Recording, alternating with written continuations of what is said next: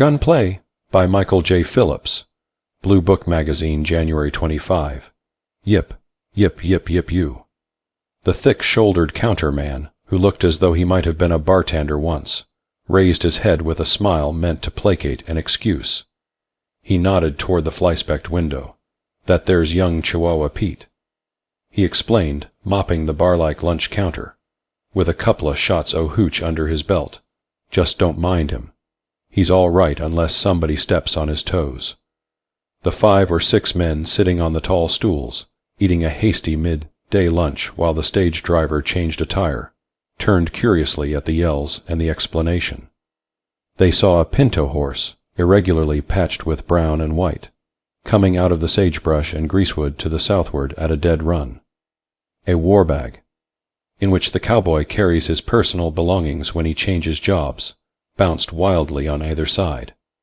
There was a rifle in the boot under the rider's left leg. The rider was tall, young, and cone-hatted. A purple silk handkerchief was knotted at the back of his neck. The free corners fluttered under his chin above a red shirt which was blocked off with black lines. He wore a vest, without which a cowpuncher considers himself only half-clad, but no coat. His chaps of cowhide were luxuriantly covered with black hair. The spotted horse did his best. Nevertheless, the driver beat him right and left and fore and aft with a quirt. Supple-wristed, he swung it viciously. The pinto, pink nostrils stretched wide, swooped like a swallow over the railroad track a few yards in front of the Last Chance. "Suppose someone steps on his toes?" queried a traveling man in a derby. "He's a shootin' fool," returned the waiter with a final sweep across the counter. He spoke in an undertone, for the wild rider, with a final yip, yip, yip, pulled his horse to a stop in a cloud of dust at the door. "Killed 2 men the last 3 years. Got off on self-defense. The rider stepped down lightly as a dancer, dropped the reins over the panting pinto's head, and walked to the open door. His black boots were absurdly small and high-heeled. He was pigeon-toed and bow-legged. He strutted slouchily. A cartridge belt, filled to the last loop, encircled his slim waist and sagged to the holster on his right thigh. The holster held a nickeled, bone-handled, frontier-type revolver, its curving hammer gleaming in the sunlight. The gun was of heavy caliber. Here was a Westerner who took no stock in the automatic, apparently. He leaned against the door jamb for a moment, surveying the party within, a handsome youth, but with a thin-lipped mouth given too readily to sneering. His eye, the cool, keen gray eye of the killer, never opened very widely, turned but little, yet saw everything. "Hello, Sam, yo old polecat." He greeted the man behind the counter.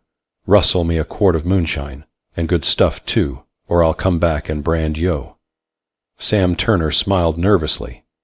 Everybody in Rodeo and vicinity knew the lunch counter as only a mask for his real occupation, which was selling bootleg stuff. But he hated having it bellowed to the world. Even one of the harmless-looking gang in front of him might be a dry agent. His reply was intended to turn the subject. "Hello, Pete, you leavin' the Bar X?" The cowpuncher grinned. "Leavin' M flat. McCaleb got Gabby because I take a drink." His profanity was more impressive because it was low-voiced and drawled. "I beat him up with my 6-gun and come away." He strolled along the line of stools. At the lower end on the last stool sat a mild-appearing little man of perhaps 50. He wore olive-drab cotton clothes, belted jacket and trousers, and a floppy-brimmed, homely brown canvas hat. His eyes were protected by sunglasses. "Come on, you sawed-off, climb down," commanded the youth. "Who, me?" queried the little man. "Why should I?" "Because I tell you to," retorted Chihuahua, a nasty smile on his lips, a scowl on his brow. "I admire to set down on that stool. I'm tired o' standin'." The other smiled amiably. "Aw, forget it," he advised, as he took his empty cup from his lips. Chihuahua Pete, still with the sneering, contemptuous grin on his face, laid an ungentle hand on the collar of the ill-fitting coat. He jerked backward. The little man's hands flew up wildly. His coffee cup clattered inside the counter and crashed on the floor. His feet thumped on the rough pine boards. The stool tipped over. The olive-drab shoulders jolted against the wooden wall of the last chance. My, I have an awful time, Teach. In yo' manners, observed Pete, evil in his sleepy gray eyes. When you see a gentleman come in, you better offer him your chair, next time, stranger. He righted the stool, drew it to the counter, and sat down. Come on, you Sam. Let's have a egg sandwich and some coffee. I'm a wild wolf from Battle Mountain, and this is my day to howl. The little man did not seem annoyed or even fussed. He sauntered forward, smiling a little, and took his place at the end of the counter, near Chihuahua's right hand. He rested his arms comfortably on the oak. Don't mention it, he said cheerfully. I was through anyway. The cowpuncher searched his face swiftly for evidences of insolence, and seemed to find none. That's the itty, tenderfoot, he patronized. When yo come to a he-man's country, you better keep yo place, and dodge trouble. The others were silent. It was evident to all of them that the lank young puncher was a bad one, inflamed by poisonous liquor, potentially as dangerous as a rattlesnake. He showed a characteristic of one type of half-drunken man, a bitter and unreasoning dislike of an utter stranger. A still tongue, that was it. The same thought was in every mind. They must truckle to this deadly young bully, truckle and grovel, to get away from rodeo without a tragedy. He was ripe for murder. Aha! Agreed the little man. He surveyed Chihuahua through his amber glasses. Yes, I try to keep my place, but I don't like anyone to shove me out of it. For God's sake, Henry, began another speaker, a larger one, at Pete's left hand. His clothing was like the little man's, except that he wore an army campaign hat instead of the ugly brown canvas. Chihuahua Pete laid down his knife and fork. A sort of unbelieving jubilation in his manner and his repressed voice. He ignored the man sitting beside him and spoke to the smaller one. Say, you little runt, you meanin' to hint anything? Not hinting, trying to tell you, was the good-natured reply.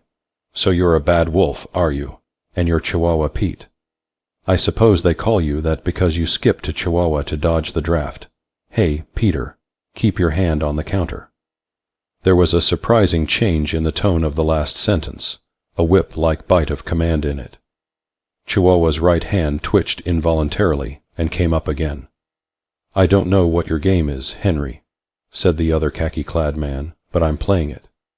He tapped the counter gently with a black, squat, ugly-looking automatic. Don't reach for that gun again, kid, or I'll blow your ribs out. Chihuahua Pete gave him a quick, sidewise look and again turned his attention to the little man, standing almost at his elbow. His face was a trifle pale.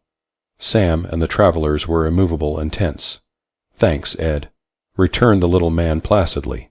My game's to teach this young bully some manners. He demonstrated on me just now. Turnabout's fair play. Now, you Chihuahua, I understand you're a killer. Shot a couple of men in the back a while ago, or something like that. You're all set to pick a fuss with me and drop me. Well, you get your chance. But so will I guess we better have that revolver off you while I make my proposition. That's fair, isn't it? He appealed to the others. A border booze peddler has his failings, but a yellow streak is not one of them. Sam spoke up promptly. Fair enough, stranger. No snap shootin' in this place while I'm runnin' it. He lumbered round the end of the counter, brushed by the little man, and approached Chihuahua. Pete, I'll just take your gun.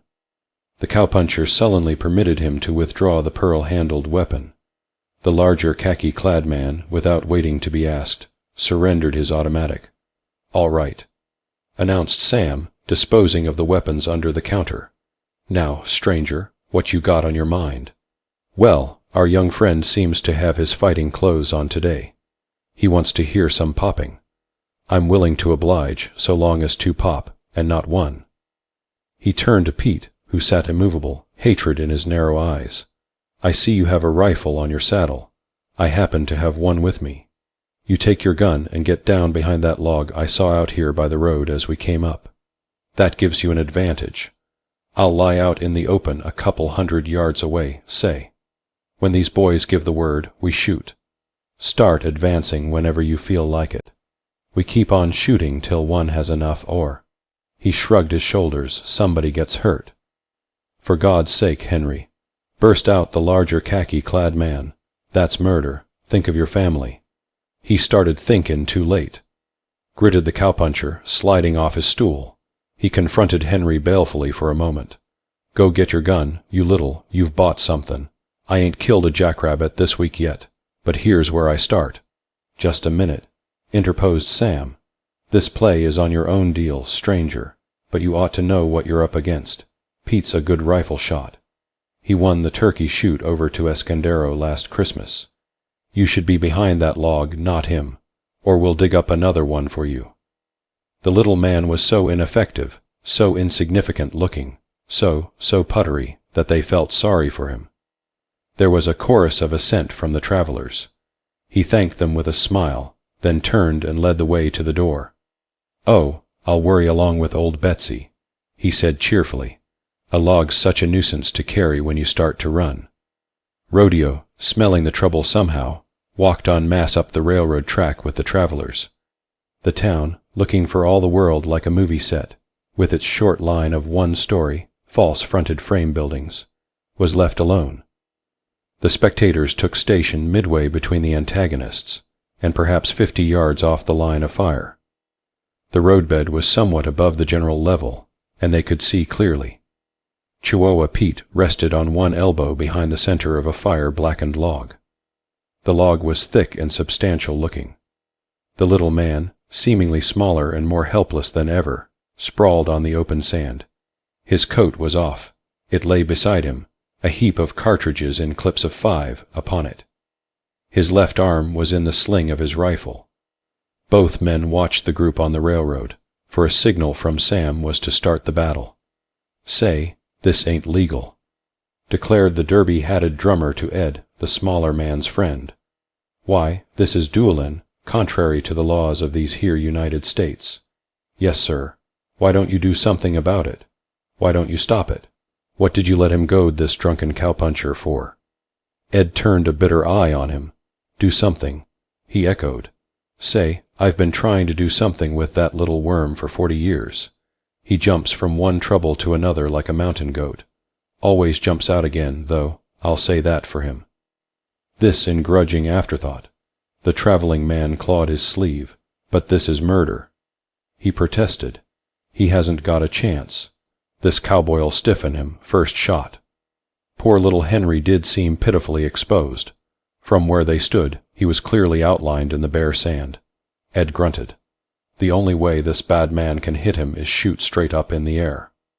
Ed explained impatiently. "Henry's protected. There's 30 inches of sand in front of his head. That isn't what bothers me. I want to know what that little devil's going to do. I'm worrying about the other guy." Protected. The traveling man squinted against the white, glaring light of sun on sand. "Say, he does seem to be behind a little riffle at that. But 30 inches, gosh, that isn't much. He'll keep on fussing till he gets into a proper jam sometime," went on the gloomy Ed, following his own train of thought. "You can't get away with funny business forever. What's that? 30 inches is plenty. This crazy man's gun only shoots through 14. "Oh," said the traveling man, opening his eyes, and "oh," he said again in enlightenment. "He knows, hey. That's the reason he looked at the cowboy's gun and cartridges, was it?" "Sure," replied Ed, in scorn at the obviousness of the question. He returned to the puncher's original remark. "Do something with Henry. Say, you don't know what you're talking about. He's as stubborn as a mule. You'd think being turned down by 3 examining boards to be enough for anybody. Now, wouldn't you, at his age? But no, sir, ready," roared Sam, and raised his arm. A hurrying series of reports rolled out over the desert wastes. The cowboy's gun spoke with the signal from the railroad track. The rifle was over the log. He worked it savagely. The spectators shuddered. It looked like certain death for Henry. Bullets kicked up the sand in front of his nose and to either side of him, and went tearing off down country with the urgent whine of the ricochet. Ed chuckled. "See," he said gleefully to the traveling man. "Notice twigs falling from that dark green bush about 20 yards in front of Henry. Thought he'd do something like that. He's lined up behind it so this Chihuahua can't see him at all. Has to feel for him. But he can't see either, can he? Protested the traveler, mopping the sweatband of his derby. You bet he can see. He's low under the branches. Now watch. Chihuahua's gun was empty. He started to reload, after a swift glance in the enemy's direction. There was a flat, brisk report from the little man's rifle. The watchers saw the bullet raise a spray of sand in front of the log. Then the hoarse note of a ricochet, as though there were a frog in the throat of the bullet. "Cripes," ejaculated Sam. "She went through." "Of course," retorted Ed. "Anyone could see that log was only a shell." The cowpuncher was flurried. A burst of splinters on his side of the log and a few feet from him made him unsteady. The long magazine of his sporting rifle was only half filled. But he threw the gun across the log and fired again, rapidly, frantically. This time, the onlookers noted, his aim was poor. The sand fountained up a long way from where the little man lay tucked in his hollow. Again the quicker, sharper report of Henry's rifle, the long, splitting after crack as the air closed behind the hurrying bullet. A dull interruption, and the ricochet in diminishing crescendo. Another report, and another at intervals reasonably close, but unhurried. "The son of a gun," crowed the admiring bootlegger. "See what he's doin'. He's pushin' Chihuahua right out from behind that log." They looked, slack-jawed and swaying in their intensity, and saw that it was true. Henry's first shot pierced the outer end of Chihuahua Pete's barrier, well beyond his left elbow. But with each succeeding report the bullets crept closer, until splinters showered the puncher. Busy as he was reloading, he gave ground. When he tried to take aim over the log, a bullet nudged him. He shifted a little, sidewise, wriggling his body on his elbows, and brought the barrel down again. The log ripped wickedly beside his sleeve. He hunched again, and again the remorseless Henry drove him over. The last move thrust his right leg out from the shelter. There was a report from the Springfield, a gout of sand from just under the cowpuncher's boot, apparently, and a yell from the puncher himself. He crawled to his feet, bringing his rifle up with him. He aimed half-heartedly at Henry, threw the gun down in fright, and ran away. He limped as he ran, though that, of course, might have been due to his boots hurting him. He fled directly to the rear, toward a friendly rise of ground. He was accompanied, shepherded and steered by the offerings of Henry. Sirrah-Ack, and a bullet struck close beside him on the right. Sirrah-Ack, and another threatened his toenails on the left. So it went, right and left, until the ridge intervened, and he flung himself headlong to safety. A rush of cheering, babbling spectators engulfed the little man, who stood up to brush the sand off his clothes and put the remainder of his ammunition in the pockets of his ill-fitting jacket. Ed's long legs brought him quickly. He grabbed his friend by the shoulder and shook him, half in fondness and half in vexation. "Henry," he said, "Henry, you damned little scoundrel." Henry's face was alight with a big idea. "Say, Ed, I'm going to ask the NR to stage a moving target thing at Perry next year. You know, a silhouette on a sledge going off down the range away from you. It's bully sport. Keeps you busy raising her for increasing distance. Say, Homber, you sure can shoot," panted Sam, thrusting out a beefy hand. "Of course he can shoot," agreed Ed, impatience merely a cloak to his pride. He was instructor in rifle practice during the war, and he's just won the governor's trophy at the State Rifle Association matches over at Mineral Springs. Henry's face fell. "Shoot, nothing," he denied. "See the first one. Say it hit the ground a foot this side of that log. Yes, sir, a foot. I was afraid to let myself out after that. Might have hurt that cowboy if I did." "Maybe it's the gun, Henry," suggested Ed thoughtfully. They were oblivious now to the milling spectators. "Well, maybe it is," said Henry pensively. "I got an unaccountable in the National Individual, and a couple of threes in the Palma tryouts that looked all right when they left. Maybe old Betsy's gone at last." He smoothed the stock of the squat brown rifle caressingly. "Say, mister," began the derby-hatted traveling man, elbowing his way forward, "you're a professional, ain't you? You give exhibitions around the country, don't you?" "Hell no," replied the little man. "I run a grocery store in Palmdale, and my friend here's a banker. Say, you ought to see him shoot. He's the boy that—" "Aw, shut up," interrupted Ed, dragging Henry off toward the stage. The driver was honking impatiently. "I don't get it," complained the derby-hatted one, falling into step with Sam. "He says he ain't a profesh, a grocer, and shootin' like that, an amateur." "Aya," replied Sam, wiping the sweat off his fat red forehead with a once clean apron. "I've seen him, them kind o' birds, froggin' around, shootin' at paper targets out in the cactus, and I laughed at him for crazy fools. But I don't laugh no more, Homber." He looked after the pair ahead with a sort of proprietory pride. "Just ordinary citizens, but it shows what kind o' people us Americans are. Is it any wonder we won that damn war?" End of Gunplay by Michael J. Phillips.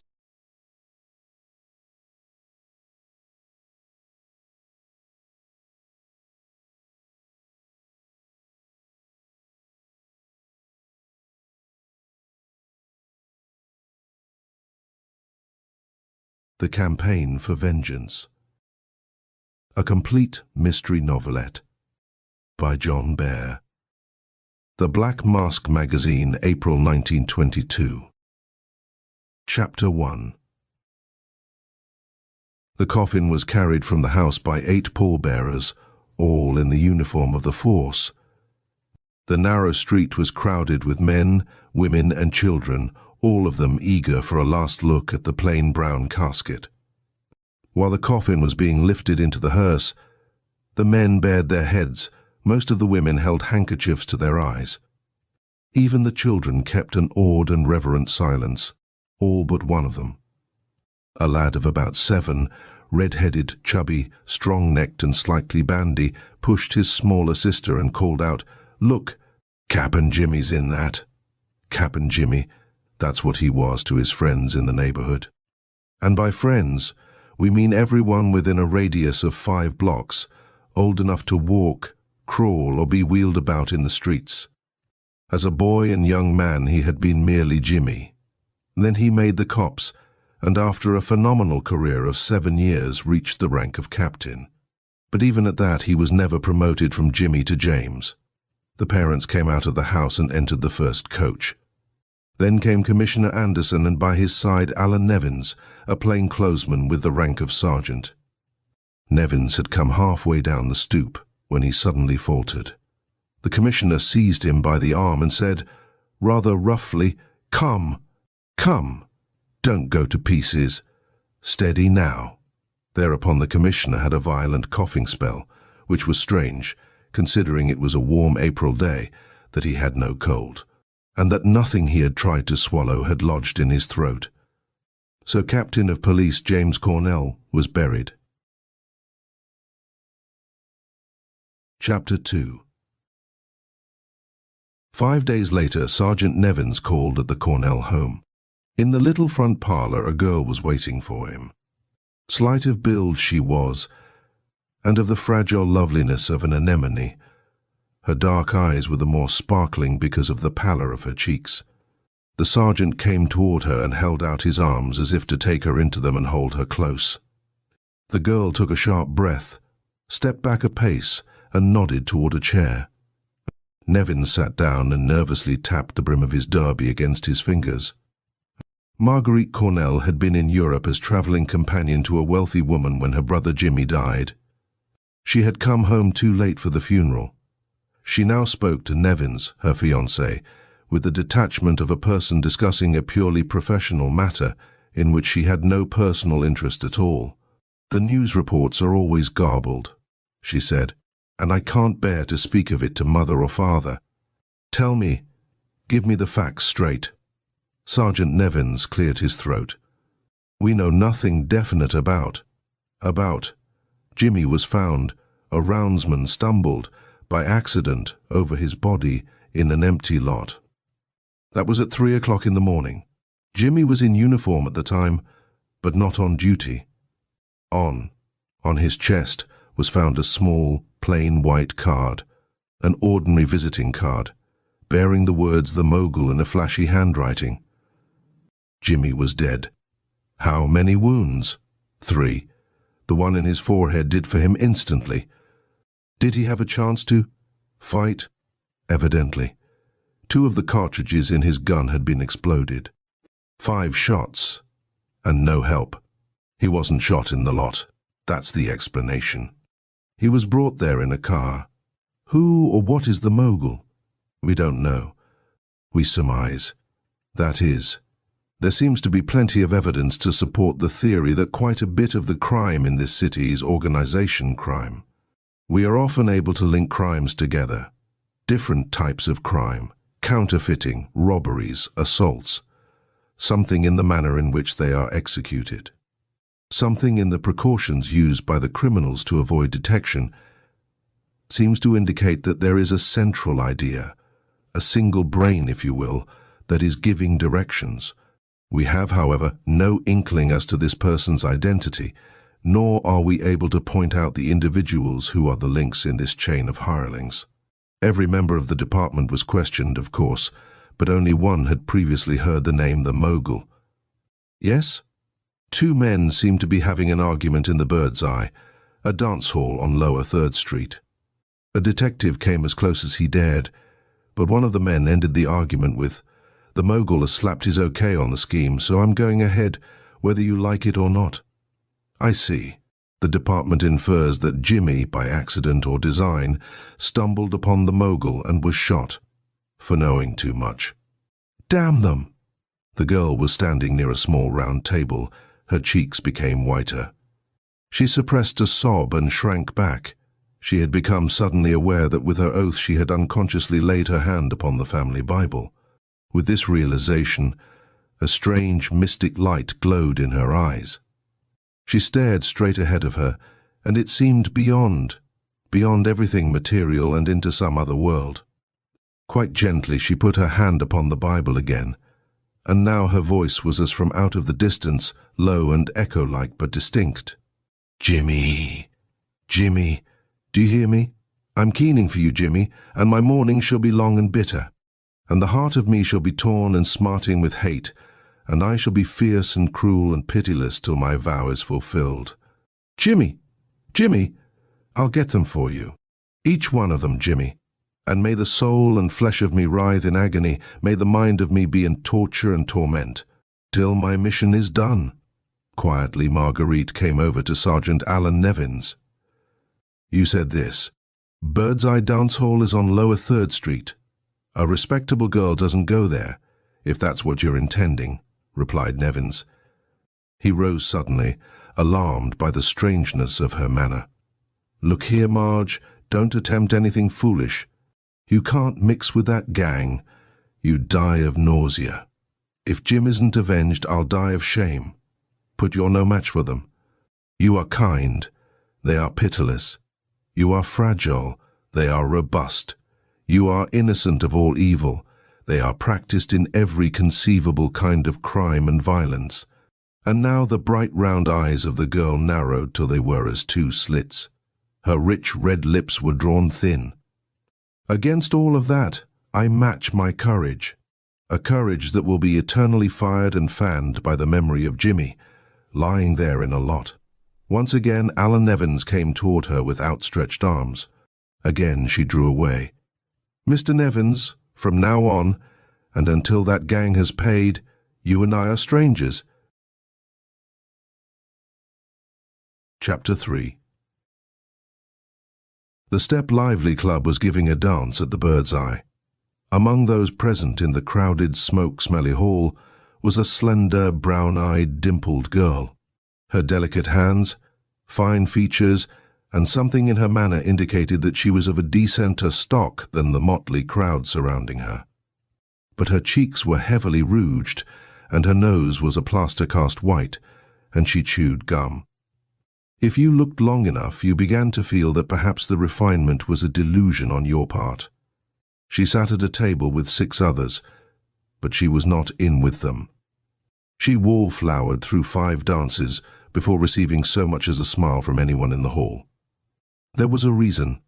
The girl was an outsider, and the tribe that hangs around the Bird's Eye is suspicious of strangers. Then the band played a waltz. Some 4 tables to the left of the girl, 2 men and a woman were holding a whispered discussion. The woman was a tall, coarse-featured, capacious-chested blonde. One of the men was of the dark, slender, olive-skinned, small moustache type you see in every movie. He's the fellow who has his head broken by the hero in the last reel. The other man was a stunted, narrow-shouldered specimen, bleary of eye, pasty of hair and splotchy complected. When the band started the waltz, the woman shrugged her shoulders and said, "Well, go on then and try her." So it came that the runt stood at the table of the brownied girl. "Are you dancing, miss?" The girl gazed at him vacantly and switched her gum from her left cheek to her right. "Yeah, I dance." "My name's Breen, Rudy Breen," he volunteered as he took her arm.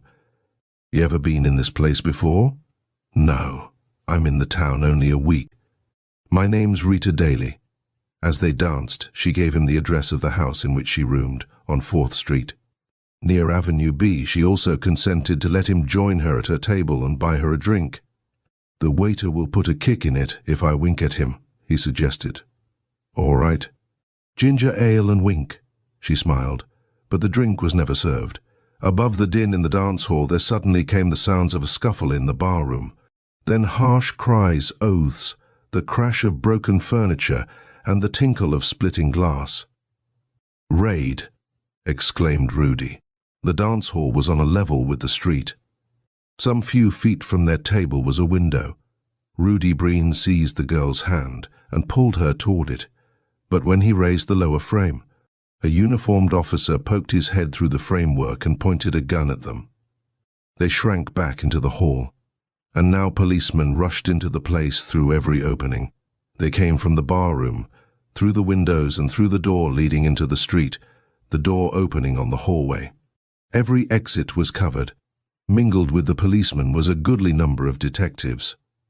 An officer whose white cap and stripes showed his rank of inspector and who seemed to be in charge got up on a table, raised a hand, and when the place became hushed, he said, "No need for alarm, ladies and gents.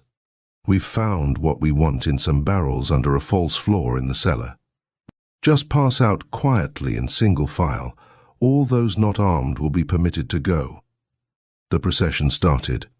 The members and friends of the Step Lively Club were put to the indignity of having their pockets emptied and their handbags looked into before they were hustled through the door leading to the street. Our brownied girl with the chewing gum quid took in the scene calmly, but of a sudden she felt that the hand still folding hers was trembling. Somewhat surprised, she turned to the young man and saw that his yellow complexion had turned a sickly pallor. His eyes shifted nervously about the room. He was evidently thoroughly frightened. "What's the matter?" asked the girl. "Got a gun on you?" "No, but this raid for booze is a blind, a cover. They're digging for snow. And if they find—" Now, if the truth be told, the girl had no idea of the meaning of Rudy's words. She was sure of one thing, however. Rudy felt himself threatened by a terrible calamity. And reflecting upon this fact, it occurred to the girl that Rudy would be very grateful to the person who helped him get outside that hall. And if she had one good friend in that crowd, that would be a start. If someone could manage to put out the lights, she suggested. "Fat chance. The switchboard is in the barroom." "Locked?" "No, they keep the board open for emergencies like this. The cops must have come in on them too quick for." "Which way do you work?" "You couldn't go wrong. There's only one lever. You pull it from left to right." "But how are you going to get at?" "Oh," the girl's exclamation interrupted him. He noticed that she was staring hard and that a flush had come into her cheeks. He was too confused, however, to notice that the object of her stare was the detective who covered the door to the barroom. "You pick out your exit," she whispered to him. "I guess maybe I can make it." With that, she pushed aside several others and joined the line which was winding its way slowly out the side door. The process appeared too slow for her. She stepped out of line and came quickly forward. But she did not head for the door leading to the street. Instead, she dodged past a policeman and ran toward the barroom door. She had almost reached it when the officer caught up with her and gripped her shoulder.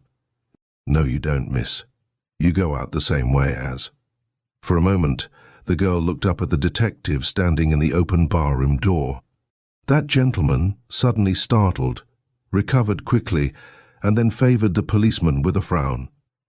"Why can't I go out any way I please?" demanded the girl.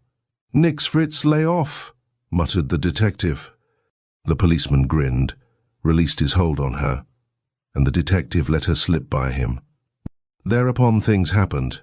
The searching process was going on in a slow, orderly way, when suddenly every light in the building went out. In an instant everything was in a bedlam. Screams and terrible oaths, pleas, wailing cries of pain rang out in the darkness. The line broke. Everyone fought viciously for freedom. Tables were overturned and windows smashed. The police dared not use their revolvers or clubs out of fear of injuring each other. When the lights were switched on again, the hall was half empty. Most of those who remained were women with bleeding faces and torn hats and dresses. Inspector Carrigan mopped his forehead. Then he looked with pity upon the cowering humanity before him. "Send for an ambulance," he instructed, "and go easy with them poor broken dolls." What we were after got away in the dark. Chapter 4. At 5 o'clock the following morning, the mother of Sergeant Alan Nevins was startled by the raucous ring of the doorbell. Looking out of a front window, she saw a girl standing at her door. A moment later, Alan Nevins was being shaken out of a profound slumber. "Miss Cornell is at the door, Alan. Alan, wake up." When Alan, dressed completely, up to and including the correct knot in his scarf, came down, the girl was waiting in his sitting room. "But my dear Marguerite," he began. "Miss Rita Daly, if you please," she corrected. Then, "I've come to inquire whether your little raid of last evening was a success." "We didn't get a blamed thing on anybody," he confessed, dejectedly. "But do you know, Marguerite? Miss Daly! Do you know, Miss Daly," fiercely, "that they could almost give you life for turning out the lights? They could, Mr. Nevins, if they had caught me. I crawled out right through the legs of the fat cop at the front door. Honest, I did." She smiled disarmingly. "I've come for my lesson." "Lesson?" "My lesson in slang. First, what is snow?" "Snow." He leaned toward her eagerly. "Then there was snow in that place last." "What is it?" she insisted. "Drugs, in powdered form." "And what is a gat?" she asked. "And a goof, and a billy, and a cake-eater, and a sniffer, and a hard-boiled egg, and a finale hopper, and a belly-wash, and a wet blanket, and a dumb bunny. And what do you do when you pull in your ears, kid?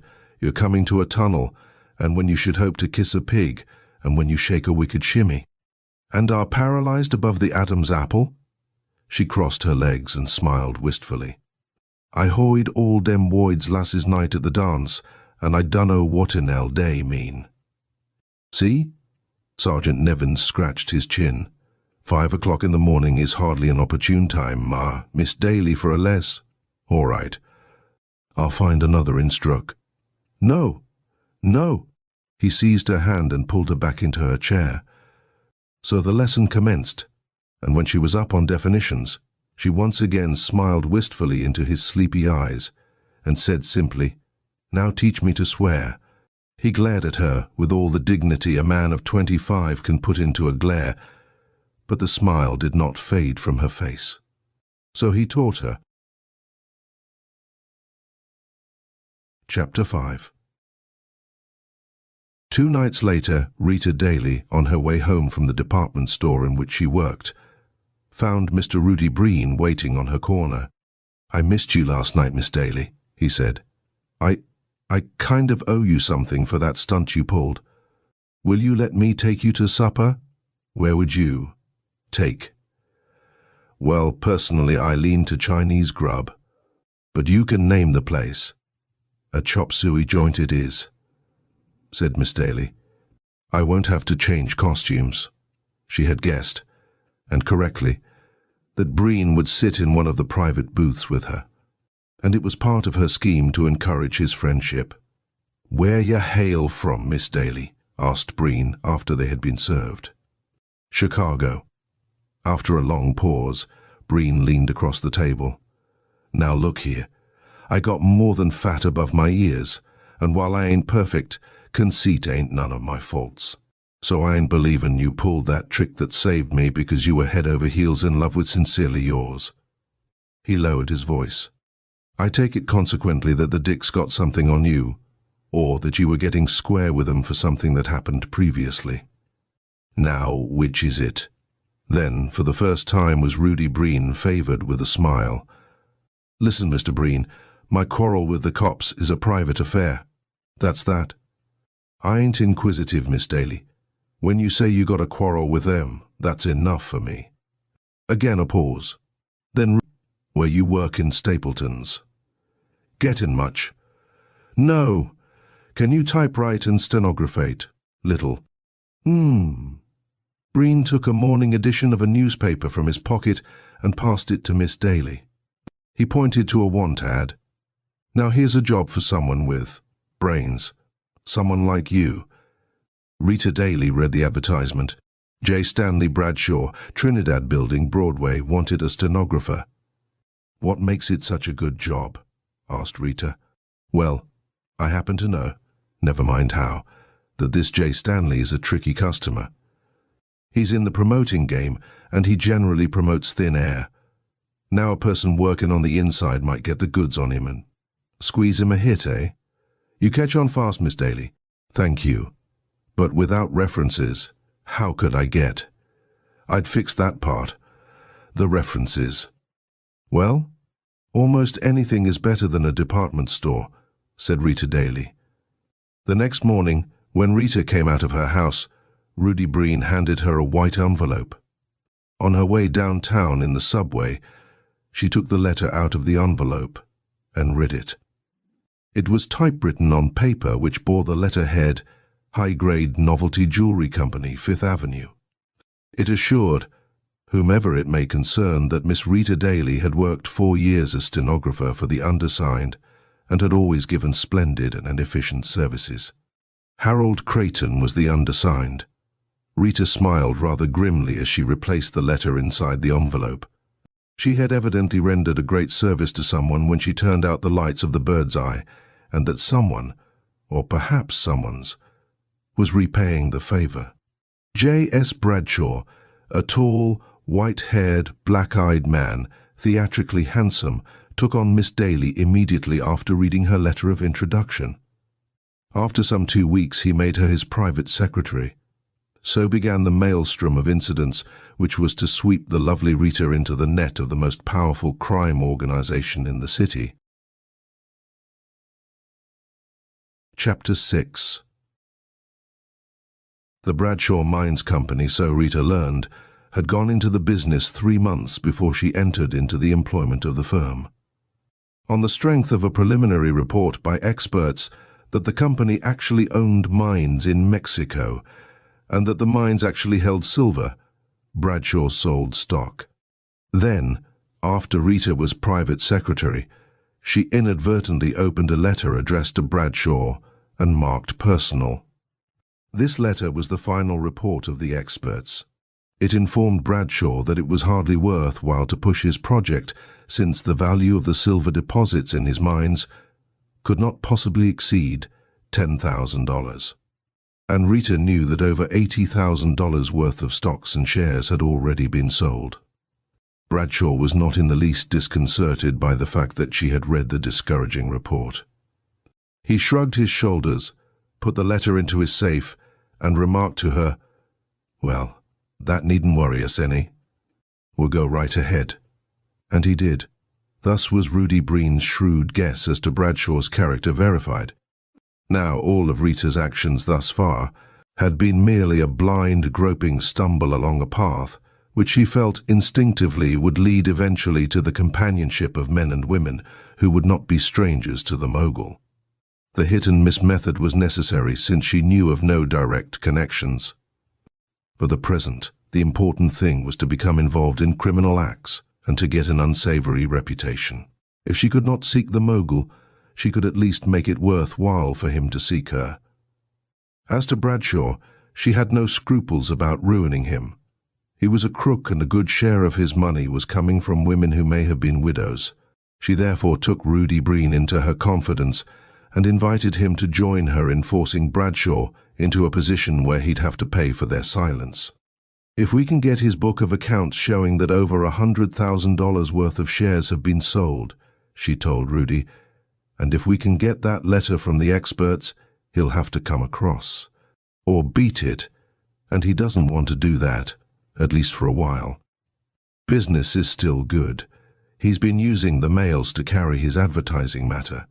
That makes it a federal offense. Well, I never sneeze at money, and I still owe you for. Bradshaw keeps his account books and that telltale letter in his safe. That's where you might. What's the model? Illington. Illington keeps his papers in an old ash can like the Illington? There ain't a respectable crook in the business couldn't open that safe in 20 minutes. Soup. Not for the Illington. I'll solve the combination." 5 nights later, they made the attempt.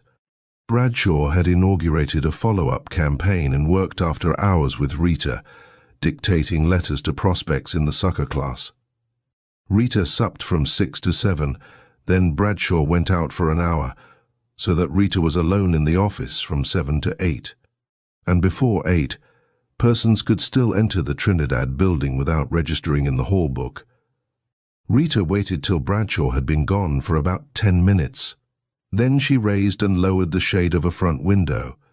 That was Rudy's signal. There were no lights in any other office on the 4th floor. While Rudy was busy manipulating the tumblers to Bradshaw's safe, Rita kept a lookout in the hall. She stood at a point some 50 feet from her office, where the north and the west corridors crossed. The elevators were on the west corridor. In the event of Bradshaw's unexpected return, she expected to have plenty of time to run along the north corridor and shoo Rudy away. She had kept her vigil some 10 minutes when, on turning casually, she saw Bradshaw standing before the open door to his office. He must have walked quietly up the stairway in the rear of the north corridor. Bradshaw hesitated only a moment. Then he rushed into the room. There came at once a scuffling sound and the thud-thud of blows. Frightened, but eager to continue actively in this dangerous and unlawful adventure, Rita ran along the corridor and watched the struggle from the doorway. The powerful Bradshaw was having the best of it. The runt Breen was quicker and more skilled with his fists, but the room was too small to permit of scientific boxing. Bradshaw drove a straight right to Rudy's face. The force of the blow hurled Rudy across the room and against the wall. With a snarl of triumph, Bradshaw seized a chair, raised it above his head, and rushed at his adversary. Rita choked a cry. Breen stood humped against the wall, as though too exhausted to raise a hand to ward off the blow which must surely crush his skull. Then, in the wink of an eye, and just as Bradshaw began the downward swing of the chair, Breen shook off his coma, drew a stiletto from his coat pocket, and struck. The chair clattered to the floor and Bradshaw tottered. But Breen had not yet finished with him. With his left arm he hugged Bradshaw close. With his right hand he kept twisting the handle of the stiletto. Bradshaw kept emitting low guttural moans. Then finally, Breen drew out the blade and pushed Bradshaw away. In falling, Bradshaw half-turned. Rita saw that his white silk shirt was stained a deep red over the heart. From this stain, thin red lines trickled, dripped. At this point, she became somewhat dizzy. Rudy Breen pulled her into the room, locked the door, led her to a chair, and fetched her a cup of ice water. "Take it easy, sis. Nothing more serious than murder. Happens occasionally in the very best circles. That's it. Feel better? What, will we? There are at least a dozen things we could do. This is nothing to worry about at all. You leave it to me." He picked up the telephone, and when he had made his connection, he said, "Harry, Rudy speaking. I'm in a little mess in the Trinidad building. Listen, how soon can you make 39th Street and 7th Avenue? Good. Now get this. Southeast corner, red and white, daily, good evening, Kane. Right? He hung up. Thereupon he scribbled a note and handed it to Rita. When you've delivered this, you're through with this job, he told her. I'm handling the rest. Here's your end of it. You take a red and white taxi to 39th Street and 7th Avenue.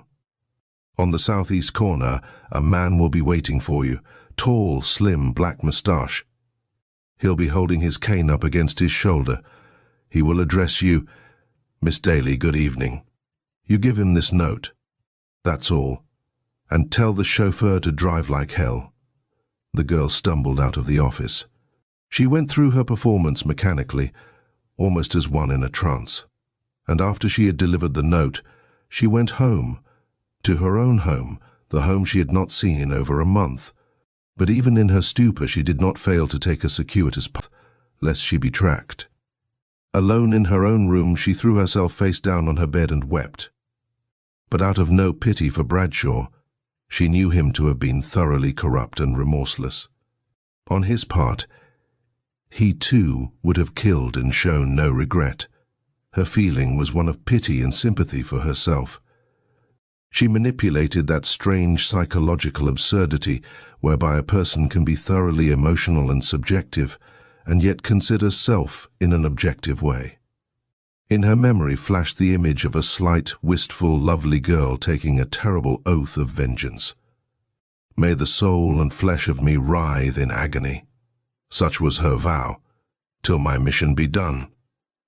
Well, the tentacles of the monster evil had gripped her. There could be no quitting now.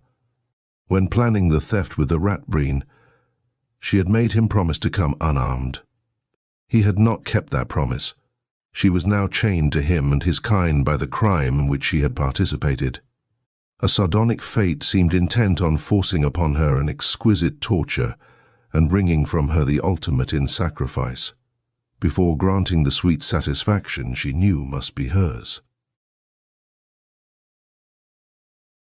Chapter 7.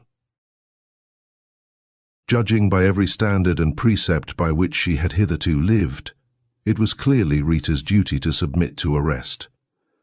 But emotionally such an act was utterly inconceivable.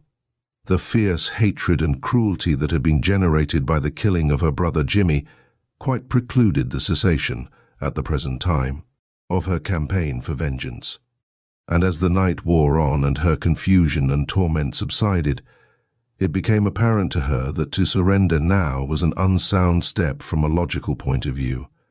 The greater guilt was Rudy Breen's. He had broken his word to her, he had come armed, and he had killed. Why should she suffer alone? She could not be sure that the police would catch him, and even if they did, suppose Rudy denied complicity, and with the help of his crowd proved an alibi, it would be her word against his. No, clearly the thing to do was to put off action until she had Breen in a position where he too could be punished. Before dawn, Rita left her home and went back to her room on 4th Street. She fell quickly into a dreamless sleep from which she did not wake until 8 o'clock. On raising her shade, she saw what she expected.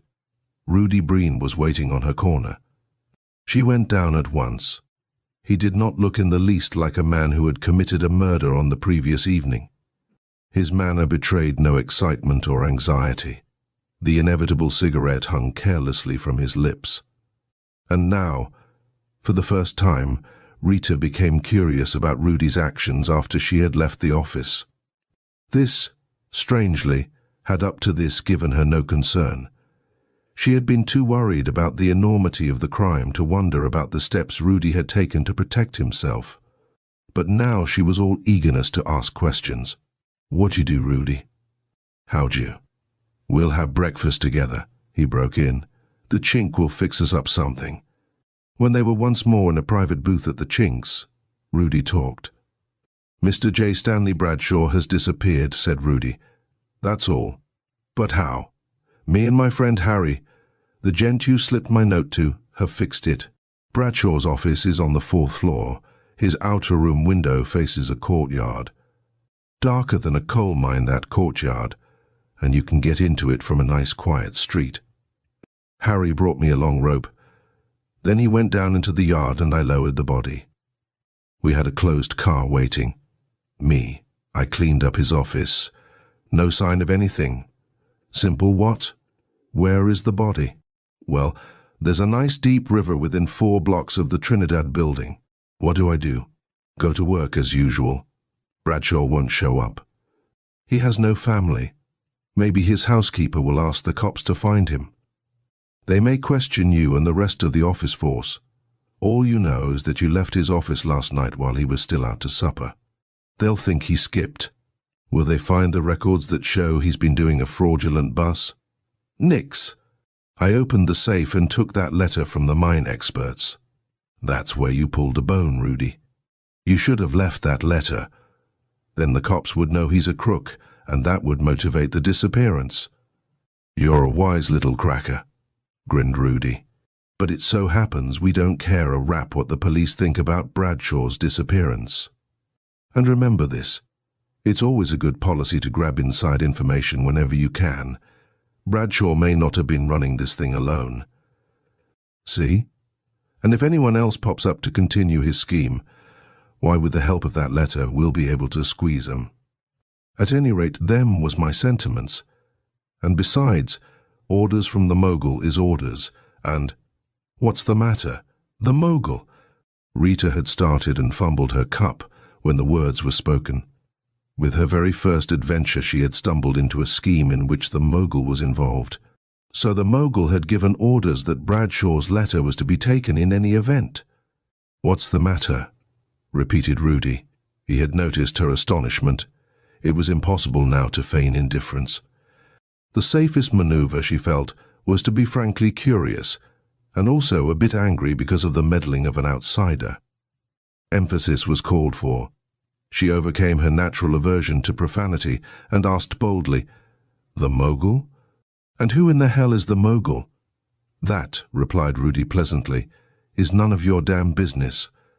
It was 2 weeks before the official investigation into the disappearance of Bradshaw got seriously underway. Meanwhile, the employees, besides Rita, there were but 3, a bookkeeper, a typist and a file clerk, had hunted up other jobs. Rita was questioned by the police and said that on the evening of Bradshaw's disappearance she had left the office at 7:30 while he was out to supper. The hall man remembered seeing Bradshaw come back from supper, but he couldn't place the time definitely. He guessed it was before 8. The shareholders in Bradshaw's mine formed an organization to inquire into the matter. It took several months before they discovered the details of the fraud. But this investigation, since it did not solve the question of Bradshaw's whereabouts, does not interest us. We must keep pace with Rita. Chapter 8. Whatever slight inclination Rita may still have had to confess her part of the crime against Bradshaw disappeared entirely in that moment in which Rudy Breen spoke the words "the mogul." Now that she had somehow wedged into the scheme of things in which the mogul was the pivot. Her mind became once again a single-track mind. She excluded every thought except those which were directly connected with her problem of running down her quarry. Rudy Breen was the medium through which she had established contact with the mogul's sphere. She therefore clung to Breen tenaciously and encouraged his friendship in the hope that he would try again to involve her in some of his machinations. In this hope she was not disappointed. Rudy did not use her again in his personal ventures. He did more. He introduced her into society, a society which practiced crime in its more refined forms. With the explanation that he still owed her something for rescuing him when the police raided the dance hall, and regret that he could not pay the debt himself, Rudy offered to introduce her to some friends of mine who may be able to do something for you. The friends lived in a private, brown-tone house on 81st Street. You have already met the occupants of the house. They are the couple who were with Rudy at the dance hall, and who, like Rudy, Rita was not aware of this, escaped while the place was in darkness. "Meet Mr. Harold Creighton," introduced Breen. "I think you've met before." "On the southeast corner of 39th Street and 7th Avenue, smiled Rita. Mr. Harry Creighton introduced the statuesque blonde, Miss Daly, my wife Judith. With no further comment, Breen stepped out of the room and Creighton locked the door. He motioned Rita into a rocker and joined his wife on the settee. "We know everything about you that Breen knows," began Creighton. "It appears obvious that your head is more than a garage for bonnets, for which reason you interest us. Here's our proposition. In our business, we can occasionally use an intelligent, attractive, and unattached girl. How we will use you will depend upon the talents you show you possess. More of this some other time. It is enough to say now that we work always with a minimum of violence, and that we will so arrange matters that the dangerous part of your work will be done by someone else for you. In return for your services, we will offer you a room in this house. You pass as Judith's sister. Board, clothing. In this respect, you can go the limit, and a 50-50 split on the profits of such ventures in which you play the leading role." Creighton paused and stroked his glossy black hair, then easily. "You will, of course, be in a position to squeal, in which case we could suggest to the authorities that you had not told the truth in regard to the disappearance of Mr. Bradshaw.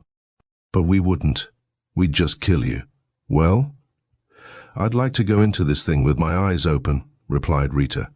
"Of course I can't expect you to take me entirely into your confidence at the present time. In one of our talks, Breen spoke of the mogul. You give me an earful about this gent and I'll give you my answer." Creighton began pulling at his waxed moustache. "Since Breen's been so damn careless, I can at least be frank. You're here by the mogul's invitation. The mogul, part of whose business it is to know everything the police would like to know, has learned of the courage and quick-wittedness you displayed at the dance hall and in connection with the Bradshaw business. He suggested that you be brought into our circle. His identity and whereabouts must remain a secret to you until you have graduated from the actors' class to the ranks of those who can also direct. For the present, you will be under orders to me. That's all I can say." "I like it here," said Rita. "I think I'll stay." That night, in her comfortable bedroom in Creighton's home, Rita vowed again her terrible vow against the mogul. She was now in one of the inner circles of his scheme of operations. She felt that circumstances would inevitably bring her to the circle's center and face to face with the man who had taken her brother's life. A kindly fate helped her to win her way quickly into the complete confidence of her associates in crime. As Rita suspected, the Creightons first used her as a bait to lure philanderers to their ruin. The first victim offered by fate was so detestable a specimen that Rita actually enjoyed the part she played in the slaughter. Renault was his name. He was the florid, flabby, fat type with a wrinkled, greasy, stout neck. We will gloss over the details of his brief courtship. Renault was not original. He mingled braggadocio with flattery and indulged in all the inanities of his breed. He made two mistakes. He wrote letters to Rita, and in a careless moment some years back, he had married. That made it easy for Creighton. After Rita had 10 letters, she was excused from bothering further with Renault. Creighton handled the dangerous work, the negotiations for the purchase of the missives. The deal netted $4,000. After that first success, Rita became a member in good standing in bad society. No secrets were withheld from her. She was of the initiate. She got to know the members of the organization and the nature of their work. The ramifications of the organization astounded her. There was no type of crime in which the mogul did not dabble. He was a systematic gentleman. His followers were divided into cliques, each of which specialized in one particular type of crime. Each clique was bossed by one of the mogul's personal representatives. Henry Wirtz was head of the counterfeiters. Tony Iglano was generalissimo of a strong arm squad. Frank Yost directed the dips. George Geiger, an ex-jeweler, acted as fence. Rudy Breen was the safe expert, and Harry Harker managed the crew that trafficked in drugs. Add the Creightons, experts in the gentle art of blackmail, and your list of the mogul's lieutenants is complete. Naturally, Rita was often in a position where she could have betrayed one or more of her delightful companions to the authorities, but she sat tight till all possible doubt of her trustworthiness was removed. Then finally, there was presented to her the chance to lop off, without risking self-betrayal, a most important branch of the mogul's organization. And once this feat was accomplished, the incidents of her career led swiftly to a startling and dramatic denouement. Chapter 9. It was the solicitude of Sergeant Alan Nevins, one-time fiancé, more recently stranger to Rita, that made her first triumph possible. Rita had put him on his honor to attempt no interference with her plans, but a little thing like honor is of no moment to a gentleman who happens to be in love, and who thinks his fair lady is in danger. So the dishonorable Mr. Nevins tried to track his wandering girl to her lair, in which fell purpose he had no luck at all till he heard, through police channels, that a Miss Rita Daly had been questioned in connection with the disappearance of one J. Stanley Bradshaw. Nevins had her watched by a friend on the department, and it was his lover luck that said friend was busy spying on the day Rudy Breen took Rita to the Creighton home. The Creightons, it may be said, had no standing at headquarters. They had never been fingerprinted or mugged. No one on the cops knew anything about them, proving again that a fellow can be a good crook without help from the police. But Nevins decided, in view of Rita's avowed and terrible intentions, that the Creightons must be phony in some respect, or otherwise Rita wouldn't be living with them. To shadow the Creighton home was next to impossible. However, Nevins did pass through their block in a taxi every evening at about 7:30. After 2 weeks, his persistence was repaid. The Creightons, with Rita, came out of their home, got into their car and headed downtown. Nevins, in the taxi, followed. The 2 cars crossed the Queensborough Bridge and drove into the pretty Long Island suburb of Kew Gardens. Creighton's car finally stopped before a beautiful many-gabled house on Willow Avenue. A few minutes later, Nevins' taxi sped past. Some 15 minutes later, Mr. Franklin, of 117 Willow Avenue, received a phone call from his friend Captain Webb of the Kew Gardens police station. Captain Webb wanted to know whether Mr. Franklin objected to having a pleasant young man sit on his porch or in his library for about an hour or so that night. Mr. Franklin said, "Sure, let Mr. Nevins come. No, I don't know much about Geiger. I think he's in the jewelry business, but I don't like him. He's too noisy." So it came about that Rita Daly, sitting at an open window in the parlor of Geiger's home at 120 Willow Avenue, was startled to see a good-looking young man whom she recognized at once walk into the gateway of the Franklin house across the street. There was a light in the Geiger parlor, so that Rita, framed by the window, was clearly visible. The young man paused momentarily under the arc lamp before the Franklin house. He looked up at Rita and instinctively began to tip his hat. While in this process, he undoubtedly recalled that he was a stranger to her. Therefore, after his hat was raised, he scratched the top of his head and then walked on into the house. A few minutes later, a light was turned on in the library of the Franklin home. The library was on the first floor front. Although the shade was drawn, there was a shadow upon it. A man sat near the window. His pompadour betrayed his identity. Our heroine frowned. "So, that's the kind of a gentleman Mr. Nevins was, eh?" That was his idea of honor. To swear by all the alphabet, not to butt into her business, and then to chase her all the way to Kew Gardens and shadow her from a house across the street. It was while Rita was trying to decide whether to cut Mr. Nevins dead forever and or to waylay him and give him an earful, that she heard Harry Creighton asking, "How much do you expect to get for the stuff, George?" "35,000 anyway," replied Geiger. "They are worth at least 60, protested Judith Creighton. "The shape of the diamond in the lavalier is too unique. It'll be recognized at once, unless it's recut," explained Geiger. "And recutting is an expensive operation and reduces the value of the stone to us." "When is Ashley coming?" asked Creighton. 10:30.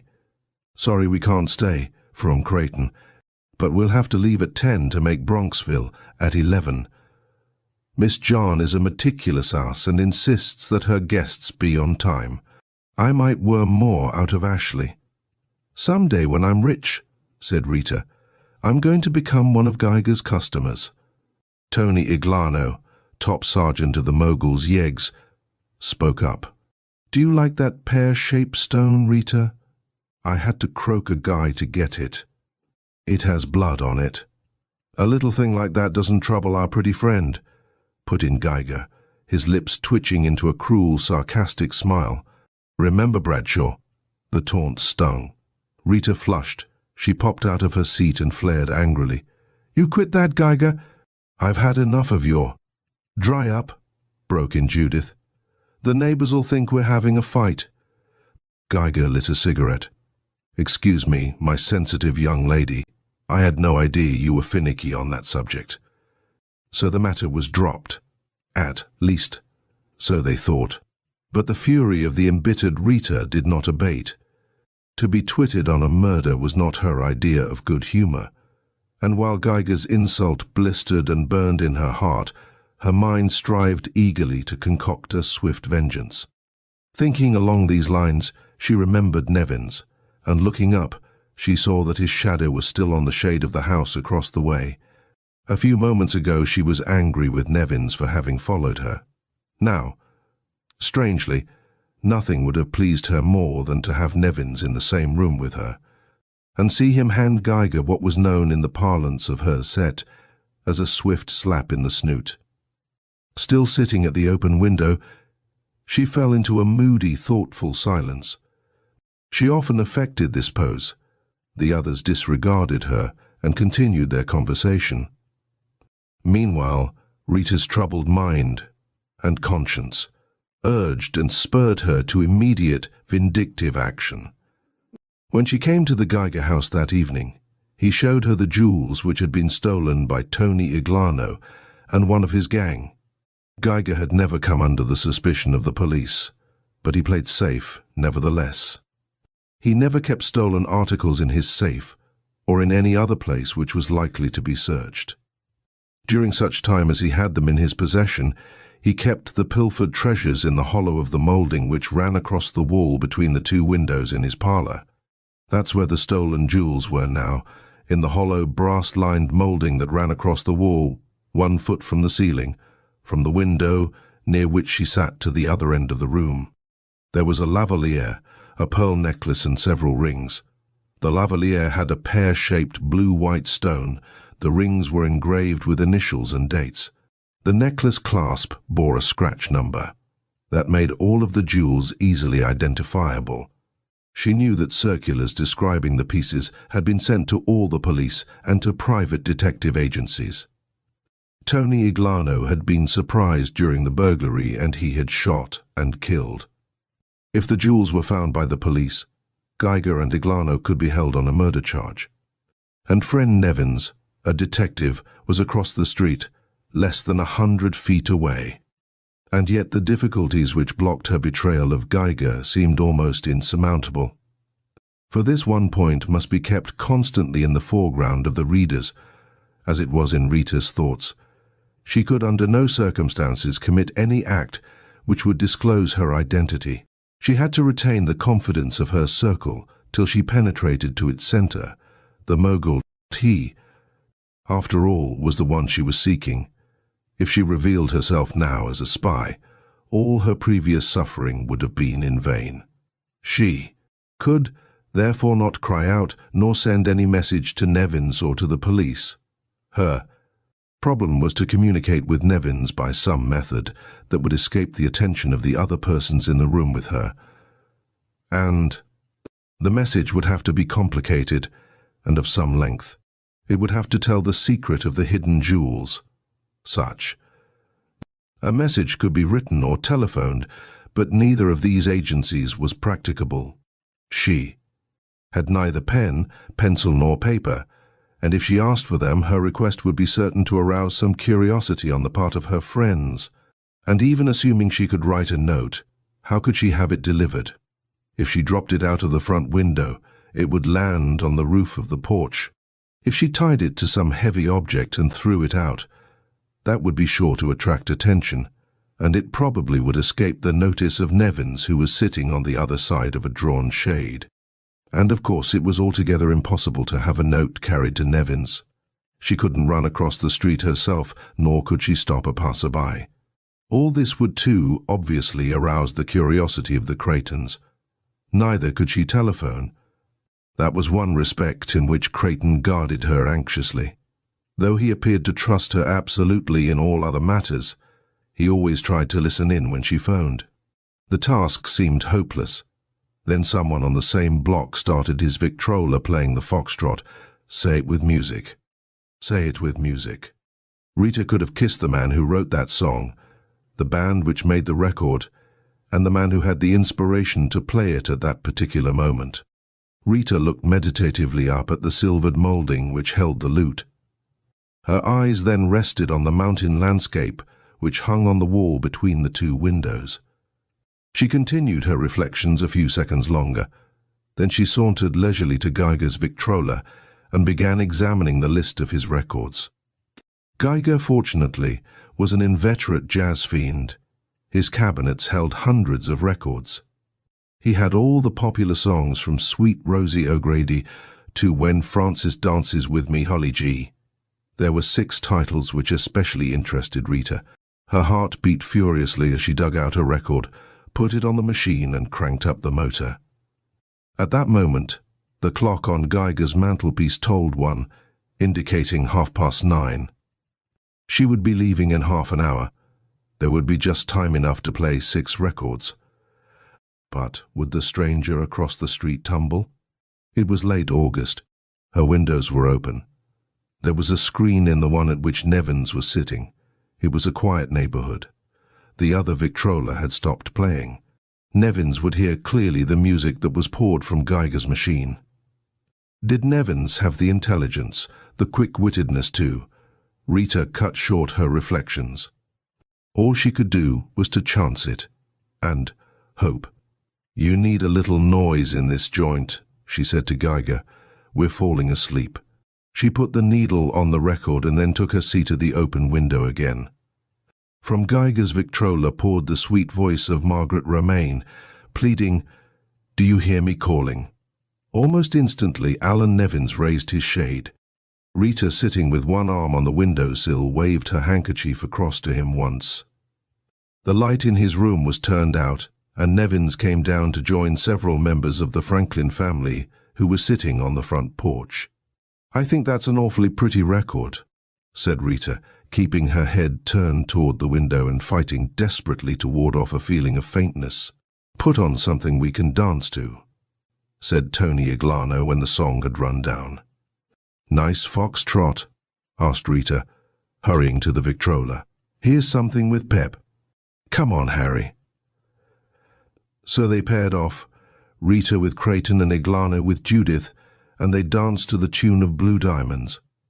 "I'll try Tony this time," smiled Rita as she cranked up the machine again. "I want to see how he foxtrots." "And I'll rest," said Creighton, "which leaves Judith for me." "Thank you," grinned Geiger. So they danced again, this time to the music of Look for the Silver Lining. "Now give us a waltz," suggested Geiger. "I got a couple of good. I like the sentimental ones best," put in Rita. "Who's my partner this time?" "At your service," volunteered Geiger. "I like my old man best for a waltz," said Judith, pouncing on Creighton. "You can sing this one, Tony," laughed Rita. And Tony did. "Oh, Varda Hill. Oh, Varda Hill." "I like the voice of Nora Bayes better," from Rita. "Let's give her a chance." So Nora was permitted to warble in a little front parlor. "We'll have to be going in a few minutes," said Creighton, "if we want to reach." "One more foxtrot," pleaded Rita. "Tony does them so beautifully." Tony bowed his appreciation and whirled Rita around to the melody of the Dangerous Blues. That completed the musical program. Judith and Rita powdered their noses and put on their hats. Then Creighton led them to his car. As they started off, stranger Nevins, still on the front porch of the Franklin house, once again raised his hat, once again caught and stopped himself and scratched his head. Rita, from the back seat of the car, waved her handkerchief to him once, quickly. On the trip up to Bronxville, Judith talked to her, but Rita did not appear interested in the conversation. Rita's brain was in a turmoil of mingled hope, anxiety, and dread. Had Nevins caught on? Had he solved her music cipher? Would Geiger fight if he were raided, and would Nevins be hurt? The fact that Nevins had clearly responded to her first signal, "Do you hear me calling?" encouraged her to hope that he had understood not only that she was saying it with music but also in titles. Geiger's stolen jewels were hidden in that part of the silvered molding in the parlor, which passed over the picture depicting a mountain scene. And Rita had signaled, "Blue dot, look for the silver lining over the hill. In a little front parlor, dangerous blues." The Creightons with Rita arrived home from the Bronxville party at 2 o'clock next morning. The phone was ringing as they entered the house. Creighton answered it. When he joined the two women who were removing their wraps in the sitting room, his face was somewhat flushed and he spoke rather shakily. "Geiger was raided at 20 minutes past 10 last night," he announced. 4 detectives.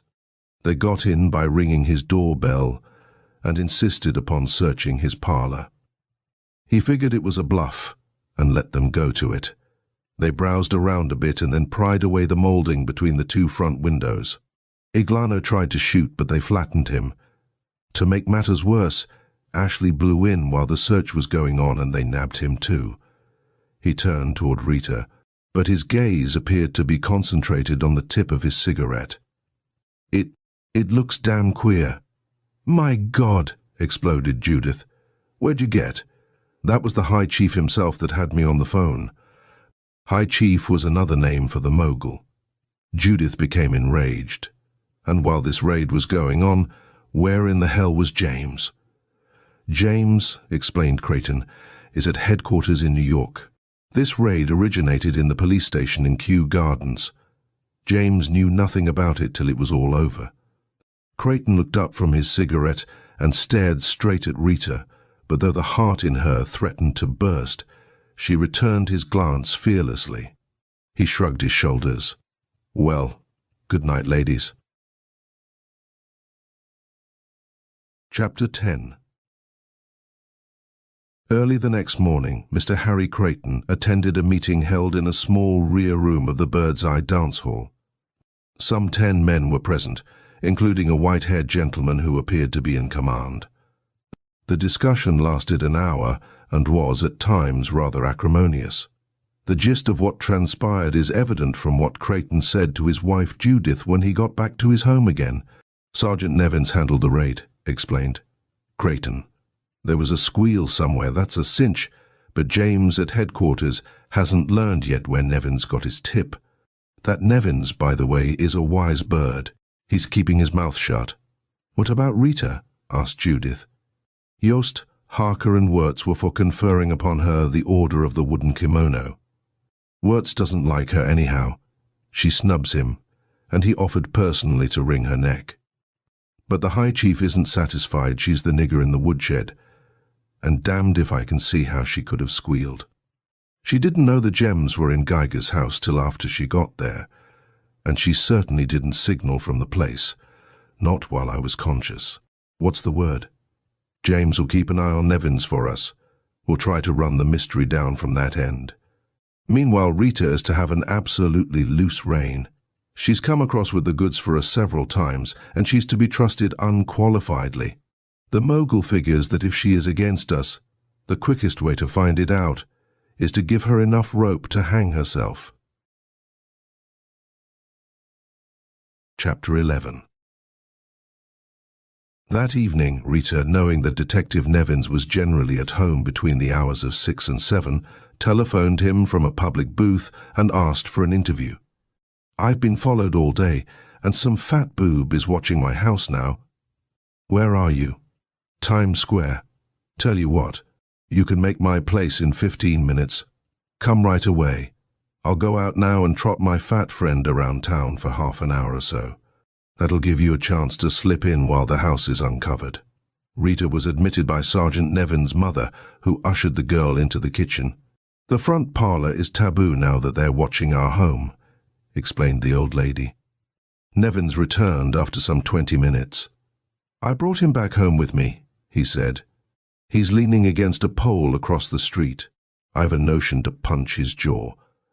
Are you aware, asked Rita, that someone on the force is having you shadowed? Someone on the force? Nevins shook his head, incredulous. My gang, said Rita, affecting pride, has a man at headquarters who gives us advance dope when we're gonna be bit. Sabi? Ask me not further info. That's all I'm wise to. James. James first or last name? Search me. There are hundreds of Jameses on the cops. Well, he tossed off his troubles. With outstretched arms, he pleaded, Come to me, my musical friend, and let's forget. I came here on business, frowned Rita. Nevins affected humility. I stand corrected. What business? I know the name and address of a nice little counterfeiter who makes beautiful money, really. Does that interest you? Somewhat. Nevins drew out a notebook. Name, description, street and number, please. Henry Wirtz, replied Rita, and added a number on Christopher Street. Printing shop on first floor. On second and top floor. 4 rooms which should be searched in the event the shop yields no fluky stuff. Thanks.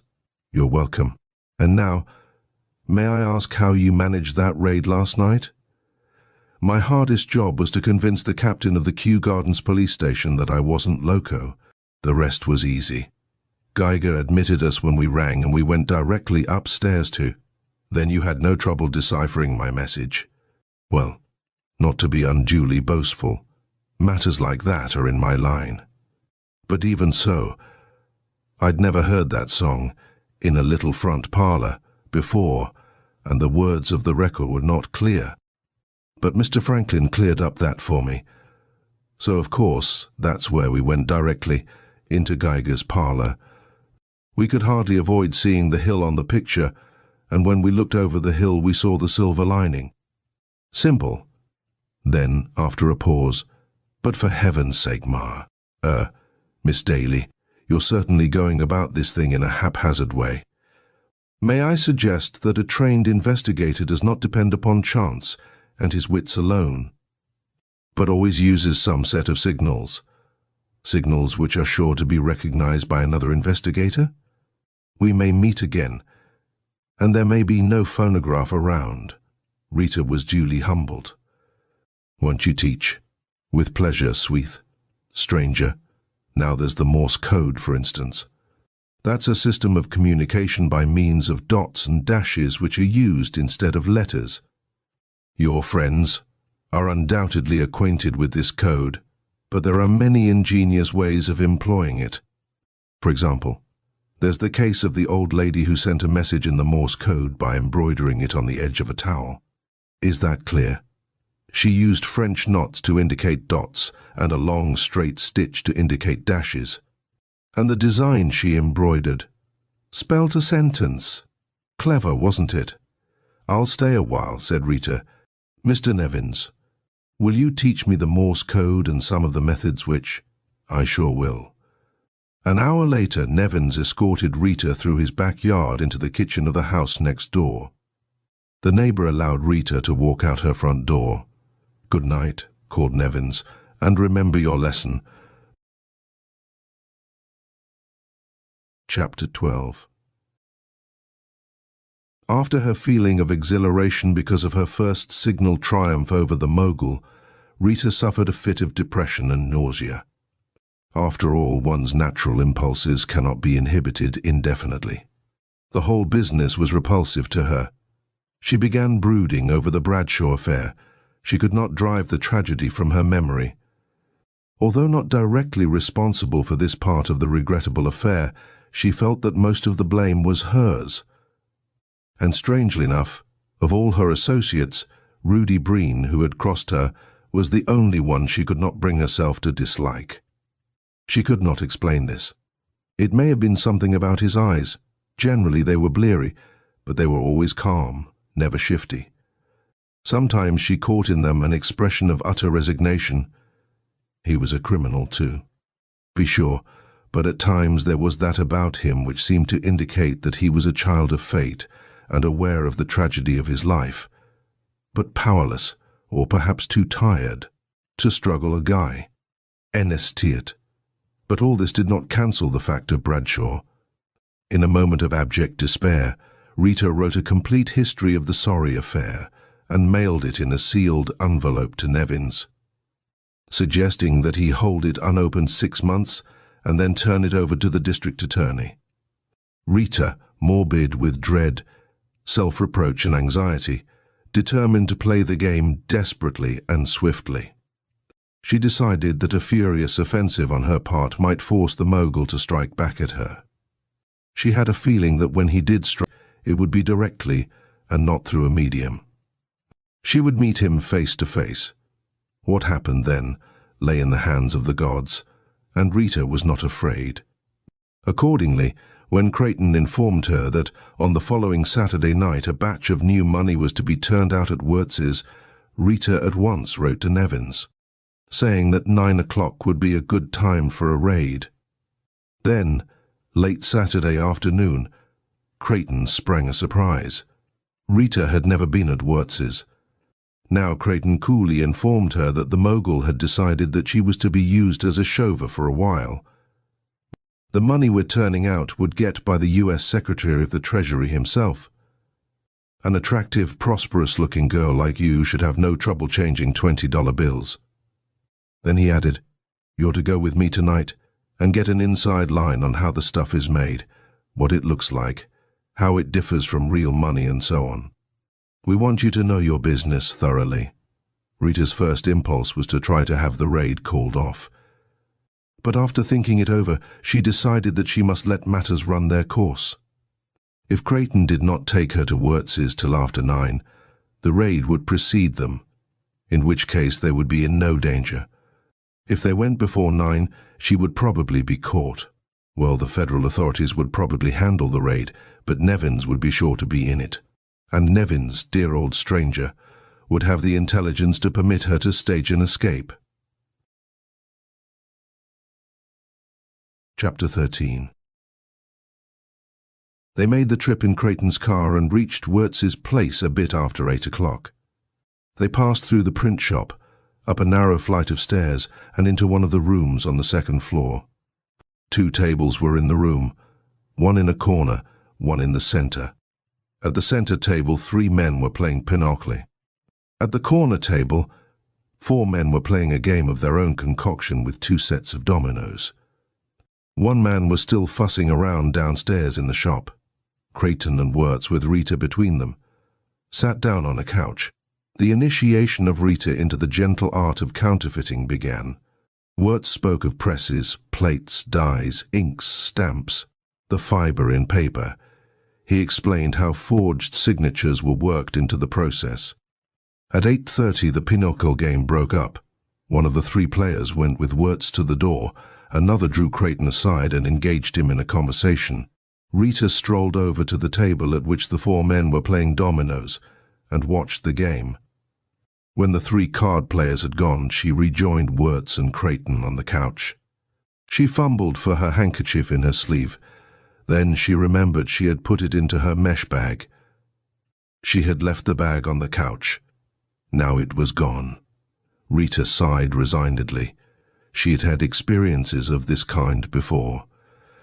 Mingled with the mogul's crowd were a certain number of gents who attended to minor details, dirty work, and who were inherently incapable of being honest with anyone. The bag was of no great value, so Rita said nothing about the matter. Wirtz continued his explanation of the mysteries of his art. Then, at 8:40, the man downstairs in the print shop called up from the hall, "Telephone call for Mr. Creighton."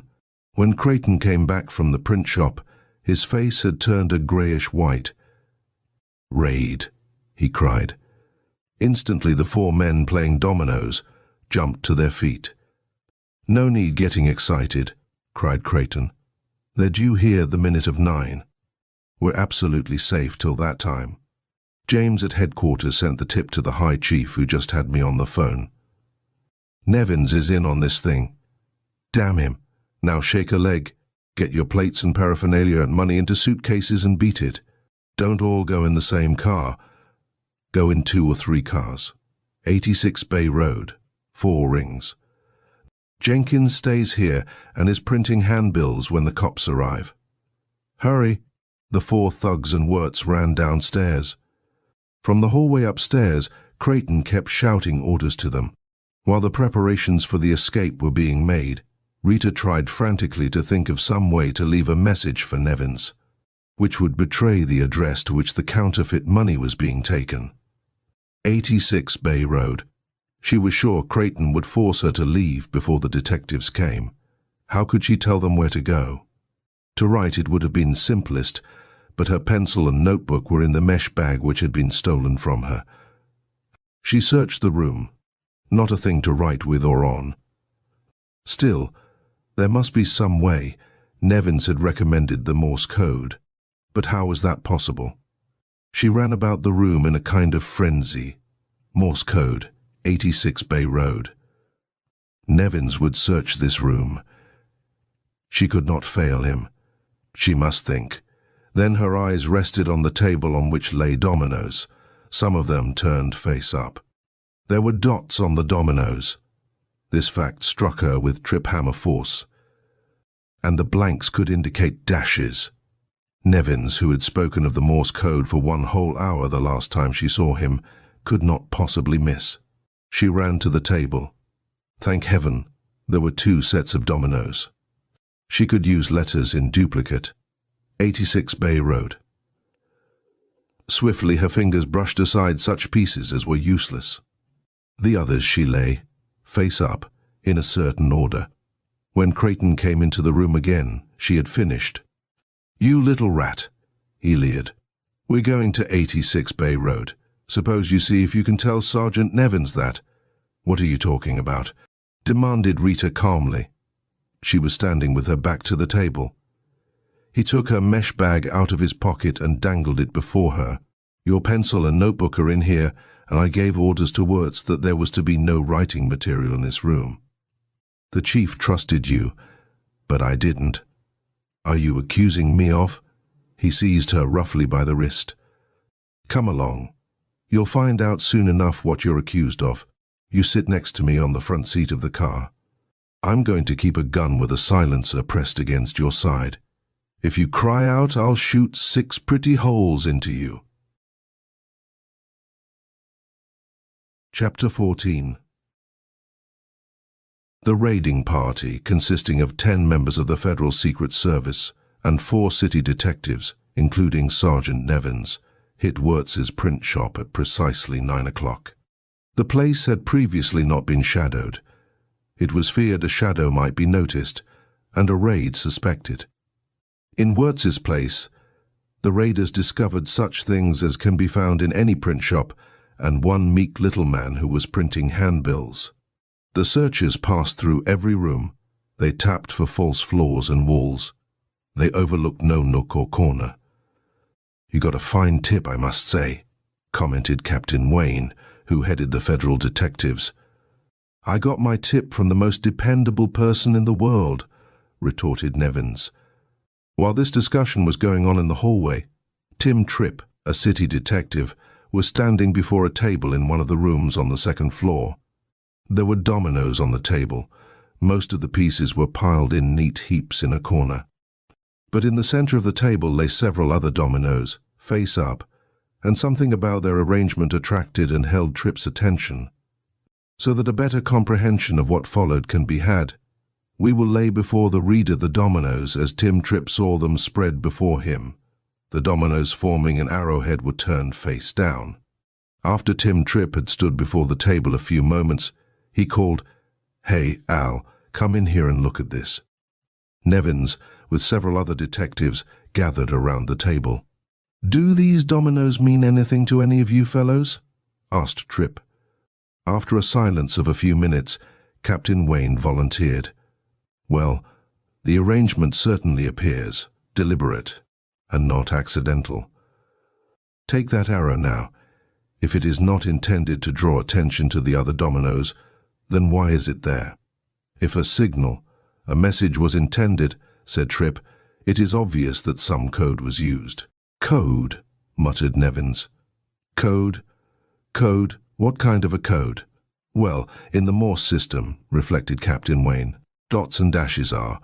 Morse code, exploded Nevins, brushing aside several men and edging closer to the table. He was trembling with excitement. Of course it's the Morse code. The dots on the dominoes are dots, and the blanks are dashes. It's clear. Keep inside your shirt, protested Captain Wayne. Let's try to figure this out calmly. Then, after a pause, from the arrangement, it would seem that the domino at the bottom, the one with the two blanks, is a signature. In Morse, 2 dashes stand for the letter M. Does M signify any? Marguerite, cried Nevins. Marge is with us, boys. She. All right, interrupted Wayne. Now assuming that each domino denotes one letter. That would make the first letter in the word at the top. Ham. Let me see. Dot stop 2 dots. That's an R, said Nevins. The next letter is dot dash. That's an A, went on Wayne. The third letter is dot stop dot. That's an O. The last letter is dash 2 dots, which denotes D, that makes the word road, which doesn't mean anything at all. Again a pause, this time a long one. Then Nevins. The third letter, the O, spoils the sense. Now assuming that Marge wanted to use 2 dots instead of dot stop dot, there is no way of denoting 2 dots with one domino. You must either have dot stop dot or 2 dots dash. If that third letter was really intended for 2 dots, that would make it an I, and the word would be raid. Al, said Captain Wayne, you'll be of great help to your mother when you grow up. We'll go on with the deciphering. Dash 4 dots stands for the number 8. 3 dots stop 3 dots has no meaning, so we'll have to read it 6 dots, which signify the number. Translated first into Morse and then into English, the domino cipher read as follows. Raid 86 Bay Road, thundered Wayne. I'll say we will. He nodded to one of his men. You stay here, Gus, and watch that runt printing handbills downstairs. Let's go. Chapter 15. 86 Bay Road was a cottage of the Queen Anne type in Pelham. Harry Creighton paid little heed to traffic regulations in getting there. He made it in 40 minutes. Rita, at his side on the front seat, was not in the least inclined to attempt an escape. Rita, you see, was on the sunny side of 20 and engaged. She possessed all the confidence and recklessness of youth. She expected to be in for an exciting evening, and in this expectation she was not disappointed. They were admitted into the house by a man in the garb of a butler. To judge by his face, he'd have made a better bouncer. He whispered a few words to Creighton, after which Creighton led Rita into a room on the lower floor. Creighton spoke no word. He kept pacing the room nervously. Rita sat down on a settee and wondered how soon Nevins would drop in. She expected, of course, that he would see her message at once, decipher it in 1 or 2 seconds and come chasing after her. We've remarked on her confidence. While they waited, several men came into the house. They were admitted by the butler after ringing 4 times and went up the stairway to the floor above. Then, after half an hour or so, Rita and Creighton were asked to follow the butler. They went up 1 flight and entered a large square room. There was no furniture except 10 chairs and 1 table. The chairs were arranged in an arc with the table in the center. 1 chair was vacant, the second from the right. Creighton sat down on it. It appears as though they're peeved, thought Rita. They're going to let me stand. The butler entered the room too, locked the door and stood leaning against it. Rita, glancing swiftly at the men in the arc, recognized Wirtz, Larry Harker, and Rudy Breen. Breen sat on the end chair left. A rather serious-minded convention, mused Rita. And that gentleman in the center at the table. Abruptly, that particular reflection was broken off. Rita ran forward, stopped, and then screamed. The man at the table, the ringleader, the tall, white-haired, black-eyed, theatrically handsome man, was J. Stanley Bradshaw. Of that, there could be no doubt whatsoever. Bradshaw was sitting within a few feet of her. Bradshaw was alive, and grinning at her with that cruel, straight, thin-lipped mouth. Again Rita screamed. Then, there had been no murder. Good old Rudy, I felt. I knew he couldn't have been so callous. There was no blood on her hands. She was free of a terrible nightmare. But why was Bradshaw here? Here, at the head. He was the mogul. He must be the mogul. But if that was the case, you killed Jimmy, she screamed. And I've got you at last, I've got you. She ran to the table and pounded upon it. She felt faint. Where was Al? Dear old Al. If this description of Rita's immediate reaction is a bit incoherent, it is because her thoughts and acts were incoherent. Frenzy, exhilaration, amazement, cold dread, rage, bewilderment, all these sensations were hers. Then, collapse, nature's method of procuring a period of rest for an exhausted body and mind. When she recovered, she found herself being supported by Rudy Breen. "If you don't mind, Chief," Rudy was saying. "I'll stand. She can have my chair." No objection was raised. Rudy Breen led her to the seat he had occupied. The man at the table turned to Rita. "This room is practically soundproof," he said. "You may scream to your heart's delight." Then, addressing the men, "I have called you together to consider the case of Miss Marguerite Cornell, sister of Captain James Cornell, of whose disposal you are all acquainted. Miss Cornell is responsible for the arrest of Iglano, Geiger, and Ashley. She worked in conjunction with Sergeant Nevins." He paused. If Miss Cornell were a man, the matter would, of course, be simple. But both because of her sex and her evident connection with the police, I have called you in conference, as I did when the fate of her brother was agreed upon. Miss Cornell must, in some manner, be removed or eliminated as a factor in the war being waged against us by the authorities. The chief paused and calmly lighted a cigar. "A few months ago," spoke up Woods, "I volunteered my services as eliminator. But of course, if you're against hurting a woman, I am against nothing. If a majority decides in favor of blotting her out, so be it. I insist only upon a safe method." Frank Yost, leader of the Dips, put in a word. Yost, it must be said, had been out of town the greater part of the last 6 months. He was not up on all the incidents of Rita's career. "Who got this girl in with?" "I did," interrupted Rudy Breen. "You're some fathead, I'll chirp," said Yost. Breen disregarded the comment. Slowly he turned his head to Rita, and looking up, she saw his eyes half close and his lips twitch into a faint, brief smile, and after that somehow she was certain, absolutely certain, that she had one friend in the crowd. "The blame isn't Rudy Breen's," explained the chief. "For your benefit, Yost, and also for the girls. I take it she's interested. I'll clean up the details of her breaking in with us. A few weeks after we settled James Cornell, there was a raid on the Bird's Eye. Rudy Breen had struck up a chance friendship with this girl, who was in the hall, and who passed under the name of Rita Daly. While the search was going on, Miss Cornell slipped into the barroom and turned off the lights that enabled Larry Harker, who was in the place with several $1,000s worth of snow. I believe you know, gentlemen, where we keep it to get away." The girl told Breen she had crossed the cops because she had a private quarrel with them. "Well, she certainly saved us a lot of trouble that night. I became interested in her through Breen and a letter from Creighton. Manipulated her into my employ as secretary. I was selling mine stock in the Trinidad building at the time. Then, with Breen, she tried to steal a letter from me and blackmail me. That, gentlemen, showed her intelligence. Intelligence, that is, from our point of view. Well, I had worked the mind game to the limit and wanted to disappear anyhow. So Breen and I staged a murder.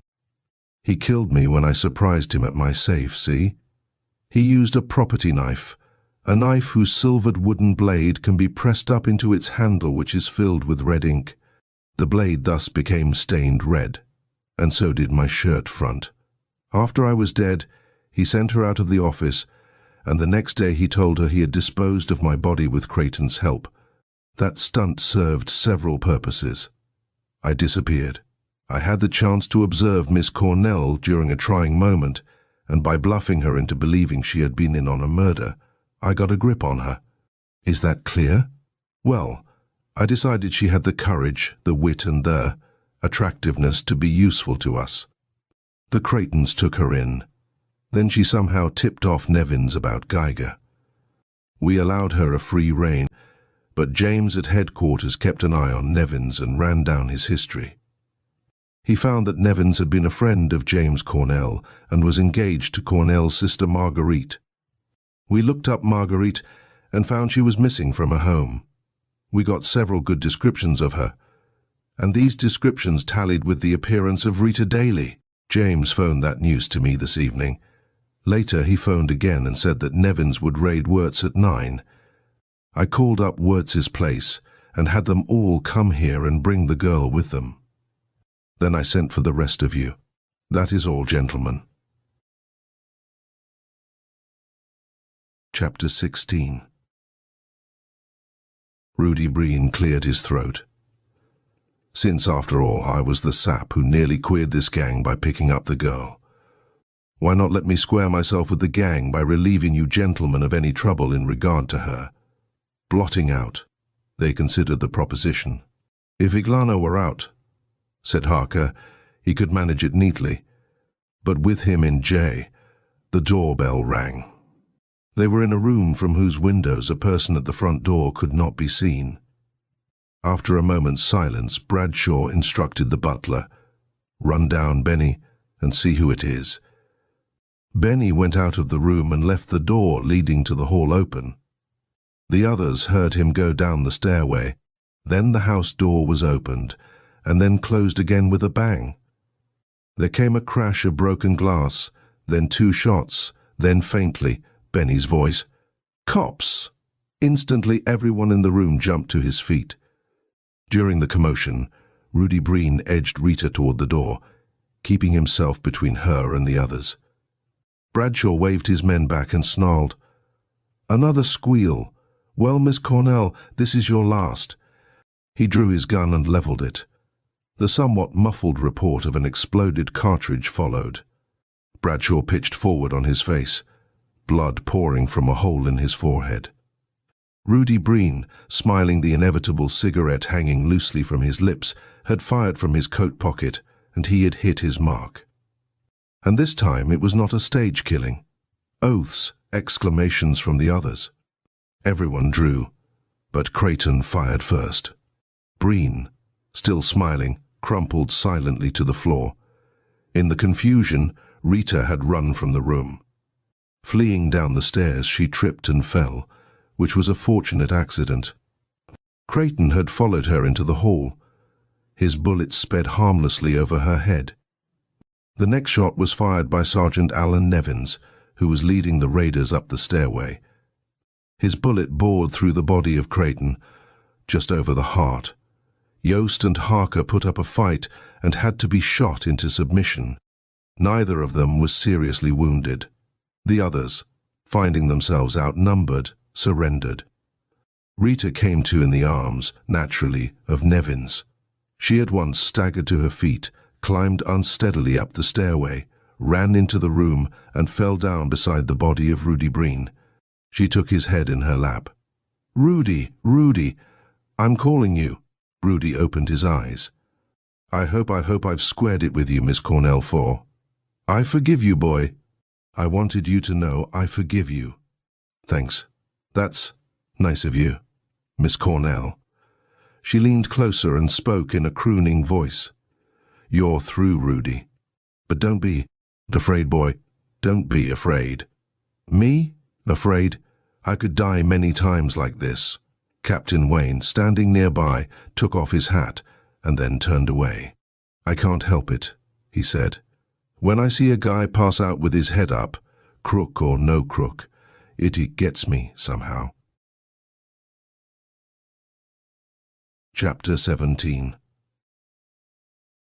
The Moguls' tribe, having lost its leaders, disbanded and scattered to the four corners of the earth. Frank Yost squealed and pleaded for mercy.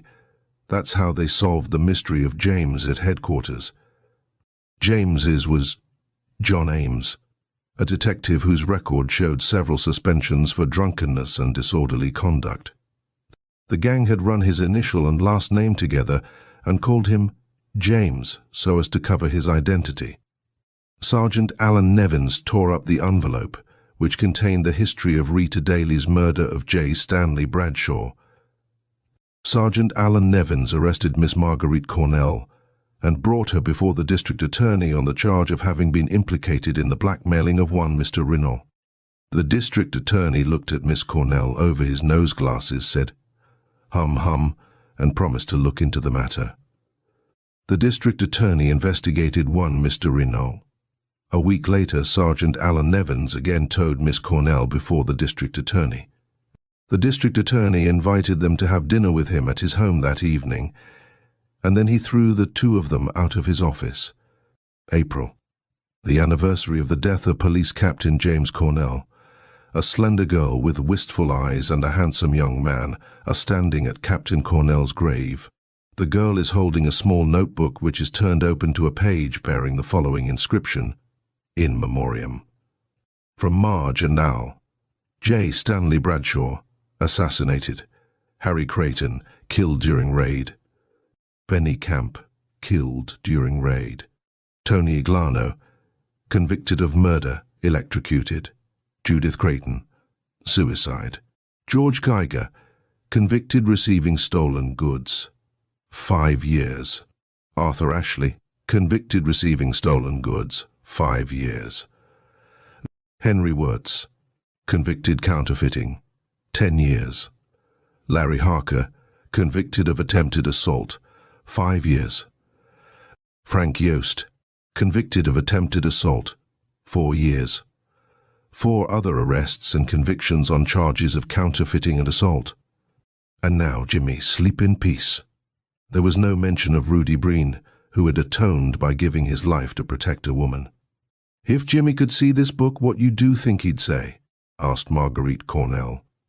"Jimmy would be proud of the fine courage of his little sister," answered Alan Nevins. "But he would be profoundly grieved because so much suffering was necessary to atone for his death. Hold a match to this notebook, Alan." So they watched the book burn to ashes.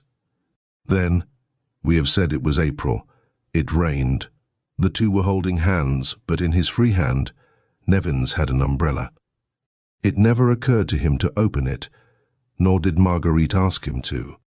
Perhaps the two had noticed the sun smiling behind the cloud, or perhaps they considered the shower a blessing upon them from above. End of the Campaign for Vengeance by John Bell.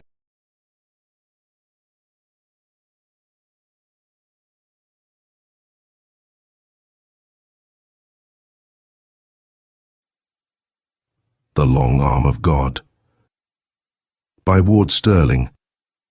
First published Black Musk, September 1920. In a rock-bound gulch, half buried under the sands of summer, covered beneath 10 feet of snow in winter, 6 skeletons lie, grinning mockingly. In the hollow skulls of 2 are smooth, round holes. In one a tiny leaden pellet leaps and bumps with each heave and groan of the sun-kissed ice in spring. The whitened ribs of 2 are seamed and scarred as by a knife. Upon the 6th there is no mark.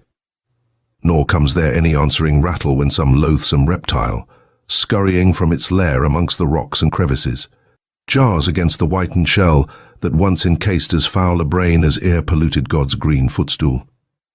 It lies far apart from the others, denied, even in death, the solace of their companionship.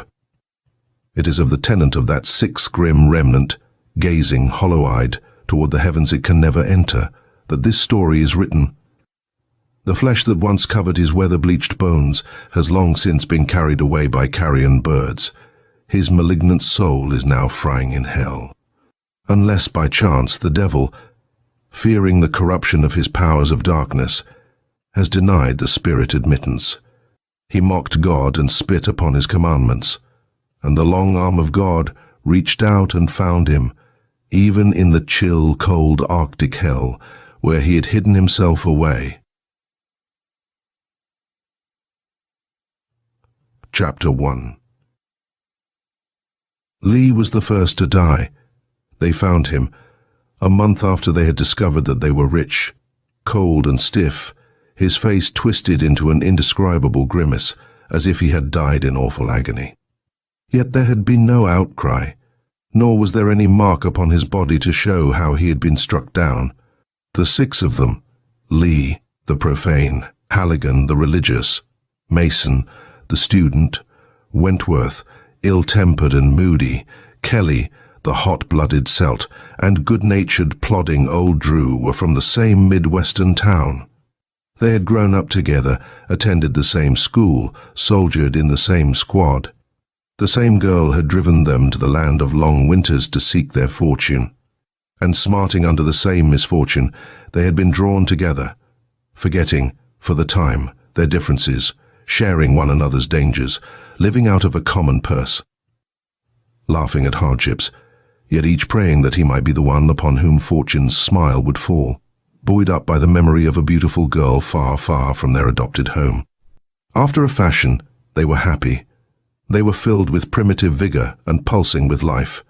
They lived constant romances, and did not know it, for such is the way of the far countries, and the lure of the north had gripped their heartstrings. They had been prospecting, without results, all summer, when they chanced upon the unmapped, blind canyon which was destined to be their burial place. Following the noisy little creek up the gulch to the spot where it bubbled from the side of the rocky wall which blocked the farther end of the canyon between two grey, grim mountains, they decided to hole in for the winter. There were signs of gold everywhere. A cabin, old and weather-beaten, one of the unsolved mysteries of the ever-mysterious north, stood ready for their occupancy with a small amount of repairing. Nearby were a dozen mounds, grim reminders of a tragic past. In the cabin were bags filled with nuggets, their coverings rotted away. The whole place breathed of mystery and treasure untold. Wood was plentiful, and game was abundant. Halligan and Lee were sent back for supplies. The others divided their time between prospecting the gulch and putting in shape their shack, a 4-roomed affair, for they intended spending the winter in comfort. 2 weeks after the return of the two, the partners awoke to the realization that they were rich. Before they could even estimate the extent of their find, winter arrived, with its long, cold nights, burying the old cabin almost to the eaves under a mass of snow which filled the gulch, tying them up effectually for the remainder of the season. There is no stronger test of friendship than the placing of strong, vigorous men for several long, weary months in enforced confinement. With little to do save eat and sleep, forced to gaze at each other day after day, they are apt to fall into a physical lethargy which eventually creates a nervous tension like nothing else in the world. Petty quarrels become serious matters. Molehills are magnified into mountains. They grow to hate the sight of each other, to become suspicious of what, under other circumstances, would not be noticed. And when each looks upon his companions as his rivals for the hand of a beautiful woman, hell is bound to break loose sooner or later. It is as inevitable as fate. Chapter 2. When they found the grisly horror that was Lee, lying stark and stiff in his bunk, gazing glassy-eyed toward the ceiling, there was no thought of foul play. It was Halligan who, in straightening out the cold, clinched fingers, discovered the tiny thread of grey wool in the doubled-up fist and called the attention of the others to it. Wentworth was the owner of the only grey shirt in the camp, The others wore khaki or blue. It had been a cold night and he had slept in it. Instantly all eyes were turned upon him, although no word was spoken. He turned upon his silent accusers, his lips drawn back in a wolfish snarl. "Damn it, if you think I done it, say so," he growled. "If I killed him, how did I do it, and when? You, Halligan, slept in the same room with us." Halligan shook his head sadly. "When I went to bed, the two of you and Kelly were soldering that hole in the old coffee pot. I went to sleep before either of you turned in." Kelly looked at Halligan angrily, then cast a sympathetic glance at Wentworth. "I'm sorry to say, boys, that I hit the hay before the other two. I wish now that I hadn't, because I'm confident that if Lee was killed, and I don't think that he was, it wasn't Wentworth that done it. He's not that stripe. In fact," he hastened on, "none of the bunch is." Wentworth snorted. "Keep your blasted sympathy to yourself. I don't want it," he growled. Halligan shook his head mournfully. "It's the visitation of God upon Lee for his blasphemy," he muttered. "I warned him against it many a time. Poor boy." They sat around all day discussing their companion's sudden taking away, all but Wentworth. He sat alone in a corner, silently nursing his grievances. They had searched the body. There was not a mark upon it. The other four were loud in their statements that Lee must have died a natural death. But there was a feeling of coldness, an indescribable something that cast a pall over them all, a feeling toward their once trusted comrade, a feeling that the long, lonely days of idleness and soundless nights of the past now magnified into an unspoken suspicion. Late in the afternoon, they carried Lee's body up the gulch a few yards and buried it in a shallow grave dug in the ice and snow, where it would have to lie until spring opened up again. The ground was frozen too hard to dig a grave being covered by a dozen feet of hard-packed snow and ice. Only Wentworth remained away from the simple funeral, sitting glumly by himself inside the cabin while Halligan mumbled, brokenly, as much as he could remember of the burial service. It was late when they retired that night, all but Wentworth. He refused to eat any supper, throwing himself onto his bunk immediately after the others had finished eating, where he lay, scowling, his eyes staring into vacancy. Chapter 3. They slept fitfully. It was nearly morning when they were awakened by the sharp explosion of a gun. They leaped to their feet, and one of them struck a match and lighted 3 flickering tallow candles. Wentworth lay dead in his blankets. Over him hung a pall of acrid smoke. He lay upon his back, a bullet hole in his temple, his lips drawn back in the same wolfish snarl he had worn during the day. On the floor beside him, where it had dropped from Biss' nerveless hand, lay his revolver. Next morning they buried him in the snow beside the man who they were now sure had been his victim. And once more it was Halligan who was called upon to say a prayer. Again he repeated his warning. "Can't you see, boys," he mourned, "that the Lord visited his wrath upon Wentworth for his sins, just as he did upon Lee? A man's evil deeds will find him put. It's a warning for you all to repent before it's too late." There was no work done that day. Even the dishes were allowed to go greasy and unwashed while they discussed again and again the various phases of the second tragedy that had befallen their little community. Wentworth had never been popular with the others. His moroseness and general tone of surly indifference to everything keeping him from being the general favorite that the profane but good-natured Lee had been. Yet it was hard to believe that he had stooped to murder. As usual, it was Halligan, the born leader, who aroused them from their apathy. Putting the others to cleaning up the dishes, he cooked a hasty supper and compelled the 3 to eat with him. "There's no use getting the doldrums," he admonished them. "They're dead, and sitting around mooning won't bring 'em back. The Lord giveth, and the Lord taketh away. Of course, it's up to us to see that their heirs get their share of the mine after we've taken our wages out for working it. When we've fed and cleaned up the shack, we'll have a game of cards and turn in early. I, for one, am sleepy." So were they all, for within an hour after they had eaten, the 4 of them were yawning vigorously. They crawled into their bunks. Halligan, who refused to sleep in the room where Lee and Wentworth had met their deaths, climbing into a spare bunk with the others. Mason was the first to awaken next morning. He shouted for the others as he leaped out of his blankets and crawled into his clothes.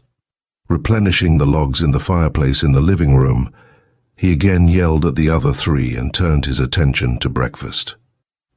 A second later, a loud cry from Kelly brought Halligan to his feet, while Mason ran in from the outer room. For Drew lay dead in his bunk. Between his ribs, buried to the hilt, was a hunting knife, and it was Mason's knife. Chapter 4. Kelly carefully drew the knife from the wound and looked at the initials carved on the handle.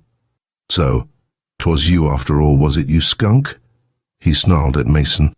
"You with your damned sneaking ways and your smooth, oily manner, eh?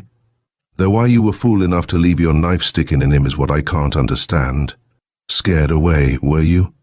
Mason stepped back a pace, a look of amazement on his proud face.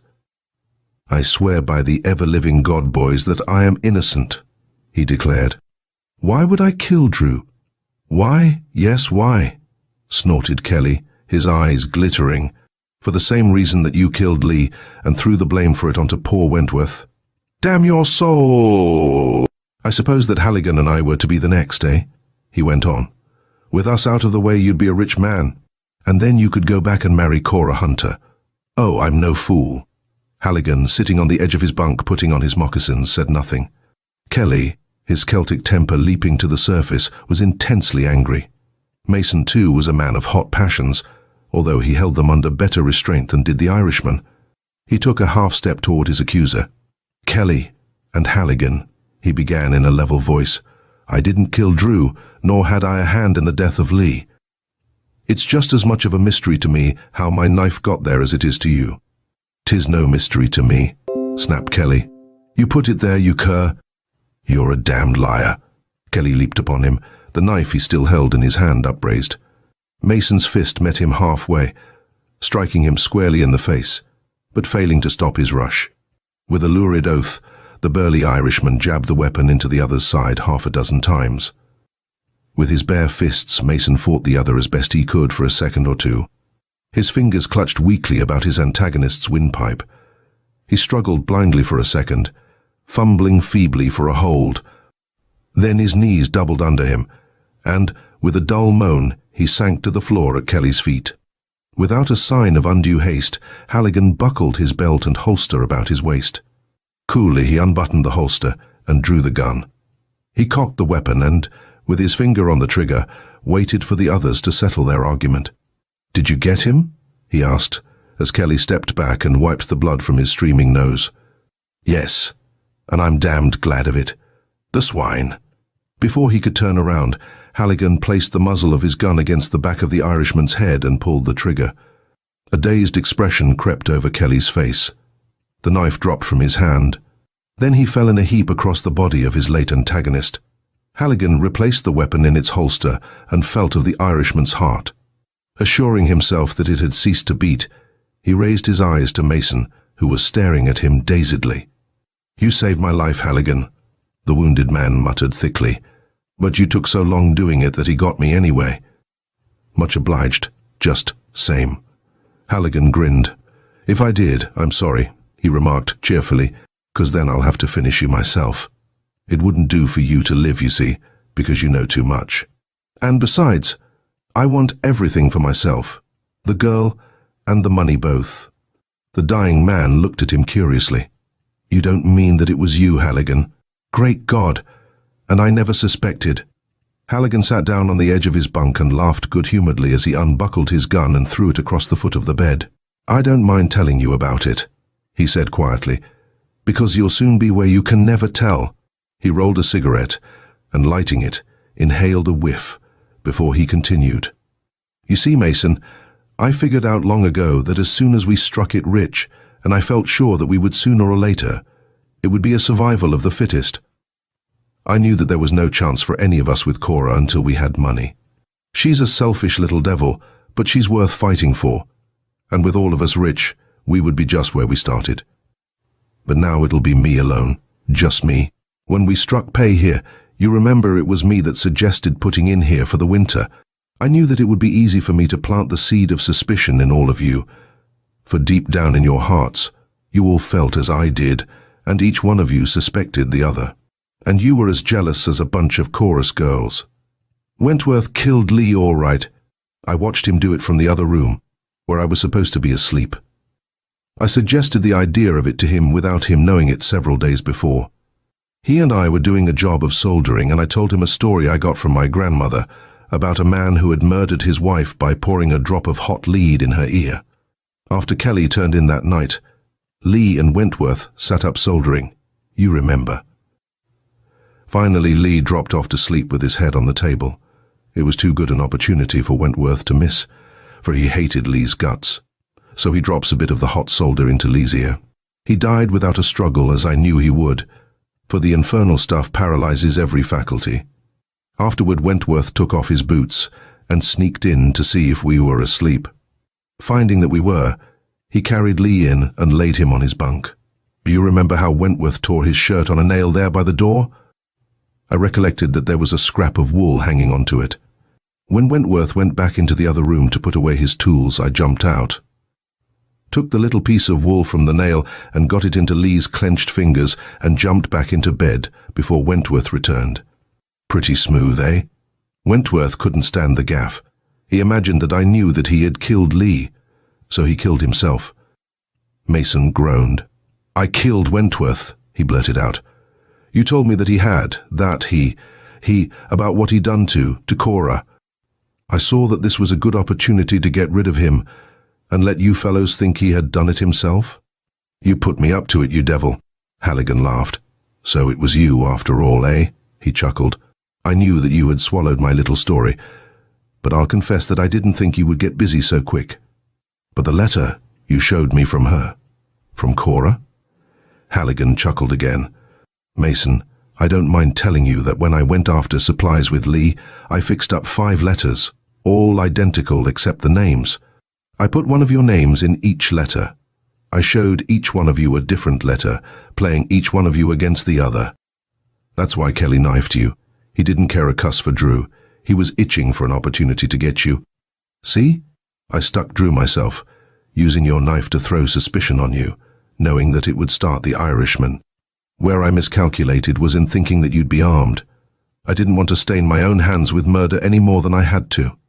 I put some dope in all of your grub last night when I got supper, so that I could pull off the stunt without arousing you. That idea of mine of playing each one of you against the other was pretty slick, wasn't it? No one knows of the existence of this blind gulch here. I'll have a pretty good nest egg, and after I marry Cora, I can always take a run back here for more if I need it. Of course, I'll bury all of you fellows nice and shipshape, and I'll tell them back home about our separating and each going in a different direction. Oh, I've got a food yarn cooked up all right. The wounded man glared at him malignantly. Damn you, he cried. God's long arm will get you yet, even out here in the ice and snow of this God-forsaken country. Halligan smiled. God, bah! If I'd believed in such foolishness, I'd never won out over the rest of you. But I made you think I did, and that's how I got the best of you. Chapter 5. He arose and stretched himself. Then, seizing the dead man, he dragged his victim out of doors and buried him alongside of the others. Mason watched him at his work with glaring eyes. Then, as he left the room, the wounded man dragged himself across the few feet that separated him from the bunk.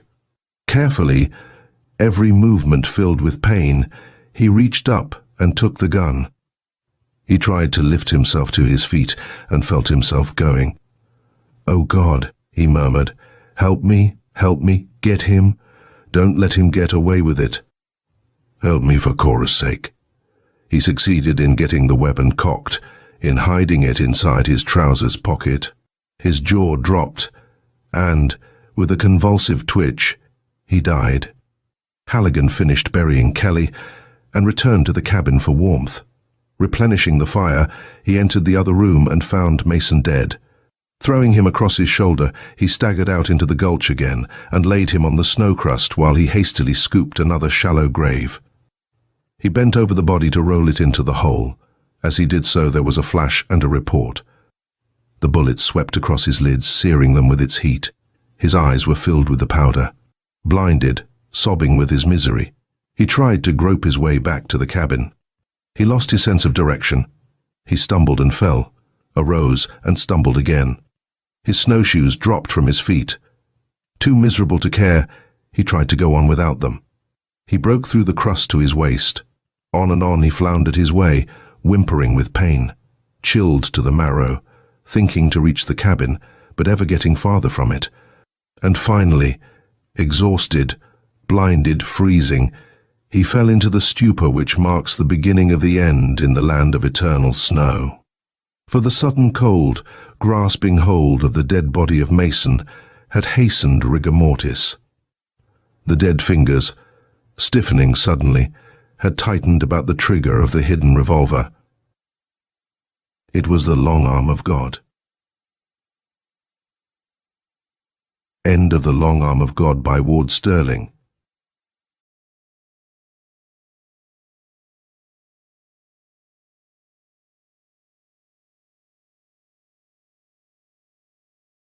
Cronus of the DFC by Lloyd Biggle, Worlds of If Science Fiction, February 1957. She was wonderful and Forsten was in love, but he'd seen the future and knew that in 5 days she was slated for murder. A bright, sunny day in May and a new job for me. I found the room in the basement of police headquarters, a big room with freshly stenciled letters DFC on the door, and an unholy conglomeration of tubes, wires, and dials bulking large in one corner. A bright young police cadet sat at a desk in the center of the room. "Are you Mr. Forsten?" I nodded and dumped my bag beside the desk.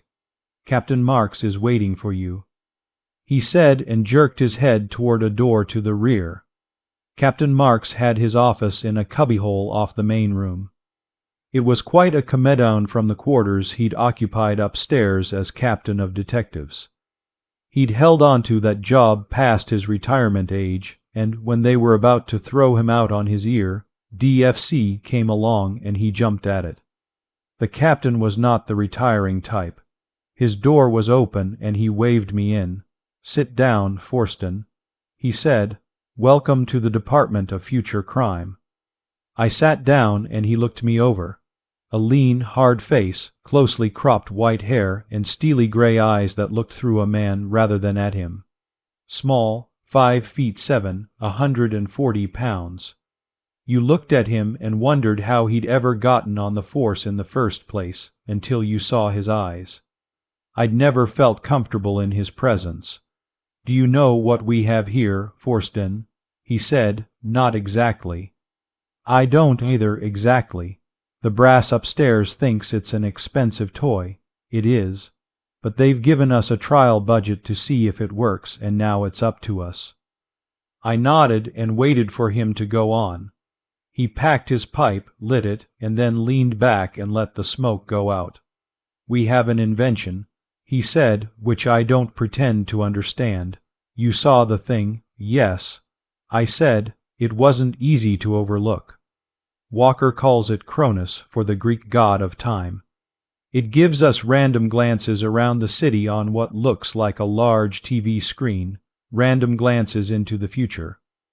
He paused for dramatic effect, and I probably disappointed him.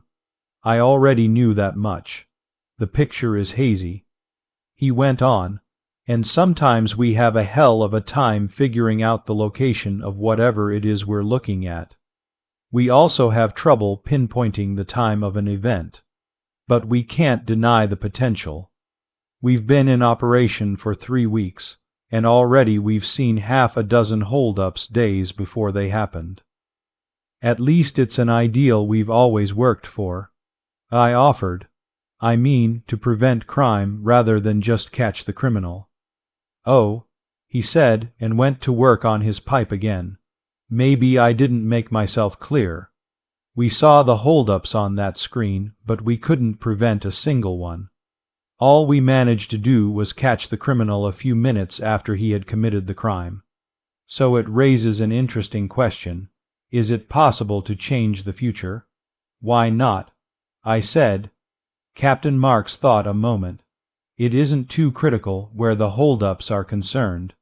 The criminal is caught immediately, the loot is recovered, and the victim goes his way thinking kind thoughts about the efficiency of the police force. But what about assault or rape or murder? Apprehending the criminal 10 minutes later won't be much comfort to the victim. But now that you're here to follow up the leads given us by Cronus, well, we'll see what we can do. Come on. I want you to meet Walker and Cronus. Walker, Dr. Howard F. Walker, was huddled over his creation. There was no doubt about it being his baby, as you could see from the way his hands caressed the dials. He was a gangling-looking man, 6 feet 1, maybe 170 pounds, 50-odd years old. He had a long neck, an overly pronounced Adam's apple, and thinning hair. He wore thick glasses, his face was gentle and dignified, and he looked like a very tired university professor. He didn't hear us come up, and the old man waited quietly until he noticed us. Walker, the old man said, "This is Forston, our new detective." He nodded at me. Cronus has something. He said, "If I can find it again." He turned to his dials. "That's one of our problems," Captain Marks said. "Once we focus on a crime, it's sometimes hard to locate it again. The time interval between the present and the time the crime is committed keeps getting less. It takes a different adjustment each time." His voice trailed away, and I looked from Walker to the 6-foot square screen above his head. Shadows flitted about on the screen. A female shadow walking along the street holding a child shadow by the hand. Shadow aircars moving along jerkily. A row of male shadows grotesquely posed along a bar, their glasses making bright blotches in the picture. A room, and a female shadow moving around a table. The future revealed by Cronus was a shadow world, and the only way you could tell male from female was by their dress.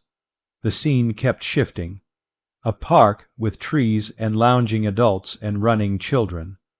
A room with people seated around a table, a reading room, perhaps at the public library. A large living room with an old-fashioned fireplace and a bright blotch that was the fire. Another smaller room, a female shadow. "That's it," Walker said suddenly. He moved a motion picture camera into position and pressed a button. It whirred softly as we watched.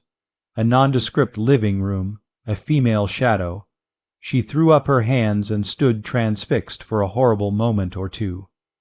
A male shadow bounded into the picture, a giant male shadow.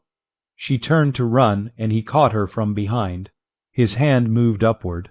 Something glittered in it, and he brought it down. He struck twice, and the female crumpled to the floor. He whirled, ran toward us, and disappeared. The camera ground on, recording the image of that shapeless shadow on the floor. Abruptly the scene changed. A restaurant with crowded tables and jerkily moving robot servers. Walker swore softly and turned off the camera. "That's all I got before," he said. "If I could come on it from a different angle, maybe we could locate the place." "When?" the captain asked. 7 to 12 days. It hit me then like a solid wallop on the jaw.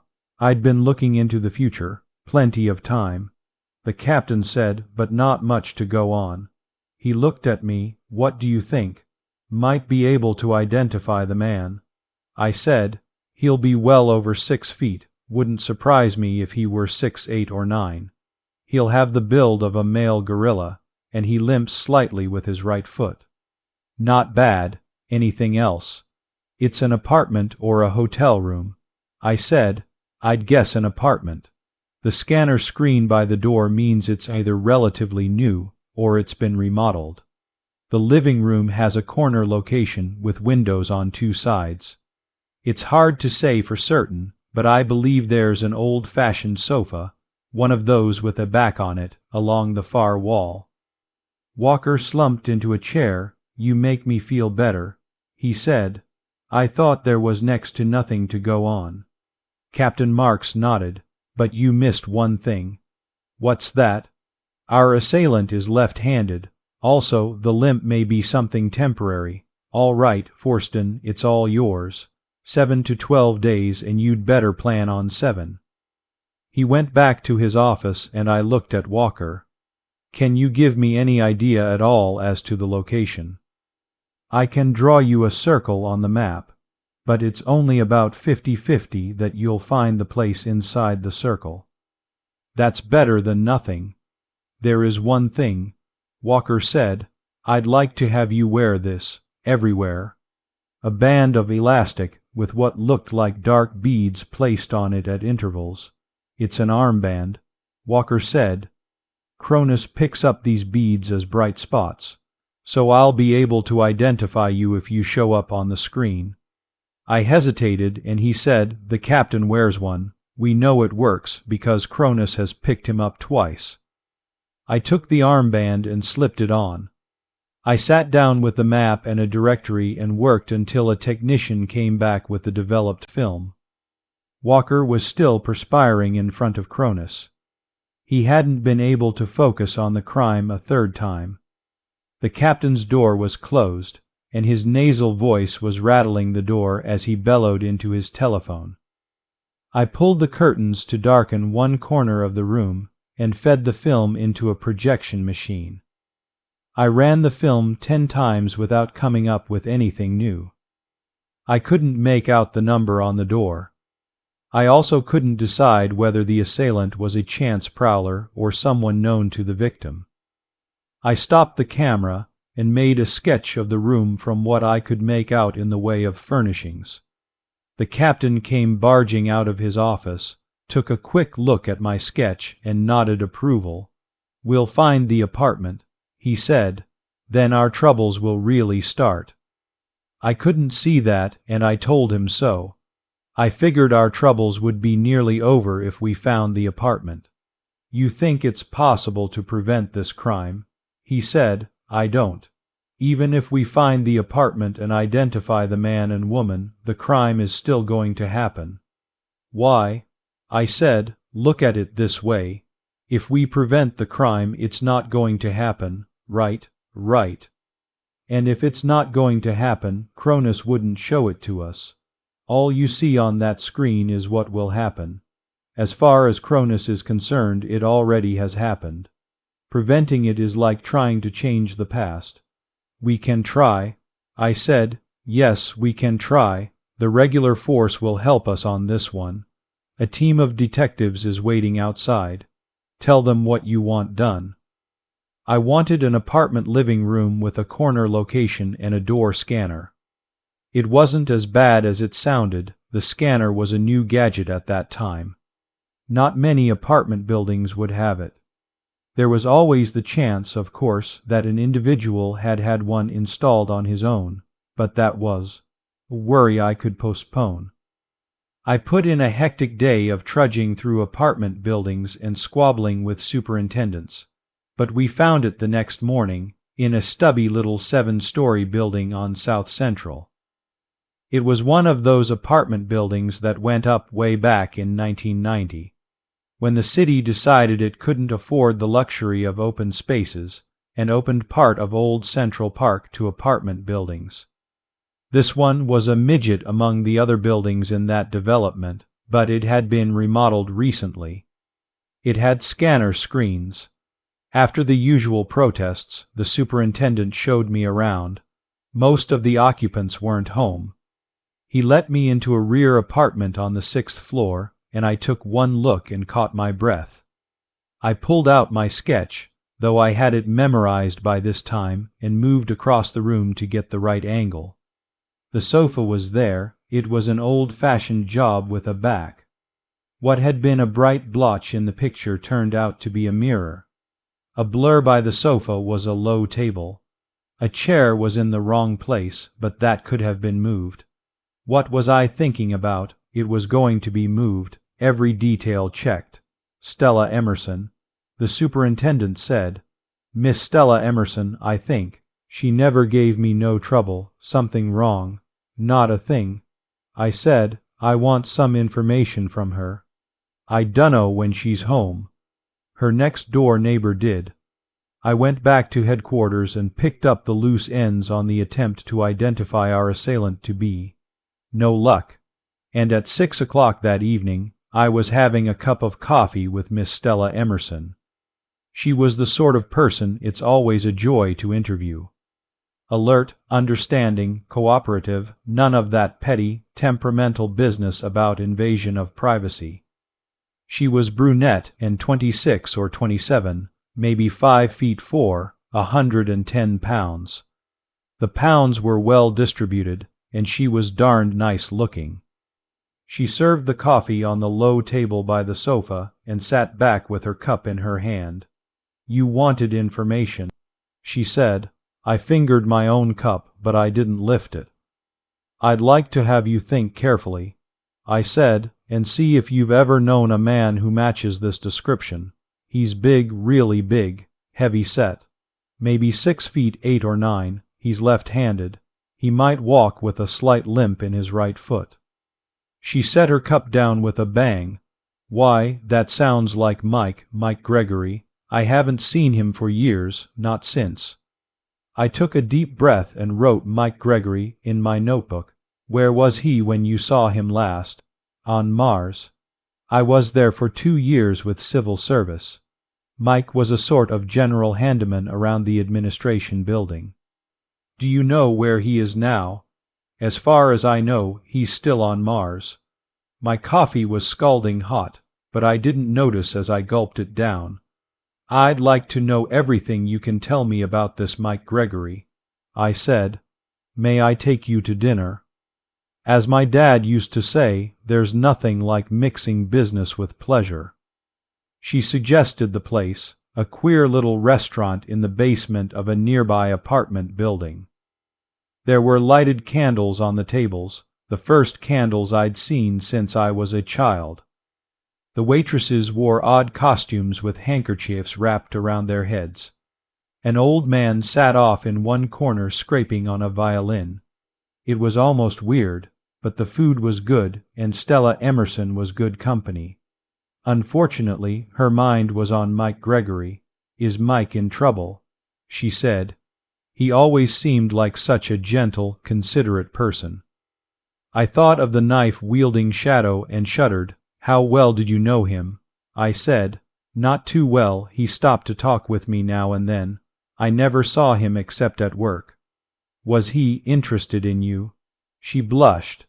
It was also the first blush I had seen in so long I couldn't remember when. I had heard it said that the blush went out when women did away with their 2-piece bathing suits and started wearing trunks like the men. "I'm telling you, you can't have any idea about what's wrong with our scientific civilization until you've seen a girl blush by candlelight." "I suppose he was," she said. "He kept asking me to go places with him. I felt sorry for him, he seemed such a grotesque person, but I didn't want to encourage him." "You're certain about the limp?" "Oh, yes, it was very noticeable." "And about his being left-handed?" She thought for a moment. "No, I'm not certain about that. He could have been, I suppose, but I don't think I ever noticed." "Is there anything else you remember about him?" She shook her head slowly. "Not much, I'm afraid. He was just a person who came through the office now and then. He had an odd way of talking. He spoke very slowly. He separated his words just like this. Most of the girls laughed at him, and when they did he'd turn around and walk away without saying anything. And oh, yes, sometimes he'd talk about California. I guess that was where he was from. I never found out anything about his personal life." "But you didn't laugh at him?" "No, I couldn't laugh at him. He was just too pathetic." "Have you heard from him since you came back?" "He sent me a Christmas card once. He didn't know my address on Earth, so he sent it to the office on Mars so it would be forwarded. It didn't reach me until July." "How long ago was that?" "It must be 4 years ago. It was a couple of years after I left Mars." I dropped Mike Gregory and tried to learn something about Stella Emerson. She was 28. She'd worked for 2 years on Mars, and then she came back and got a job as private secretary with a small firm manufacturing plastic textiles. She made enough money for her own needs and was able to save a little. She liked having a place of her own. She had a sister in Boston and an aunt over in Newark, and they visited her occasionally. She led a quiet life with books and visits to the art institutes and working with her hobby, which was photography. It all sounded wonderful to me, the quiet life. A detective gets enough excitement on the job. If he can't relax at home, he's going to be a blight on the mortality tables. We were on our second cup of coffee by then, and I motioned the old fiddler over to our table. His bloodshot eyes peered out ever a 2-week growth of beard. I slipped him a $1 bill. How about giving us a melody? He gave us a clumsy serenade, and Stella reacted just as I'd hoped she would. She blushed furiously and kept right on blushing, and I just leaned back and enjoyed it. I took her back to her apartment and said a friendly farewell at her door. We shook hands, and she didn't invite me to spend the night with her, which was just as refreshing. I rode the elevator with chiming bells and a wisp of the old man's music floating through my mind. I stepped out on the ground level, walked dreamily out the door, and hailed an aircab with my pocket signal. And just as I was about to step in, it stabbed me like the flickering knife on Cronus's screen. She was a wonderful girl, and I was falling for her, and in 7 to 12 days, no, nearer 5 to 10 days now, she was going to be murdered. Something wrong. The driver said. I flashed my credentials. Police headquarters. I said, use the emergency altitude. Walker was crouched in front of Cronus, perspiring as usual but looking infinitely more tired. No matter what time I came in, he always seemed to be there, or there was a note saying he was down in his lab in the sub-basement. I haven't found it again. He said, that's all right. We can manage with what we have. He frowned irritably. It's important, confound it. This is just an experimental model, and it's maddeningly inefficient. With money and research facilities, we could produce one that would really work. But we can't get that kind of support by predicting a few piddling holdups. But a murder now that would make someone sit up and take notice. Stop worrying about your dratted Cronus. I snapped. I don't give a damn about that pile of junk. There's a girl's life to be saved. It was unfair, but he didn't object. Yes, of course, he said, the girl's life, but if I can't get more information. I've found the apartment. I told him, and I've found the girl, but the man is supposed to be on Mars. It doesn't figure, but it's something to work on. I called the captain and gave him my report. If he resented my bothering him at home, he didn't show it. Any wheel I could get my fingers on I set turning, and then I went home. I won't pretend that I slept. By morning we had a complete report from the Colonial Administration on Michael Roland Gregory. Fingerprints, photos, detailed description, complete with limp and left-handedness. The works. Also, the added information that he'd resigned his civil service job 8 months before and had left immediately for Earth, on a dawn liner scheduled to land at San Francisco. I swore savagely, got off an urgent message to San Francisco, and left for a dinner date with Stella Emerson, and another handshake at her apartment door. San Francisco did a thorough job, but it took time, 2 more days. Michael Roland Gregory had hung around for a while, living in run-down rooming houses and holding a series of odd jobs. 2 months before he had disappeared. He could be anywhere by now. I told the captain, including here in New York. The captain said dryly, 2 to 7 days. I took Stella back to her apartment after our dinner date, and in front of the door I said, Stella, I like you. She blushed wonderfully. I like you too, Jim. Then do me a favor, a very special favor." Her blush deepened with an overlay of panic. "I'd like to, Jim, because I like you, but I can't. It's hard to explain, but I've always told myself that unless I marry a man." I leaned against the wall and laughed helplessly while her eyes widened in amazement. Then I dispensed with the handshaking. She clung to me, and it might have been her first kiss. In fact, it was. "I don't just like you, darling. I said, I love you, and that wasn't the favor I was going to ask. You said you have an aunt over in Newark. I want you to stay with her for a while, for a week or so." "But why? Will you trust me? I can't tell you anything except that you're in danger here." "You mean Mike?" "I'm afraid so. It's hard to believe that Mike would want to harm me, but if you think it's important." "I do. Will you call your aunt now and make the arrangements? I'll take you over tonight." She packed some things, and I took her to Newark in an aircab. Her aunt was hospitable and cooperative, albeit a little confused. I checked her apartment thoroughly. I was taking no chances that the aunt's living room could be the potential scene of the crime. It wasn't no similarity. "Promise me," I said, "that you won't go back to your apartment for any reason until I tell you it's all right." "I promise, but I may need some more things." "Make a list, and I'll have a policewoman pick them up for you." "All right." I arranged with the superintendent of her apartment building to have the lights in her apartment turned on each evening and turned off at an appropriate time. I put a stakeout on her apartment building and on her aunt's. I got a detective assigned to shadow her, though she didn't know it, of course. Then it was 0 to 5 days, and I was quietly going nuts. 0 to 4 days. I walked into the DFC room, and Walker swarmed all over me. "I found it again," he said. "Anything new?" "No, just the same thing, exactly the same." "When?" 2 to 3 days. I sat down wearily and stared at Cronus. The screen was blank.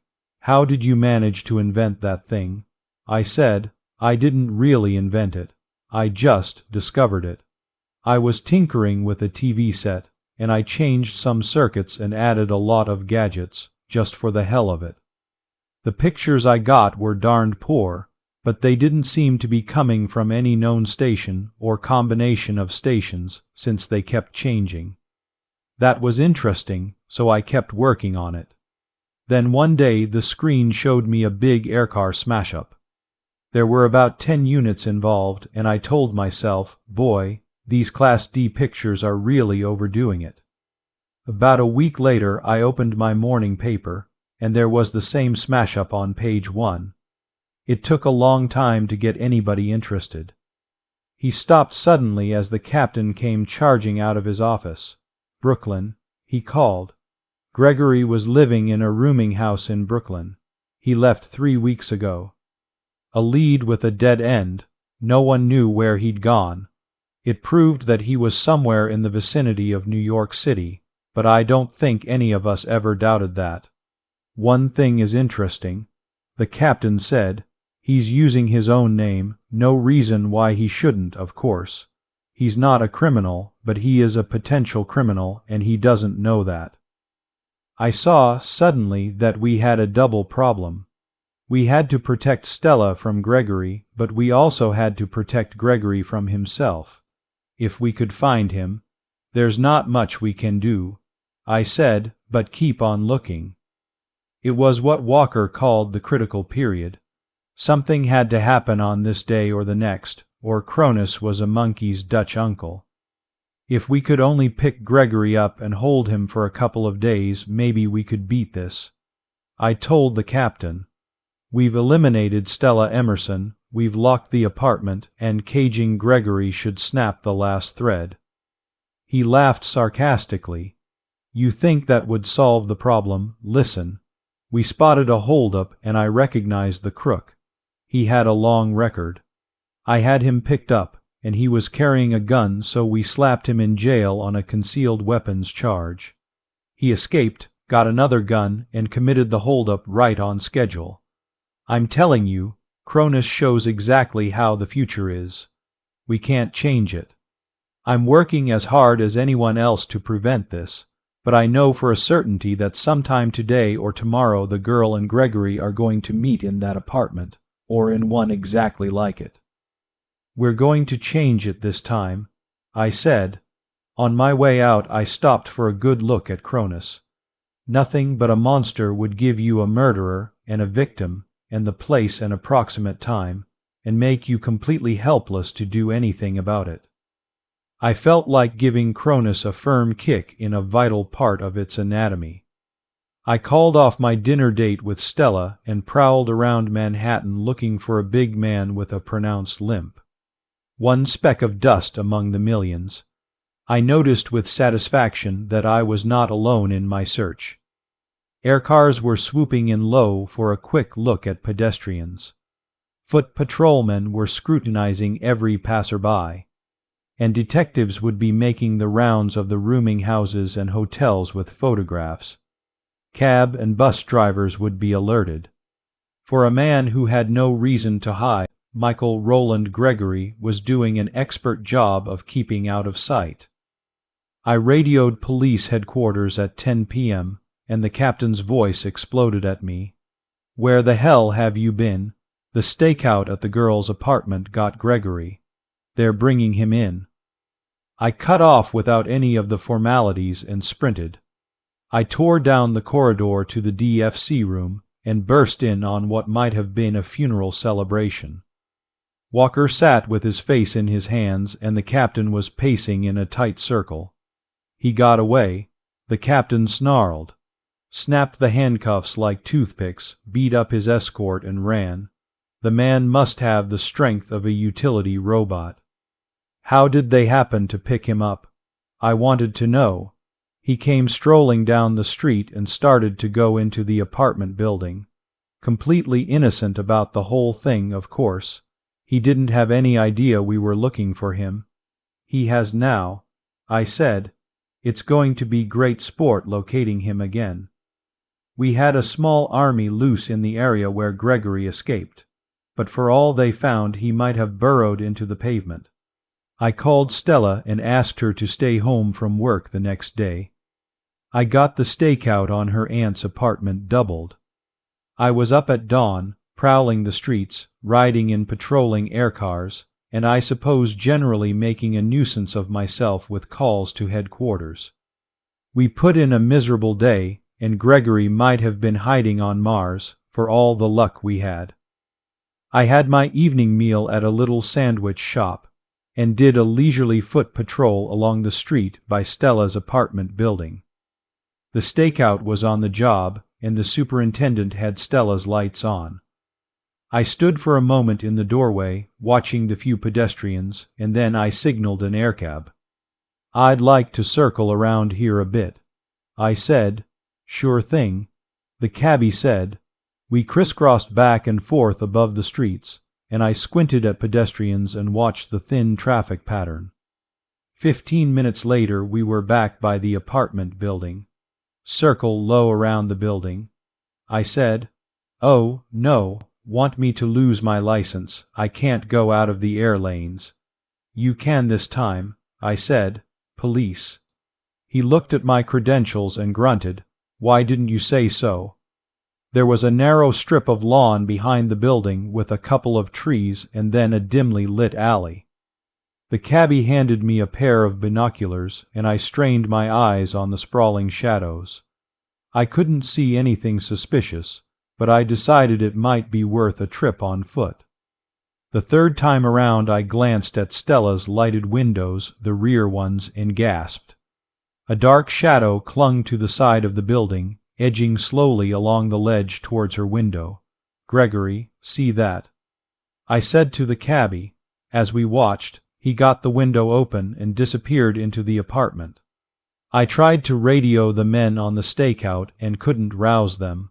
I called headquarters. Both Walker and Captain Marks were out. They would be back in a few minutes, but I didn't have minutes left. "Skip it," I said. I snapped out a description of the situation and cut off. "Can you get close enough to get me through that window?" I asked the cabbie. "I can try." He said, "But watch your step, fellow. It's a long drop." He hovered close, and I grabbed the edge of the window and pulled myself through. Gregory faced me across the living room, a bewildered, panicky look on his huge, childlike face. I was thinking, how stupid can we get? From the way he came into Cronus's picture, we should have known he didn't come through the door. Stella had come through the door, and we just assumed he was already in the room. But who would have thought Gregory could make like a human fly? "All right, Gregory," I said, "you're under arrest." Tears streaked his face. His jaw moved, but no sound came out. Suddenly I saw how we had blundered.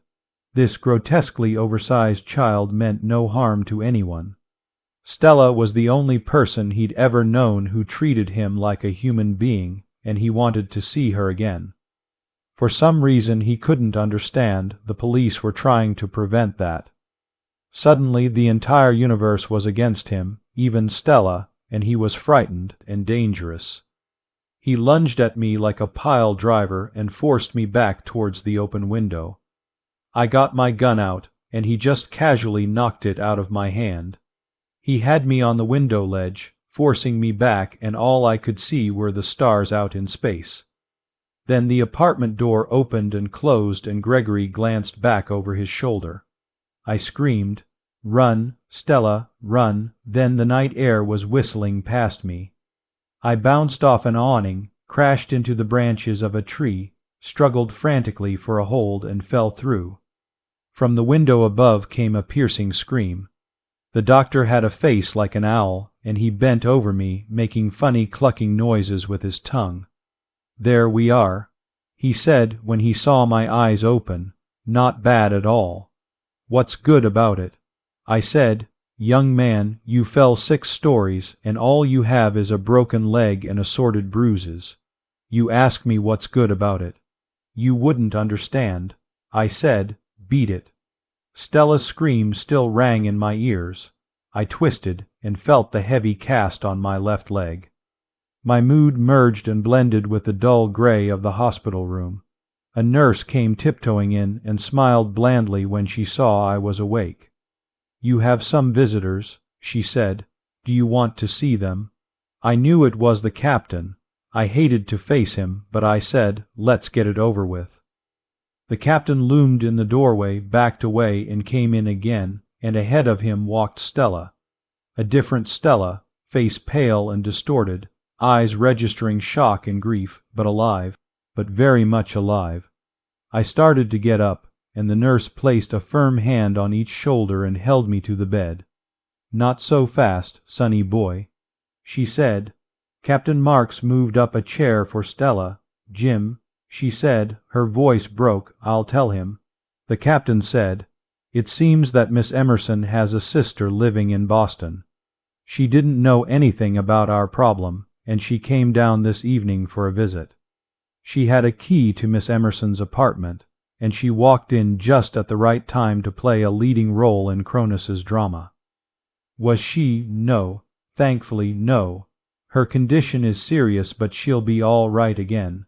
The knife missed a vital spot by a fraction." I relaxed. What happened to Gregory? "He tried to go out the way he came in. There wasn't any tree to break his fall, and one other thing. I have an urgent message for you from Walker." I glanced at the slip of paper. "Jim, for God's sake, stay out of air cars.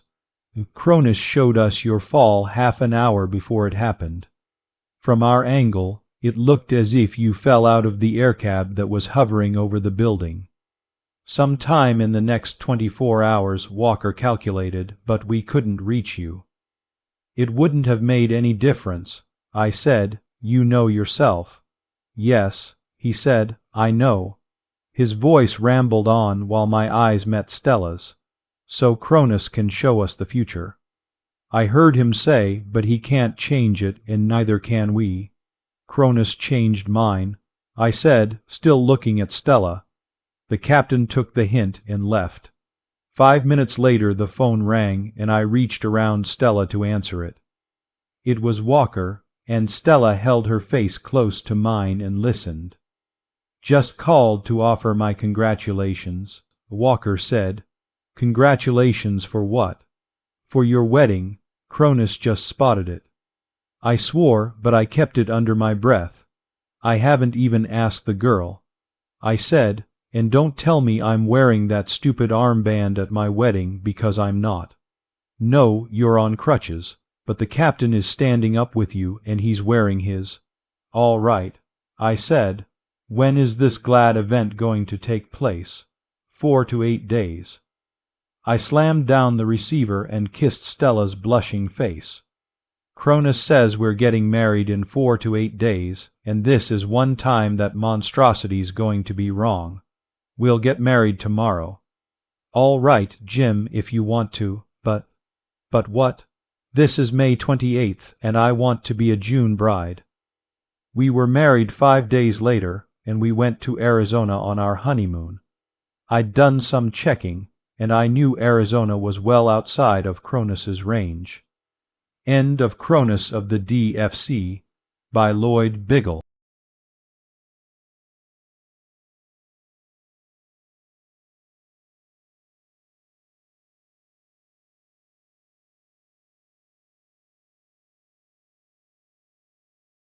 Vengeance is Mine.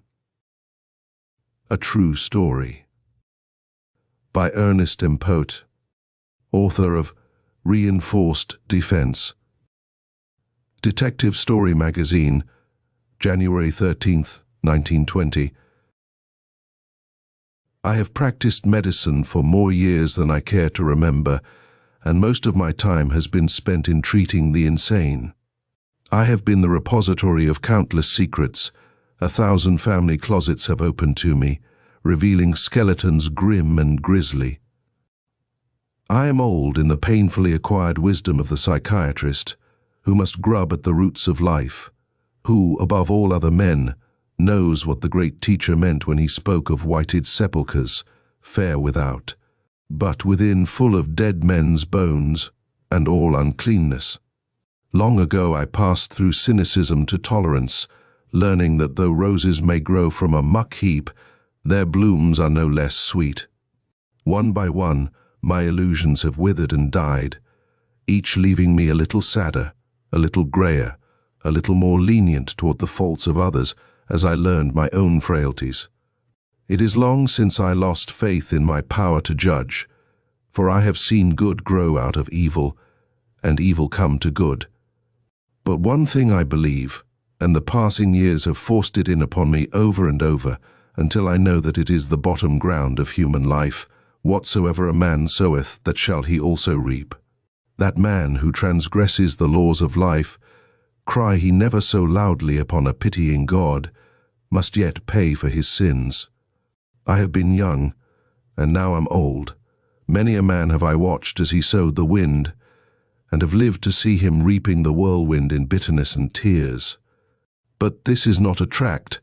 I am the last man to preach a sermon.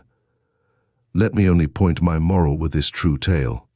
I never knew the man's name. I may have heard it once, but it went from me.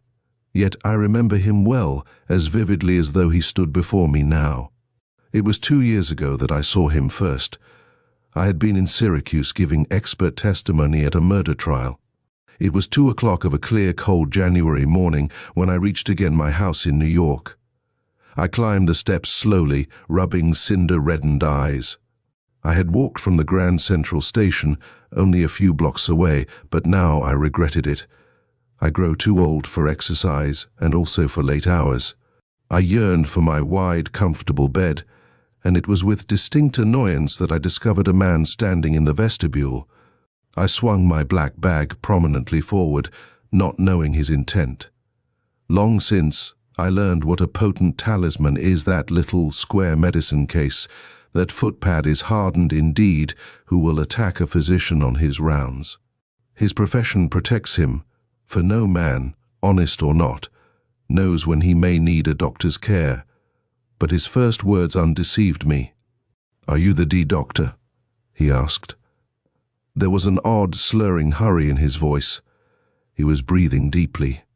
I just cut myself a bit. He was well hidden in the dark vestibule, but even so he drew back a little, glancing apprehensively over my shoulder as though he feared pursuit. My own practice is limited to nervous and mental diseases, but mine is the only doctor's office on the street from Lexington Avenue to 6th Avenue, and so an occasional emergency call comes to me. Groaning inwardly, I unlocked the door and stood aside. My unknown visitor entered, stumbling over the threshold, and I followed him. I brought him into the office and turned on the lights. He was a big, broad-shouldered, florid man of the over-tailored, valeted, massaged, manicured type, such as one sees in Turkish baths, one of those men who look all muscle but are all unhealthy fat, who are always drinking and never drunk, who have delirium tremens if they break a limb, and at last die in a day from pneumonia, or in a month from Bright's disease, a man about town, as the word goes. His dress was in disorder, his collar unfastened, his well-cut coat was open to the cold, and his shirt was blood-stained over the chest. At first glance I thought him drunk, but a closer look corrected that impression. Yet he was evidently much excited. His hands trembled. He spoke thickly, fumbling with his shirt buttons. "I just cut myself with a knife," said he. I had to help him open his shirt. In his left breast was a shallow gash, perhaps 3 inches long. It gaped widely, showing an inch of yellow fat beneath the skin. The man bled freely. The cut slanted up and outward. How he could have wounded himself so, I could not understand. As I cleaned the cut, I looked him over more carefully, wondering. His face was broad and red, set in jovial lines, and under his eyes were the puffy traces of beginning Bright's disease. His left eyelid drooped a little, giving him an air half jocular, half sinister. His small, hard eyes seemed mismated. When I tilted the shade of my lamp so that the light shone full in his face, I could see that his right pupil was twice as large as the left, and that neither iris contracted in the glare. The man was manifestly in haste. As I strapped the cut together with adhesive plaster, he threw a bill on the table and hurried out with a muttered word of thanks, buttoning his coat around him. I followed him out and stood in the doorway a moment, watching his retreating figure, clearly outlined in the moonlight. He walked swiftly but with a swaying, shuffling gait. His feet squeaked in the crisp snow. When he had reached the corner of 5th Avenue, I turned to go in, meditating upon that piper who exacts pay for every dance. But the sound of hurried, irregular footbeats arrested me. I looked westward. From the farther end of the block came another man, at an awkward, shambling run, a frail, bearded man. Seeing me, he shouted thickly and came plunging up the steps. Then he stood voiceless for a moment, mouthing breathlessly, his thin, bearded face all twitching and wild under the pale moon. One eye was swollen shut. "Is he here?" he gasped, shaking my arm roughly. "Bring him out. Big beefy slob." Between each word he gulped upon a sob. He seemed beside himself with rage and pain and fear. He would take it from me. No? Well, he would buy another. He knew a pawnbroker who would sell him one, and so on. At last, I lost patience with him. "Let the man live," said I. "Is there no hand above your hand? It is God who curses and no other. Do you pay your own debts, and so shall he, as I must, and all of us. Some day you may find that it would have been mercy and not punishment to kill him now." And this I said from sure knowledge, for the florid man's stumbling speech, his drooping eyelid, and unequal pupils had told me a tale. Perhaps the little clerk read this knowledge in my voice. At least the words calmed him. And so he went out, stoop-shouldered and submissive as the drugs died in him, brushing a hand bewilderedly across his eyes, and I saw him no more. Afterward, I went my ways and thought no more of this matter, being inured to strange experiences. But as you will see, the despoiler of the weak clerk was not forgotten by the Supreme Judge. For about 6 months later, I was called in consultation upon a case of nervous prostration. My worthy colleague was one of those staid practitioners who diagnosed 2 forms of mental disease, hysteria and nervous prostration, with an exception in favor of occasional delirium tremens. So that I was not overly impressed by his opinion. We drove to an apartment house on Riverside Drive, he talking ponderously all the way. It was one of those huge, ornate houses with over-decorated lobbies and over-uniformed Jamaican hallboys, which are inhabited chiefly by stockbrokers and promoters, and by the newly rich adventurers from inland cities, whose tenants are overdressed and underbred, whose very atmosphere smells of money not over-clean. Our patient's brother was waiting for us in the lobby. I have forgotten his name. "A very sad case, doctor," he confided. "Henry has changed so in the last few months. He was a good businessman, perhaps a little too fond of a good time, a promoter. You know how they are. He specialized in gold mining stocks. A splendid businessman, always within the law. Never any questions from the post office inspectors even. But lately he's been careless. His last promotion, Nevada Mother Lode he called it, well, it was pretty raw. And he's getting so forgetful, can't remember anything, makes foolish, unnecessary promises to his clients. Some of them are acting up ugly already, and last week he began burning his money up, throwing it into the streets. Said he was made of money, had golden automobiles and all that." He laughed nervously. "And he has all sorts of delusions, and sometimes he's even violent." He passed an unsteady hand over one cheek, and I saw a raw bruise there. I found the patient sitting on his bed, half-dressed. He was unshaven and tousled, but I knew him at once. His left eyelid had dropped down over the eye like a window curtain close drawn. His florid face was flushed, his mouth crooked and drawn to one side.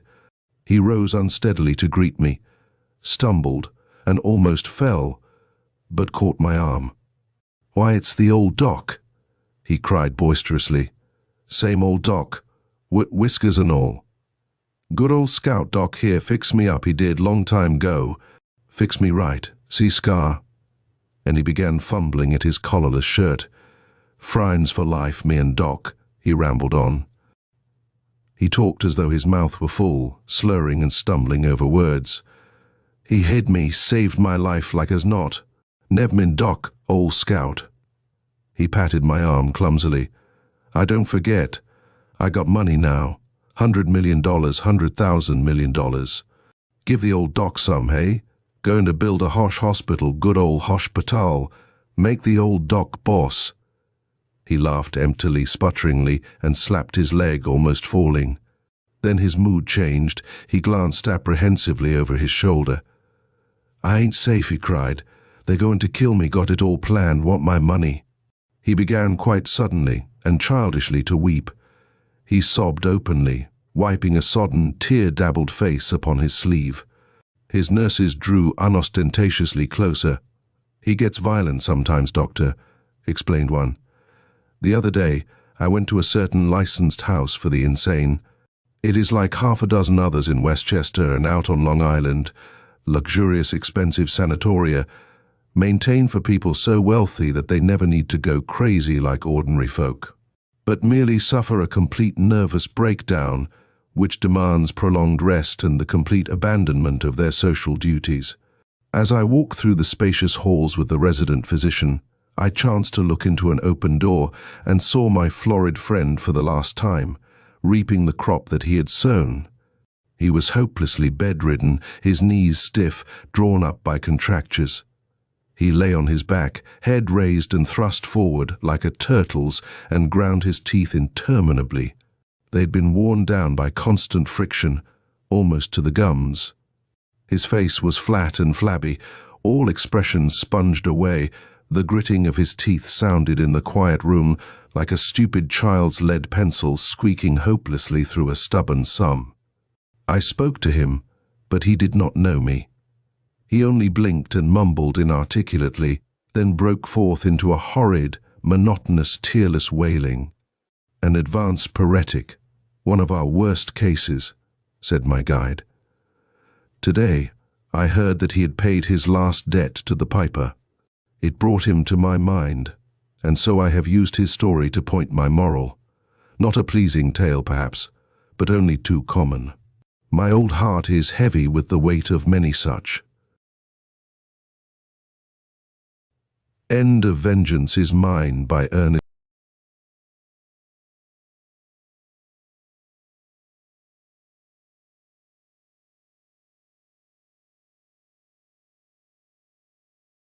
This story is a detective noir with strong elements of hard-boiled fiction.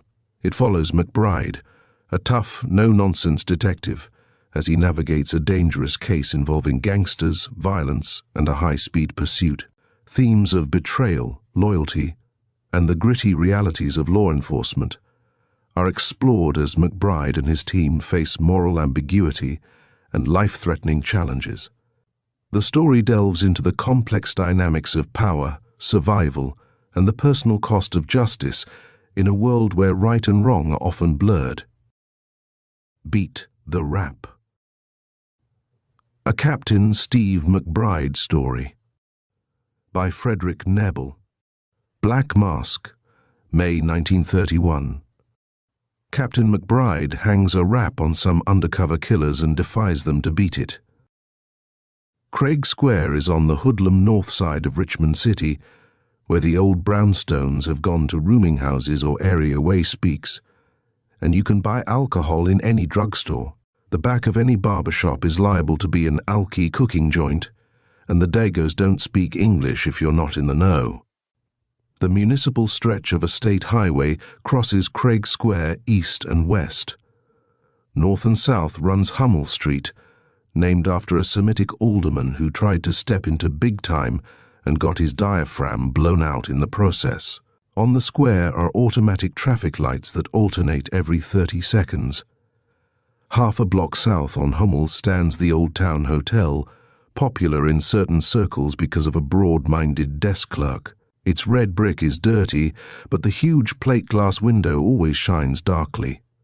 The doorway is narrow, with a brass nameplate on either side. At exactly 3 on that blustering March day, the north and south traffic lights turned red, at precisely the same time. 3 black touring cars rolled north on Hummel and slowed down as they came abreast of the Old Town Hotel. A man had come out of the door and taken 2 steps down the stone stairway. He wore a blue overcoat, snug-fitting, and a derby. He paused. His lips tightened and horror welled suddenly in his eyes. He spun and dived back toward the doorway. From each of the 3 touring cars, a Thompson submachine hurled streams of lead across the front of the hotel. The plate glass window collapsed violently in a snarling shower of glass. The man was caught in the doorway and died with 30 bullets up and down his back. A woman, with a little child, stood petrified 10 yards from the doorway, while the child clung screaming to her skirts. The motors of the touring cars roared, and as they neared the broad intersection, the red lights became green, and the cars crossed the square at 50 miles an hour. A man huddled against a stoop on the opposite side of the street repeated the license number of the last car with palsied lips. A cop came pounding up the sidewalk from the south, his overcoat flapping about his legs. Some windows grated open and faces appeared timorously. The man in a huddle kept repeating the license number. The door in the hotel could not swing shut because the man in the derby was caught there. The cop's shoes crackled on shattered glass, and he stopped short and looked at the woman who was kneeling on the sidewalk hugging the child. "You hurt?" the cop asked. The woman's lips blubbered. The cop stamped towards her and seemed angry when he bent down and repeated the question. Then the woman shook her head. "No." "Okay," said the cop, and swung to look at the doorway. A police flivver hurtled up to the curb and stopped so short that its rear end yawed around. McBride sat next to the chauffeur, drawing on a pipe and running his eyes across the hotel front. "Were you here, Schwartzman?" he asked. Startled, the cop pivoted halfway up the stone steps. He shook his head. "No, I was down at Hummel and Waterford." "Seems to me," said McBride, "that some of you guys could spend a little time out of a speakeasy. I wasn't." "Says you." McBride stepped from the flivver, shifted his pipe across his mouth, and eyed the woman still on her knees. He went towards her, his hard features relaxing. "You hurt, missus?" "No, I'm just scared."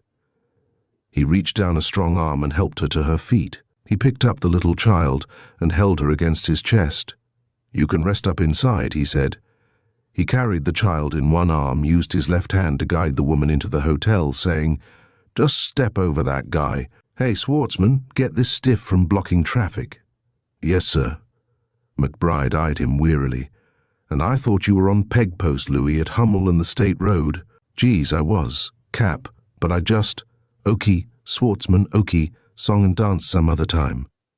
His long, chiseled face was heavy when he entered the lobby of the hotel. 3 men were just getting up from behind chairs. One lay sprawled on the floor, his face a bloody welter. A clerk stood shaking behind the desk. McBride led the woman to a chair and placed the child in her lap. Then he tilted his grey fedora, shoved his hands into the pockets of his neat grey topcoat, and moved his polished black shoes across the floor. He stopped and looked down at the man lying on the floor.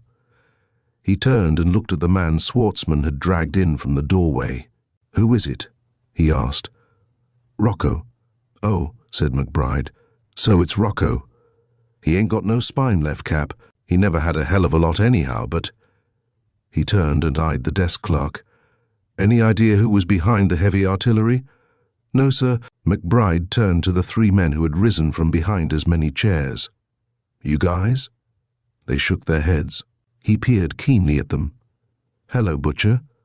"Hello, Cap," growled a short, thick-set man. "You might have an idea." "Butcher." "I ain't." "The old theme song, eh?" "Hell, I was just sitting there. You'll bury your dead, Butcher, but I'll bury the guys did it. Get that." He went back to the woman and said, "Mrs., did you by any chance get the license number? There were 3 cars. I didn't see any of the men. I saw one behind, a big gun. I'd know him again if I ever seen him." McBride took down her name and address, then said to the cop, "Schwartzman, help this lady down to 324 Hummel and come right back." "Come right back, Schwartzman," which don't mean a bracer in Donkey Joe's. "Yes, sir," the cop gulped. A man appeared in the doorway and McBride sized him up. "What do you want?" "Are you a detective?" "Yeah, kind of. I saw the shooting. I was walking down the other side of the street. I saw the shooting. I got the number of the last car. It was a 41,141. McBride wrote it down. "That's an easy number to ball up. It's right, though. I kept repeating it. And the car was black with a tan top, and there was a rent on the back of the top, and the left rear mudguard had a dent in it. A big one. You've got eyes, Mr. Name." "George Planet, 93 Houseman. I work with the Meteor Radio Company repairman." "Okay, Mr. Planet." He put his book back in his pocket and surveyed the death and debris with tired, bitter eyes. He looked up at the desk clerk. "Get headquarters. Ask for Inspector Starin." He shifted his eyes to Rocco. "So they got your boss, eh, Butcher?" "Yeah," came Butcher's thick voice. McBride went to the telephone. "Hello, Inspector." "McBride. Rocco got rubbed out at his hotel about 10 minutes ago." "Nope, not a thing, except the license number." "I'll be seeing you." "Well, there was another guy got his face blown out. I'll take 'em both to the morgue. Goodbye." Butcher was saying, "Geez, he was a great guy, Rocco was." "Swell," McBride said. "I'll send flowers." Chapter 2. Police Headquarters. McBride looked up from his neat flat desk when Moriarty came in wearing a disgusted look. "What I told you," Moriarty growled. "The plates were swiped from a Buick in a Jockey Street garage 3 nights ago. I got in touch with the guy who owned them. He'd reported the lift the same night." "Okie," McBride nodded. I figured they were phony plates. But look here, Maury. I got in touch again with this guy, Planet. He says the car was a Packard, with a sort of V-shaped dent in the rear left mudguard. Crews around the garages that specialize in rolling out dents, and crews the auto top repair places. The Packard had a rip in the top. Those places roll out dents too. You figure it was a bent car, Cap? No, I don't think it was stolen. If it was, we'd have a report on a car found abandoned.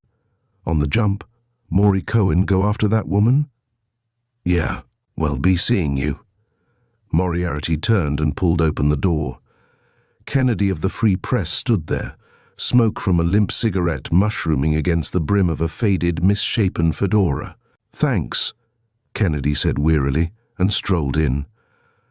Hello, Cap. They do tell me Rocco will have a big funeral, attended by 1 state senator, 2 magistrates, a special sessions judge, 3 aldermen, and the mayor disguised as 4 Hawaiians. Who said the meek shall inherit the earth? Are you drunk, Kennedy? No, but that gives me an idea.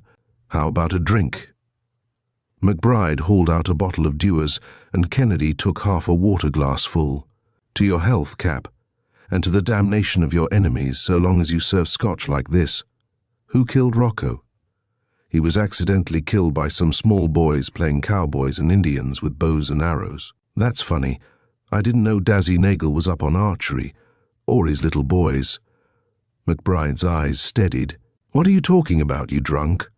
Me drunk? He placed his fingers affectionately around the neck of the bottle as he eased himself on the edge of the desk. Well, then I was just fooling, Stephen, old sock. It's a fairy story. Listen, but don't believe a word of it. Rocco owned the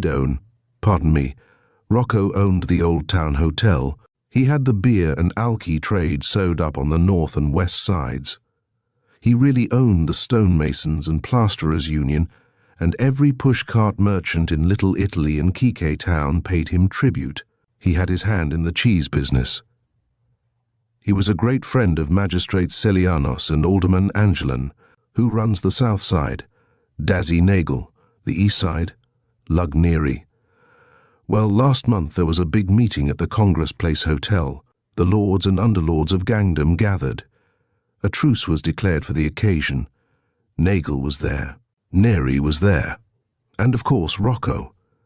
They agreed on certain territories after Rocco had tried to make a combine of 3 with himself as commander-in-chief. Neary was half willing. He's not so big anyhow. But Nagel rates, and Nagel said no. So they compromised, had a banquet, and left. Last week somebody crossed the railroad tracks and shunted off 2 boxcars loaded with Canadian rye. They were Nagel's. Some guys had beamed the crew of a switching engine at 3 in the morning and taken the 2 cars for a 3-mile ride and unloaded them on the main line. It damn near caused a wreck. Who did it? It was on the border between Nery's and Nagel's territory. Let's say that Nagel figured Nery would never have done it on his own. Nery always kept to the hunkies. Let's say that after the truce meeting, Rocco, seeing that Nery would have joined him if Nagel had, went to Nery and quietly took Nery under his wing. If Nagel figured that way, who then played cowboys and Indians in Hummel Street this afternoon? Kennedy raised the bottle. Now, do you mind? Why don't you run that fairy story in the paper? Because some of these punks would think it was true, and my boss has got sick and tired of having his place shot up. My imagination does run away with me at times. Yeah, said McBride. I'd advise you, Kennedy, that if you must get drunk, do it here, or lock yourself in your room and throw the key away. If you get plastered in a speakeasy, your imagination might run away with you again, and I'll have to send flowers. Kennedy smiled with his young old face and his dreamy, insinuating eyes. I can see, Cap, he drawled without moving his lips, that you don't believe in fairy tales. The door opened, and Cohen said, I got this Mrs. Schlemmer, Cap's Okie, to bring her in.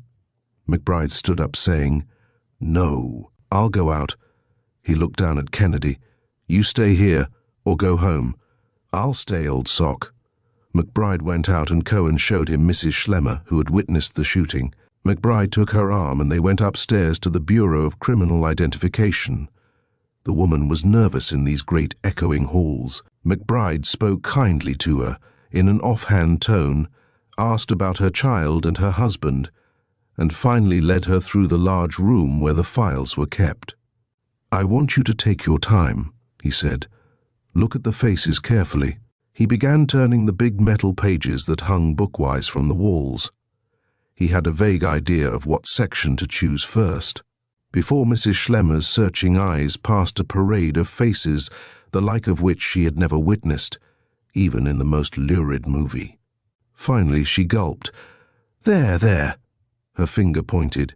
"You're sure?" Yes, I would never forget that face." She shuddered. It was a broad face with a ploughshare jaw, a wide, thick-lipped mouth, and pale button eyes. In profile, the lower jaw was projected forward. "Thanks, Mrs. Schlemmer," McBride said. "You can go home. We may call you again to identify the man when we get him." Cohen mused. "Bat Jukes, eh?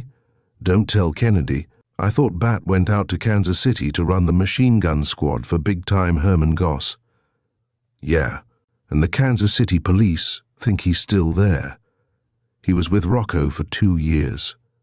He came back to pay Rocco for an old deal. Is he on his own, or is he Dazzy Nagel's new typewriter man?" McBride stared keenly into space. "I don't think, Ike, that Bat would come all the way from Kansas City just to blow out the front of Rocco's hotel. Let's go downstairs." When they returned to McBride's office, Kennedy had gone. McBride picked up the bottle. It was empty. "The tank," he growled with rough good humor. Cohen was lighting a butt at the window. "Pipe this," he said. McBride went over, looked down, and saw Kennedy assisting Mrs. Schlemmer across the street. "Anyhow," McBride said, "she doesn't know the name of the guy she identified." The telephone rang. McBride answered it. "Yeah, Maury. Uh-huh. Yeah, he would say that. Okay, well, come on back." He hung up. The Packard had the dent rolled out in a place at 46 Terrace, and the tier fixed. At 4 o'clock this afternoon, one guy brought the car there. He wore colored goggles and a chauffeur's uniform. That's all the guy knows. McBride rapped his knuckles on the desk impatiently. "Okay then, Ike. See if you can root out Bat. Get your stoolies working. I'll get mine and I'll have Maury get his." "What are we going to pick him up on?" "Anything. I've got it. That grocery store stick-up 3 days ago out in Ellenville. Be nice with him, Ike, if you get him. We can get rough later. But if we accuse him right off of this kill, he's liable to go nutty and fight. Besides, the woman may be wrong. Breeze, Ike." For 2 days, McBride and McBride's men and their stoolies hunted for Bat Jukes. You will know about Bat Jukes if you followed the reign of crime in Richmond City. He began his career as a strikebreaker, becoming illustrious in certain strata through his use of a baseball bat as a means of coercion. Later, he got fancy and dipped his bullets in garlic. But Bat didn't show up. Either the stoolies were stalling or Mrs. Schlemmer had fumbled her identification. On the 3rd day, towards dusk, McBride sat behind his desk and creaked in his swivel chair. Moriarty faced him. "Seems," McBride said, "that I ought to pay a call on Dazzy Nagel. He might know." The door opened and Sergeant Bedecken said, "There's a guy to see you, Cap." "Who?" "Bat Jukes." Chapter 3. "I hear you've been looking for me, McBride," Jukes said. He was a whale of a man dressed in loud clothes. His pale eyes were both quizzical and hostile beneath his craggy brows. "Sit down, Bat," McBride said. "Sure." He sat down expansively, planting his pigskin-gloved hands on heavy knees. "If you guys want to talk to me, why the hell don't you ask me 'stead of sending your stoolies?" McBride smiled. "We weren't sure you were in town, Bat. Kansas City give you the air?" "Hell, she's a tank town. Well, what's on your mind?" "A little job out in the West End. Ellenville. Grocery store stick-up. Guy got away with 200 and socked the grocer in the kisser just for fun. Another guy gave us a pretty good description. It sounds like you. Oh, yeah? When did it happen? 5 days ago. Jukes leaned back and laughed throatily. Guess again, Cap. And since when have I gone around sticking up small fry? That's a pansy's job. Anyhow, Bat, suppose we let the guy take a look at you. Nix. Nah. Where do you rate that crap? Me sticking up a grocery? Geez, that's rich. McBride stood up. You think you're a wise guy coming in here, Bat? Okey. But you're going to let this guy take a look at your pan. Maury, go out and get him. Jukes heaved out of the chair, bending his craggy brows. Who the hell do you cops think you are? Shut up, you punk, McBride bit off. Don't try to get snotty around here. Go ahead, Maury. When you get back, take the guy down to the shadow box, then call me. Maury went out leering at Jukes. Now sit down, Bat, McBride said. Time enough to blow off if the guy identifies you. I'd like, said McBride, to hang a shiner under your eyebrow. The shadow box was down in the basement. There were rows of seats in a darkened room. At one side of the room was a small, narrow stage with a white mesh in front of it. The stage was lighted. Anyone on that stage could be seen from the seats, but could not see anyone in the seats. McBride sat in the room off the stage waiting for Moriarty and Mrs. Schlemmer. Listen, Jukes complained, spreading his pigskin-gloved hands. I got a date. I can't be wasting time on a lot of cheap cops that's got a lousy idea. Horse feathers.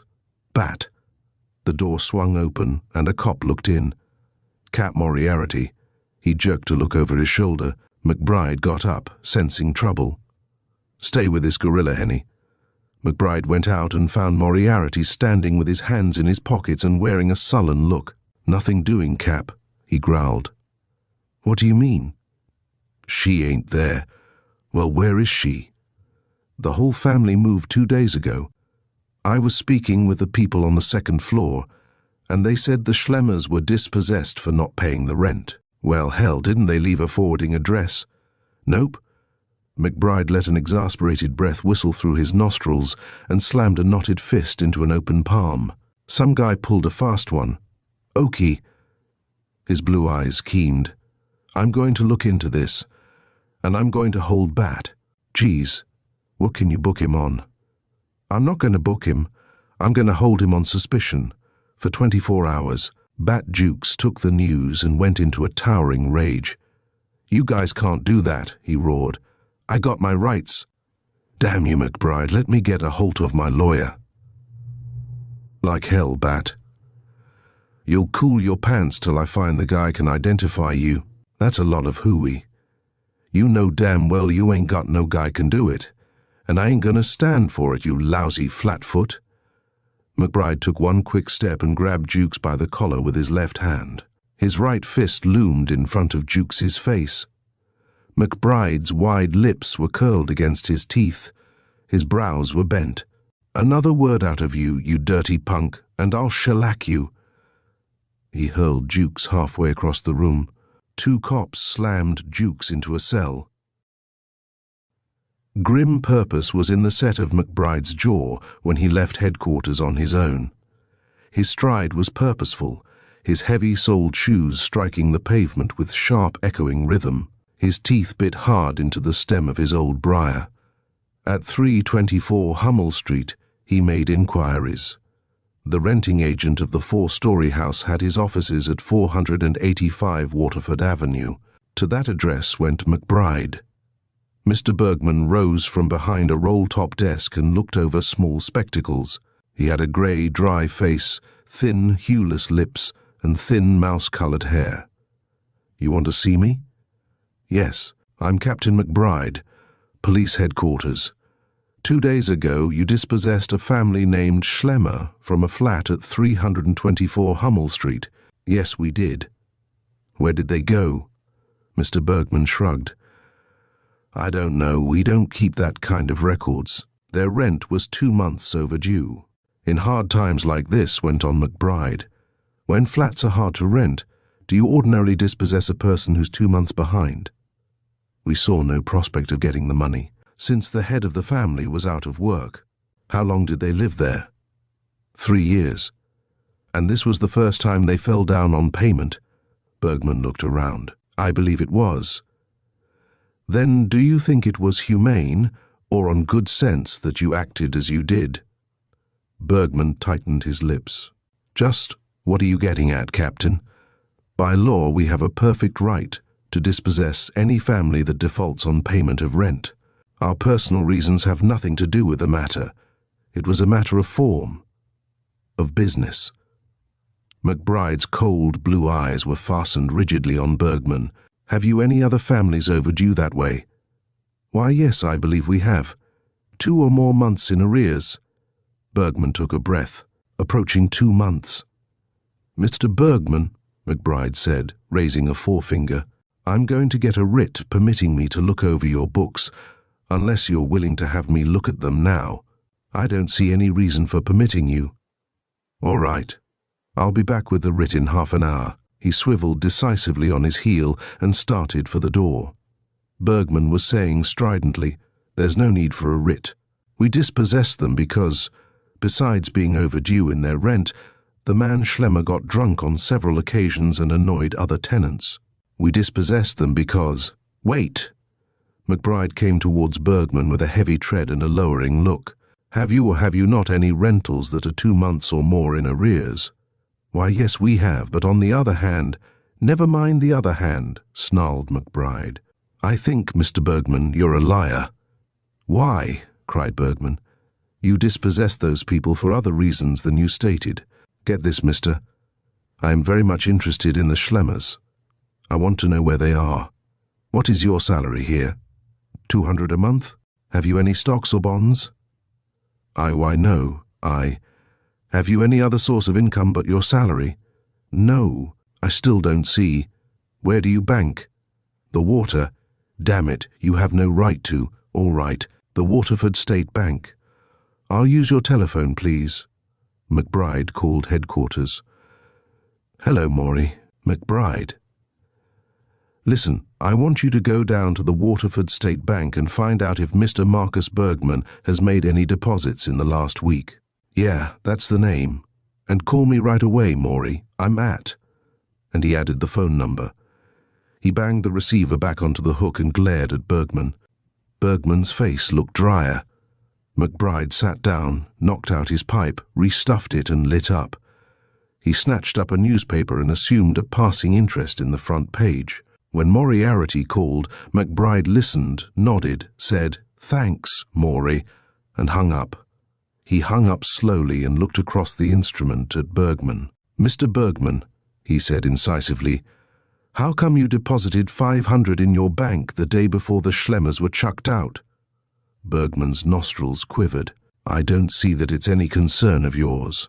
"Mr. Bergman, have you ever seen the inside of police headquarters?" "No." "It's kind of worth seeing. Put your hat on." Chapter 4. The afternoon sun streamed in through the window and across the mouse-coloured head of Bergman, who sat in McBride's office, his collar half open, his tie out of place, sweat on his face. His thin shoulders were hunched up alongside his ears, and he licked at his hueless lips. Cohen leaned against the radiator. Moriarty leaned against the wall, using a jackknife to scrape his fingernails. McBride faced Bergman across the neat, flat-topped desk. His fingers were loosely interlocked, his head thrust forward, his keen eyes clamped on Bergman's. "Then you accepted $500 to dispossess the Schlemmer family?" Yes. "Who gave you the 500? "I don't know.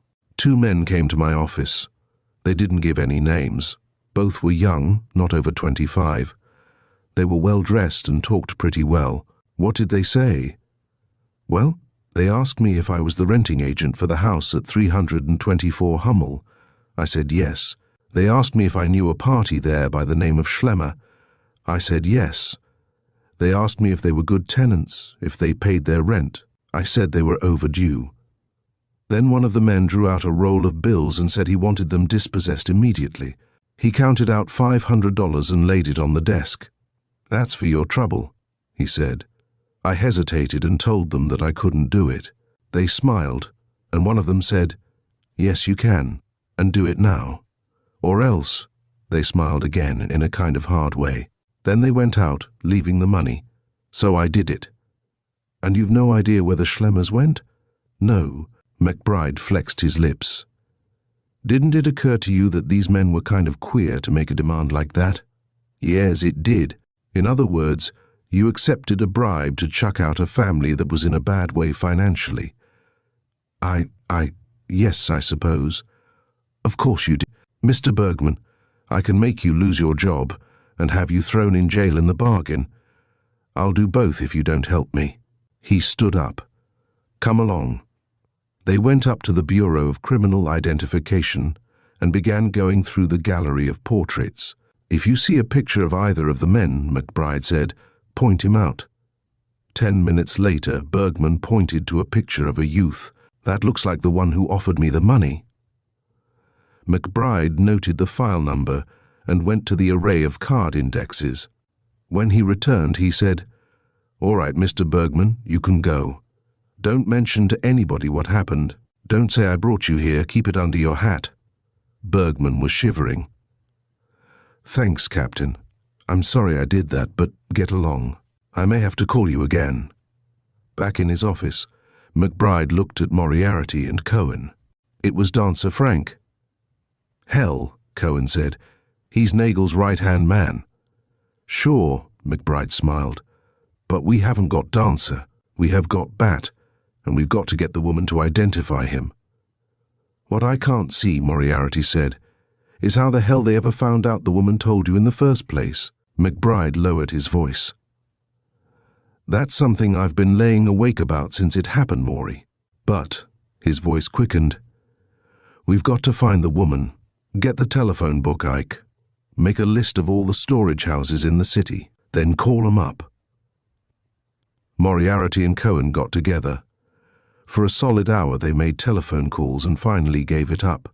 Cohen said, "Try advertising, Cap." No good. McBride paced the floor with his hands clasped behind his back. He stopped short, leveled his arm. "Try this. Get a list of second-hand furniture dealers. See if one of them bought some furniture since the Schlemmers were dispossessed." They went to work on the telephone books again, got a long list, and began calling.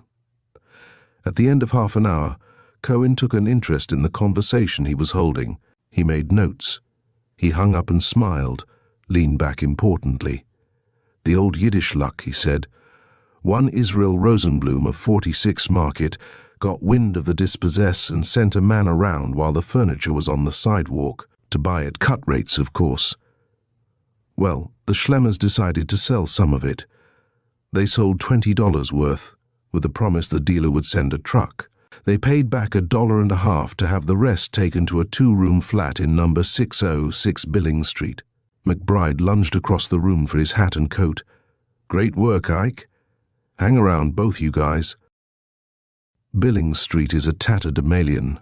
The pushcart vendors are eternally at war with the ragtag shop owners, and once in a while, the city street cleaning department finds its way into the frowsy neighborhood.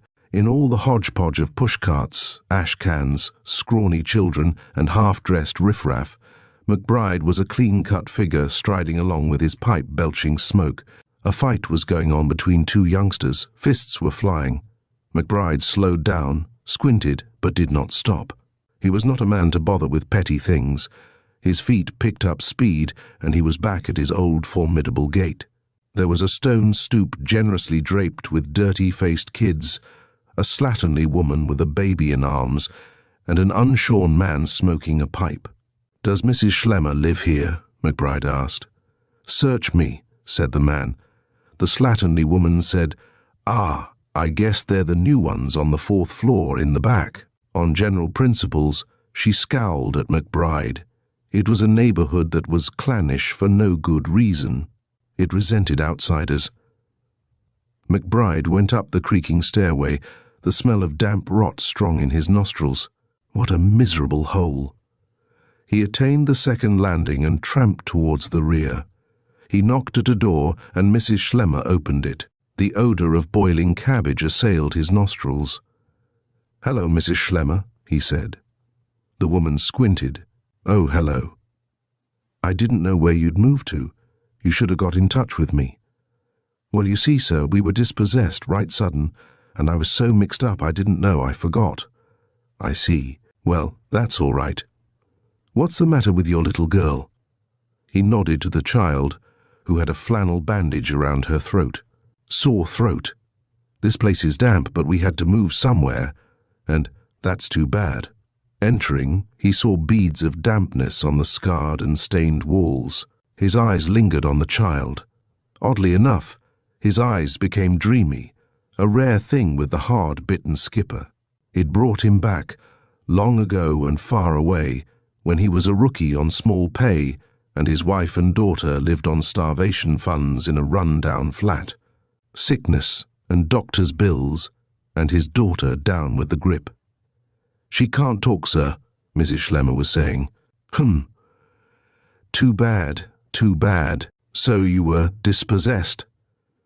His eyes, usually keen as a shaft of cold blue flame, softened on the haggard woman. "By the way, has anyone annoyed you?" "No, except we were dispossessed so sudden. Jake's my husband. Jake wanted to go down and fight the agent, but, well, that wouldn't have done no good. Jake's out looking for work now. It's hard. He can't lift heavy things like he used to. 6 months ago he fell from a lumber stack. Gosh. Well, I was going to say, Mrs. Schlemmer, I wonder if you could come over to headquarters and identify the man you saw fire the big gun." "Well, I got no one to leave Nancy with. I don't know none of the neighbors yet. If Jake was here," she shrugged. "I can't leave Nancy." "No, of course not." "Well." There were heavy footsteps in the hall. A big man, broad-shouldered, came in and stopped short. He wore a threadbare coat and there was brown stubble on his face. "This is Captain McBride," Mrs. Schlemmer said, and to McBride, "This is my husband." "Hello, Cap," Schlemmer said. A glimmer came into his eyes. His wife said, "Captain McBride wants me to go to police headquarters to identify. Nothing doing," her husband cut in. "Look here, Captain. You got to keep my wife out of this. It's dangerous. I know about that murder, but damn it, you ain't going to drag her in it. She'll just... I know what she'll do. She'll identify a guy, and then before he comes to trial she'll be bumped off. Or my kid will. I know these gangsters." McBride said, "I know how you feel, Mr. Schlemmer, but this is necessary. A murder has been committed. It's up to the state to get and convict those responsible. And it's up to any good citizen to assist the state." "She ain't going," persisted Schlemmer. "She's had enough trouble with me out of work and the kid's sick. And listen, mister, I ain't dumb. We were dispossessed too sudden for it to be on the up and up. Somebody paid somebody else to do it, and we're not going to be put on the spot because that Dago Rocco got bumped off." "I promise police protection," McBride said. "If your wife identifies this man, from that moment on, I'll have you protected night and day by a plainclothesman. You'll come to no harm, none of you, but your wife will have to come to police headquarters. She won't, I tell you. Mr. Schlemmer, she will." His words were blunt, but in his heart he sympathized with the man. The stage was set. The seats in the shadow box were plunged in darkness. Mrs. Schlemmer stood in the center of the room, her hand resting on the back of a seat. McBride stood beside her, supporting her by the arm. The door at the side of the stage opened, and Moriarty led Bat Jukes out into the brilliance behind the white mesh. "Toe that line, Bat," he said. "Look straight ahead. This is a frame. Shut up. Button your overcoat. Put your hat on." "Ah, you guys. Pipe down," McBride said from the darkness. "Raise your head, all right. Now face right. Right again. Now left, you dumb ox. Right with your back to me. Okie. Now right again. Now front. Keep your head up. Take your hat off." Skeins of shining sweat on Bat's face gleamed in the brilliant light. McBride leaned close to Mrs. Schlemmer. He put his ear near her whispering lips. Then he stood erect. "Okimori," he said. "Take him to the desk for booking." Bat, Jukes roared. "What are you guys doing? Where's the guy says I stuck up that store? Where's he? Gimme a look at him and I'll." Moriarty planted a hard knee where it was most effective. Bat Jukes went stumbling from the stage into the arms of a waiting policeman. Bat Jukes, denying all charges, coming through 6 hours of shellacking, battered and still maintaining his innocence, was turned over to the office of the state's attorney. Chapter 5. McBride held a match to Kennedy's cigar and looked the reporter in the eye. "You know, Kennedy," he said, "I always figured you for a drunk, a wise guy, a bit of a grafter in a nice way, and a white guy. A white guy, Kennedy." "Well," Kennedy said, inhaling languidly, "my old man was Irish and my mother was a McNulty. There's no trace of the dinge, the quadroon, or the octoroon in my blood. Not a bad cigar." His lazy eyes held a provocative twinkle. "By white Kennedy, I mean on the up and up with me. Dear father, what have I done?" "Cut out the burlesque wit. Somebody wised up somebody else that Mrs. Schlemmer came down here just after the shooting and picked out a picture in the gallery. When she left, I saw you walking across the street with her. I make it a point to help children, ladies and dogs across streets. Have you come to the point where you make it a point to two-time on a cop that was always willing to give you the shirt off his back?" Kennedy leaned back on his heels. His eyelids drooped till he seemed about to go to sleep on his feet. A slow smile crept across his lips. "Excuse me, Stephen. The astral body of my city editor just appeared. I must be going." "You listen to me, Kennedy." McBride gripped his arm and shook him violently. Kennedy's slow satiric smile lingered on his lips. His lazy eyes almost closed. He drawled, "Stephen, no rough stuff. I'm under the doctor's care. You answer me, Kennedy." Idly, Kennedy reached up and adjusted McBride's tie. "Cap, old tomato, you're a believing soul. Your cops are good, hard-working guys, all of them. Once in a while, they drop in a speak for a snifter, but by and large, they're all honest and upstanding. You look in a mirror and say, 'I am Steve McBride. I've never accepted a bribe. I've been true to my job.' And looking at yourself, you say, 'I am the prototype of all policemen.' That makes me feel upside dizzy." A low, liquid laugh started way down in Kennedy's throat, chortled through his smiling lips. McBride dropped his hand from Kennedy's arm. "What do you know, Kennedy?" he muttered. Kennedy drifted to the door, opened it, and stood there in his wrinkled topcoat, his battered fedora. "Nothing," he said. And as he backed out, drawing the door shut, he said, "Ask Louis Schwartzman how he liked the $200 party he threw at Pomano's the other night." The door closed on Kennedy's quiet chuckle. McBride stood staring at the closed door, his lips pressed so tightly together that a mound of muscle bulged at either corner. His strong, square-tipped fingers flexed themselves against his palms. Tiny points of fire seemed to flash phosphorescently across his eyes, and the crow's feet at the corners rippled. A breath exploded, bursting his lips apart. "By God!" His eyes lashed themselves to blue-blazing fury. Bat Jukes's lawyer, the notorious Archie Klein, famed throughout the country for his brilliance and his scathing tongue, filed a plea of not guilty on his client's behalf. Assistant State's Attorney Bellows, a die-hard, roared his murder in the first degree. It promised to be one of the quickest trials on record.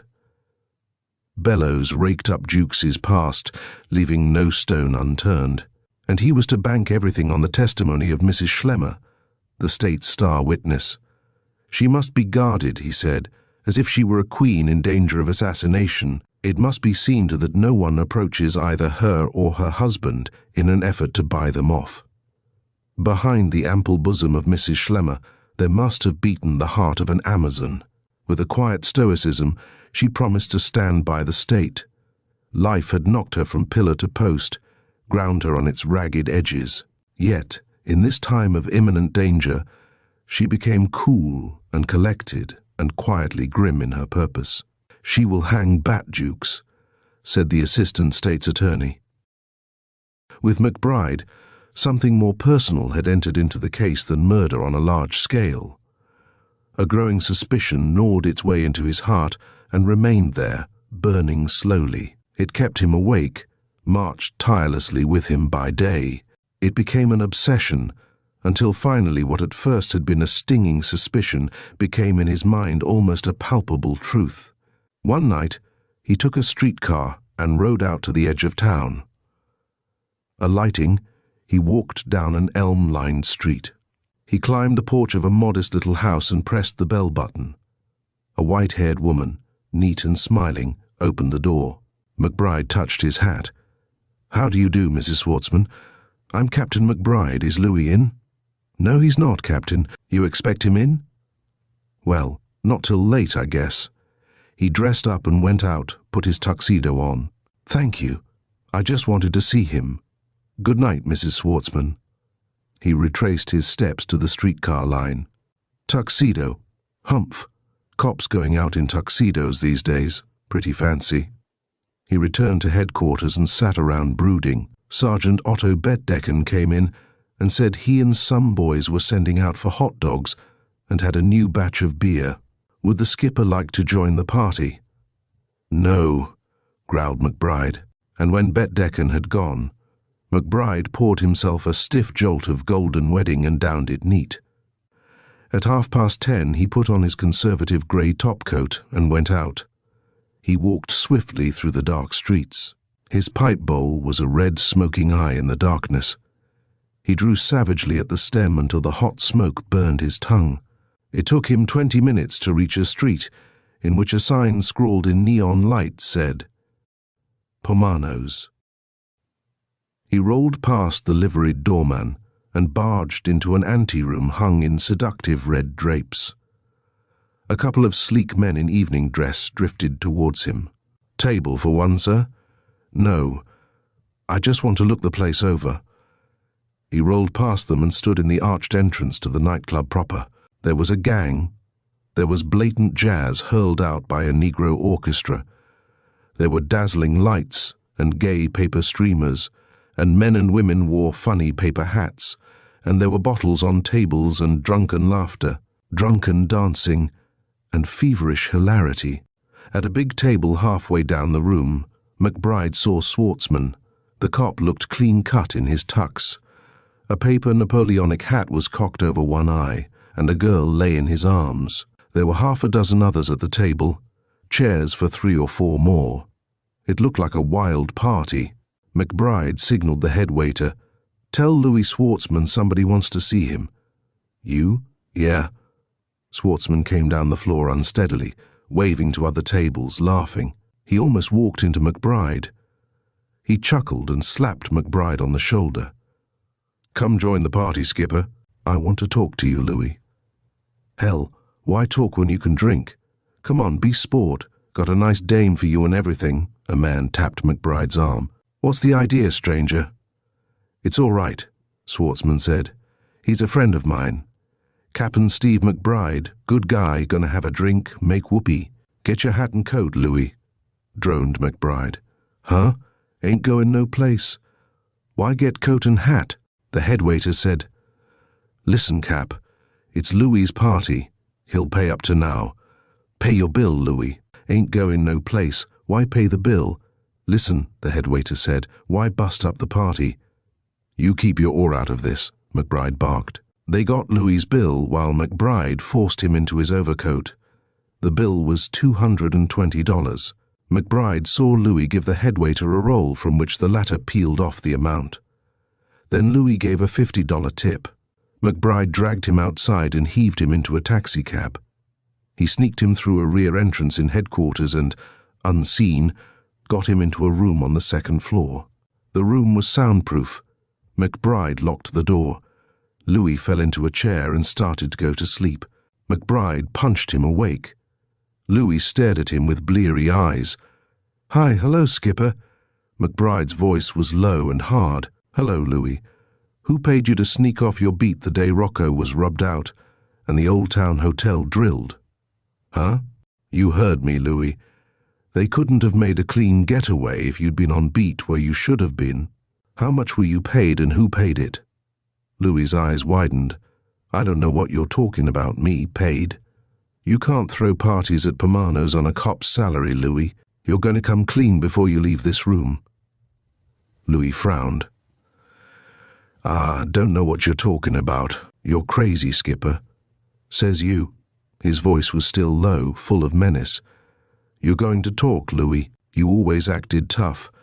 You enjoyed roughing people up. I remember the time you grabbed a drunken man and hit him so hard he ended up in the asylum. You hear me, Louis? You're going to tell me what I need to know. He raised his fists. Or I'll make sure you do. Louis started. Out of his sodden stupor, he gathered some inkling of McBride's cold determination. McBride was saying, somebody wised up the gang that Mrs. Schlemmer saw Bat Jukes in one of the cars. Nobody knew that but you. You were on the scene. I had you take the woman home. You might have got away with it, Louis, but the money went to your nut. And you're going to spring, kid, you're going to spring. Me? You're crazy, Skipper. Get up, Louis. Listen, you can't try any rough stuff on me. Get up. You two-timed on us, Louis. Louis got to his feet, his mouth agape, his eyes bulging. McBride caught him by the throat. Who paid you, Louis? Nobody paid me, I tell you. McBride hurled him across the room. Louis crashed against a chair and went down with it. He leaped up, terror in his eyes. Damn it, you can't do this. I'm a cop. You won't be after tonight. McBride crossed the room slowly, his jaw set. He lifted Louis off the floor with a terrific blow to the jaw. While Louis was toppling, McBride hit him again. The cop lay panting on the floor. McBride hauled him to his feet. So help me, Louis. I'll put you in the hospital. Let go. I don't know a thing.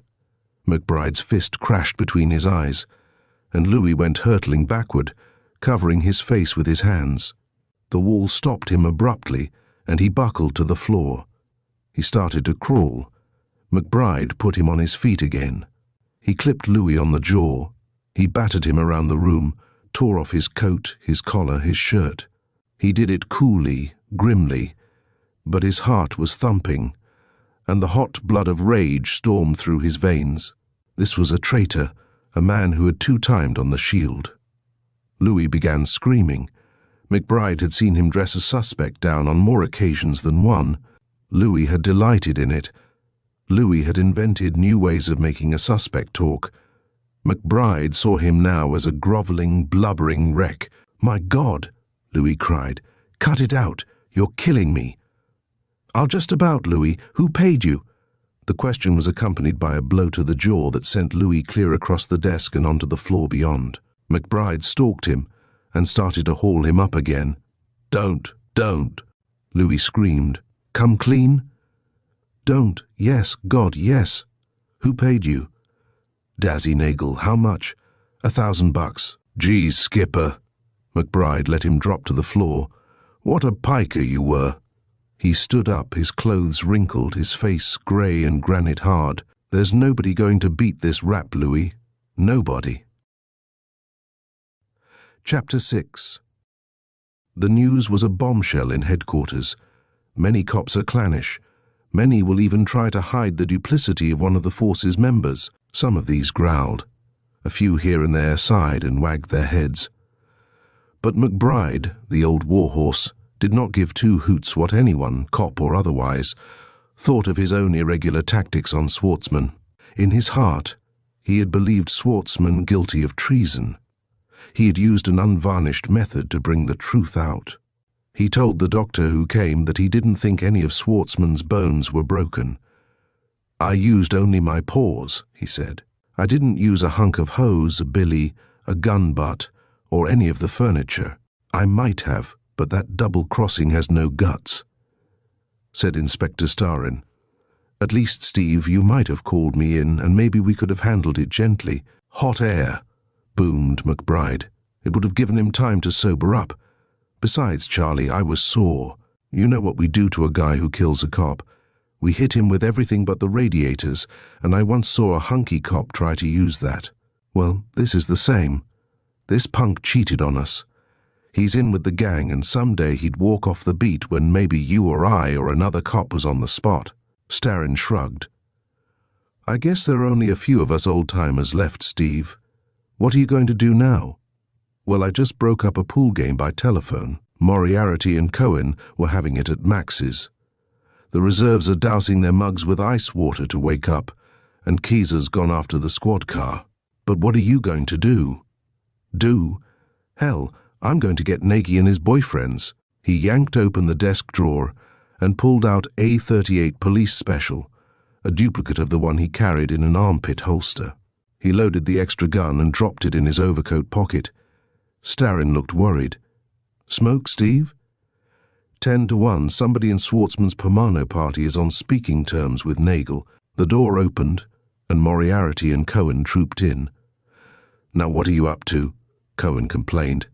"Damn it, every time I go and make a late date you go into a huddle and find something to do." "I hope," McBride said, "you didn't hock your gun." "Oh, is that the kind of a party?" Kaiser poked his head in. "The damn squad car blew a gasket cap. We'll have to take the flyer." "Take it." "I did. It's downstairs." 6 cops were hanging around in front of the desk when McBride reached the central room. He called off names: Bauer, Kostica, O'Hagan, Finnegan, Oberdorfer, and Fideligo. "Okie, gang. Let's." He barged out through the door with Moriarty and Cohen on either side of him, and the cops tramping behind. The flyer was a special 7-passenger job, painted black, with a 140-inch wheelbase and an 8-cylinder motor capable of doing 90 miles an hour. The windshield, of non-shatterable glass, was slanted way back at a rakish angle. The body was constructed of 1/4-inch metal, and the tires contained puncture-proof tubes. In the compartment back of the front seat were 2 Thompson submachine guns, 10 drums of. 45 caliber bullets, each drum containing 50 cartridges, and 2 sawed-off shotguns. Kaiser was gassing the motor. Moriarty and McBride jammed in beside him, and Cohen went in the back with the uniformed cops. McBride got his pipe started and said, "Go to the Red Lantern, Keezer, in Jockey Street." The gears meshed silently. The car gathered speed in second, slipped into high, and wheeled around the next corner. McBride half turned in the seat and said, "Remember, boys, this may mean a fight. I'm not going to hand you a line about tradition, honor, and valor. Nagel is a big shot, and he bribed a copper to act dumb while his wagon sailed up Hummel Street. If we can, we're going to get this baby and most of his gang quietly. But if news got to him tonight, he'll know we've got the goods on him, and the bird'll get snotty. And if it's a fight, use everything you've got: guns, rocks, clubs, feet, and your brains. Okie. Swing right here, Keezer, and beat that crosstown traffic light. I'll give 'em the siren and we'll go right through. Nix on the noise, Kaiser." The long black car swung right and went purring down a dark street. It got a crosstown green light at the next left turn. "To think," brooded Cohen, "that I've been trying to date that Jane up for a month. How'd you make it finally?" Moriarty slurred. "Well, I told her I had a friend in the silk business and I'd get her stockings and things." "Hey, you," McBride said. "Cut out shaking down the silk houses." "That's only what I told her," Cohen said absently. They bantered and chided each other on their way across town. When they drew up a block away from the Red Lantern and got out, Officer Fideligo crossed himself, and O'Hagan, grimly humorous, wondered if his insurance policy were paid up to date. "Never mind," Finnegan jibed back. "I'll pay it up in the morning." McBride got them in a huddle. "Kaiser, you stay at the wheel. Maury and Ike, you come with me. You other guys spread out across the street. All except you, Oberdorfer. You beat it around the back and see they don't try to bust out into the next street. If they do, give us the whistle. Kaiser, 2 quick blasts will mean you drive up to the front. 3 quick ones mean you shoot around with the car to the back street. All straight now?" The men nodded and said, "Yeah," all around.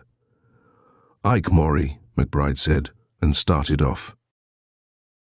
The three of them walked in through a narrow door level with the street. A row of 10 tables ran back on either side. A short, fat man in a black suit looked up from behind the cash desk. "Where's Dazzy?" McBride asked. The fat man started. His face assumed a blank expression. "He lives here," McBride said. "A guy just told me he owns this building and he owns you." "Dazzy who?" The man gulped. He was sitting on a high stool and his body seemed to twist downward a bit. McBride cursed and dived behind the counter. He kicked away the fat man's rigid left leg. He saw a button on the floor.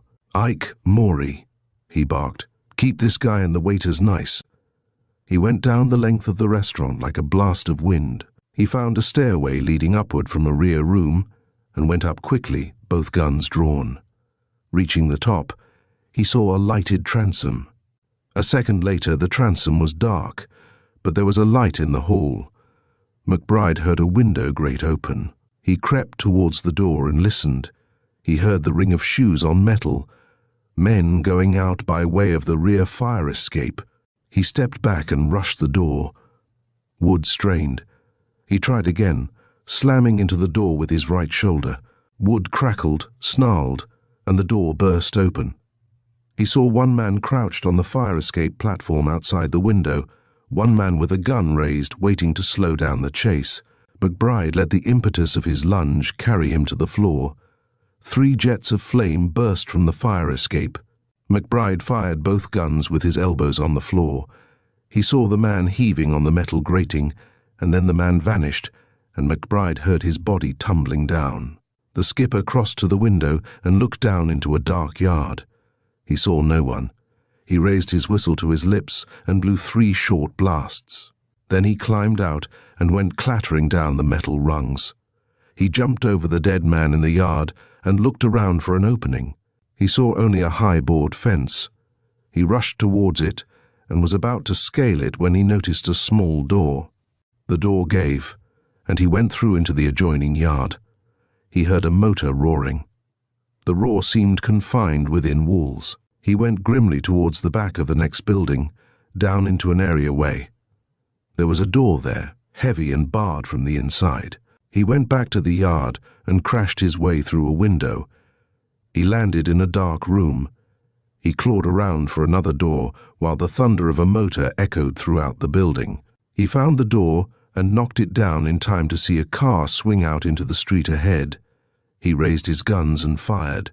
He ran towards the entrance and saw spurts of flame coming from behind a pole across the street. That would be Oberdorfer. He saw flames spurting from the gangster car. As he reached the doorway, he heard the scream of the siren on the flyer. The black car roared down the street. He saw visored caps jutting from the tonneau. He leaped to the running board. He saw Oberdorfer leap to the other side. "Step on it, Kaiser," McBride clipped. He hung on while the car whipped sharp right into the next street. Kaiser opened his cutout, and the exhaust hammered behind them in the darkness. The siren kept screaming.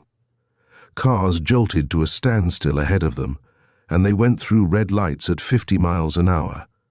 The gangster car hit River Road and opened everything wide. The flyer was doing 65, and the cops were loading the Tommy guns. Quick bursts of flame spat from the car ahead, and lead tore through the flyer's mudguards. "For God's sake, get in here, Cap!" shouted Kaiser. "Hey," McBride yelled, "hand me one of those Tommy guns." "For God's sake, Cap." "Ah, pipe down, Kaiser." McBride grabbed the Tommy gun and lay down between the left mudguard and the vibrating hood. He laid the barrel of the Tommy gun across the horizontal headlight supporter. The flyer was doing 70 when the skipper opened fire. The rattle of the gun was almost lost in the hoot of the wind and the roar of the motor beside him. He heard lead bang into the thick grating in front of the radiator. He heard the crash of the left headlight and felt shattered glass whip across his face. He cursed a blue streak, yelled for more speed, and started the Tommy gun again. Then he heard the beat of the other gun, handled by Finnegan from the other side. They gained on the car ahead. They were doing 80 miles an hour, and McBride could hardly keep his eyes open in the wind. He lost his hat, and the wind hauled at his hair. He hammered the back of the gangster car with another burst, and the smoke whipped back into his eyes, stinging his nostrils. Then he saw the car ahead swerve from side to side. He heard the squeal of brakes on the flyer. He saw the gangster car skid, wheel around 3 times, and slam broadside into a telephone pole. While the flyer was skidding to a stop, he saw 2 men hurled from the gangster car and heard the yells of others. He leaped from the running board with his .38 and found his men spreading beside him. He saw one of the men lying on the street raise a gun. McBride made a flying tackle and landed heavily on the man, bearing him back to the pavement. In the glare of the flyer's headlight, he saw the agonized face of Dazzy Nagel. A shot barked from the gangster car. Oberdorfer said, "Hell," and turned away sidewise. The police battery opened fire as one man and their lead pounded into the tonneau of the car. Oberdorfer was walking around in a circle saying, hell now," in an annoyed voice. Then he sat down abruptly and looked vacantly about him. McBride, having knocked Nagel out with a gun barrel, came towards Oberdorfer saying, "Are you hurt, Obi?" "Well," said Oberdorfer, "suppose you had a bullet in your leg." McBride looked up. "Hey, Kaiser, take Obi to the hospital." "Sure. How about them punks?" McBride was lifting Oberdorfer. "Hell," he said, "3rd class is good enough for them. We'll get an ambulance." He looked around at his men and the bristling guns they held. He looked at 2 gangsters lying on the street, at another draped over the side of the car, at the visible arm of another whose body was inside the car. "Well, Obi," he said, "you boys of mine didn't do so lousy." Chapter 7. Kennedy took the first drink out of the new bottle of Dewar's. "Have you connections in London or Montreal, Cap?" "Why?" Kennedy winked at the bottle. "So Schwartzman played 2-time, eh? Old tomato?" McBride scowled at the desk. "Now don't rub it in, bozo. You know, Cap, I'm great on fairy stories. Tell you what, give me a bottle of this stuff, seal unbroken, and maybe I'll go out and find another fairy story. Only," he raised the glass, "you don't believe in fairy stories." McBride pulled open a drawer and drew out a cigar box. "Thanks," said Kennedy. McBride held his hand on the box. "Kennedy, I'll tell you a fairy story. There's a family I know. The mother is being a great help to the state. The kid is in the hospital with the grip. The father is out of work. I'm getting the guy a job next week on a county road gang, but it costs money for medicine and doctors, and meantime the guy and his wife have got to live." He opened the cigar box. It was filled with bills and change. "I'm collecting," he went on. "I've been around to 5 station houses and canvassed headquarters. Turn out your pockets, Kennedy." Kennedy touched his lips with a handkerchief. "Glad to. I'll have my check in the mails tomorrow morning. I have no use for rubber checks." "Dig down, bozo." Kennedy shrugged and drew a $10 bill from his pocket. "It makes no difference to me, Skipper. I'll only borrow it back from you before the week's over." "When I borrowed 5 from the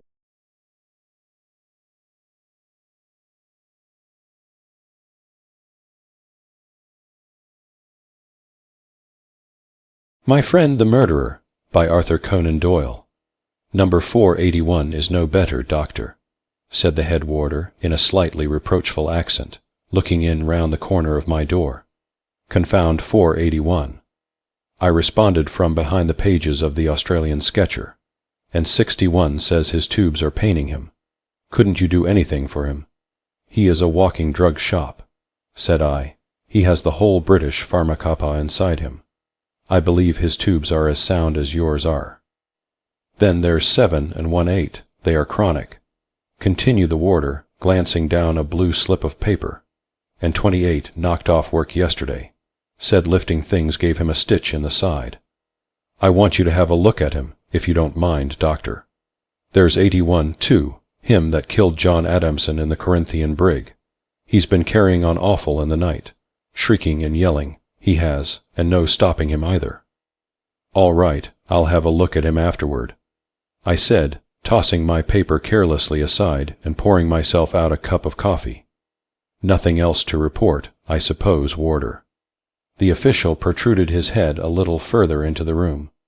"Beg pardon, doctor," he said in a confidential tone, "but I notice as 82 has a bit of a cold, and it would be a good excuse for you to visit him and have a chat, maybe."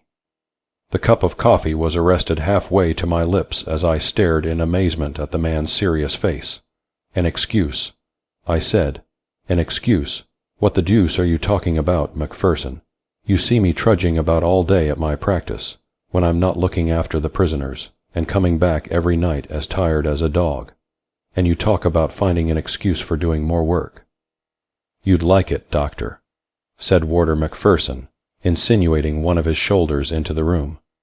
"That man's story's worth listening to if you could get him to tell it, though he's not what you'd call free in his speech. Maybe you don't know who 82 is." "No, I don't, and I don't care either," I answered, in the conviction that some local ruffian was about to be foisted upon me as a celebrity. "He's Maloney," said the warder, "him that turned Queen's evidence after the murders at Blumenstyke." "You don't say so," I ejaculated, laying down my cup in astonishment. I had heard of this ghastly series of murders, and read an account of them in a London magazine long before setting foot in the colony. I remembered that the atrocities committed had thrown the Burke and Hare crimes completely into the shade, and that one of the most villainous of the gang had saved his own skin by betraying his companions. "Are you sure?" I asked. "Oh, yes, it's him right enough. Just you draw him out a bit, and he'll astonish you. He's a man to know, is Maloney. That's to say, in moderation." And the head grinned, bobbed, and disappeared, leaving me to finish my breakfast and ruminate over what I had heard. The surgeonship of an Australian prison is not an enviable position. It may be endurable in Melbourne or Sydney, but the little town of Perth has few attractions to recommend it, and those few had been long exhausted. The climate was detestable, and the society far from congenial. Sheep and cattle were the staple support of the community, and their prices, breeding, and diseases the principal topic of conversation. Now as I, being an outsider, possessed neither the one nor the other, and was utterly callous to the new dip, and the rot, and other kindred topics, I found myself in a state of mental isolation, and was ready to hail anything which might relieve the monotony of my existence. Maloney, the murderer, had at least some distinctiveness and individuality in his character, and might act as a tonic to a mind sick of the commonplaces of existence. I determined that I should follow the warder's advice, and take the excuse for making his acquaintance. When, therefore, I went upon my usual matutinal round, I turned the lock of the door which bore the convict's number upon it, and walked into the cell. The man was lying in a heap upon his rough bed as I entered, but, uncoiling his long limbs, he started up and stared at me with an insolent look of defiance on his face which augured badly for our interview. He had a pale, set face, with sandy hair and a steely blue eye, with something feline in its expression. His frame was tall and muscular, though there was a curious bend in his shoulders, which almost amounted to a deformity. An ordinary observer meeting him in the street might have put him down as a well-developed man, fairly handsome, and of studious habits. Even in the hideous uniform of the rottingest convict establishment, he imparted a certain refinement to his carriage which marked him out among the inferior ruffians around him. "I'm not on the sick list," he said gruffly. There was something in the hard, rasping voice which dispelled all softer illusions, and made me realize that I was face to face with the man of the Lena Valley and Blumenstyke, the bloodiest bushranger that ever stuck up a farm or cut the throats of its occupants. "I know you're not," I answered. "Warder Macpherson told me you had a cold, though, and I thought I'd look in and see you." "Blast Warder Macpherson, and blast you too," yelled the convict in a paroxysm of rage. "Oh, that's right," he added in a quieter voice. "Hurry away. Report me to the governor, do. Get me another 6 months or so, that's your game." "I'm not going to report you," I said. 8 square feet of ground." He went on, disregarding my protest, and evidently working himself into a fury again. 8 square feet, and I can't have that without being talked to and stared at. And oh, blast the whole crew of you." And he raised his two clenched hands above his head and shook them in passionate invective.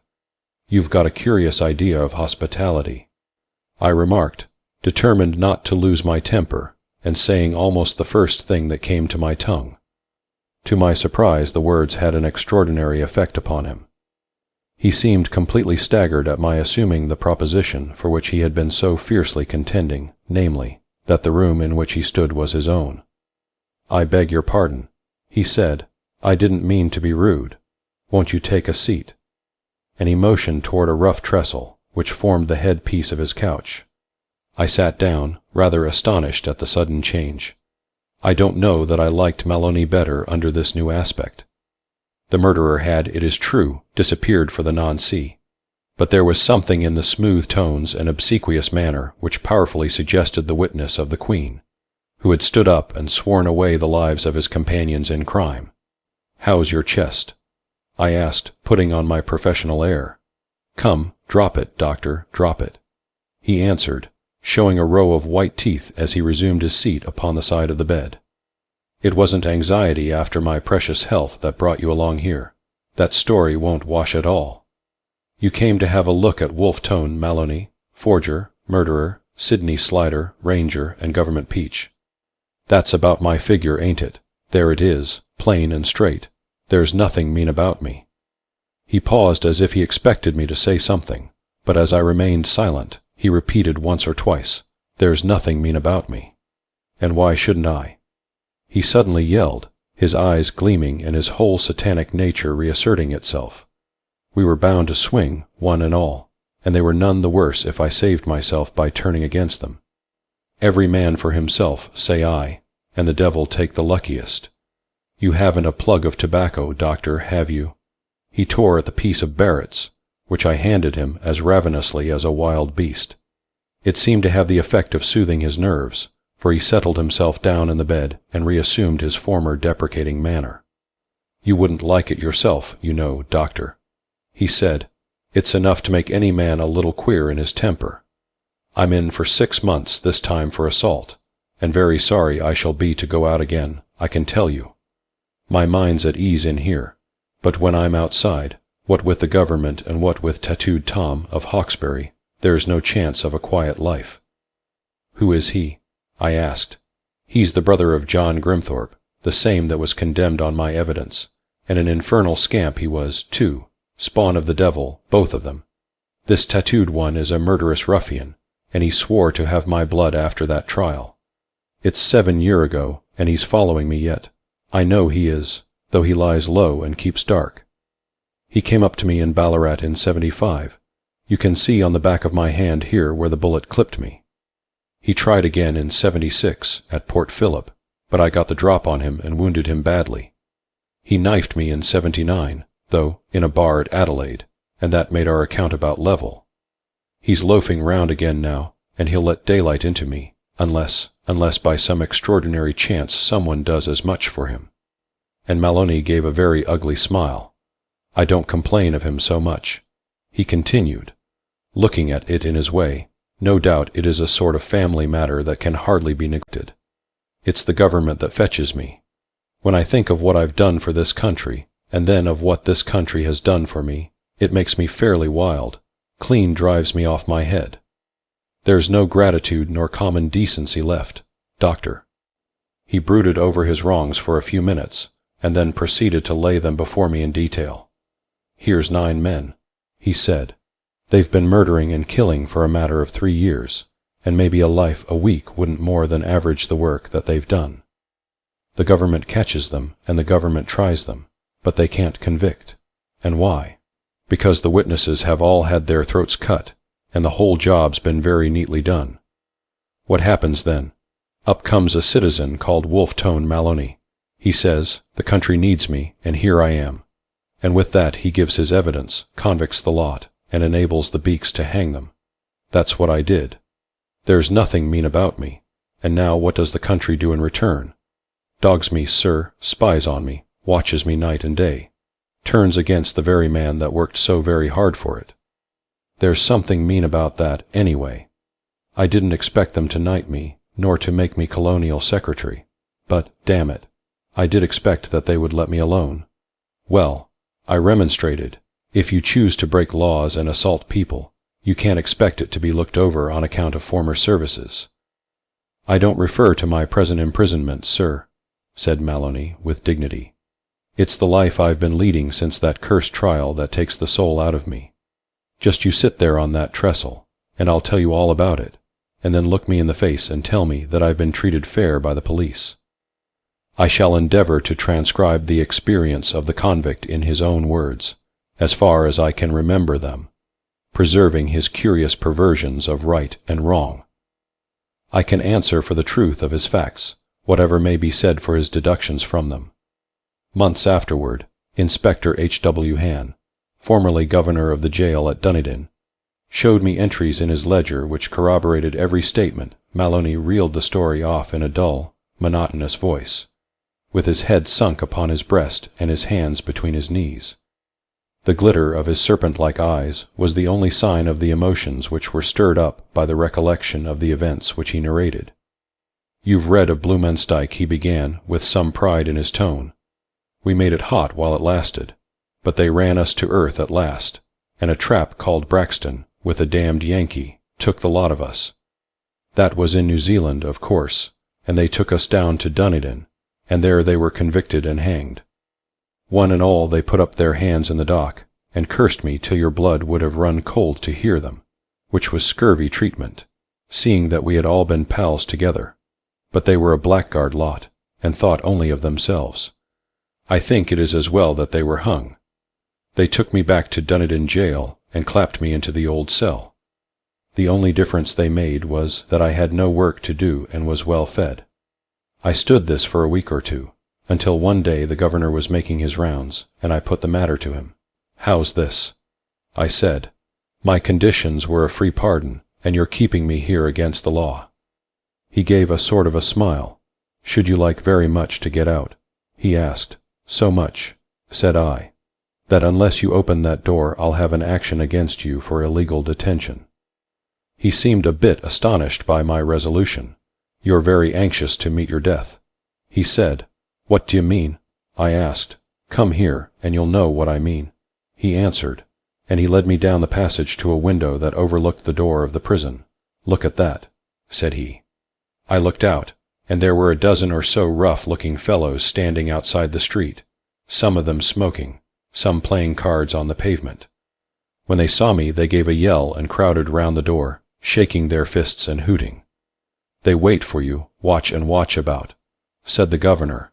"They're the executive of the Vigilance Committee. However, since you are determined to go, I can't stop you." "Do you call this a civilized land?" I cried, "and let a man be murdered in cold blood in open daylight?" When I said this the governor and the warder and every fool in the place grinned, as if a man's life was a rare good joke. "You've got the law on your side," says the governor, "so we won't detain you any longer. Show him out, warder."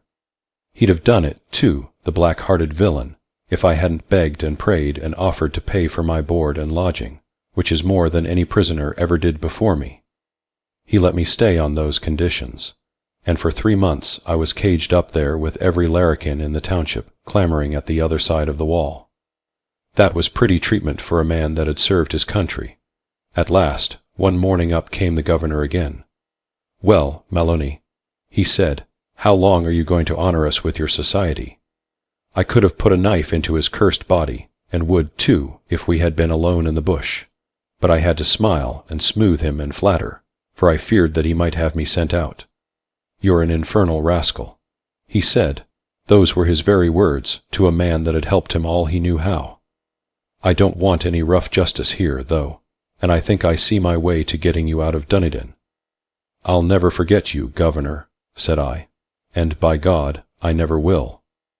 "I don't want your thanks nor your gratitude," he answered. "It's not for your sake that I do it, but simply to keep order in the town. There's a steamer starts from the West Quay to Melbourne tomorrow, and we'll get you aboard it. She is advertised at 5 in the morning, so have yourself in readiness." I packed up the few things I had, and was smuggled out by a back door just before daybreak. I hurried down, took my ticket under the name of Isaac Smith, and got safely aboard the Melbourne boat. I remember hearing her screw grinding into the water as the warps were cast loose, and looking back at the lights of Dunedin as I leaned upon the bulwarks, with the pleasant thought that I was leaving them behind me forever. It seemed to me that a new world was before me, and that all my troubles had been cast off. I went down below and had some coffee, and came up again feeling better than I had done since the morning that I woke to find that cursed Irishman that took me standing over me with a 6-shooter. Day had dawned by that time, and we were steaming along by the coast, well out of sight of Dunedin. I loafed about for a couple of hours, and when the sun got well up some of the other passengers came on deck and joined me. One of them, a little perky sort of fellow, took a good long look at me, and then came over and began talking. "Mining, I suppose," says he. "Yes," I says. "Made your pile?" He asks. "Pretty fair," says I. "I was at it myself." He says, "I worked at the Nelson Fields for 3 months, and spent all I made in buying a salted claim which busted up the second day. I went at it again, though, and struck it rich. But when the gold wagon was going down to the settlements, it was stuck up by those cursed rangers, and not a red cent left. That was a bad job," I says. "Broke me, ruined me clean. Never mind, I've seen them all hanged for it. That makes it easier to bear. There's only one left, the villain that gave the evidence. I'd die happy if I could come across him. There are 2 things I have to do if I meet him." "What's that?" says I, carelessly. "I've got to ask him where the money lies. They never had time to make away with it, and it's cached somewhere in the mountains, and then I've got to stretch his neck for him, and send his soul down to join the men that he betrayed." It seemed to me that I knew something about that cachet, and I felt like laughing. But he was watching me, and it struck me that he had a nasty, vindictive kind of mind. "I'm going up on the bridge," I said, for he was not a man whose acquaintance I cared much about making. He wouldn't hear of my leaving him, though. "We're both miners," he says, "and we're pals for the voyage. Come down to the bar.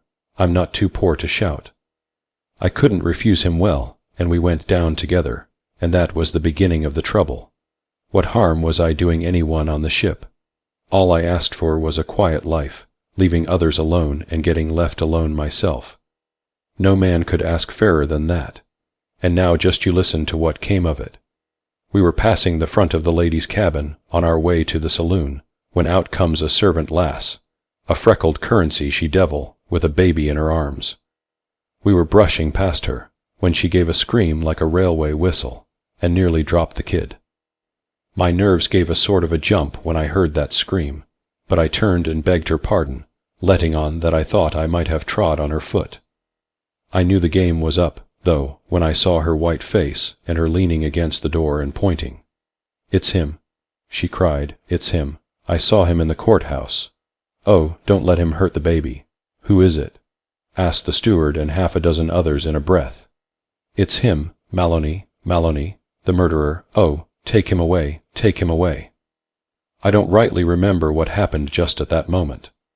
The furniture and me seemed to get kind of mixed, and there was cursing and smashing, and someone shouting for his gold, and a general stamping round. When I got steadied a bit, I found somebody's hand in my mouth. From what I gathered afterward, I concluded that it belonged to that same little man with the vicious way of talking. He got some of it out again, but that was because the others were choking me. A poor chap can get no fair play in this world when once he is down. Still, I think he will remember me till the day of his death. Longer, I hope. They dragged me out onto the poop and held a damned court-martial on me, mind you, me, that had thrown over my pals in order to serve them. What were they to do with me? Some said this, some said that, but it ended by the captain deciding to send me ashore. The ship stopped, they lowered a boat, and I was hoisted in, the whole gang of them hooting at me from over the bulwarks. I saw the man I spoke of tying up his hand, though, and I felt that things might be worse. I changed my opinion before we got to the land. I had reckoned on the shore being deserted, and that I might make my way inland, but the ship had stopped too near the heads, and a dozen beach-combers and such like had come down to the water's edge and were staring at us, wondering what the boat was after.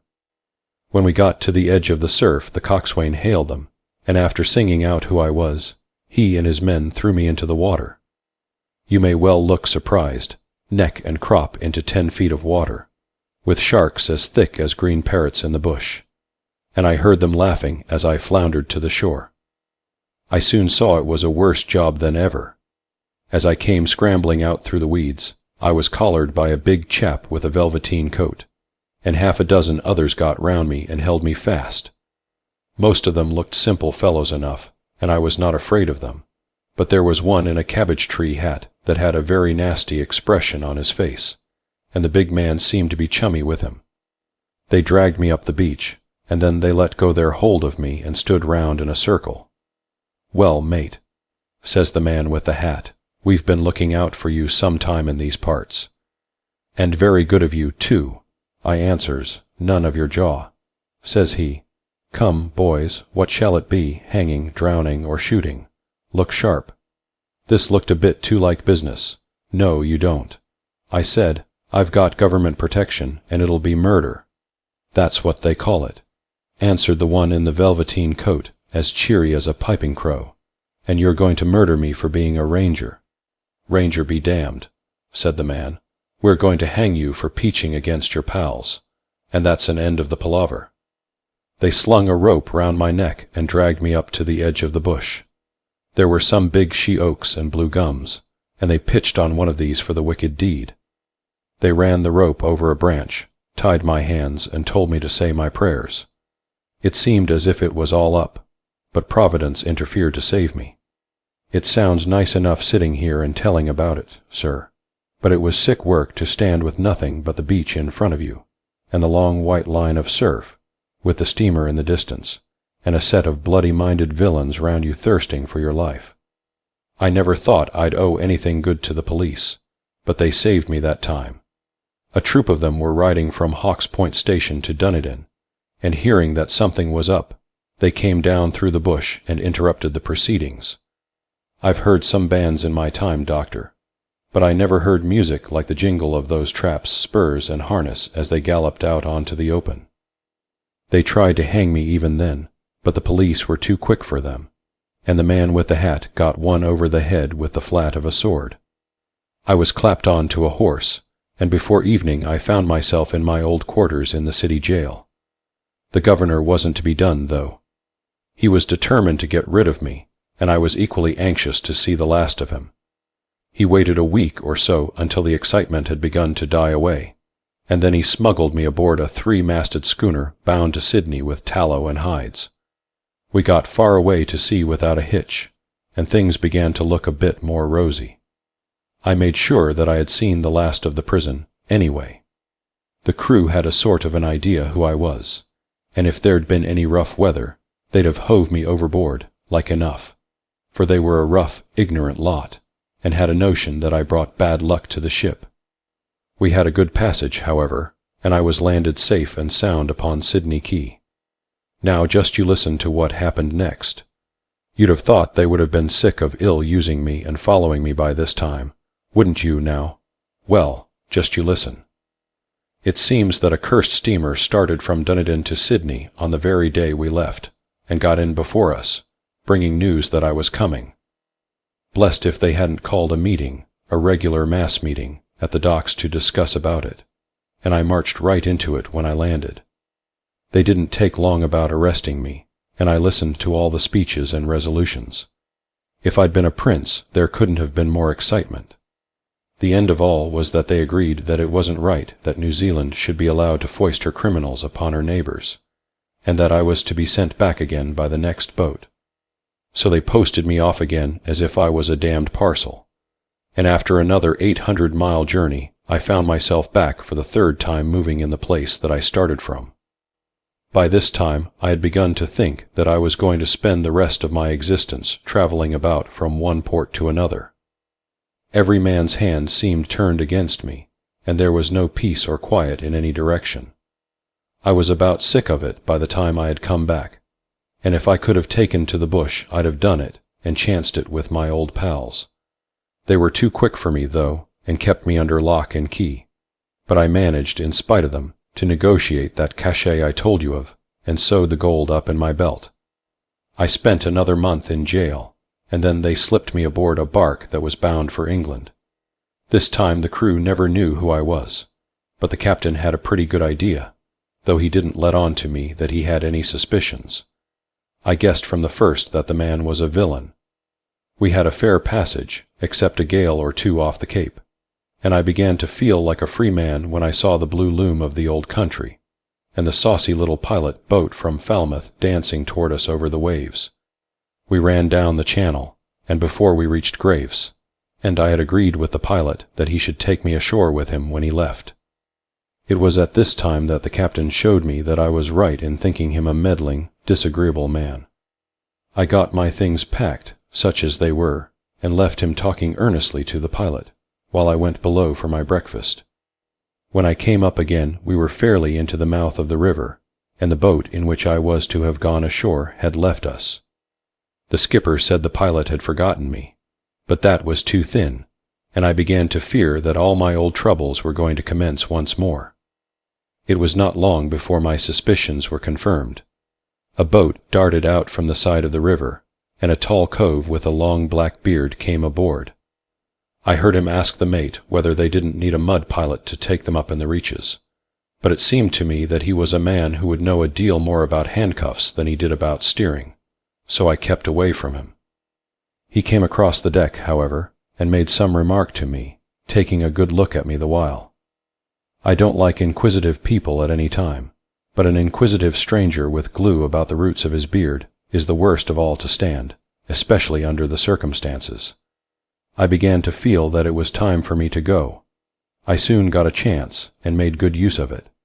A big collier came athwart the bows of our steamer, and we had to slacken down to dead slow. There was a barge astern, and I slipped down by a rope and was into the barge before anyone missed me. Of course I had to leave my luggage behind me, but I had the belt with the nuggets round my waist, and the chance of shaking the police off my track was worth more than a couple of boxes. It was clear to me now that the pilot had been a traitor, as well as the captain, and had set the detectives after me. I often wish I could drop across those two men again. I hung about the barge all day as she drifted down the stream. There was one man in her, but she was a big, ugly craft, and his hands were too full for much looking about. Toward evening, when it got a bit dusky, I struck out for the shore, and found myself in a sort of marsh place, a good many miles to the east of London. I was soaking wet and half dead with hunger, but I trudged into the town, got a new rig out at a slop shop, and after having some supper, engaged a bed at the quietest lodgings I could find. I woke pretty early, a habit you pick up in the bush, and lucky for me that I did so. The very first thing I saw when I took a look through a chink in the shutter was one of these infernal policemen standing right opposite and staring up at the windows. He hadn't epaulettes nor a sword, like our traps, but for all that there was a sort of family likeness, and the same busybody expression.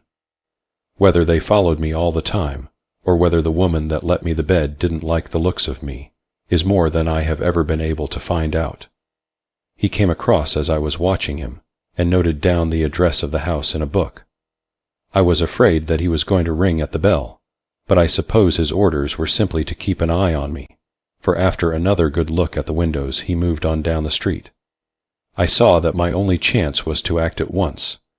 I threw on my clothes, opened the window softly, and, after making sure that there was nobody about, dropped out onto the ground and made off as hard as I could run. I traveled a matter of 2 or 3 miles, when my wind gave out, and as I saw a big building with people going in and out, I went in too, and found that it was a railway station. A train was just going off for Dover to meet the French boat, so I took a ticket and jumped into a third-class carriage. There were a couple of other chaps in the carriage, innocent-looking young beggars, both of them. They began speaking about this and that, while I sat quiet in the corner and listened. Then they started on England and foreign countries and such like. Look ye now, doctor, this is a fact. One of them begins jawing about the justice of England's laws. It's all fair and above board, says he. There ain't any secret police, nor spying, like they have abroad.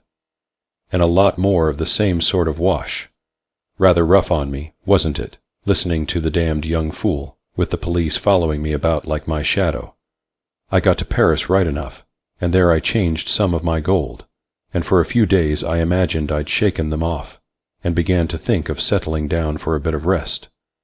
I needed it by that time, for I was looking more like a ghost than a man. You've never had the police after you, I suppose. Well, you needn't look offended. I didn't mean any harm. If ever you had, you'd know that it wastes a man away like a sheep with the rot. I went to the opera one night and took a box, for I was very flush. I was coming out between the acts when I met a fellow lounging along in the passage.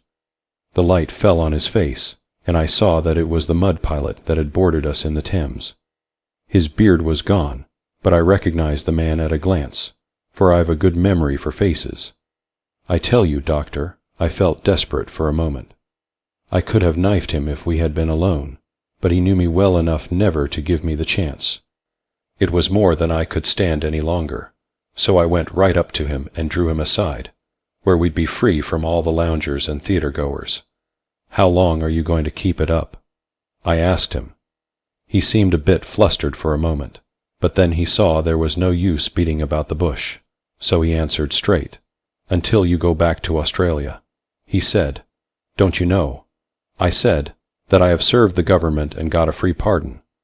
He grinned all over his ugly face when I said this. "We know all about you, Maloney," he answered.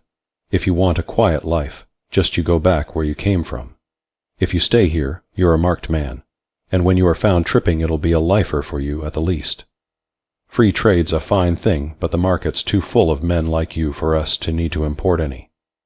It seemed to me that there was something in what he said, though he had a nasty way of putting it. For some days back I'd been feeling a sort of homesick. The ways of the people weren't my ways. They stared at me in the street, and if I dropped into a bar, they'd stop talking and edge away a bit, as if I was a wild beast. I'd sooner have had a pint of old stringybark, too, than a bucketful of their rot-gut liquors.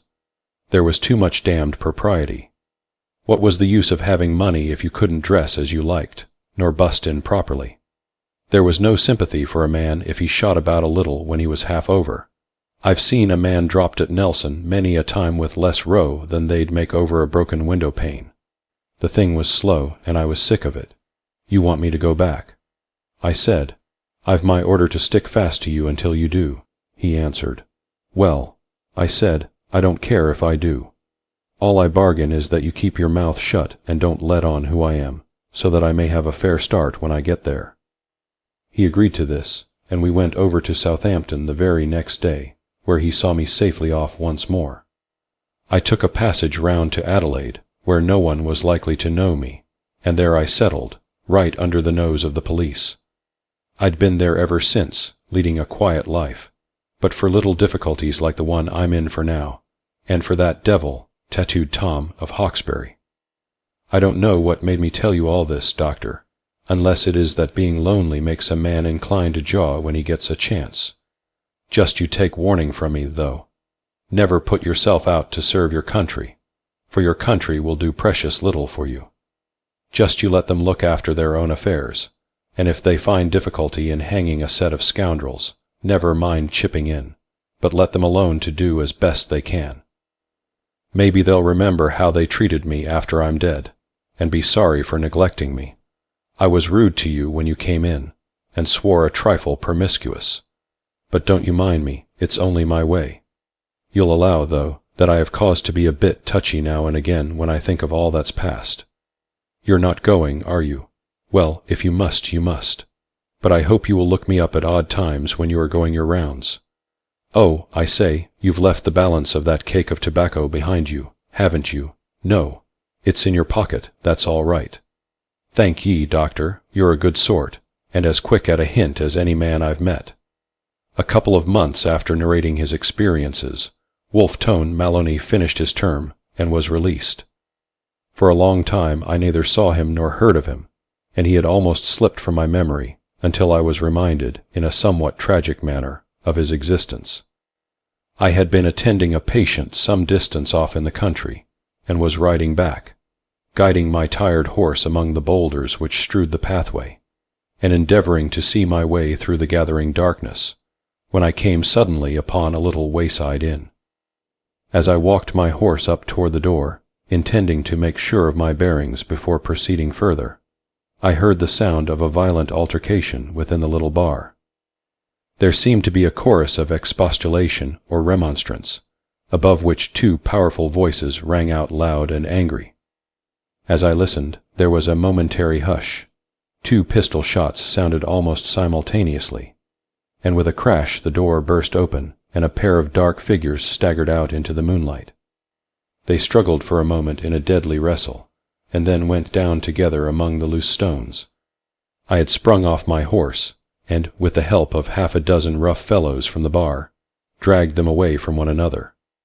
A glance was sufficient to convince me that one of them was dying fast. He was a thick-set burly fellow, with a determined cast of countenance. The blood was welling from a deep stab in his throat, and it was evident that an important artery had been divided.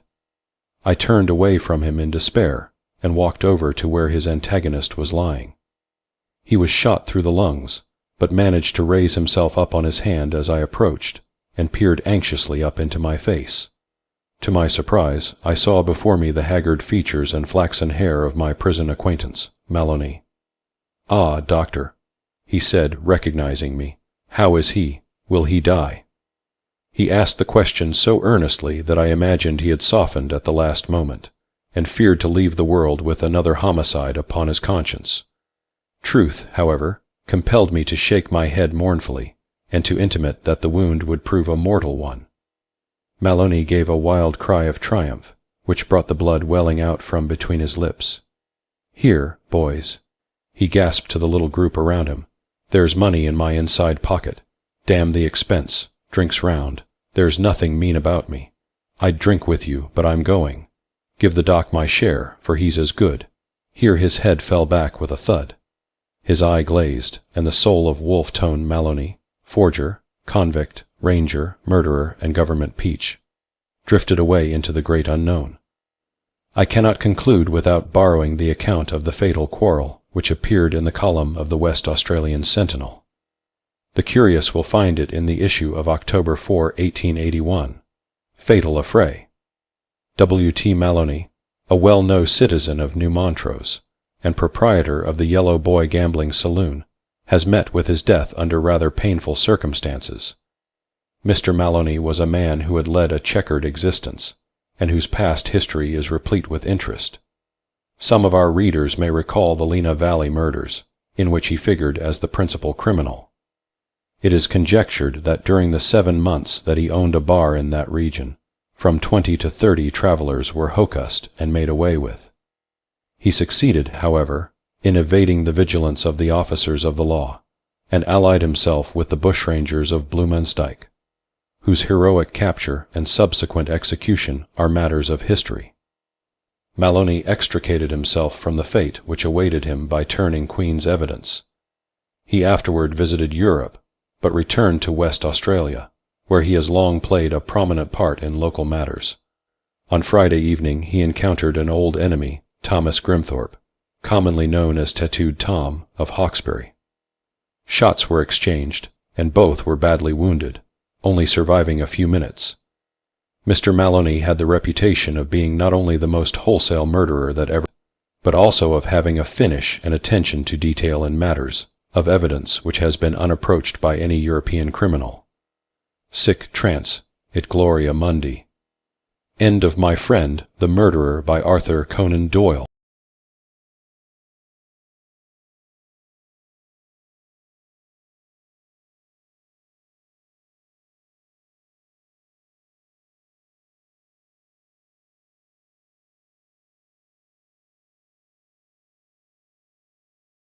The Man in the Black Mask by Harold Ward. Fitzt published in the Black Mask magazine, November 1920. Chapter 1.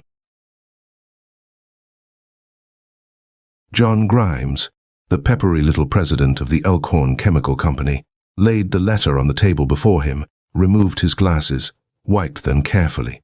then glared at the other members of the board of directors seated before him. "That is the latest sample of what I have been getting for the past 2 weeks, Mr. Larson," he said quietly. "We have postponed action until you arrived because, in my estimation, the threats are so different from those of the ordinary blackmailer that they warrant a more than superficial investigation." "Twaddle," interrupted weather-beaten old Slocum, the senior member of the board, with an angry snort. "The work of a crank," declared Innes, the company attorney, suavely. "It is a waste of time to read his letters."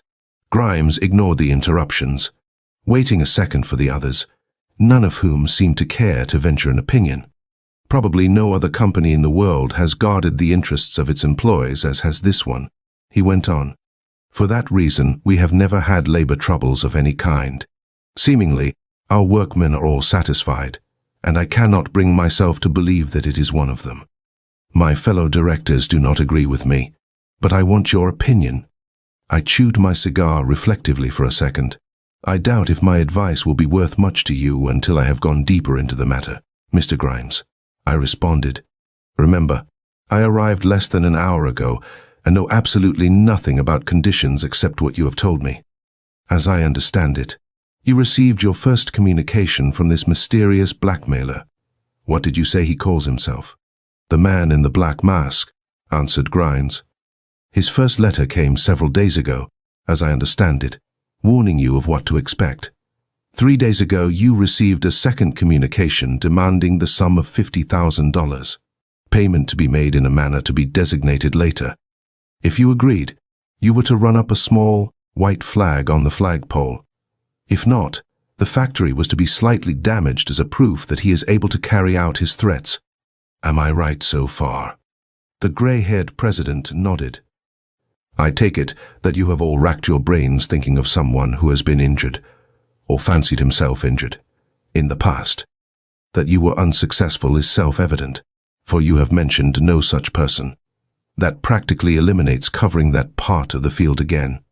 Not having raised the white flag, your mysterious enemy sends you the letter you have just read. Have there been any other communications?"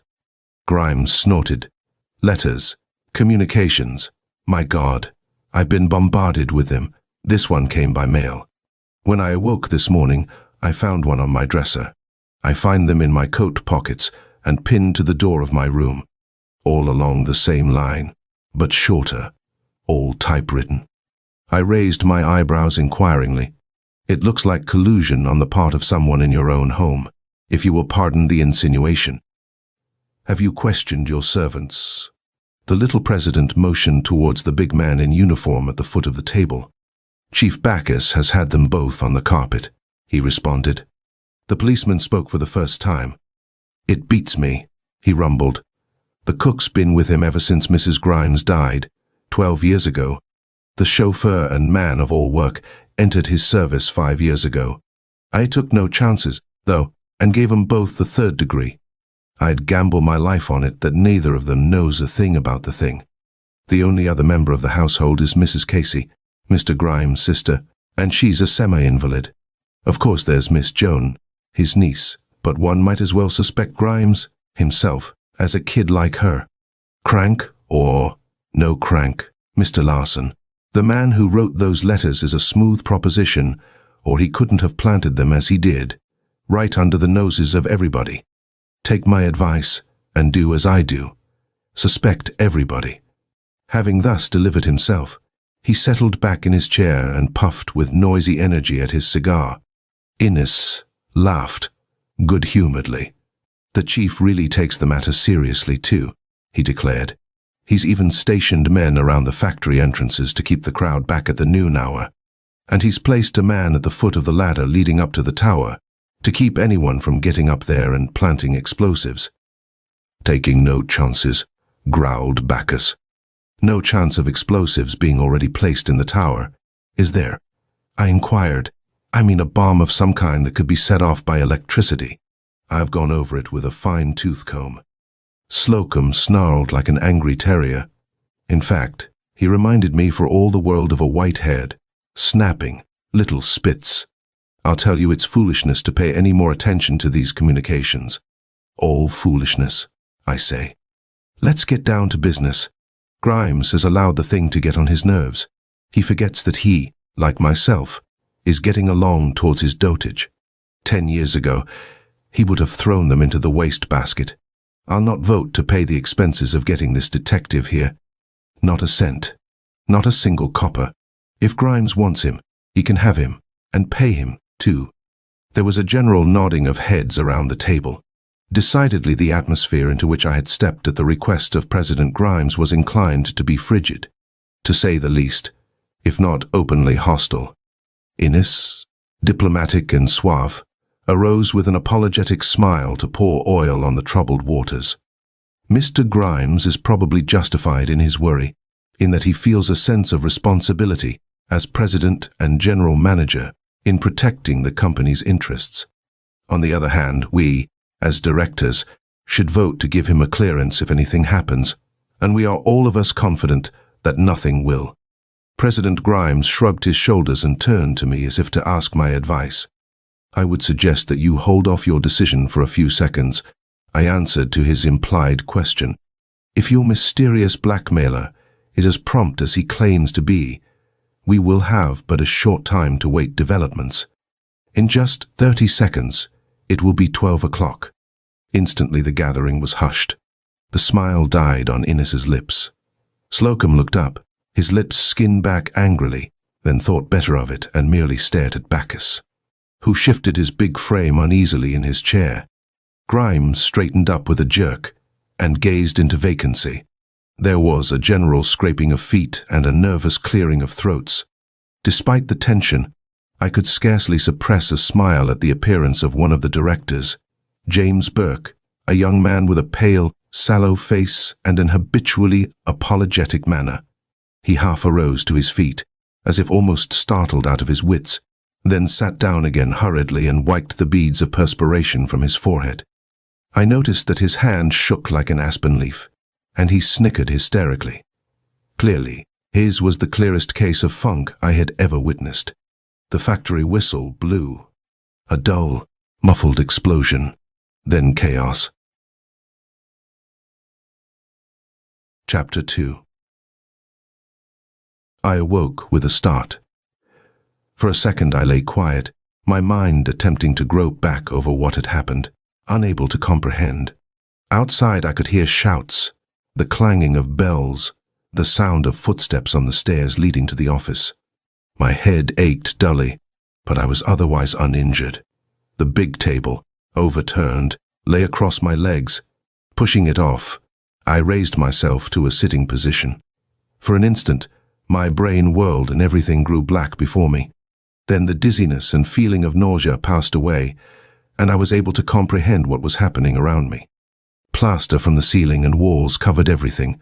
The air was filled with its thin, white dust. The pungent odor of explosives assailed my nostrils. Chairs were overturned. Books and papers lay scattered about the floor. Beside me lay Grimes, breathing heavily. Innes and Slocum were huddled together across the room, the latter bleeding from a small cut on the forehead.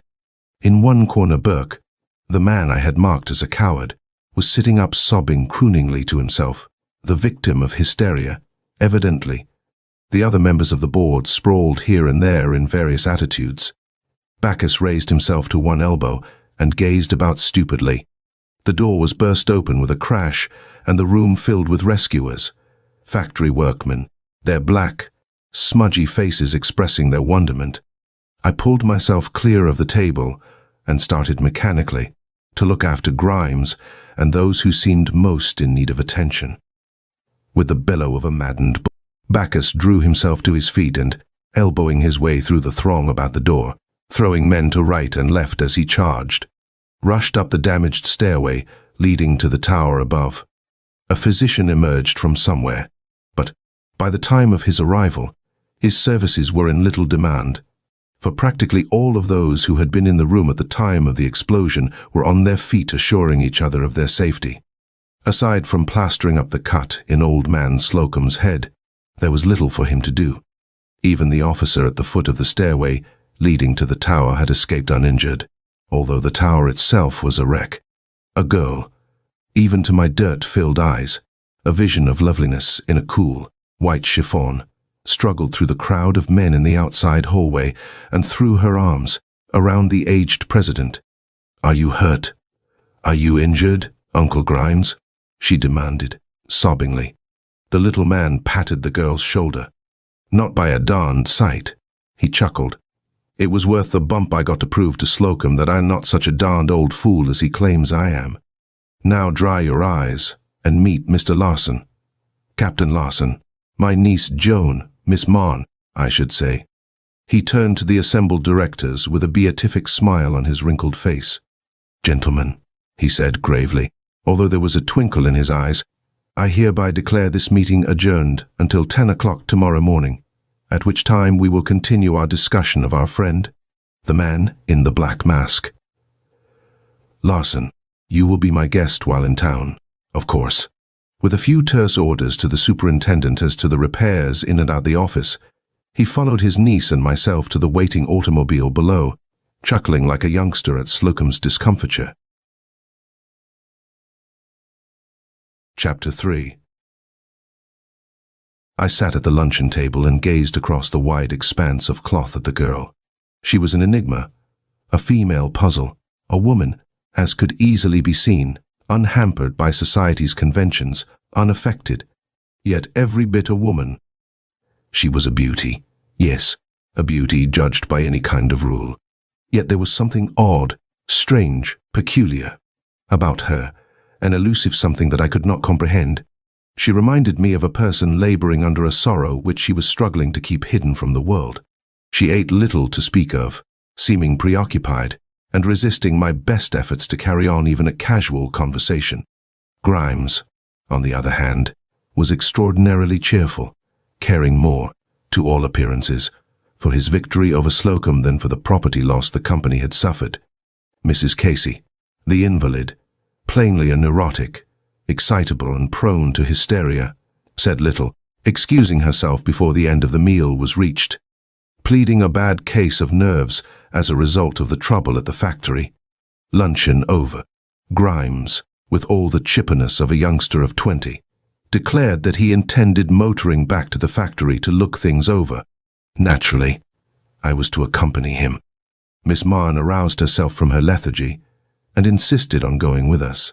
She excused herself and, before we had completed our cigars, she danced into the room again attired in a natty motoring costume, her abstraction gone and gay as a butterfly, taking the wheel herself. I took the front seat with her while Grimes lolled in the rear. Workmen had already completed the job of cleaning away the debris in the office. A truckload of gravel and a pile of bricks gave evidence that, despite the threats of the mysterious blackmailer to destroy the entire plant, it was Grimes's intention to rush repairs as rapidly as possible. As we climbed out of the machine, Bacchus, who had been standing in the background, his round, red face wearing a puzzled expression, stepped forward and greeted us. "Find anything new, Chief?" Grimes demanded. The big man looked about him cautiously, then motioning us to one side, produced from his pocket a small, thin, slightly bent piece of metal. He handed it to the little president without a word. Grimes looked at it with a puzzled expression, then passed it on to me. "I'm danged if I know what it is," he admitted. "How about you, Larson?" I gave the bit of metal a cursory examination, then handed it to Joan. "I think that the chief has struck oil the first shot," I replied. "In other words, that same piece of metal is a bit of the shell that kicked down your tower. Where did you find it, Chief?" "In the upper room just over the office," replied the officer. "It wasn't there this morning, for I made a personal inspection and locked the door myself before stationing Mitchell at the foot of the stairs." "Shell," jerked Grimes. "Nonsense." "Nevertheless," I reiterated, "your tower was blown up with some kind of a shell. You can't get away from the evidence." Bacchus wagged his head sagely as he replaced the metal in his pocket. I had already won him for a friend. I could readily see. "All right, we'll admit it's a shell. Then, for the sake of argument," Grimes responded. "That doesn't put us any closer to the solution of the puzzle." "On the contrary," I interrupted, "it does. It stands to reason as anyone who is acquainted with explosives will tell you, that the shell was of small caliber and filled with but very little high explosive. Else, the damage would have been greater. It was fired from somewhere, and by somebody, and from some sort of gun. Result, we have but to find where the shell came from, and we have your man in the black mask by the heels. As well look for a needle in a haystack. My opinion is that some sort of explosive was planted in the tower in spite of the chief's precautions, and detonated by electricity, possibly by wireless. I've heard of such things. Don't you think that more probable than the idea you and Bacchus have of some wonderful gun, and still more wonderful marksman? Not at all. Although my experience at the front taught me that, despite the high point of efficiency reached by the gunners, a direct hit is only scored accidentally, unless the range is almost point blank, I'll venture the assertion that the gun from which that shell was fired is located not over 2 miles away. In fact, a mile would be a closer guess. Bacchus agreed with me, for despite the fact that he was only a small-town policeman, he was no fool. The wizened president grinned sardonically. "You'll be telling me next that you can point out the place," he laughed. I'm almost tempted to say that I can. I looked around me for a second, then inquired, "By the way, where does this creek lead from?" Bacchus leaned forward excitedly. "By Ginger," he ejaculated. "You've hit it. They shot down the creek. They are located in the hills south of town. It's me to investigate." "On the contrary," I returned, "you'll do nothing of the sort, Chief. You're too well known. I am a stranger here, and my face is unfamiliar, probably, even to the leader of the mysterious band. Let me look over the ground first. I am likely to see things that might be hidden from you. It's my business to search for the hidden things. But it's my place." "Larson's right," interrupted Grimes. "A stranger is much more likely to succeed than a person so well known as yourself. But," I clapped the big officer on the shoulder, "I know just how you feel, Chief. But I'll promise to make no move until I've informed you. That is if I find anything suspicious. You can make the arrests and get the credit." "All right, and good luck," he answered. "Meanwhile, I'll scout around here and see what else I can pick up. I suppose that you'll start right away." "This very minute." "Just a second," Grimes exclaimed. "For all we know, there may be spies lurking about.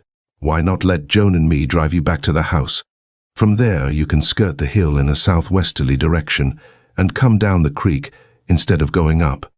Such a move would divert suspicion." "You're right," I answered, while the chief nodded a grudging assent. "Let us get busy at once. That is, if you are through here, Mr. Grimes." The little president proved himself a man of action by calling to Joan and hastily climbing back into the machine. 10 minutes later, we were at home. "Do you start immediately?" inquired Joan, who, up to this time, had taken no part in the conversation, although she had been an interested listener. "As soon as I have secured my revolver from my grip." She accompanied me into the house, Grimes preferring to wait on the veranda, stating that he would go with me a short distance to show me the general lay of the land. As we reached the seclusion of the hallway, Joan turned to me, a look of worry on her sweet face. "Please don't go," she whispered, lowering her voice purposely to keep her uncle from hearing. I was astonished both by her tone and the words. "I don't understand," I returned. She seemed at a loss for words. I have a feeling that you will get into trouble," she finally replied, laying her hand on my arm. I laughed. I've been doing that all my life. The worst I ever got was a dose of tear gas, overseas. Haven't you got any better reason than that? Only a woman's intuition, a woman's reason. She smiled. "In other words, I don't want you to go, because, that's all I can tell you, because I'm afraid that it will have to be a better reason than that to keep me from going." I laughed. "Your uncle hired me to run this thing down. I'm drawing a salary from him, and the quicker I earn my salt, the better."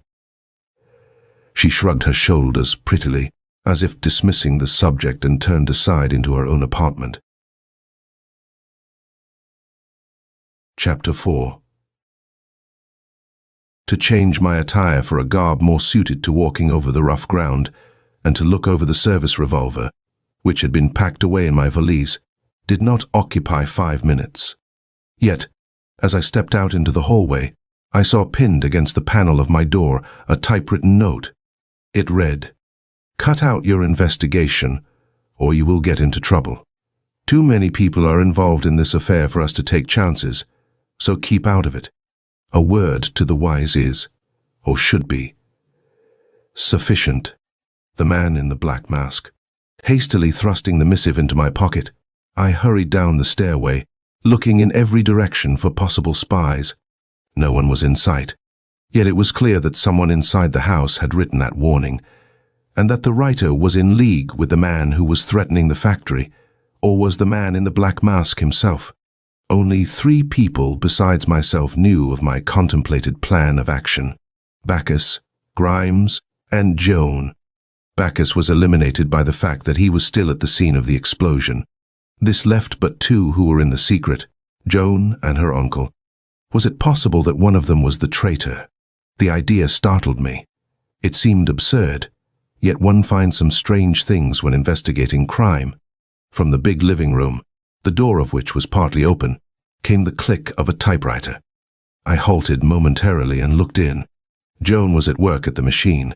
She looked up and smiled as she saw me.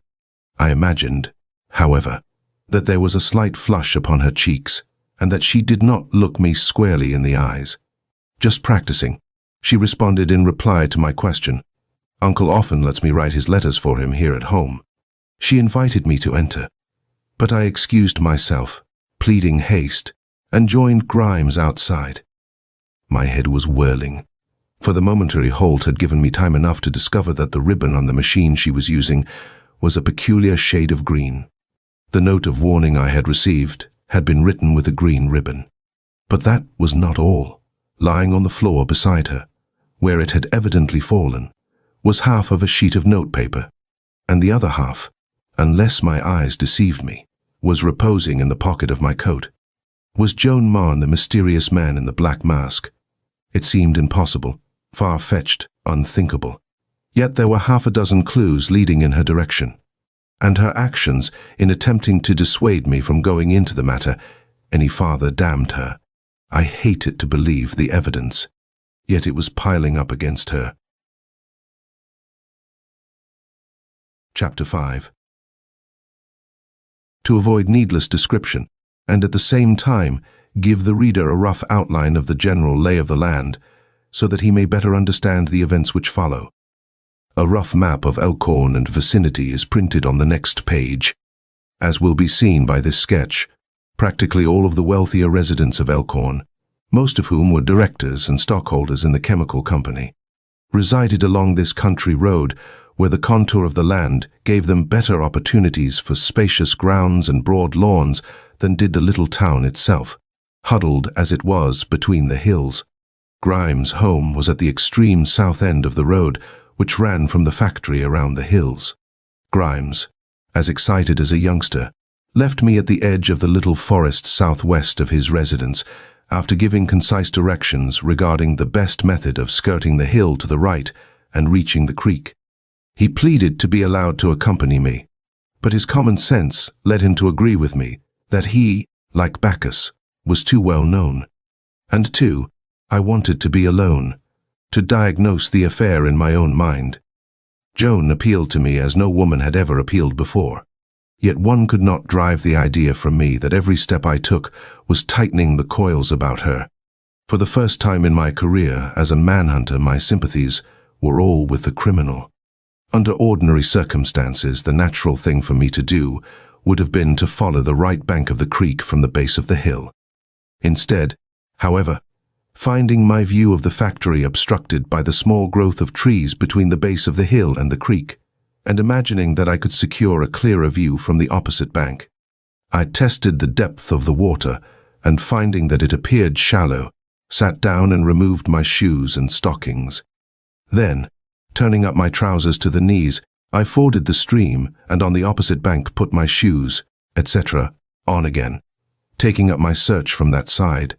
It was approximately 2 o'clock when I left Grimes at the edge of the forest and nearly 2 hours later when I found myself in the gully between the two hills just opposite the swamp in the rear of the little president's residence.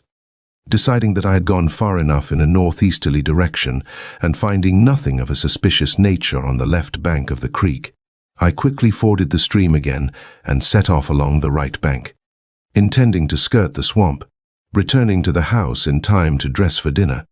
Suddenly, I noticed a suspicious movement in a clump of bushes near the edge of the wooded hill. I stopped short, then dropped on hands and knees, intending to creep forward and investigate. As I did so, a report came from the brush, and a bullet whistled past my head. Had I been a tenth of a second later, my life would probably have paid the penalty.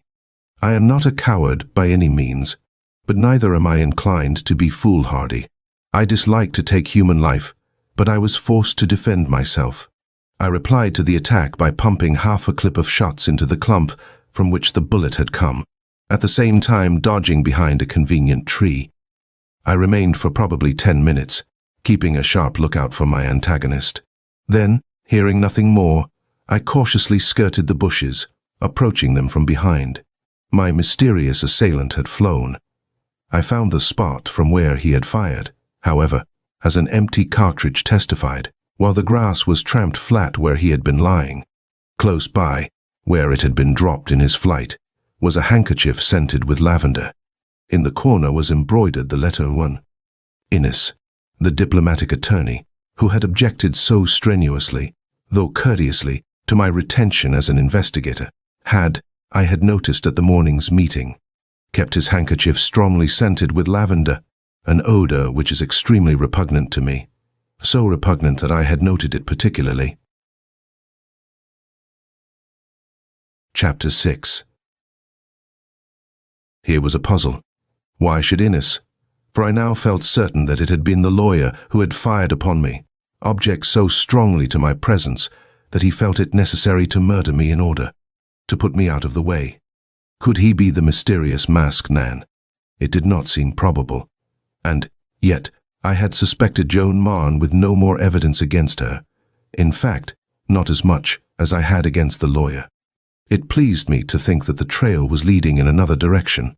Anybody but Joan, I felt. Evidently the note pinned to my door had told the truth. There were too many people mixed up in the case to take any chances. The band led by the masked mystery would not stop even at murder in order to carry out their ends. Clearly, it was up to me to move cautiously. There was something decidedly rotten in Denmark. Something was going on of which the little president was not informed. The affair, rather than being as simple as I had at first believed, was rapidly assuming complications of gigantic proportions. Every time I turned around, I bumped into some new piece of evidence. There was too much of it.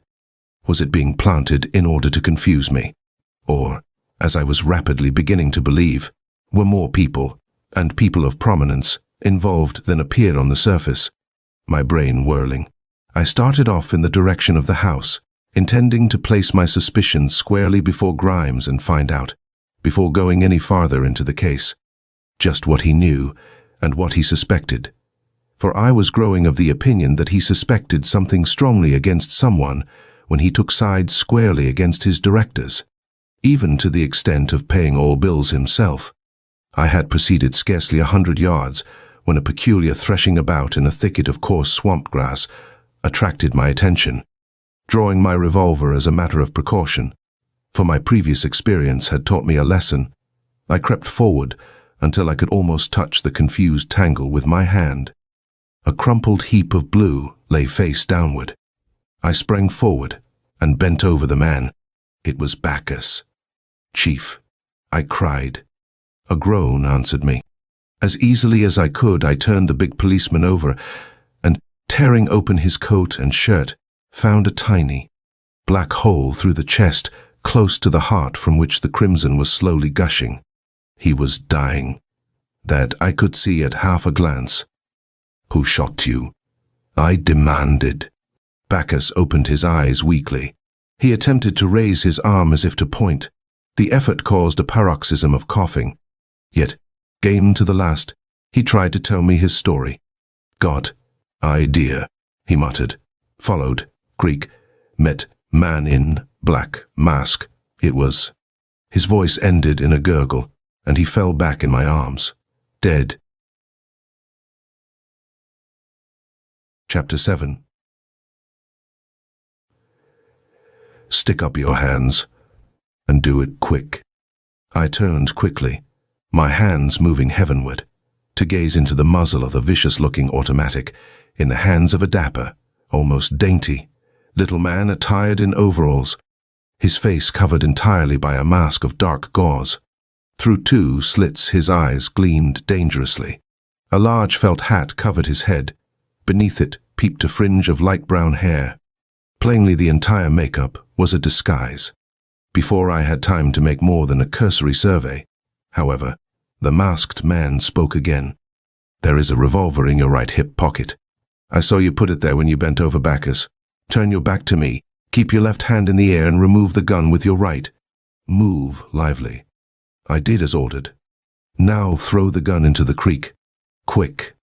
With a light splash, the weapon struck the water a dozen paces away. Now turn to your left and go ahead, and keep your hands up. A walk of possibly 100 yards brought us to the edge of the swamp. In response to my captor's curt command, I again swung to the left, and, a moment later, found myself staring into the mouth of a cave.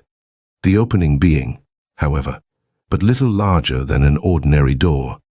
I passed through the gloomy entrance into the darkened interior, my captor following close behind. There was a sharp click, and a huge stone slid almost noiselessly across the opening, closing it completely. It was as neat a piece of camouflage as I have ever gazed upon, and I viewed the work of the best artists in the world, overseas. In fact, so cleverly was the hillside disguised that one might pass within a dozen feet of the opening, and, unless he knew the secret, never observe it. Even portholes were cut in the rock, blocked by heavy pieces of stone cut to fit, and removable from the inside, yet so covered as to be indistinguishable to the passerby. I am confident that, had occasion demanded, the fortress, for a fortress was really what it was, would have withstood any ordinary assault except the fire of heavy guns. Another click, and the cavern was a blaze of light from a dozen or more electric bulbs suspended from the ceiling. The floor was of clean, white sand, while the walls, as my later observation showed, were of the peculiar sandstone out of which the cave was hewed. A dark-faced man, asleep on an army cot in a distant corner, leaped to his feet, rubbing his eyes. From around a projection, one of the walls, stepped a rough-looking fellow armed with a modern rifle. Recognizing the man in the mask, he stopped short and allowed the weapon to slide slowly through his fingers until the butt rested on the floor, gazing at me quizzically. This the chap who was doing the snooping around. Governor? He inquired. One of them, snapped the masked man. The other is, lying outside in the gully. Did you kill him? The leader snarled like an angry dog. It's none of your business.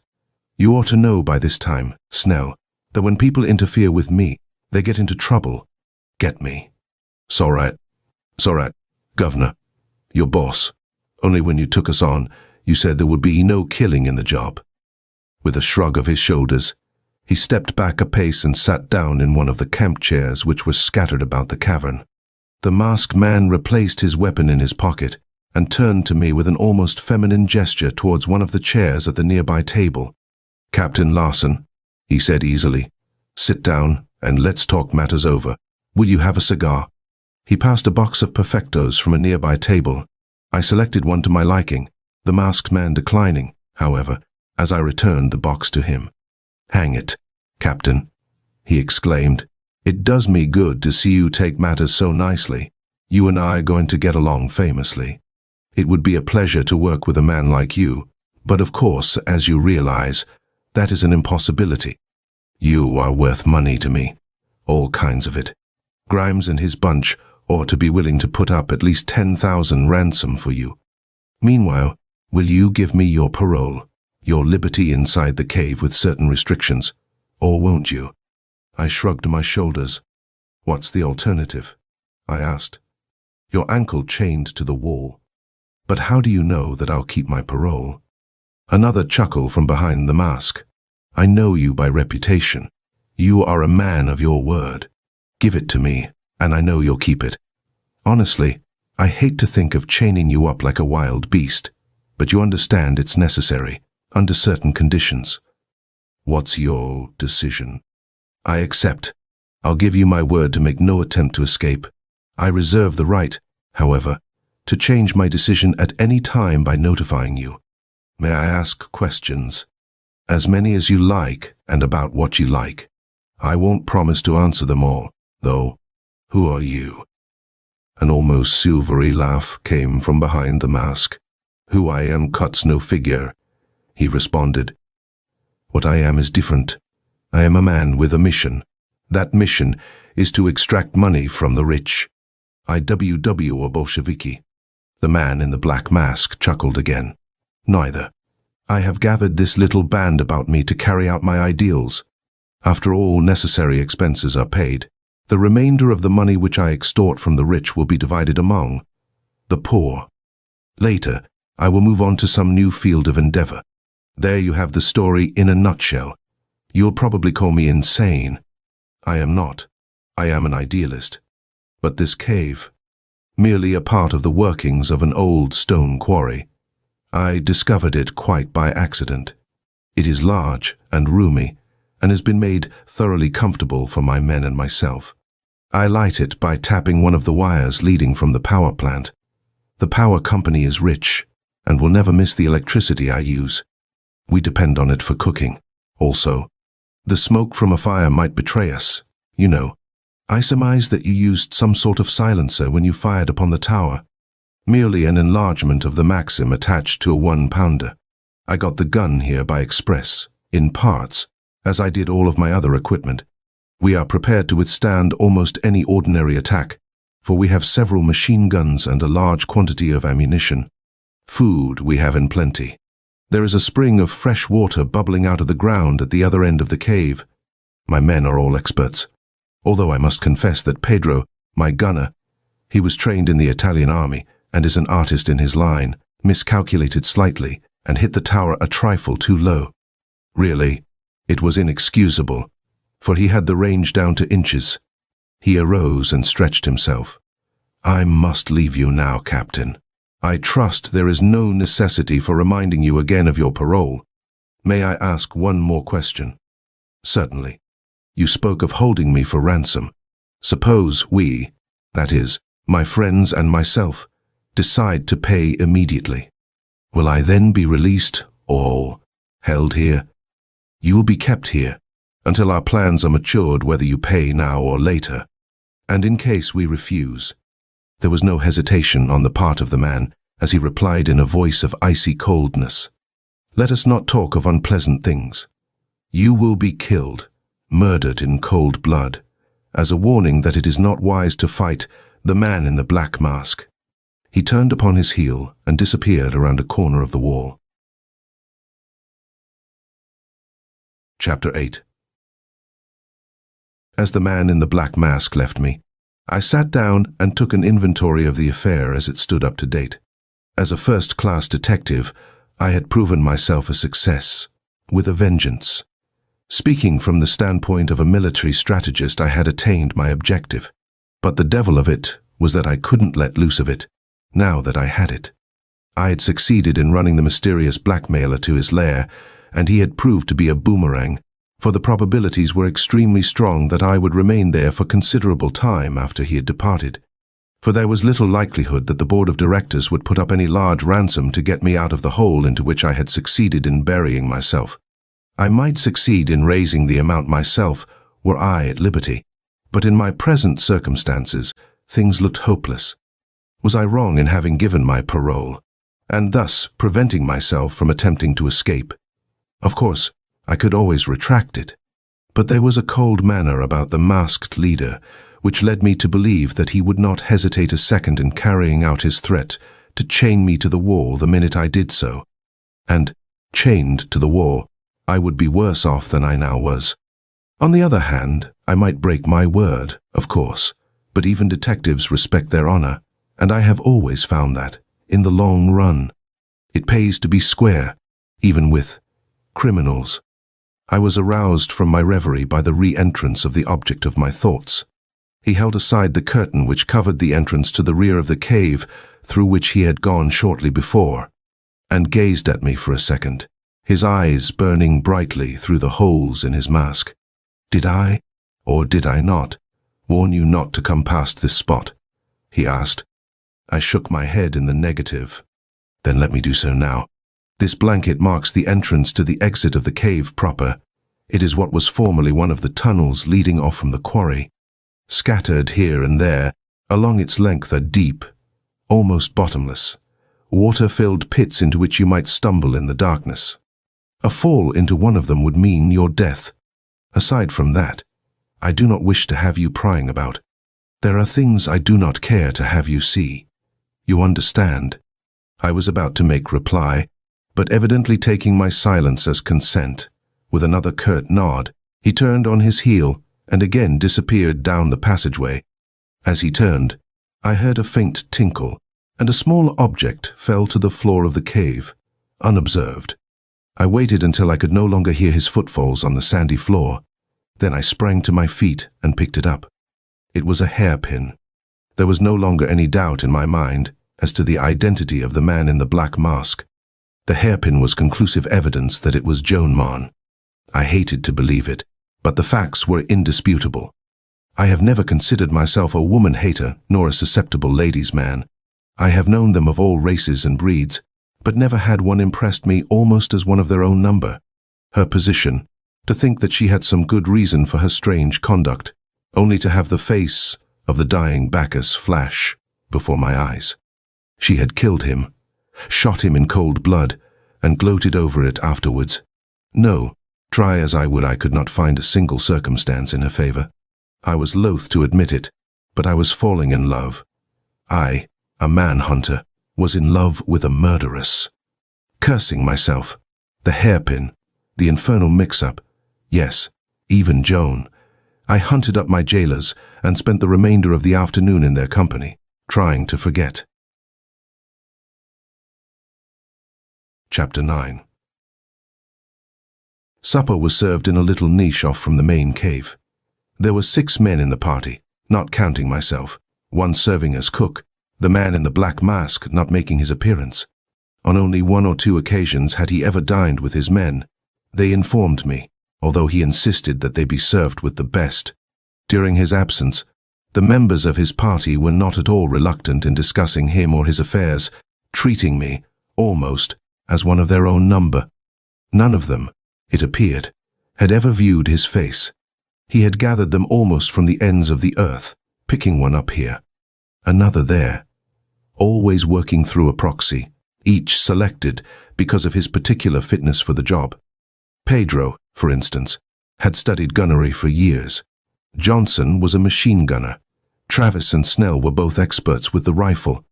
McGinnis was Pedro's assistant and a gunner of extraordinary ability himself, while Jenkins, the Negro chef, was known, so he informed me, from one end of the country to the other, as the best cook in the American Expeditionary Forces.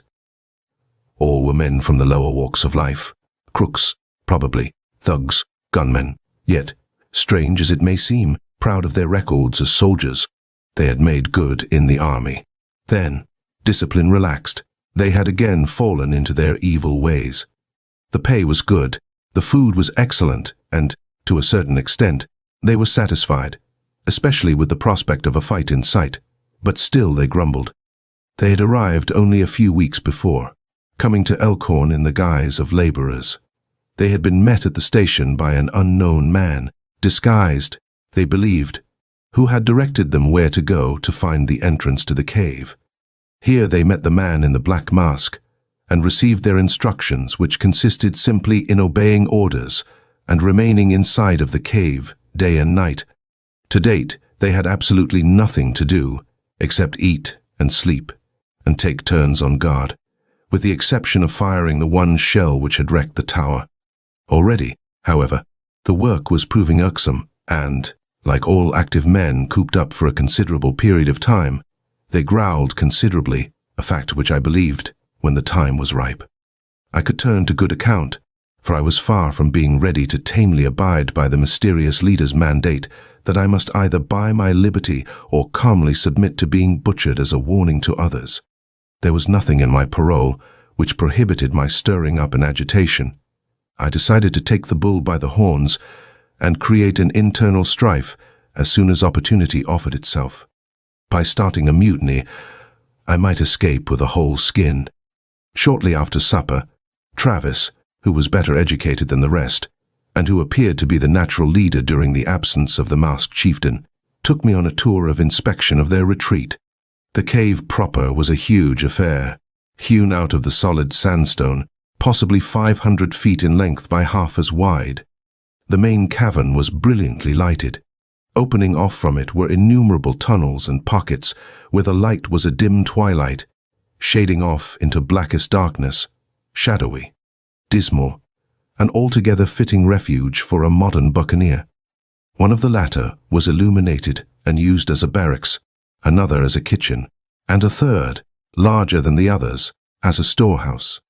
Judging from the numerous boxes piled in the interior, the masked leader evidently expected his occupancy to be a long one. Where their mysterious chieftain kept himself, none of them knew.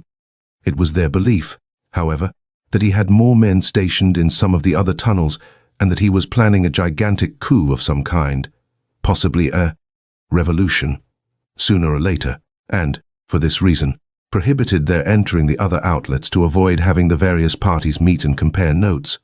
He appeared only at intervals, coming without warning and often disappearing for a day or two at a time. They were paid, however, not to ask questions and asked none, although they were perfectly willing to answer anything that I might ask, and were willing to speculate as much as myself as to the identity of their mysterious leader. Our trip of inspection over, Travis and I returned to the others, when suddenly the curtain which marked the entrance to the tunnel used by the masked man parted, and he appeared before us. He nodded curtly to me, and asked me to step aside for a second. "Larson," he said jerkily, almost nervously I thought, "they have discovered Bacchus's body and are raising the devil. Things are getting more complicated all the time. What are we going to do?" "Indeed," I smiled. "You hardly thought that as big a thing as the murder of the chief of police would pass unnoticed, did you? You should have realized that before you killed him." He nodded his head grimly. "It's awful, awful," he muttered. Then he stopped suddenly. "I forgot," he murmured. "You are in no position to give advice, nor I to ask it. I must work out my own salvation, mine and—" He was about to turn away, hesitated, then again addressed me. He said, "You can believe me or not. Probably you won't. But I did not kill Bacchus, nor was I present when he met his death. Would to God I had been, and I might have prevented it." His agitation, as well as his words, puzzled me. I noticed that his hand was shaking as he reached out mechanically and selected a cigar from the box which stood on the table. Striking a match, he applied the flame to the end. As he did so, I made a discovery which almost brought me to my feet with a jerk. By the light of the match, I noticed a small scar in the palm of his hand. That morning, I had noticed a similar scar on the palm of John Grimes, president of the Elkhorn Chemical Company. The man in the black mask was not Joan Marne, but her uncle. John Grimes, the man who had hired me, was the traitor who had betrayed his colleagues, the murderer of Henry Bacchus. But was he? A short time before he had declined a cigar with the statement that he did not smoke. Now he was smoking. And what about the hairpin I had found? The case had me baffled. It was growing more complex every minute. Who was the man in the black mask? Chapter 10. I spent an uneventful night with my guard, Travis, who, as I have said, seemed to be in charge, taking me at my word and paying no attention to me, except to assign me to a bunk. A guard, however, was posted, not on my account, but, as my jailer informed me, at the orders of the man in the black mask, who had insisted that a sentinel be maintained at all hours of the day and night to ward against a possible surprise. This routine had been maintained, ever since they had occupied the cave. I slept little during the early part of the night, however. There was constantly revolving through my mind the question of who the mysterious leader was, if he was a man. There was enough evidence against Innes, Grimes, and Joan to have convicted any one of them before an average jury. That was the trouble. There was too much evidence. The more I studied over the situation, the more I was convinced that there was a flaw in my reasoning somewhere. One of the three was guilty. But which? Finally, I dropped off into a troubled sleep. The last thing I was conscious of being a vague remembrance of an argument between McGinnis and Snell over the game of whist in which they were engaged. I awakened with a start. Travis was shaking me. As I opened my eyes, he studied my face for a second, then turned away. "It's a cinch that you ain't faking," he remarked. "Faking? What do you mean?" I asked. "Sleep," he replied laconically. McGinnis disappeared while he was on guard, and the old man's going to be raising merry hell before long. Thought maybe you had a hand in it. Might have taken advantage of my decency to you and done for him during the night. "I'll swear that I haven't left my bunk since I went to bed," I exclaimed. I was about to continue my explanations when I was interrupted by a shout from the other end of the cavern. Travis hurried away on the run. Slipping into my trousers and shoes, I followed as speedily as I could. As I turned the corner and entered the main cavern, I met Jenkins. The big Negro's face was ashen. He was trembling like a man with the ague. "They found him," he exclaimed. "Lordy, Lordy, he's awful. The big boss am certainly guy to raise the devil." "Where did they find him?" I asked. "In the main cavern, deader'n a herring, all chopped to pieces." And still wailing, he hurried back to the pots and pans of his kitchen. As I approached the little group under the electric light, the man in the black mask looked up at me. "Bad work. Here, Larson, bad work," he exclaimed. "I am safe in presuming that you had no hand in it, am I not? Do I look or act like a murderer?" I demanded, angrily. "If you think I'm up to such tricks, why don't you lock me up?" He was about to reply when Travis leaped into the gap. "I'll vouch for Larson, Governor," he answered. "He was sleeping like a baby when I woke him up this morning." The masked man turned upon Snell. "What's this I hear about bad blood between you and McGinnis last night?" he snapped. "It's true, Governor, it's true," answered the gunman. "We made it up, though, and parted good friends. God Almighty, I wouldn't croak a pal, even if I did have a chewin' match with him." "That's all right," interposed Pedro. "I watched a scrap. They forgetta their troubles and quita friends. McGinnis, he sleeper with me. Get her up and go on a guard when Travis wake him. Travis, he cornea to bed. All while Snell, he sleeper sound." I stooped over and examined the dead man. It was as Jenkins had said. He had been literally hacked to pieces. Even his hands and face had been cut and slashed in 100 places.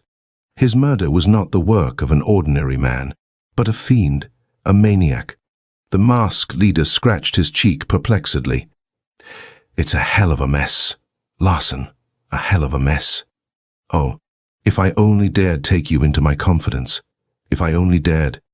As he made the gesture, my glance involuntarily strayed to his hand. On the palm was the peculiar scar I had noticed the night before. There was no longer any doubt in my mind. The masked chieftain of the blackmailing crew was John Grimes. Joan and the attorney were exonerated. Chapter 11. In order to give the reader a more complete understanding of the strange events with which I had to deal, allow me to digress for an instant and quote from my diary, which was written at the time, and in which I jotted down each item as it occurred in order to refresh my memory, in case I ever managed to escape and the matter ever came to trial. The man in the black mask becomes a more and more perplexing character to me every hour, I wrote. I am certain that he is Grimes, and I am growing of the opinion, the longer I observe him, that the weazened president of the Elkhorn Chemical Company is a veritable Dr. Jekyll and Mr. Hyde. I cannot understand him. For instance, this morning when I first observed him standing beside the body of McGinnis, He appeared nervous and overwrought. His walk was that of an old man. While I was kneeling down and examining the body, he disappeared into one of the dark, gloomy tunnels, muttering to himself. Whether he is a drug addict or not is a question. I only know that when he reappeared some 15 or 20 minutes later, he was a new man in actions and appearance. His step was elastic, and his whole manner again that of the natural leader. His eyes sparkled like coals of fire through the slits in his mask. And, strange to relate, he appeared to have forgotten the entire incident. Stepping up to where we were standing about the body, he looked down at the battered remnant of what had been McGinnis and demanded gruffly of Travis, "Well, what the hell's happened now?" Travis looked at him queerly, then, with a shrug of his broad shoulders, informed him that there had been nothing of interest transpired since he left. "Since I left," he snarled. "Hell's bells, I haven't been here before. Explain yourself. Don't stand there and try to make a monkey out of me." Naturally, Travis, as well as the rest of us, was somewhat perplexed. For a second, he attempted to argue with his leader, but met with another angry rebuff. Seeing that he was getting nowhere, he finally shut up like a clam, refusing to say another word in spite of the others' abuse. I could see, too, that the others were growing angry at the masked leader's churlishness towards their comrade, for Travis was popular with all. Finally, however, in response to his chief's demand, he went over the entire matter again. When Travis had finished his tale, the masked man ordered the mutilated body prepared for burial, giving his loud-voiced commands in so callous a manner that even the case-hardened renegades under his command, thugs and dregs of humanity though they are, were shocked. "We'll plant him outside after dark tonight," he ended. He was no good, anyway. Then, giving a number of sharp orders to his piratical crew, he asked me to walk a short distance down the cave with him. "Have you got any theories as to who might have killed him?" he demanded. "You're a detective and chance to be on the ground, as it were, at the time of the killing. Show me that you're worth your salt. Deliver the murderer to me, and I'll reduce your ransom 1,000. I'd like to see one of you high-priced detectives at work." I shook my head, and with a sneering remark regarding my ability, he turned the subject by informing me that the body of Bacchus had been taken away, and hell was to pay. "It'll teach them that I'm not the sort of man to be played with," he chuckled. "Tomorrow I'll give them another surprise when Pedro knocks a second chunk off the factory with his 1-pounder. Perhaps by that time they will awake to the fact that I mean business. If they don't kick in, I'll knock the devil out of things the next time." I debated with myself for a second. Then, taking the bull by the horns, I turned upon him suddenly. "Why this masquerading, Mr. Grimes?" I asked. "What was your idea in getting me here on this case? Only to capture me and keep me a prisoner. I am a poor man, and you know it. I cannot pay the ransom you demand. And why are you robbing your colleagues and yourself?" I got no further, for he interrupted me by bursting into laughter. "Grimes, Grimes," he chortled. "You think that I am old man Grimes? By the Almighty. That's good." And still laughing to himself, he disappeared behind the curtain. But that is not all. The affair is growing more puzzling every minute. I am more convinced than ever that he is insane, or a drug fiend. For hardly had he disappeared, before he returned, his entire manner changed, his body shaking nervously. Once more he was the feeble old man, or the hysterical woman. Without a word, he strode across the cave to the bruised and mutilated body of McGinnis and stood for a second, looking down at it. His shoulders hunched, his entire attitude that of great sorrow and dejection. Then he turned on his heel and walked away. As he disappeared behind the curtain, I will swear that I heard him sobbing. Yes, crying like a woman. And, what is more, I am certain that I heard him murmur as he went down the passageway. Murder. Murder. A second murder. First Bacchus, and now this poor, misguided creature. Great God in heaven. Will it never end? Can this be the man who, not 10 minutes before, brutally jested as he looked upon the cold, dead clay that had done his bidding? It is beyond me. Chapter 12. Shortly after writing the above, I talked the matter over with Travis. He concurred with me fully that something was strangely amiss with the man. He, however, did not agree with me that the masked leader was a drug addict, being more of the opinion that he was insane. He stated that he, as well as the others, had noticed other eccentricities on the part of their chief, but never so marked as on the occasion just referred to. The day passed uneventfully, my guards whiling the time away playing cards, smoking and sleeping. There was nothing else for them to do, and, like myself, the time hung heavily on their hands. Meanwhile, I seized upon this as a good time to spread my seeds of discord, using the masked man's peculiarities as a basis on which to work. They said little, but I could see that the seed was not sown on unfertile ground, for never is a man so ripe for dissension and mutiny as when his mind is unoccupied. In this, the masked mystery showed the one big mistake in his leadership. He did not give his men enough work.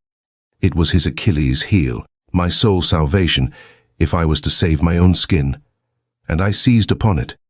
The man in the black mask failed to show himself until shortly after dusk, when, just as we had completed our supper, he suddenly made his appearance and brusquely ordered Johnson and Snell to dig a shallow grave on the hillside. They were about to comply when he turned upon Jenkins, who was whetting a carving knife, preparatory to cutting some bacon for breakfast. "Jenkins," he snapped, "what did you knife Mac for? No lying. Tell me the truth." The big Negro dropped his work suddenly, his face taking on a grayish tinge. The perspiration came out on his forehead in great beads. He shook like a leaf, the cigarette he was smoking dropping from his thick lips. "For the Lord, sir, I didn't do it," he responded. The leader's eyes glistened through the slits in his mask as he took a step closer to the colored man. He reminded me of a snake about to strike. I could see the men's faces grow tense, yet so strong was his command over them that not a word was spoken. "You lie, damn you," he snarled at the Negro. "I've been doing a little investigating. I've found the place where he was killed. Your tracks are there in the sand. I know that they are yours, for I've compared them with measurements. Let me tell you something, you skunk," he went on, shaking his finger under the black's nose. "You attempted to sneak up the passageway last night in an effort to find where I went to. You disobeyed orders in so doing. You wanted to turn state's evidence, if occasion ever demanded. McGinnis saw you and followed. He was an honest man, even if he was a crook. He overtook you and accused you of trying to spy on me. You turned on him, and, in the fight which followed, you went after him with your razor. When you had him down, you finished him with your knife. He was unarmed and stood no show. It's all written there in the sand as plainly as if I'd seen you do it." Before he could continue, the big black was upon him, knife upraised, bellowing like a maniac.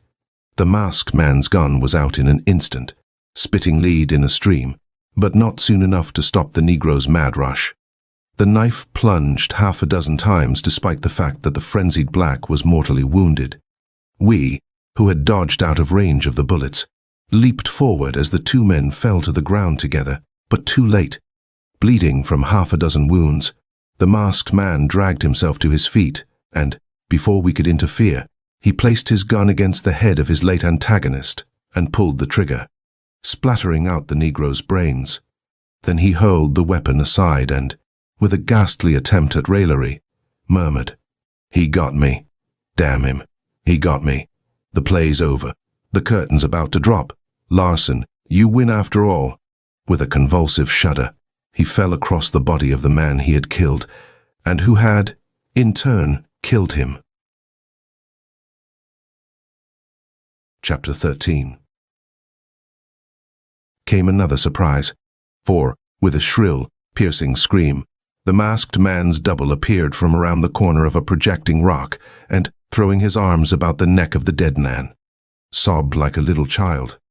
We were petrified with astonishment, and, at the same instant, from the tunnel behind the curtain, emerged a similar form. He dashed into the group. Then, as he saw his two doubles, he stepped back, too astonished for the instant for utterance. My God, is she dead? He whispered, huskily. He jerked the mask from his face and disclosed the wrinkled visage of President John Grimes. Quick, men, he snapped. For her sake, for the sake of Joan, I'll save you. Scatter down the tunnels. Hide yourselves somewhere, anywhere. They're coming. The officers. Someone has betrayed you. The cave is surrounded.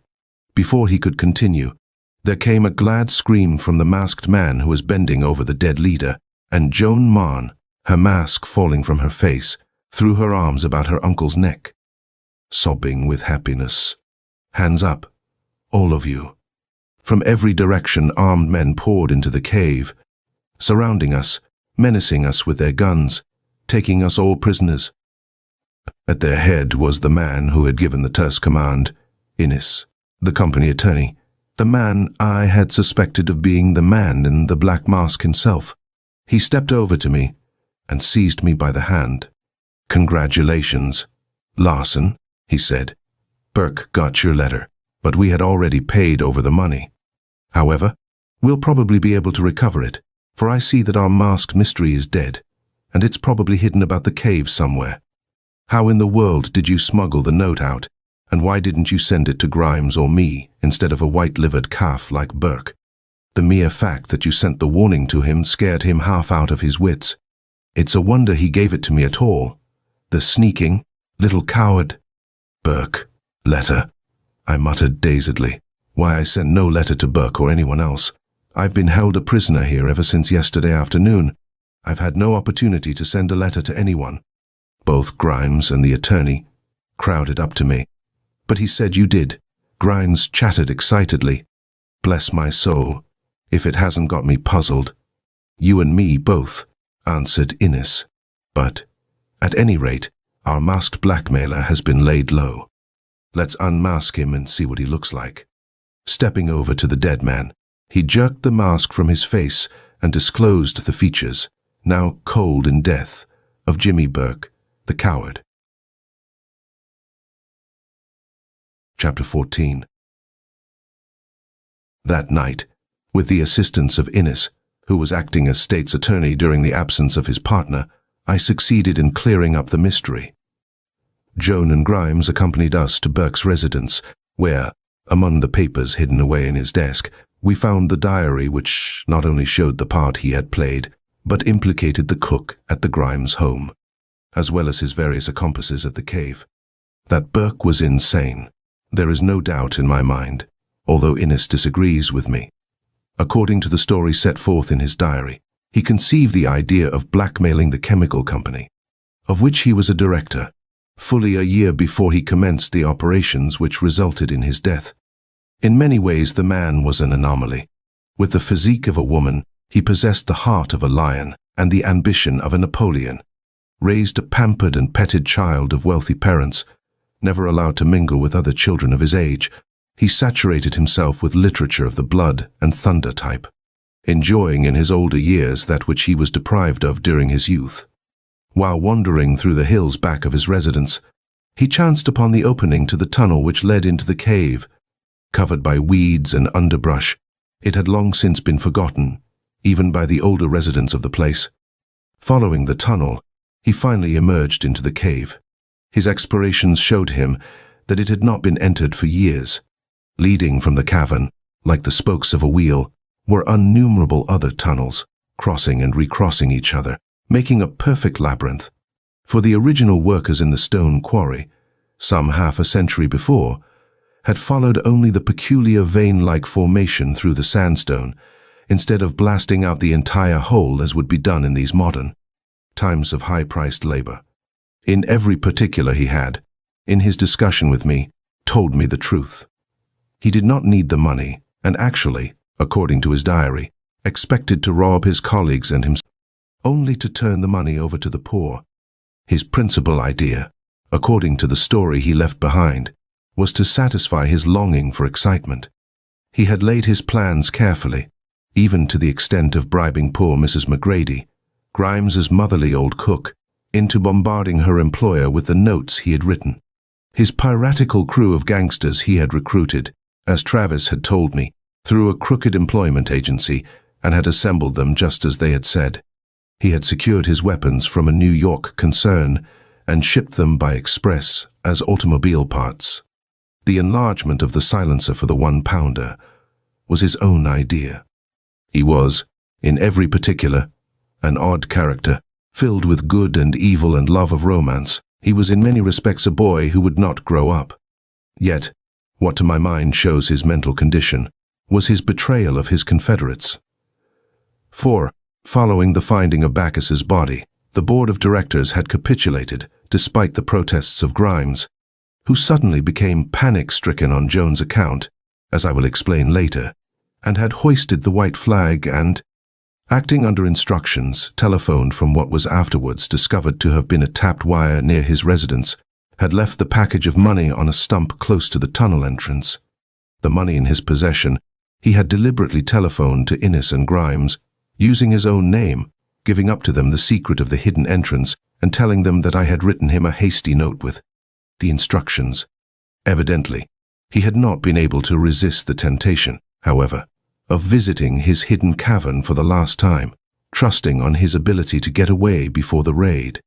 That he was an actor of extraordinary power was demonstrated by his ability to assume the two characters, the role of coward before his fellow board members and the gruff, sharp-toned leader in front of his men.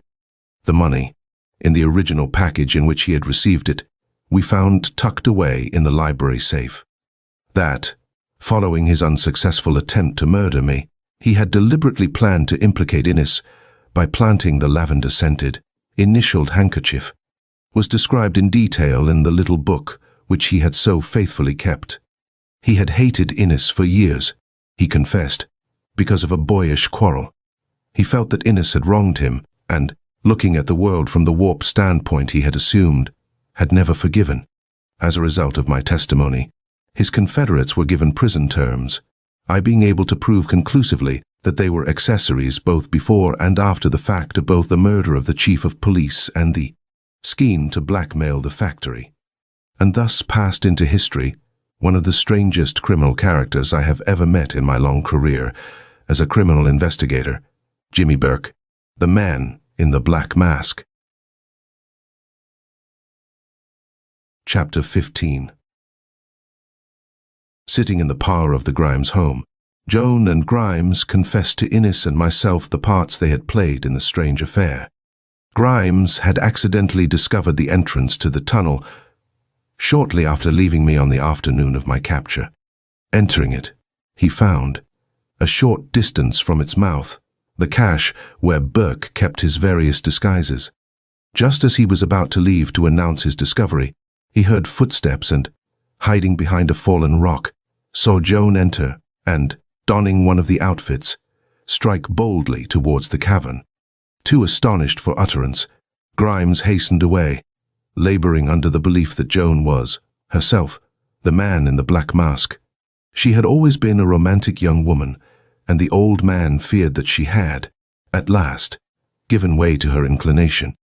Later, watching his opportunity, he had made several visits to the cavern. As for Joan's part in the affair, it was purely accidental. Like all women, she imagined that she possessed detective ability and, because of Grimes' odd actions, due to worry, she had formed the conclusion that he was in financial straits and was, himself, the mysterious blackmailer. As a child, she had played in the old tunnel. She remembered it now and shrewdly deduced it as the entrance to the hiding place of the man in the black mask.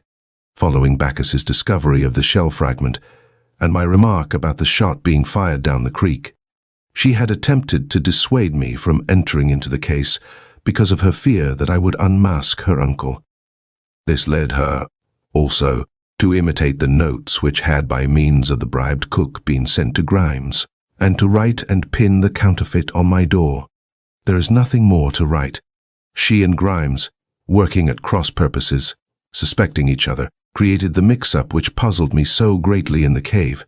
Oddly enough, they never chanced to meet nor to encounter Burke because of the numerous tunnels through which they entered, after leaving the main one. Chapter 16. My work was finished. My fee had been paid. I was ready to go back, and yet I lingered at the invitation of John Grimes. For something stronger than the desire for a vacation held me in Elkhorn. Yet, after a week had passed, I felt that I was no closer to my heart's desire than I had been the first day I met her.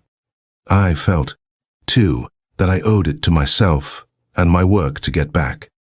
I announced my decision to Joan one evening, as we stood under the moon close to the vine-covered arbor.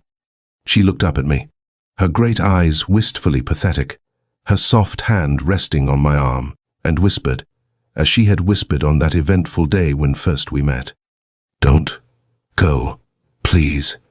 I smiled as I demanded her reason for asking me to remain. It was the same, a woman's reason, always the one little word. Because I felt the indefinable warmth and fragrance from her. I saw the faint blush that swept over her face. Then my arms were around her, and the reader must guess the rest. My wife swears that she forced me to propose. I am president and general manager of the Elkhorn Chemical Company now. President Grimes resigned 6 months ago.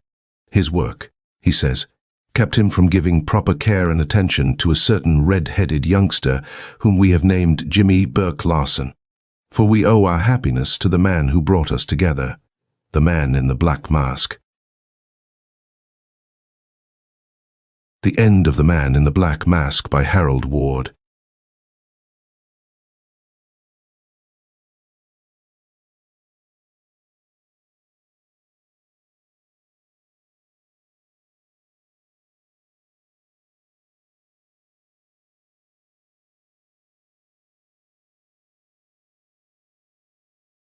Payoff Girl by James M. Cain. I met her a month ago at a little cafe called Mike's Joint in Cottage City, Maryland, a town just over the district line from Washington, D.C. As to what she was doing in this lovely honky-tonk, I'll get to it, all in due time. As to what I was doing there, I'm not at all sure that I know, as it wasn't my kind of place. But even a code clerk gets restless, especially if he used to dream about being a diplomat and he wound up behind a glass partition, unscrambling cables. And on top of that was my father out in San Diego, who kept writing me sarcastic letters telling how an A1 canned goods salesman had turned into a Z99 government punk, and wanting to know when I'd start working for him again and making some money. And on top of that was Washington, with the suicide climate it has, which to a Californian is the same as death, only worse. Or it may have been lack of character. But whatever it was, there I sat, at the end of the bar, having a bottle of beer, when from behind me came a voice. "Mike, a light in that phone booth would help. People could see to dial. And that candle in there smells bad." "Yes, miss, I'll get a bulb." "I know, Mike, but when?" "I'll get one." She spoke low, but meant business. He tossed some cubes in a glass and made her iced coffee, and she took the next stool to drink it. As soon as I could see her, I got a stifled feeling. She was blonde, a bit younger than I am, which is 25, medium size, with quite a shape, and good-looking enough, though maybe no raving beauty. But what cut my wind were the clothes, and the way she wore them. She had on a peasant blouse, with big orange beads dipping into the neck, black shoes with high heels and fancy lattice-work straps, and a pleated orange skirt that flickered around her like flame. And to me, born right on the border, that outfit spelled Mexico, but hot Mexico, with chili, castanets, and hat dancing in it, which I love.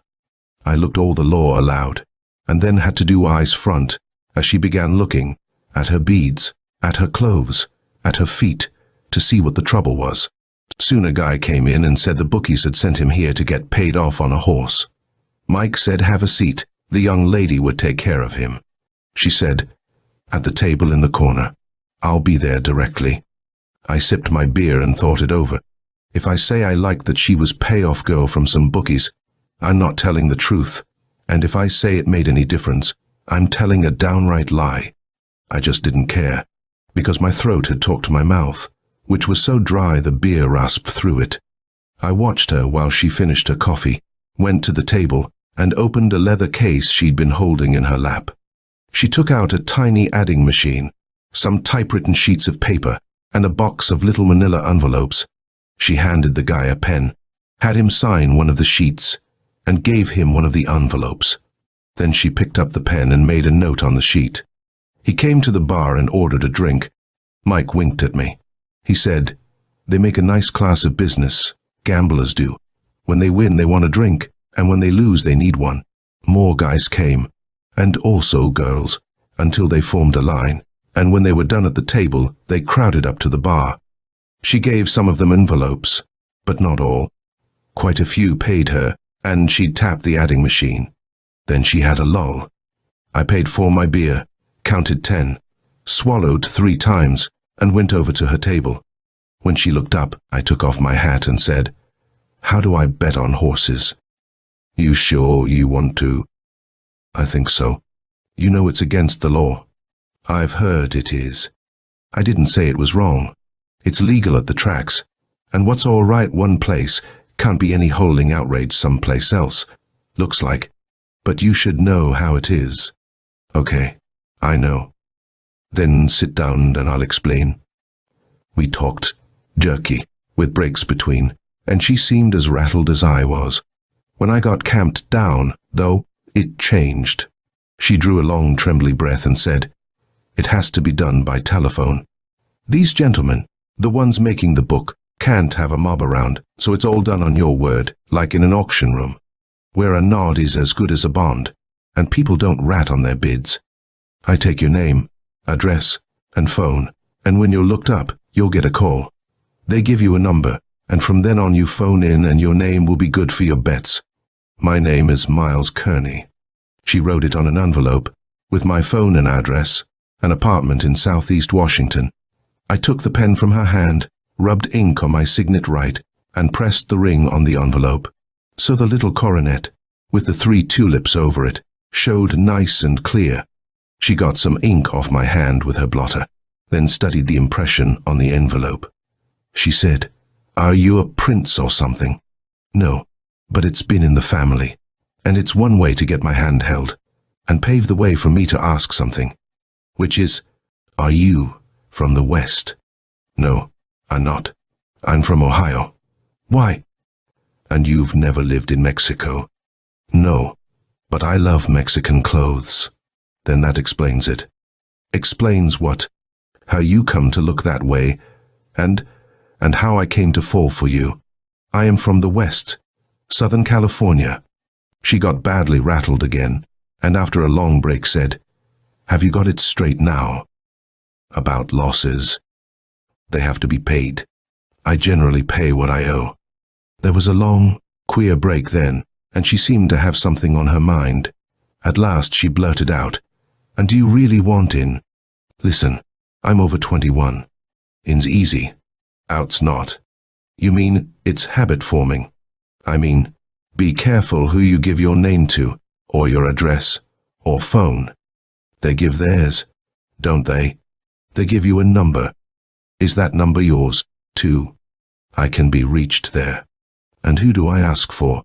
"Ruth." "That all the name you got? In this business?" "Yes." "I want in." Next day, by the cold grey light of Foggy Bottom, which is what they call the State Department, you'd think that I'd come to my senses and forget her. But I thought of her all day long, and that night I was back, on the same old stool, when she came in, made a call from the booth, came out, squawked about the light, and picked up her coffee to drink it. When she saw me, she took it to the table. I went over, took off my hat, and said I rang in before I came. My apartment house. But they said no calls came in for me. It generally takes a while. That seemed to be all, and I left. Next night it was the same, and for some nights after that. But one night she said, "Sit down," and then, until they straighten it out, "Why don't you bet with me?" Unless, of course, you have to wait until post time. But if you're satisfied to pick them the night before, I could take care of it. You mean, you didn't give in my name? I told you, it all takes time.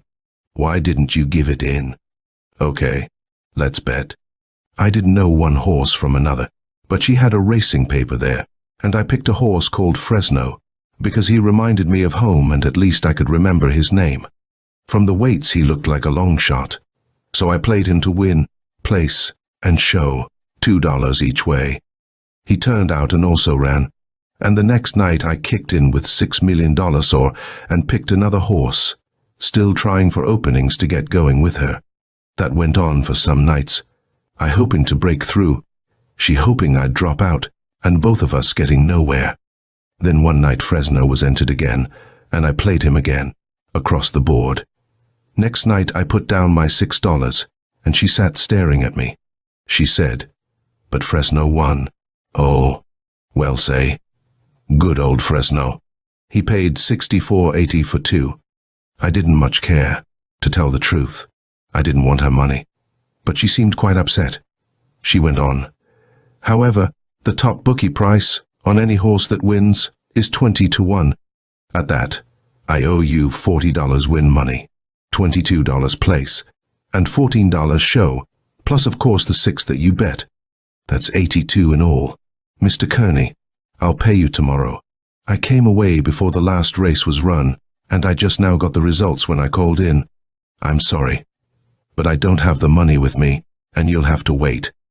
Ruth, I told you from the first, my weakness isn't horses. It's you. If $6 a night is the ante, okay, that's how it is, and dirt cheap. But if you'll act as a girl or to quit holding out on me, what your name is and how I get in touch, I'll quit giving an imitation of a third-rate gambler, and we'll both quit worrying whether you pay me or not. We'll start over, and, what do you mean? Act as a girl or to act? I mean, go out with me. On this job, how can I? Somebody making you hold it. They might be, at that.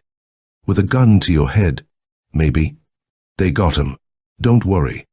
There's only one thing wrong with that. Some other girl and a gun. That might be her reason, but not you. You don't say yes to a gun, or to anybody giving you orders, or trying to.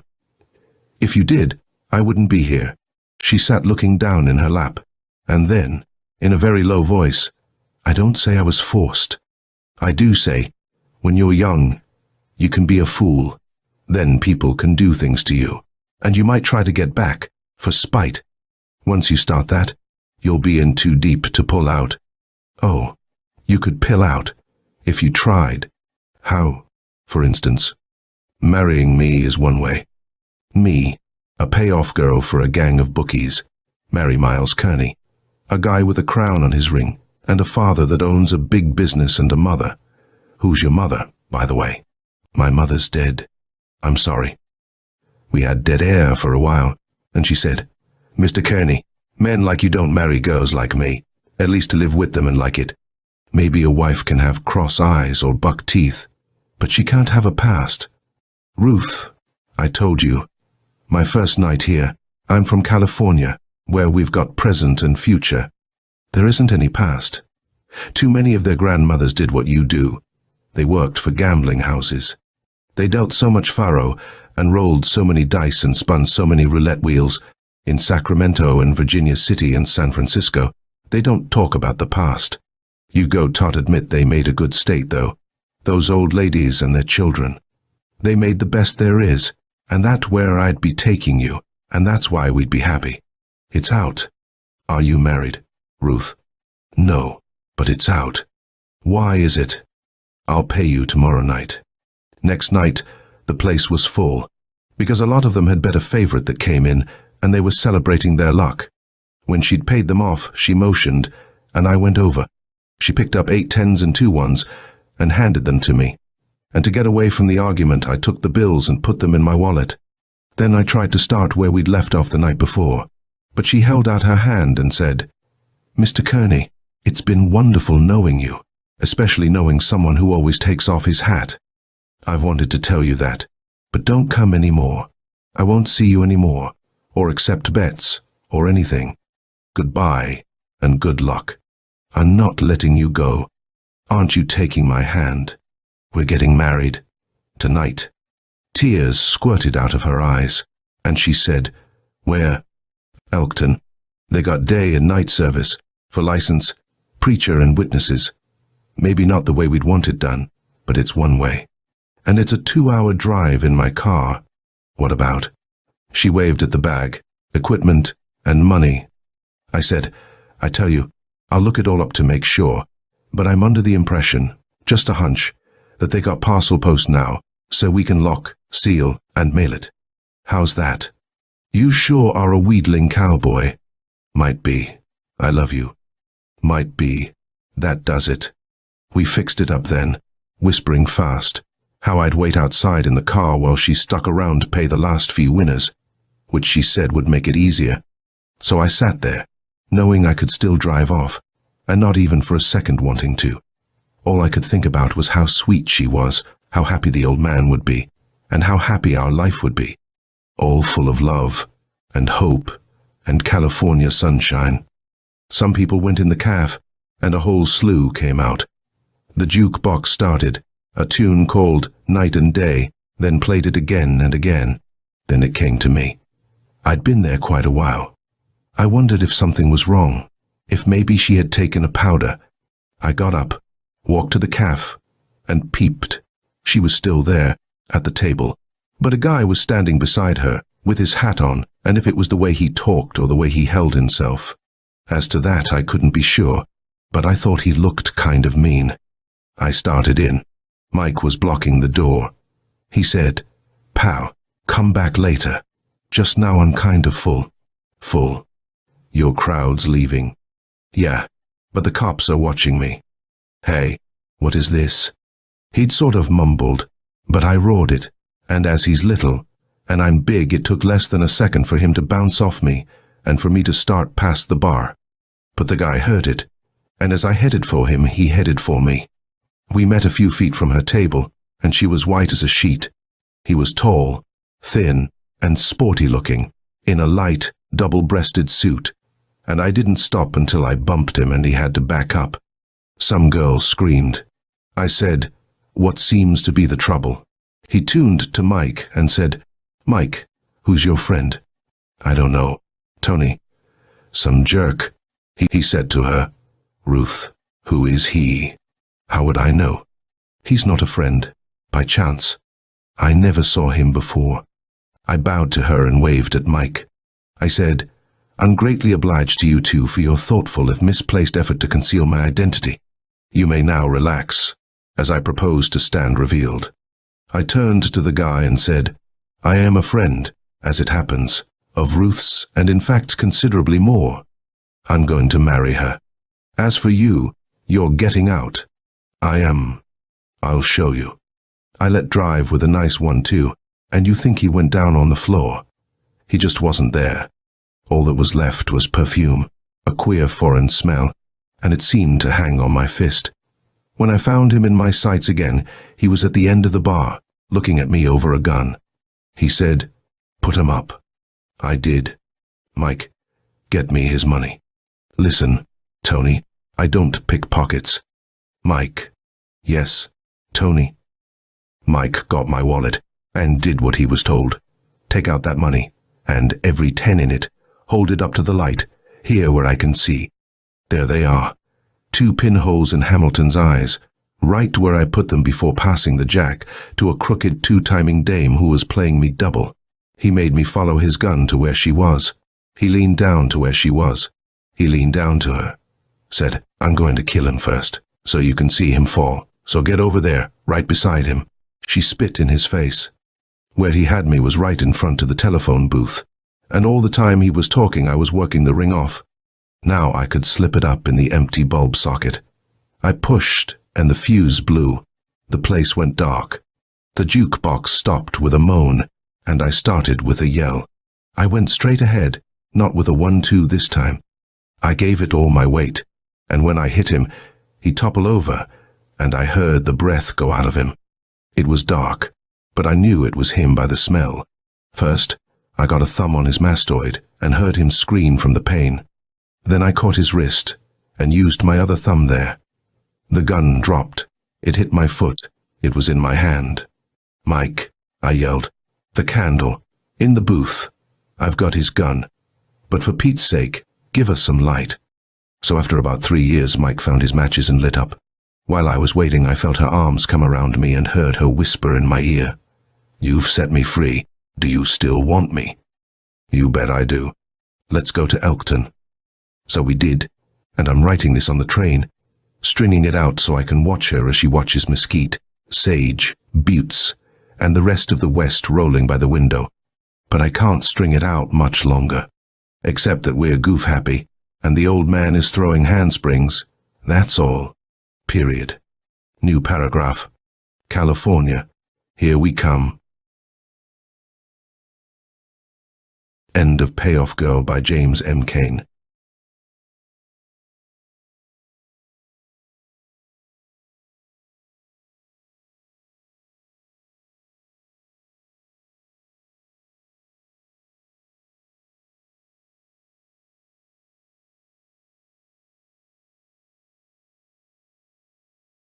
Hankinson's Perfect Crime by Ward Sterling. The Black Mask Magazine, April 1922. Chapter 1. Having decided to kill Chester O'Hearn, Hankinson commenced making his plans. He had often read of the perfect crime, the foolproof crime to which there is no clue, but which always ends disastrously for the perpetrator because of some straggling little thread left untied. In his case, there would be no slip-up. The average murderer, he believed, killed on impulse. Few, if any, went about it as he was doing, weighing every minor detail, covering every track as he proceeded. Carefully, for he felt that he had months ahead of him in which to complete his arrangements. He went over every possible contingency. Every method of killing known to civilized man was carefully jotted down. Newspaper clippings relating to crime were card-indexed and filed away for future reference. When he had secured all of the information he desired, he sat down, spread the various data before him, and dissected them bit by bit. This work completed, he tabulated the results carefully, then rejected the whole. The crimes of others served him as an object lesson in what to avoid.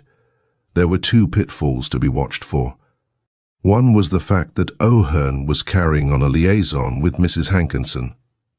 In spite of their efforts to avoid scandal, several people of their acquaintance knew which way the straws were blowing, and 1 or 2 120 had hinted at the facts to the husband. And O'Hearn was a man of great wealth, and Hankinson's cousin. Hankinson, upon his death, would inherit the greater part of his millions. Therefore, any suspicion of murder would cause people to look naturally in Hankinson's direction. Therefore, there must be no suspicion of murder. To kill O'Hearn and have it appear as a suicide would never do either. People always talked too much about suicide and inquired into the whys and wherefores. Talking might cause some blundering officer to accidentally guess at the truth. After debating the matter thoroughly in his own mind, he finally decided that there was but one solution to the problem. First, O'Hearn must be killed in such a way that it would look like an accident. Second, when the killing took place, Hankinson must be close by, but not actually present. Third, others must be witnesses to the tragedy. There must be enough witnesses to prove conclusively that an accident had been the cause of death. And they must be men and women whose testimony would be accepted without a question of doubt in any court in the land. These things having been decided upon, Hankinson had next to select a method of committing the deed. O'Hearn was an ardent sportsman, hunter and trap shooter. What then would be more natural than that he should be killed in the field and by his own gun? But how? It took Hankinson several weeks to decide this point. Here, as before, details were mentally discussed, catalogued, and discarded. The solution was finally reached through the application of chemistry. And, having arrived at a decision, Hankinson applied himself vigorously and with his usual painstaking thoroughness to the task of putting the affair through to a successful conclusion. In an obscure drugstore in another city, he purchased a small bottle of nitric acid. Several weeks later, he motored to the metropolis, 100 miles distant, in order to secure 15 cents worth of sulfuric acid. Laying both purchases aside, he waited several weeks, finally finding occasion to make a trip to a third town, where he bought a bottle of glycerin. He now had the ingredients to manufacture enough nitroglycerin to blow up a regiment, all purchased in such a way that suspicion could never be traced to him. But he was wary. The time was not yet ripe.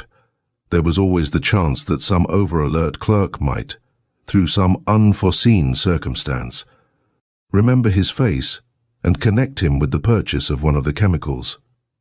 It was best to wait until the memory of his small purchases faded from their minds. It was lack of attention to such small details that had caused others to be caught. In his case, nothing was too tiny to be overlooked. His was a brain that could foresee all contingencies. 6 weeks passed before he was ready to act. One day, while visiting O'Hearn's bachelor apartments, he managed to pocket 6 shells, such as his cousin used in his favorite gun. Again, he waited for weeks to see if the theft was noticed. Finding that it was not, he proceeded to carefully draw the wads from 3 of the shells, uncrimping the edges in such a way that it would not be noticed.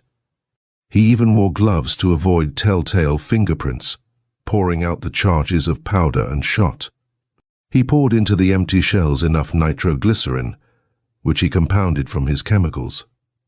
To make small bombs out of each, replaced the wads, and turning back the edges carefully, he looked over his handiwork. To all appearances, the shells were identical with their mates. Yet when the hammer struck the cap, it would create an explosion sufficient to tear the very head off of the unfortunate O'Hearn. The terrific jar would explode the other shells, and the remaining evidence would be destroyed. Naturally, as Hankinson knew, there would be an inquiry. But as a method of committing a murder, it was so unique that it would never be suspected. Instead, the company which manufactured the cartridges would be blamed. Accidents are always likely to happen in powder factories. In the end, the coroner's jury would decide that something had gone wrong with the formula when the powder was made. He, as O'Hearn's next of kin, would bring suit against the manufacturers, and the latter, for their own protection, would settle as speedily as possible in order to avoid unnecessary publicity. He next poured the acid and glycerin down the sewer. The bottles in which the chemicals came he broke into small pieces and buried in the ashes. Thus he covered his tracks as he went along. The hunting season opened next day. He and O'Hearn had made all arrangements to leave early in the morning for a forenoon sport among the ducks. A large party of friends was to accompany them. The friends were to be the necessary witnesses. Waiting until late in the evening, he hastened to O'Hearn's rooms. A matter of business would, he stated, keep him in town for an hour or two after the party had started. As soon as he could conveniently get away, he would motor out to the club grounds and join the others. O'Hearn was examining his hunting gear and filling the pockets of his coat with cartridges as Hankinson knew he would be. Waiting until the other had left the room for a second, he removed 3 of the shells from the right-hand pocket, dropping into their place the 3 filled with the deadly nitroglycerin. He knew O'Hearn's habits. At the club grounds, the sportsmen would divide into small parties, each picking out his individual blind. Most of them would go in parties of 2s. With Hankinson absent, O'Hearn would occupy a blind alone until his partner's arrival. With the ducks flying thick, one of the 3 fixed cartridges would surely be fired inside of the first half hour. By the time he arrived, the others would be on their way back, carrying with them the mangled remains of Chester O'Hearn. Chapter 2. Someone has remarked that it is the little things that affect human destinies. In this case, it was a small leak in a rubber boot that saved Chester O'Hearn's life and prevented Carl Hankinson from committing the perfect crime. O'Hearn had been suffering from a slight cold. Arriving at the clubhouse, he no sooner set foot on the ground than he accidentally stepped into a tiny pool of water. An instant later, he discovered the leak in his boot. There were no other boots available, and to enter the blind with those he wore meant to invite an illness. Never of a robust constitution, he feared to take a chance. As a result, he sat on a log along the bank of the river, his dog by his side, watching the others fill their bags. The morning turned out warmer than usual. Finding his heavy canvas hunting coat, its pockets loaded down with shells, too heavy over his thick sweater, O'Hearn divested himself of it and laid it on the grass close by. Stretching out, he filled his pipe and took matters as philosophically as could be expected of an enthusiastic sportsman forced to keep out of the game at the opening of the hunting season with the ducks thicker than ever before in history. Meanwhile, Hankinson, driving slowly, reached the grounds. Looking around carefully, he was astonished to find no evidence of the tragedy. Where there should have been a white-faced little group of men standing around a blanket covered, all of the members of the party, as far as he could see, were busily engaged in banging away at the feathered game. He hesitated an instant. It would never do to go back now that he had come this far. Someone might have seen him. The accident was certain to happen shortly. To turn back now would be equivalent to admitting a guilty knowledge. Nor would he dare enter the blind with O'Hearn. For when one of the doctored shells exploded, anyone within a radius of a dozen feet would be in danger. Moving slowly, trying to think of some excuse to keep out of the other's company, he rounded a curve in the pathway. He was almost upon O'Hearn before he noticed the other sprawled upon the riverbank, half asleep. Chapter 3. Dogs are affectionate animals. The one owned by O'Hearn was no exception to the rule. Forced to remain with its master when the other canines of the party were enjoying a full day's sport, it longed for a romp. Hankinson had often played with it in times gone past.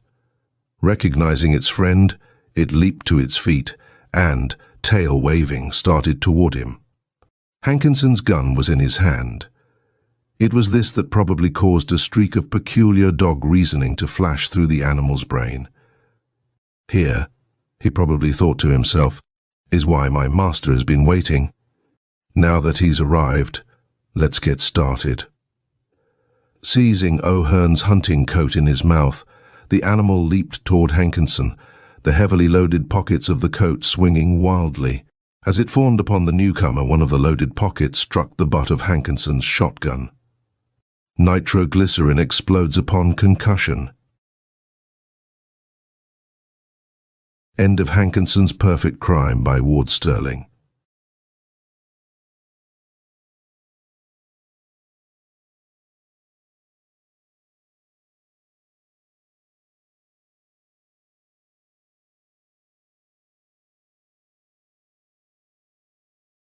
Youth Will Be Swerved by Robert M. Lee.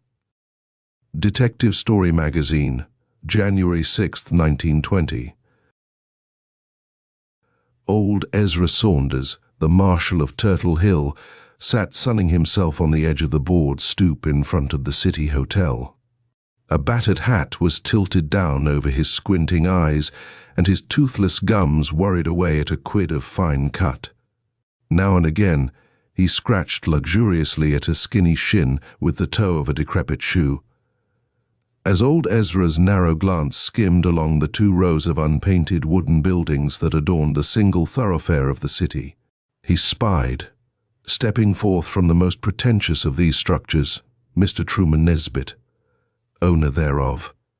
But for a couple of farmers' teams hitched in the street, the only signs of animation in the entire municipality were exhibited by Ezra and Mr. Nesbitt. Old Ezra squinted and chewed. Mr. Nesbitt approached the withered marshal with a dignity and purpose that well became a man of his importance.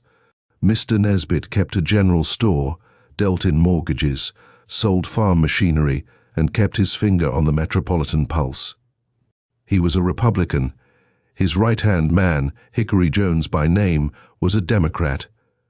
When the Republicans were in authority, Mr. Nesbitt was postmaster. When the Democrats were accorded the honor of administering national affairs, Hickory Jones was postmaster. wherefore it will be seen that the postmastership potentially, vicariously, or actually, was in the hands of Mr. Nesbit. He was a spare man, of medium height, with a face dried and expressionless. His lips were thin and cruel. His heart, if we are to suppose that he had one, beat only for Truman Nesbit. As he bore down upon old Ezra, the eyes of the marshal narrowed a little, and his rabbit-like jaws worked more agitatedly.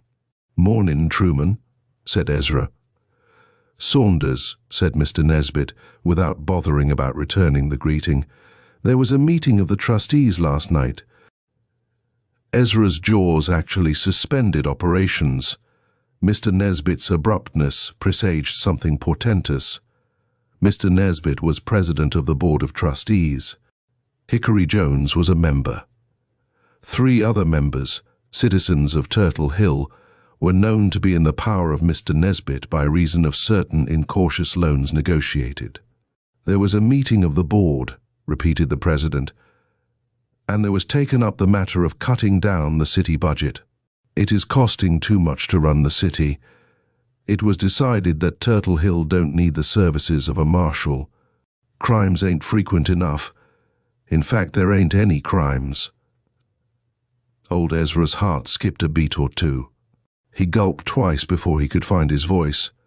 "Why, Truman," he said in his piping old notes, "you mean I ain't a-going to be marshal no longer?"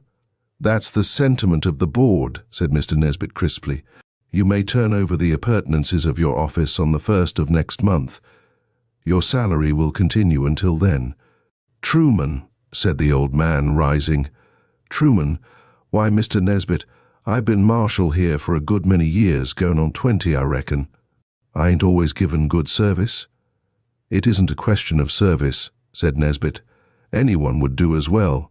You've just been making a living off the taxpayers. And besides, there's nothing to do. That's all I have to say." With these few genial remarks, Mr. Nesbit faced about and marched back to his general store, where he devoted himself to the composition of a letter calculated to frighten a mortgagee out of a year's growth. Old Ezra stood dumbfounded, gazing listlessly down the street and out upon the open prairie where the main road turned. His nether lip quivered just the least bit, and his knotted hands twitched at his trouser seams. Then an inquisitive look came into his eyes as a strange vehicle entered his line of vision, turned the corner, and approached the business district of Turtle Hill with the speed of an express train. The next moment, a long, rakish, sporty racing model automobile drew up a half-block away, and a young man leaped out.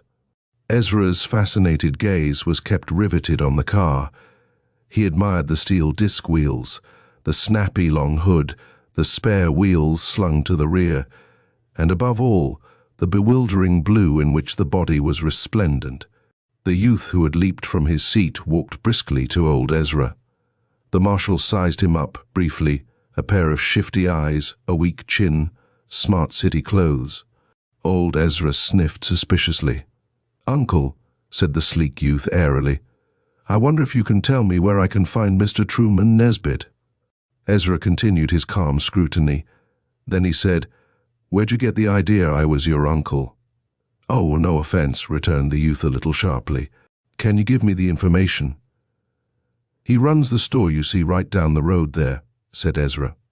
"And be careful you don't get lost on the way." The young man turned away.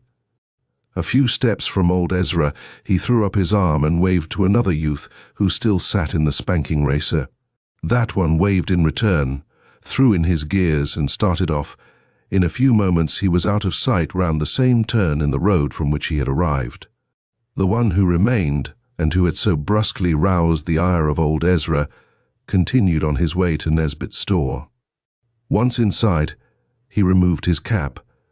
Hickory Jones, a pencil thrust over his ear, came round from behind the counter, where he was engaged in selling cotton worsted to a slipshod customer, and gave the newcomer a good morning. "I would like to see Mr. Nesbit," said the youth. "Right back at his desk," said Hickory. He indicated an ancient piece of furniture in the rear, half hidden behind piles of clothing, bolts of goods, and heaps of groceries. The young man followed Hickory's dirty finger, and soon found himself in the presence of the town Croesus. "Pardon me," he said haltingly. "I have a letter for you." "Eh?" said Nesbit. "Letter?" "Yes, sir, a letter of introduction." "Let's see it," said Nesbit, snatching it. He opened it and read, "Dear Nesbit, you may not recall the name of your boyhood playmate. Since those days of long ago, I may say in all modesty that I have risen in the world. I am now president of the Laborers' Bank of this city. This will introduce my nephew, Ralph Payne, whose health is not of the best. I want you to take him into your store where he can have the benefit of your instruction in business matters while at the same time benefiting by the change of scene and climate. Pay him little or no salary as you decide. I know you will do this for the sake of an old friendship. Yours sincerely, John Walker." Mr. Nesbit shrewdly read the letter word by word and then went over it again to make sure. Presently a very tight smile played about his lips. "John Walker," said he. "John Walker. I don't seem to remember the name." "Uncle said he was afraid you wouldn't," explained young Payne. "He said it was a good many years ago. Names do slip out of a fellow's mind, you know." Mr. Nesbit continued to ponder. His natural sagacity in improving each shining minute and in developing every potential financial advantage bade him take a deep interest in the request of the president of the Laborers' Bank. While he couldn't place John Walker among his boyhood chums, he felt that he couldn't afford to offend a powerful money interest by insisting too strongly on what might be a mere lapse of memory. Even if he couldn't recall Walker, why shouldn't he place himself in the way of turning an honest penny? Honest penny indeed. Why not affairs of thousands and millions if he were associated with big bankers? Mr. Nesbit had always fancied himself a Wall Street magnate, and here might be the very opportunity to prove it. "Let me see," he said, tapping his head retrospectively. "John Walker. It seems to me the recollection comes to me now. Yes, I recall. It was a good many years ago. Dear old John. Young man, I am very glad to welcome you here." With more good nature than he had displayed in months, Mr. Nesbit arose and extended a hand that was about as warm and vigorous as a salt mackerel. "Of course," said Payne with a grin, expressing himself in language that, in more urban centers, might have been questioned for its correctness. "I ain't been out of college but a little while. So, whatever you put me, I'll be glad to learn." Mr. Nesbit, expanding more and more as the possibilities of commercial enlargement occurred to him, clapped the young man on the back, and with a cackling laugh, assured him they would get along like two peas in a pod. Then he summoned Hickory Jones. "Jones," he said, "shake hands with Mr. Ralph Payne, nephew of my old school companion, John Walker, president of the Laborers' Bank of New York. He's going to stay with us a while, learn some business tricks and get his health back. We've got plenty of air, eh, Hickory?" Hickory brushed his hair out of his eyes with one red and somewhat soiled hand, while he wiped the other off on his trousers and presented it for a handshake. "Yes," he said, wondering if this new clerk meant the loss of his own job. "I guess we can find something for Mr. Payne to do." It was near noon. Mr. Nesbit insisted that his protégé walk home to lunch with him. As they emerged from the store, old Ezra, still standing on the board stoop of the City Hotel, gazed intently after Mr. Payne, who had thus suddenly thrust himself into the metropolitan turn of events. Then, remembering his own concerns, he rubbed the grey stubble of his chin and shambled off. "Danged automobile them fellas came in," he muttered. "Kind of makes my old squib look like a coffee grinder." The rakish racing car remained uppermost in his mind as he turned down past a long shed and entered a small wooden shanty in the rear. As he threw open the door, the sunlight flooded old Ezra's squib. It was one of the smallest and oldest automobiles in captivity. The hood had been rattled completely off, and the engine, a veritable toy in comparison to the giant 12s of modern manufacture, was exposed to the elements. Hard rubber tires had long since replaced pneumatic. Rattling steel braces remained to tell of what once had been polished and bravely important fenders. Old Ezra patted the radiator cap fondly. "It's all right, old girl," he said. "You ain't so all-fired long on looks, but you go where you're pointed." He raised a battered seat cushion and extracted a handful of greasy tools. The next moment he was puttering away, turning a nut here, tapping a bolt there. It was old Ezra's greatest solace, tinkering with his beloved squib. A week passed during which old Ezra punctiliously performed the duties of marshal, plodded about, tinkered with his squib, and made the rounds of the stores in the evenings. His discharge from the service he had enjoyed so long weighed heavily upon him, but he made no sign. The news had been gossiped about the hamlet, and old Ezra knew he was the subject of much comment, acrid and otherwise. He was an old man to engage in new fields, but the law had spoken. One night he was shuffling around as usual. He spied a light in Nesbitt's store. This was an unusual thing. Turtle Hill was going to bed, and this was no time for lights in the Nesbitt store, old Ezra reflected. Turtle Hill's shingled roofs stood out in clear relief in the moonlight. An occasional night prowling cat scampered in and out of the shadows. Old Ezra poked along the rickety sidewalk until he reached a place of observation at one of the dusty front windows of Nesbitt's. His squinting eyes took in the interior of the establishment and then were fixed on a figure that was bent over a lamp behind the arrangement of pigeonholes which served as the Turtle Hill post office. The figure was that of Ralph Payne, the shifty, weak-chinned Ralph Payne, to whose presence in the city old Ezra could attribute no profitable reason. Had old Ezra known it, Payne had been spending each evening in the store. He had risen in the esteem of Mr. Nesbitt with surprising alacrity. He had a felicitous way of anticipating Mr. Nesbitt's every want, a trait conspicuously absent in Hickory Jones, and Mr. Nesbitt observed with satisfaction that Payne was not averse to working overtime. Wherefore the young man had been provided with a key so that he might pore over the intricacies of bookkeeping. But to the intense scrutiny of old Ezra, it was apparent that Payne was not investigating the double-entry system. On the contrary, he was devoting himself to the secrets of the United States postal establishment with rapt attention. While the withered old marshal stood silently outside the store, Payne swiftly riffled a pack of letters which he had dumped out of the Daily Mail pouch, outgoing in the morning. Presently, he tossed aside a single letter and paused in his search. His lips curled in an evil smile. The letter was addressed to John Walker, President of the Laborers' Bank, New York. Without the slightest hesitation, Payne slit the envelope, extracted the letter, and read it with rising zest and appreciation. "Very proud to have you recall me," ran the small and cramped words of Nesbitt.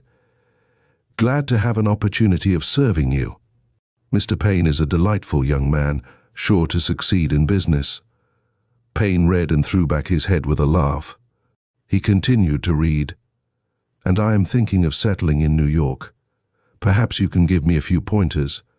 A dry, wheezing cough in the immediate vicinity broke the silence. Old Ezra had repressed a villainous tickling in his throat until he was like to choke. Tears in his squinting eyes were mute evidence of his determination to prevent this most unsleuth-like outburst. But in spite of his efforts, a mighty expulsion of air from his creaky larynx punctuated the calm of the night. The letter dropped from Payne's hands. He glanced guiltily out into the street and saw old Ezra, his back turned, engaged in a perfect furore of sneezing and coughing. Payne quickly thrust the letter into his pocket, extinguished the oil lamp, and, affecting the utmost unconcern, came out onto the sidewalk, locked the door, and turned to old Ezra with an expression of mild astonishment. "Well, uncle," said he breezily, "aren't you out pretty late?" Old Ezra mastered his sneezing.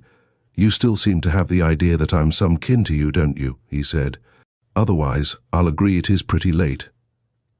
With this, he glanced meaningfully at the Nesbit protégé. Mr. Payne caught the significance of the last observation and also the glance. "Jay, I was working late on the books," he said, wondering if by any chance old Ezra suspected him of intrigue. "You kind of like bookkeeping, I suppose?" queried the old man in a whimsical tone. "Say," burst out Payne, "you ain't trying to josh me, are you?" "Oh my no," said old Ezra. "No, I wouldn't do that. Well, I've got to go." He turned abruptly to skip along. The new clerk clenched his hands in anger. "I wonder if that old stiff meant anything," he muttered as he strode off. In the morning he lost no time in fortifying himself in the good graces of his employer. "Funny experience last night," he said casually to Mr. Nesbit. "I was working late on the books when I happened to look up and see that comic Valentine town marshal peeking in at the window. Thought he was a burglar for a minute and it kind of scared me." "Oh, don't worry about him," said Nesbit reassuringly. "This is his last month. I found I had to discharge him. I'm president of the board of trustees, you know," he ventured with a pardonable glow of pride. "Old Ezra is out of date. I told him we didn't need a marshal, and he'd better get out. When he turns in the keys and his papers, we'll have a better marshal." "I was wondering," said Payne, carefully averting his employer's eyes, "if he mightn't come around and tell you some kind of story about me. You see, he might not know that I'm in the habit of putting in time nights." "Don't worry about that, my boy," said Nesbit patronizingly. "Ezra's apt to have a lot of foolish ideas, but they don't get far with me. He's considered a little cracked." Payne was highly elated and went off whistling about his duties. Nesbit again congratulated himself upon his good fortune in having such an industrious youth thrust in his way. Then he bethought himself of something and summoned Payne to him again. "Now that you are getting on so well," he said confidingly, "I feel that I can take you into some of the secrets of the business here. There is a little bit of extra work." Here the merchant smiled blandly. "Just a little extra work we do on the last Sunday of each month. You see, we have the post office report, the cash report, that is, to make out so the receipts can be sent to the United States repository for this district. We always make it a point to balance our cash for the store, you know, at the same time, killing two birds with one stone. So, if you don't mind, next Sunday we'll put in a little time here with the books." Payne's furtive eyes betokened no inconsiderable pleasure at the prospect of this extra work. He assured his employer that he would be delighted to have an opportunity to learn the details of the under such a splendid instructor. In the lunch hour, he walked leisurely to the railroad station and filed a telegraph message. It was addressed to a person in a nearby city and said simply, "Can you come for a visit Saturday night? A friend of mine drives over now and then," he explained to the operator. "Nice to know someone with a car." The operator admitted that he would say it was, and forthwith became of the opinion that Mr. Payne was a very desirable addition to the town of Turtle Hill. On Saturday evening, when the dusk had fallen and the first lights of the village began to glimmer, old Ezra, content with having done as much tinkering as he could for that day, crawled out from under his dilapidated automobile and paused for a moment to ease the crick in his back. His little garage was somewhat back from the main street, wherefore he had a plain and unobstructed view of the environs of Turtle Hill. This fact, as he straightened up, made it possible for him to feel a slight thrill of interest as a pair of headlights came into view down the road. He dropped a wrench and an oil can and shaded his eyes with his hand as if the time were noon and a blazing sun were overhead. Then he closed the door to the garage and, remaining inside, kept an eye glued to a large and convenient knothole. The car came straight down the street and turned off on the side street in which stood old Ezra's garage. Ezra was able to see that the car carried only a driver. Presently this person was joined by another. This second man was Payne. Payne made a gesture in the direction of old Ezra's garage, and the driver of the automobile moved his machine slowly into position alongside. "This'll be all right," said Payne. "No chance of anybody stealing it, is there?"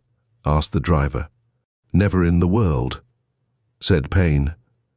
Then, as old Ezra listened, their voices trailed off in the distance. The old man emerged cautiously from his garage. When he'd convinced himself that he was quite alone, he turned his attention to the car that had just arrived. The Freemasonry of automobilists has one surging emotion in common: investigation, inspection, and discussion of the other fellow's car. From this tendency, old Ezra was not immune. No sooner had he laid eyes on the machine than he emitted a low whistle of surprise. It was the very long, low-hung, blue-painted racer in which young Payne had arrived in Turtle Hill. He cogitated for a long while over this coincidence. Then a shrewd look came over his weather-beaten features. He trudged up the dirt street to the main thoroughfare. It rapidly was growing darker. One by one, the lights in the scattered stores were being extinguished, and the business fraternity of Turtle Hill was seeking just repose after a hard week. Old Ezra stood in the shadow of the blacksmith shop and waited patiently until the street was deserted. Two shadowy figures came along the street and paused before Nesbitt's store. They sat on the edge of the board sidewalk. A game of waiting ensued. The minutes and the half-hours dragged slowly along, but still old Ezra remained motionless in his shadowy niche, his squinting eyes peering through the murk toward Nesbitt's store. The men sitting there continued to talk in low tones. Interminably, it seemed to the patient old marshal. It was well after midnight when old Ezra saw them rise and gaze carefully in all directions. Then they turned to the door. A key was fitted into the lock, and both disappeared inside. Old Ezra turned back from his hiding place toward his garage. Then, as if the glory of the magnificent racing car was too alluring to be denied, he hesitated, seemed to swerve from his original purpose, and in the next moment was lost in contemplation of a machine which so far surpassed his own rattling squib as to make him sad indeed. He pressed a finger against one of the tires, as if to test the resiliency thereof, and then extended his inspection to the seat, the spare wheel, and all the other delectable parts. Finally, as if the habit was strong upon him, he let himself down and inched his way under the car, where he might better view the mechanism, as if this were possible at such a time of night. A little later, he arose and investigated the rear of the machine, seemingly interested in the size and operation of the gasoline tank. Presently, his investigations were complete, and he stood back with a little wag of his head, which apparently betokened full approval. He bade farewell to his employment, and then made off across lots to his bachelor apartment over the hardware store. In his customary methodical way, he undressed, wound up his watch, and placed it under his pillow, wound his alarm clock, saw that everything was in place, then extinguished the light and retired. He was quiet only for a moment. He arose again, and taking the alarm clock into the starlight which illuminated the space about his window, he set its hand at 3:30. He returned to his couch. Thus, while old Ezra and all the rest of Turtle Hill slept, there was ample quiet for the enterprise which was going forward in Nesbitt's store. Payne and his newly arrived companion locked the door behind them. The newcomer flashed a small pocket bulb. "Put it away, Pete," whispered Payne. "That old stiff of a marshal can see a light further than an owl. He nearly nailed me when I was picking out that letter to my fake Uncle John." "We can't work without a little light, can we?" asked the person called Pete. "Sure," said Payne. "This old safe will fall open like a pumpkin. But there ain't no hurry. I know where everything is. That's why I came down here and played Little Willie for this old money grabber. Take it easy. I know when everybody in the town gets up and what they do after they get up." Pete extracted a small kit from an inside pocket, and they both attacked the old-fashioned safe with an air of expert mechanics intent upon performing a very ordinary job of repair work. The fine steel of the tools bit into the door of the safe with the greatest ease. Fluid explosive was introduced into the crevices around the lock. A pile of gunny was brought and wrapped around the strong box in a leisurely fashion. Pete touched off the fuse. There was a chug of exploding gases, and the door of Nesbitt's safe stood invitingly open. Payne swiftly ran his fingers along the pigeonholes inside and selected the contents. A cold chisel pried this open. Pete produced a strong canvas money bag and his pencil flashlight. They carefully took packages of bills and rolls of coin and dropped them into the bag, while at the same time they laid aside such things as checks and papers, which could not be negotiated without attendant danger. "What do you make it?" asked Pete hoarsely. "A little over 10,000, said Payne. "I didn't think it would go that strong, but I know the old man has been squeezing down on some mortgages. And the money orders were good this month. Well, let's get out of here." Swiftly and silently they unlocked the door, then locked it behind them. They trotted down the side street to the fancy racing automobile. A minute later, there was a rasp of the starter, a few detonations of the motor, and the machine purred softly down the main road and out of the precincts of Turtle Hill. Payne heaved a huge sigh. "I begin to feel human again," he said. "You know, that learning the business stuff was getting my goat. I couldn't have stood it another week." "Yeah, but it pays," said Pete. "It makes a good combination. You pick out the boobs and get all the information, and I come along and crack the box. That's better than this old-time yegg stuff." The splendid motor fairly ate up the road. Grey dawn was beginning to break. A farmer's dog barked far in the distance. "You know," said Pete, "I'll do better when we get off this main road. There ain't a crossroad for about 5 miles yet. Of course we'll get away all right, but it ain't the best place to be, running on the only road out of town." "Step on her," advised Payne. Pete did as he was bid. The motor responded nobly to the fresh rush of gasoline, and then sputtered helplessly. Energy suddenly was suspended, and the car sped along for 50 yards or more on momentum. Pete swiftly ran his mind over all the possibilities. He stepped on the gasoline lever, advanced the spark, tried the lights. The magnificent machine slowly came to a stop. "What the—" Payne started expostulating. Pete stopped him with a gesture. "This ain't no time to cuss," said he. "Let's see what's the matter." Both sprang out. Pete's swift survey of the locality told him they were in a very lonesome section, far from any farmhouse where questions might be aroused. They were 10 miles from Turtle Hill and several miles from the first crossing. Pete jerked up the hood. The motor stood there as imposing and competent as ever. He jumped back into the seat and tried the starter. It worked, but the engine wouldn't turn over. "Gasoline?" asked Payne. "Plenty," said Pete. "Filled the tank before I came over." "Oil?" "Chuck full, too. I attended to that before I came, you bet." Pete sprang out again and seized a handful of wrenches with which he dove under the car and began a search for the trouble. Payne, nervous and angry, stomped back and forth. "If this ain't sputtered," he grumbled. Everything was going swell until just now, and this beautiful big bum of a dustpan has to break a leg. Nearly half an hour passed. Things were pressing. Pete, too, was growing nervous. Time was precious. Then both men stood stock still. The sputtering of a motor came to them from the distance. A moment later, a rickety, clattering and ancient flivver came into view. Both the safe blowers breathed deeply.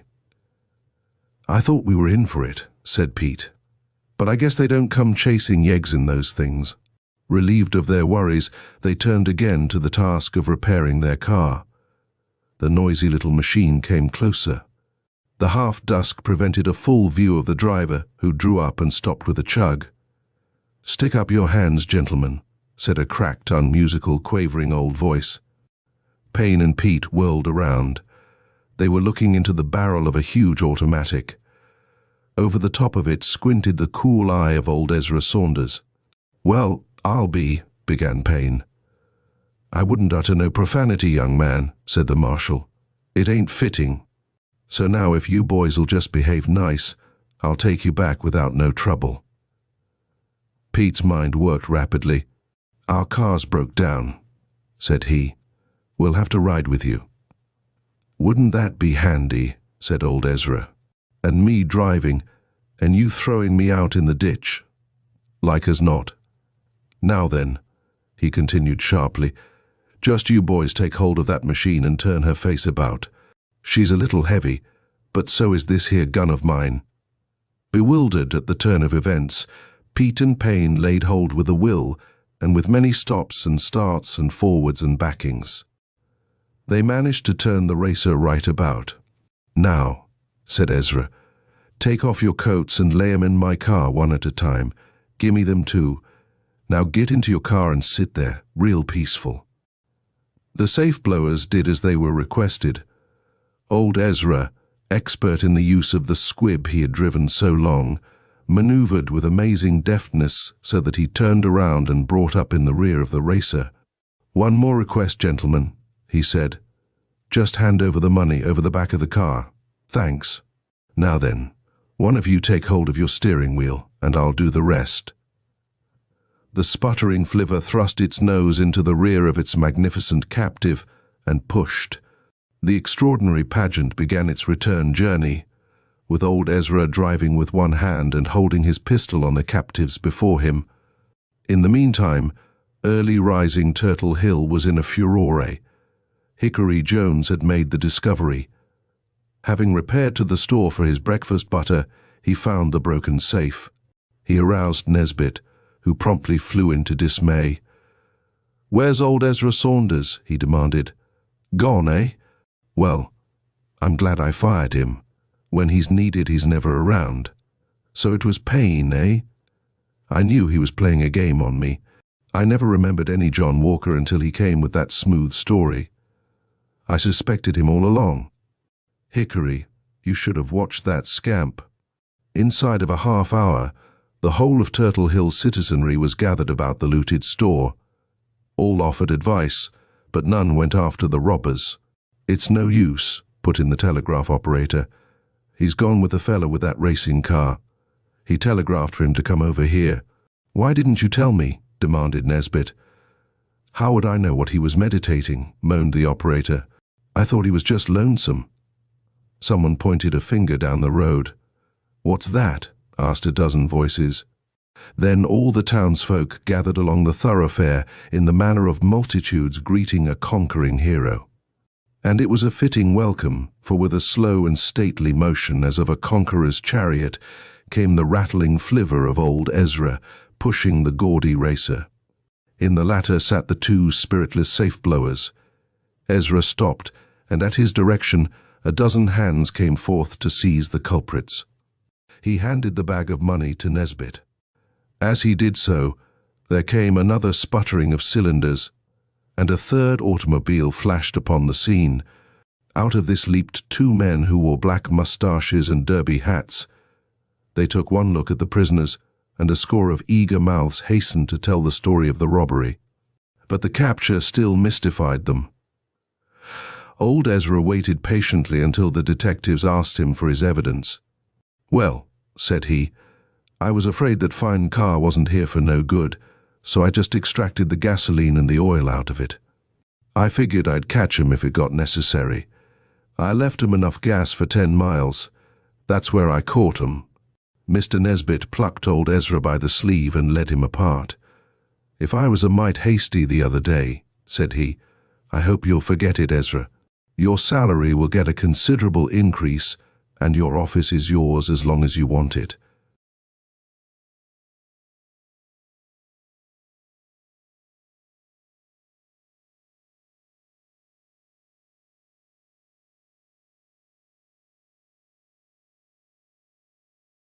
The Birthday Party by James M. Cain.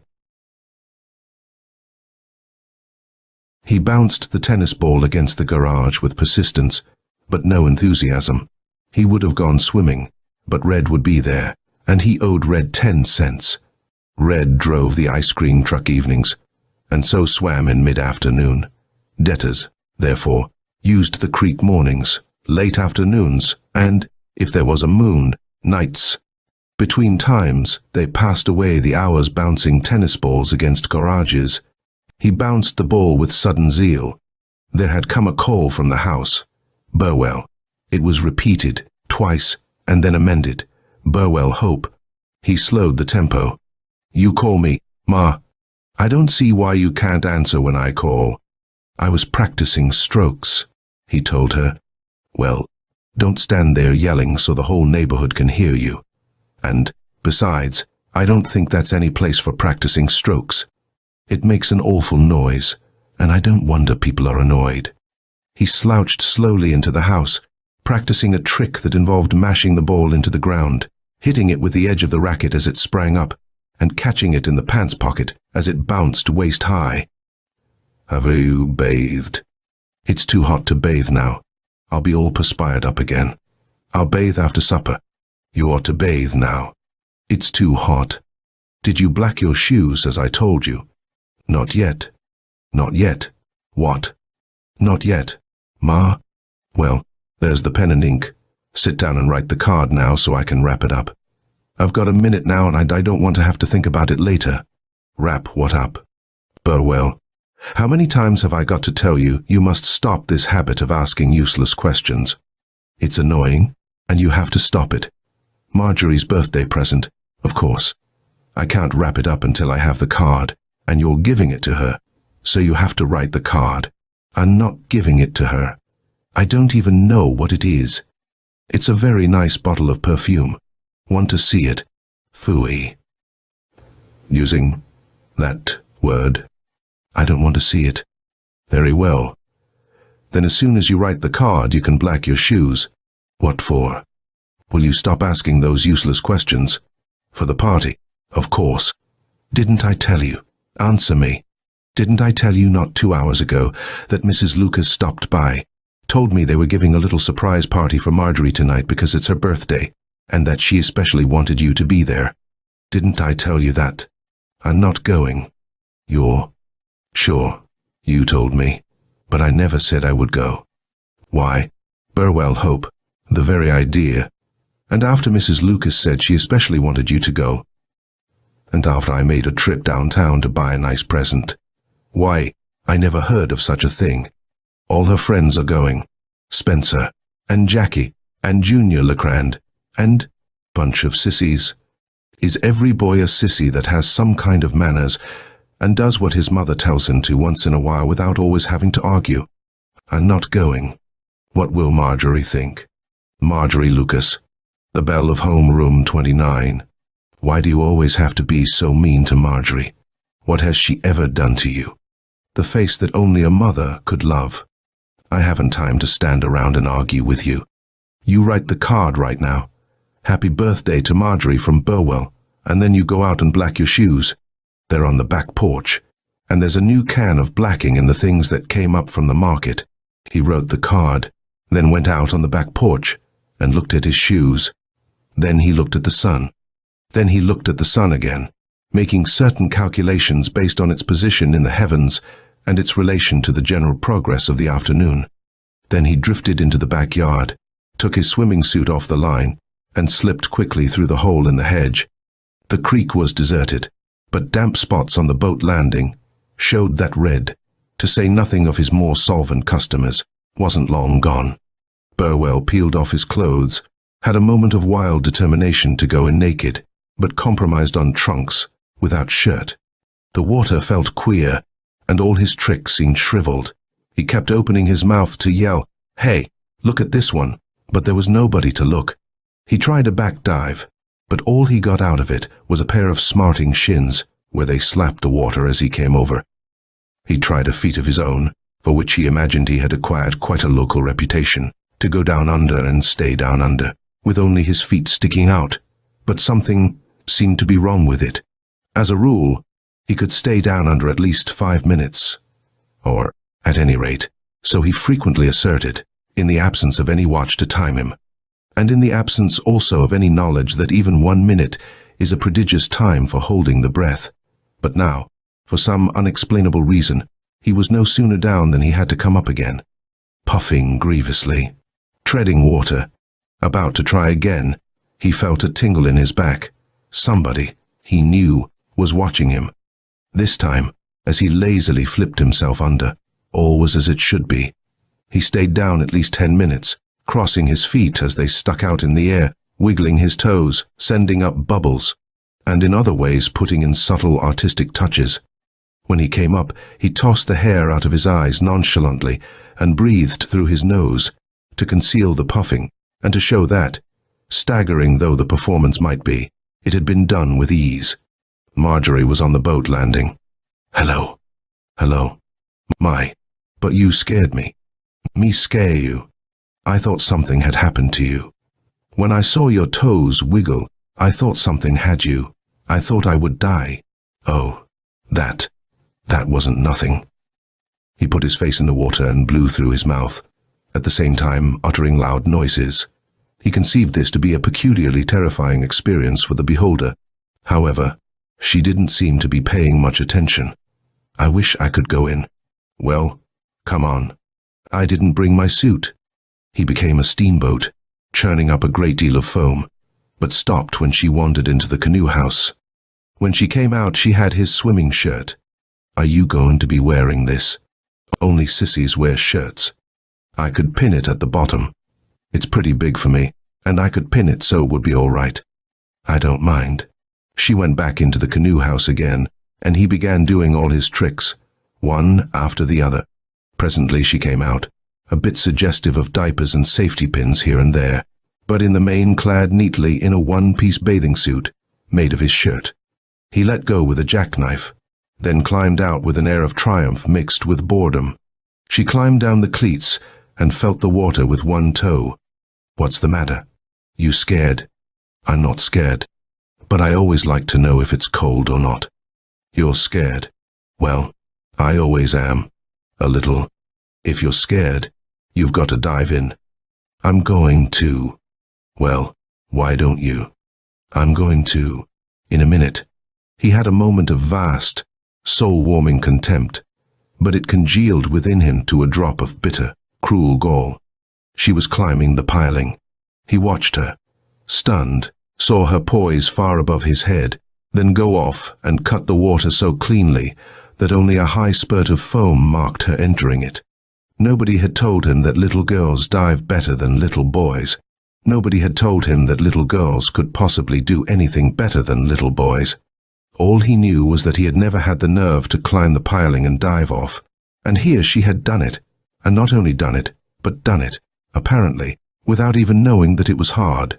He jumped up, as soon as her head came out of the water, and yelled at her, "So you think you're smart, hey?" "That's nothing. I can do it too. I've done it plenty of times. I can even do a back dive from up there." "Can you really?" She said it with honest admiration, and he climbed up. But when he got there, a sick feeling swept down his throat and into his stomach. It was higher than he imagined. It was higher than he had ever imagined anything could be. The water was way down, far removed from anything that he could possibly dive into. He tried to get set for a dive, but couldn't even stand up. All he could do was squat there, holding the tops of the piles with his hands, and gulp. "If you're scared," she said, "you've got to dive in." The ancient apothegm, quoted so blandly by himself not 2 minutes ago, was spoken innocently, yet it floated up from the water with a terrible mockery. Who's scared? Well, my goodness, anybody can be scared. I'm not scared. I'm just taking it easy. It just comes from being dizzy. Why don't you kick your feet when you swim? That's no way to swim. Why don't you kick your feet like I do? I can't swim very well, but I like to dive. Well, anybody can dive. Swimming's the important thing. If you can swim good, you might save somebody from drowning, but what good is diving? Maybe if you sat down on the big pile and then let go, it would be like jumping off. Who's asking you? She climbed up beside him. What makes you dizzy is looking down. Why don't you look up at the sky and try it? Like this. She threw back her head, gripped the pile with her toes, stiffened, sprang, but he didn't see her swash into the water. The pilings shuddered so sickeningly from her leap that he had to clutch them tight with his fingers, looking cravenly into the cracks of the wood. When the swaying stopped, he looked up at the sky and tried to stand. He couldn't. She climbed up there again. This time she turned her back to the water, leaned out. He knew it was a back dive, but he didn't see that one either. She stretched herself out on the boat, landing to rest, and there was nothing he could do but climb down. He was panting when he reached her, not from exertion, but from rage. "I know what you're doing here. I know why you're not home. It's your birthday, and they're giving you a surprise party, and they ran you out of the house so you wouldn't see them getting ready for it." "Yeah. Got run out of the house. Yeah. I knew it. All the time. But I think it was mean of you to tell me. Whole lot of cake and stuff coming in, and they didn't want you to see it. Bum old cake from the bakery. It's not bum old cake. It's a special birthday cake with my name on it in icing. How do you know?" "I peeped and saw it. It's going to have candles on it, and they're going to bring it out in front of everybody, and then I'm going to cut it. Old stale cake they had left over from last week, and then they put your name on it in icing. It is not. Phooey." He spat in the water and sat there laughing, mumbling, and shaking his head, as though the ignoble tricks of the whole human race were quite beyond him. She sat up and began to fluff out her hair. "Are you invited, Burwell? Wouldn't you like to know? I kind of said one or two things, so they wouldn't forget to invite you. Wouldn't you like to know? Are you coming? Is that a laugh? Is that a laugh? I don't see anything funny. Am I coming? Say, is that a laugh? Me come to a bum birthday party with a lot of sissies and an old stale cake the bakery couldn't give away, but your old man came and bought it cheap and had your name put on it in icing. Well, is that a laugh? Aren't you really coming? Burwell. Who? Me. I was going to give you the first piece of cake. That stale stuff. Tell me, Burwell, why aren't you coming? Phooey, I'm busy. How do you mean, busy? Don't you wish you knew? Don't you wish you knew? She looked at him, and he had a sensation of having to think fast. Are you really busy? Burwell. Sure, I'm busy. Doing what? Why, I got to work. The agreeable degree of her astonishment surprised even him. Have you got a job? Burwell. Sure, I got a job. What kind of a job? Tell me. Helping Red. Now, this wasn't true. The only relation it had to truth was that he had been considering a plan whereby he would offer to help Red for a night or two, in return for the extinguishment of the Tencent debt. But actually he had made no such offer, and whether he would ever make it was problematical for Red was a brisk young man, rather hard to talk to, despite his professional affability. Honest. Busy guy these days. Me go to a party. Say, is that a laugh? I haven't seen you with Red. I'm inside the truck. What doing? Oh, lot of things. Tell me. Well, I pass out the stuff to him. Drive the old bus, so he don't all the time have to be jumping in and out. Saves him a lot of time. Keep things going. Ring up the cash. Lot of things.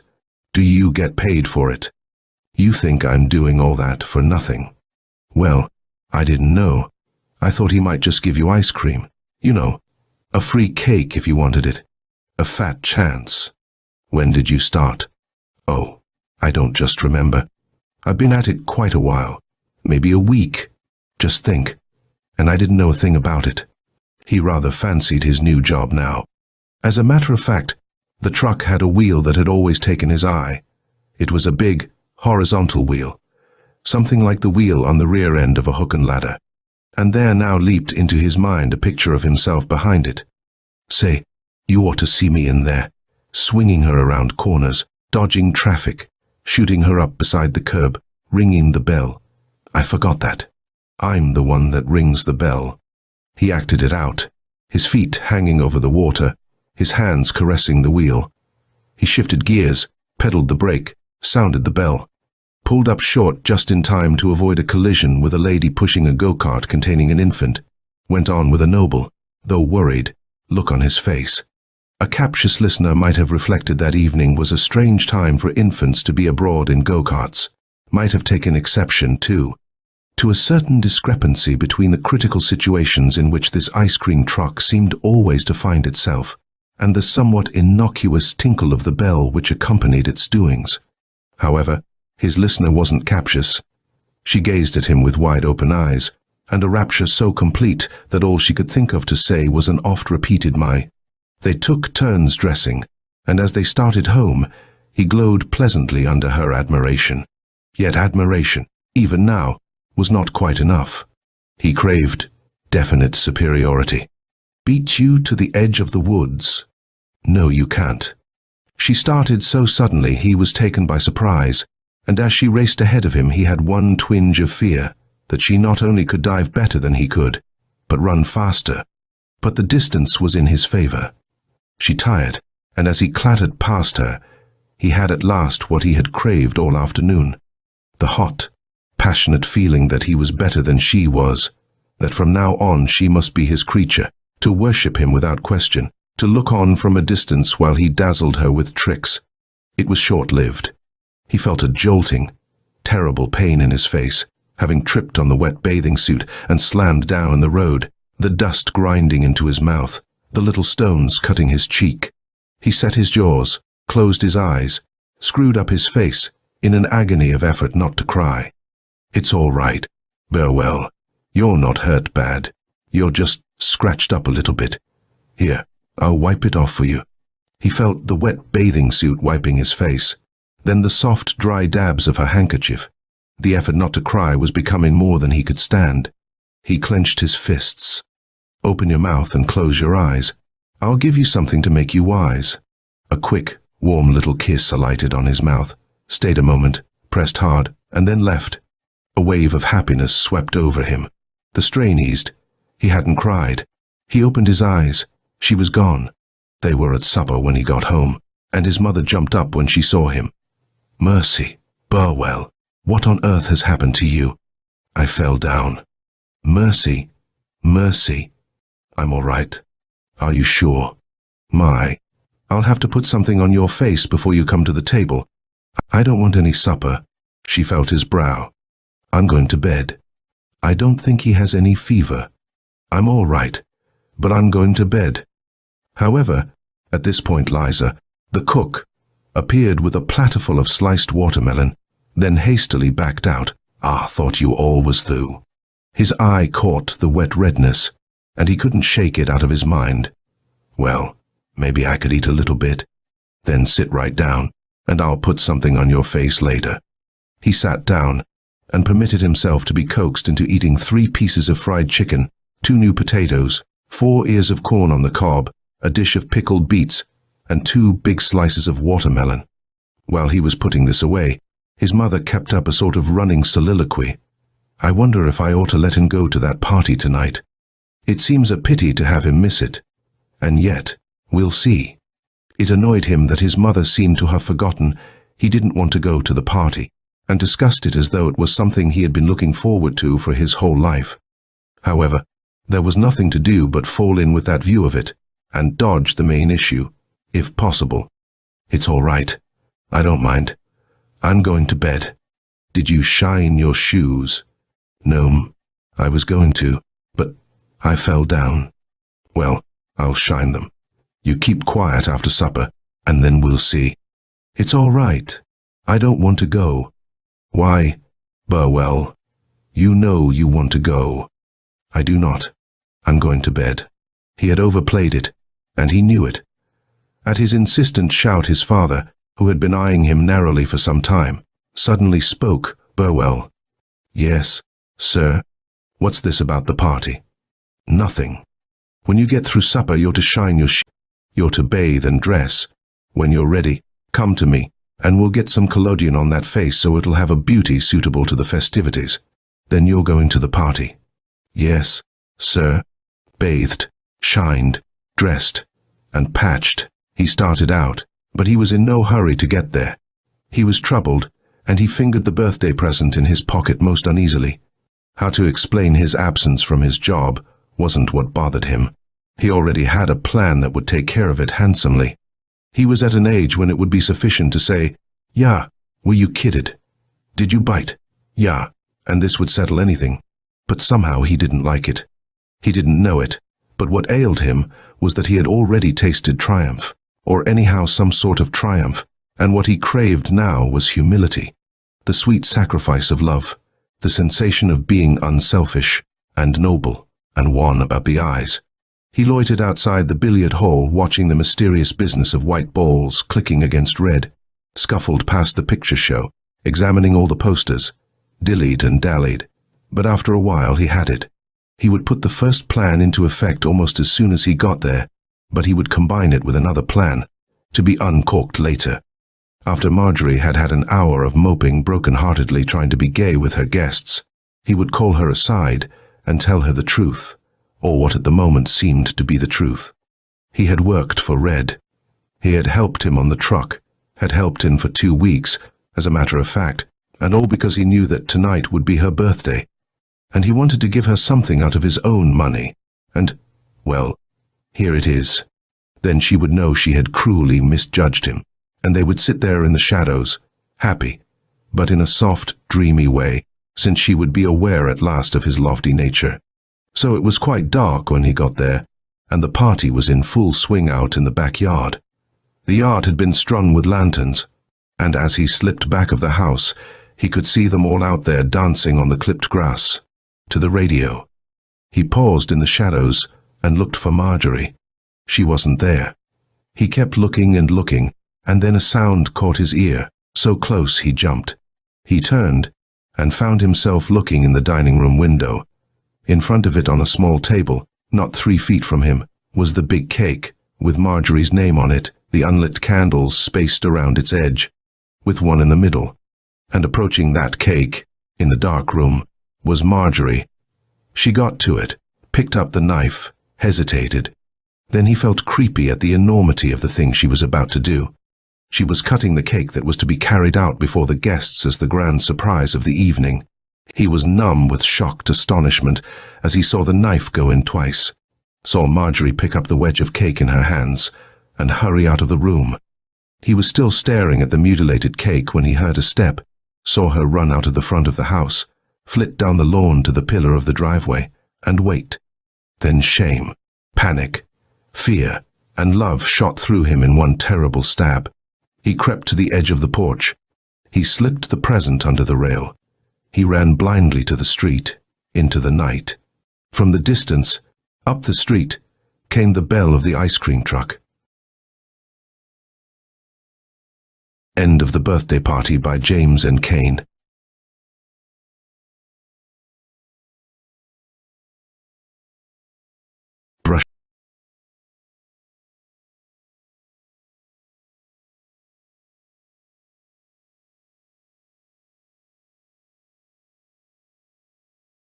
The Dark Brown Dress by Meredith Byers.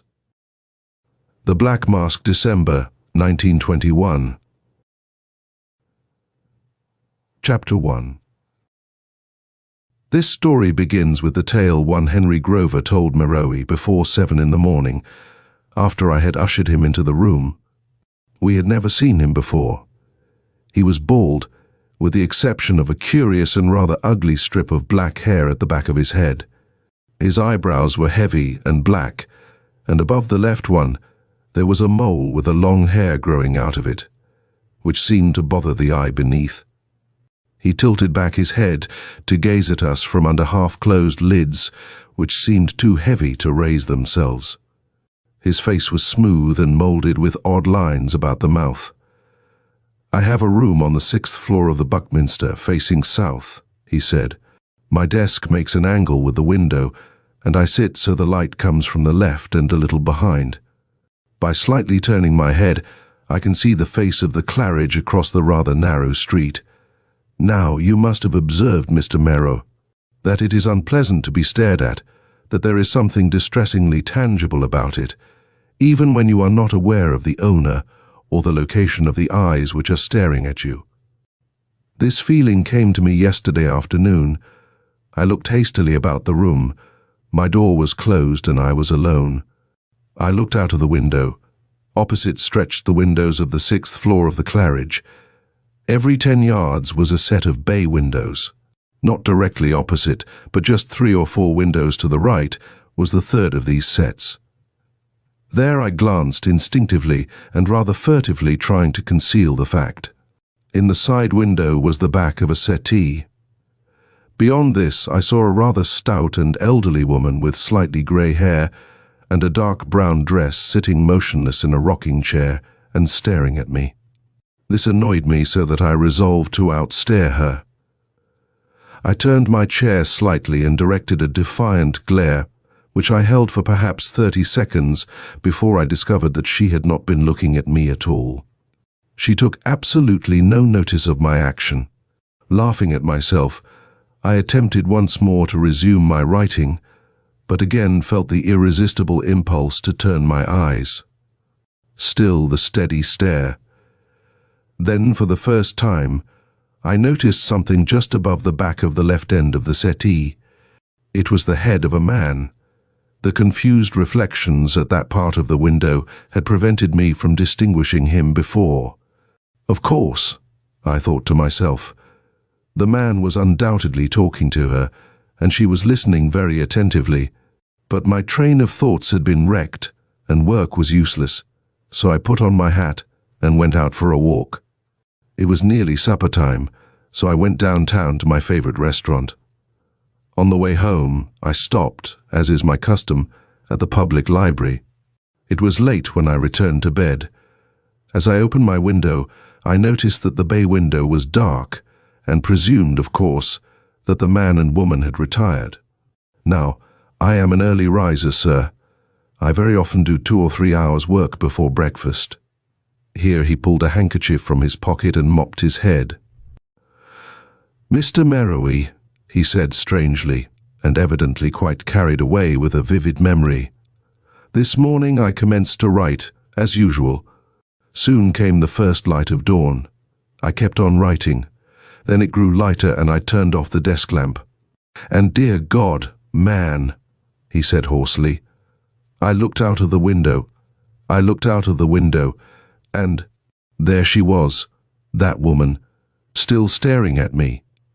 And the head of the man was above the back of the settee, in exactly the same position. I leaned forward with a glance at Merrowy. "And what did you do, Mr. Grover?" he was asking. "I went directly over to the Claridge, sir, but the janitor said that I was crazy and would not listen to me. What's more, he would not let me in to wake up the manager. So I returned to my room to make sure that I had not been dreaming. Being perfectly satisfied that this was not the case, I decided to appeal to you. If you will come directly to my room, I am confident that you will find things just as I have stated." "And it is your opinion, Mr. Grover, that a crime has been committed?" "Why, yes, sir. Well, that, of course, is one possibility." "Come," said Merrowy, putting the screen in front of the fireplace. "We will go immediately." Once in the room, Grover advanced quickly to the window and uttered an exclamation of astonishment. For the room behind the third bay window opposite was the scene of a commotion. Merrowy bolted for the door with the two of us at his heels. The office of the Claridge was empty. Not waiting to ring for the elevator, Merrowy rushed up 6 flights of stairs. I followed him, leaving Grover blustering and far behind. We made our way toward the sound of voices down the hall and stood in the doorway of a room facing a dozen or more people. Merrowy showed them his badge of authority. Mr. Barhart, manager of the hotel, stood forth as the main spokesman.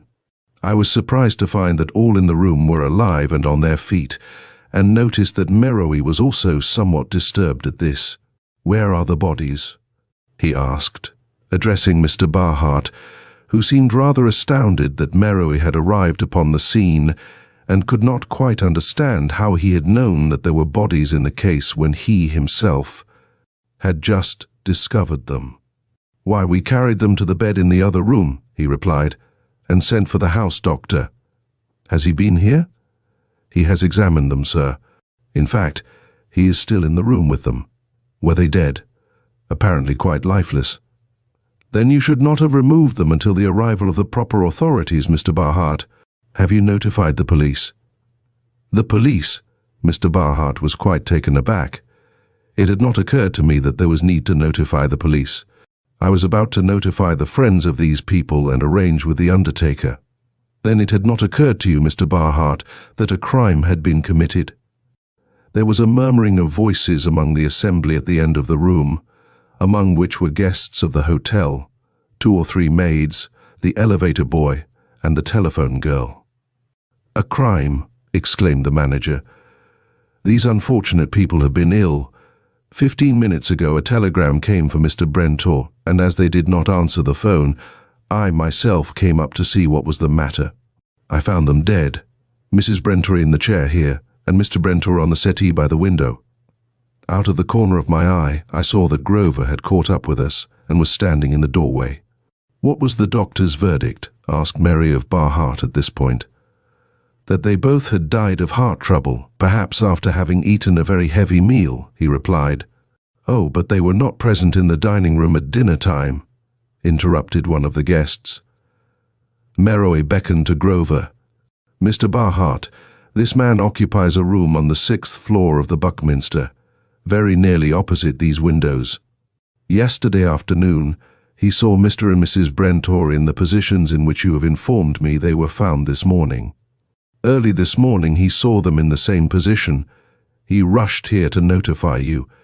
Your janitor laughed at him, called him crazy, and refused to let him wake you. I am sorry, Mr. Barhart, but I will have to ask all of you to remain in this room until I have investigated the situation a little more closely." The telephone girl stepped forward and held up her hand.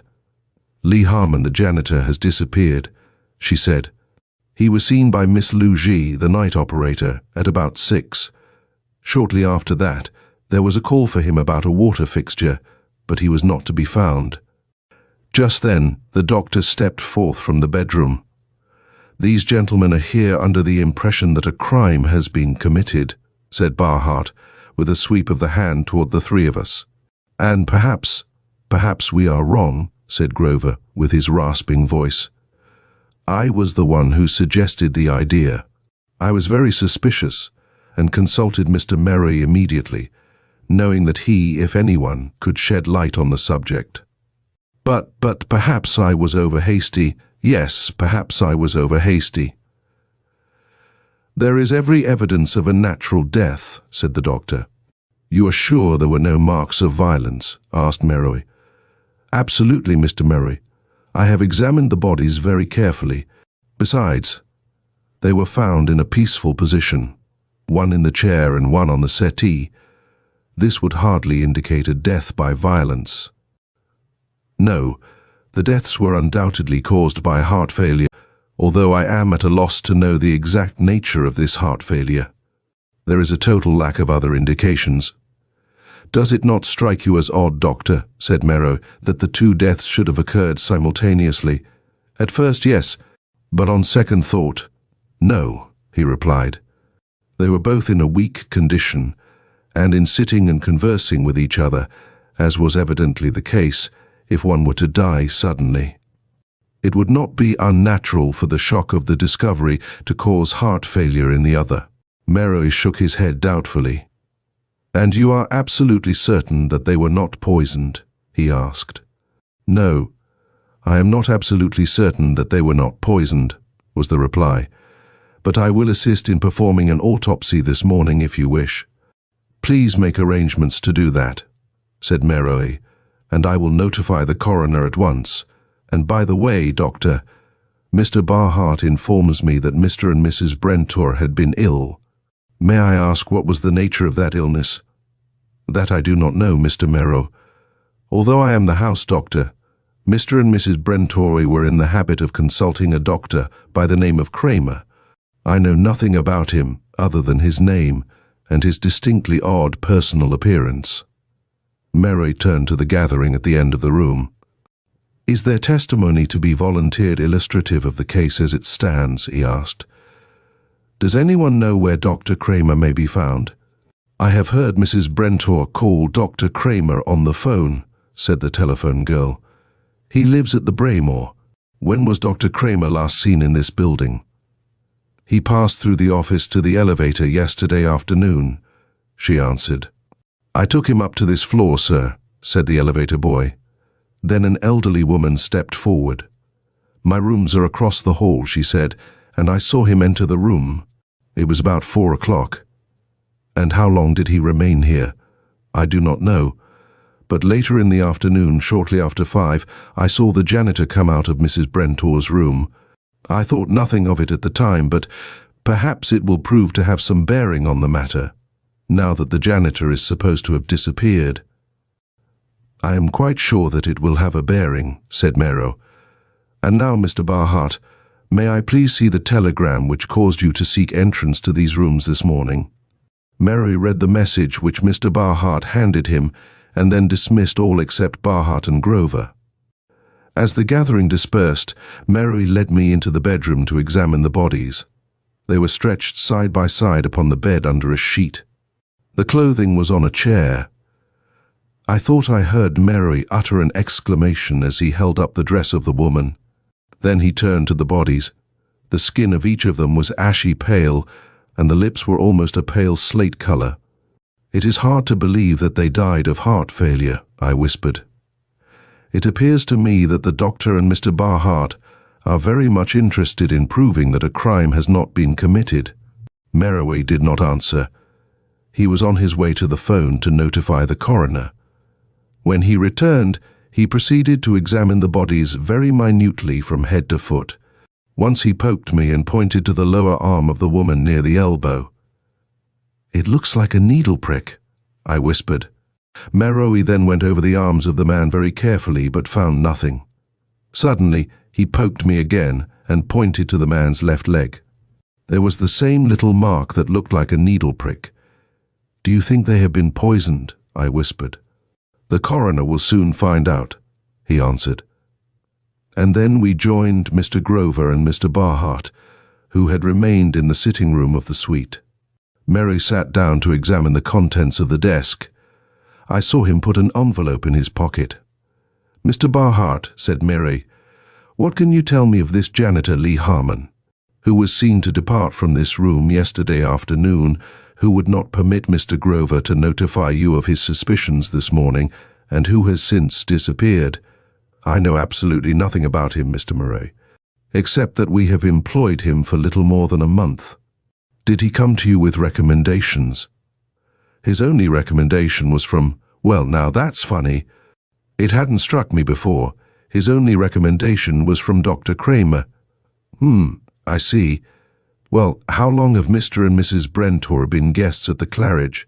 3 years this next month. And how long has Dr. Kramer been attending them? Just this fall. Before that, I do not believe they were in need of medical advice. If so, it did not come under my observation. And Mr. and Mrs. Brentor were quite wealthy. Very wealthy, Mr. Murray. As soon as the coroner arrives, Mr. Barhart, I will leave to make some further investigations of my own. I will return at 2 o'clock. Please see that all the available witnesses are present. And you are still of the opinion that a crime has been committed, Mr. Murray? I would rather not answer that, Mr. Barhart, until I have received the coroner's statement. And, Mr. Grover, there is nothing to keep you now, but inasmuch as you are one of the chief witnesses, I shall ask you to be present at 2 this afternoon. Really, you know, he rasped. Perhaps I have been over-hasty. I would not wish to be the cause of unnecessary trouble by suggesting that a crime had been committed when... You were certainly the early bird this time, Mr. Merroy, chuckled a voice in the doorway. It was the coroner. Chapter 2.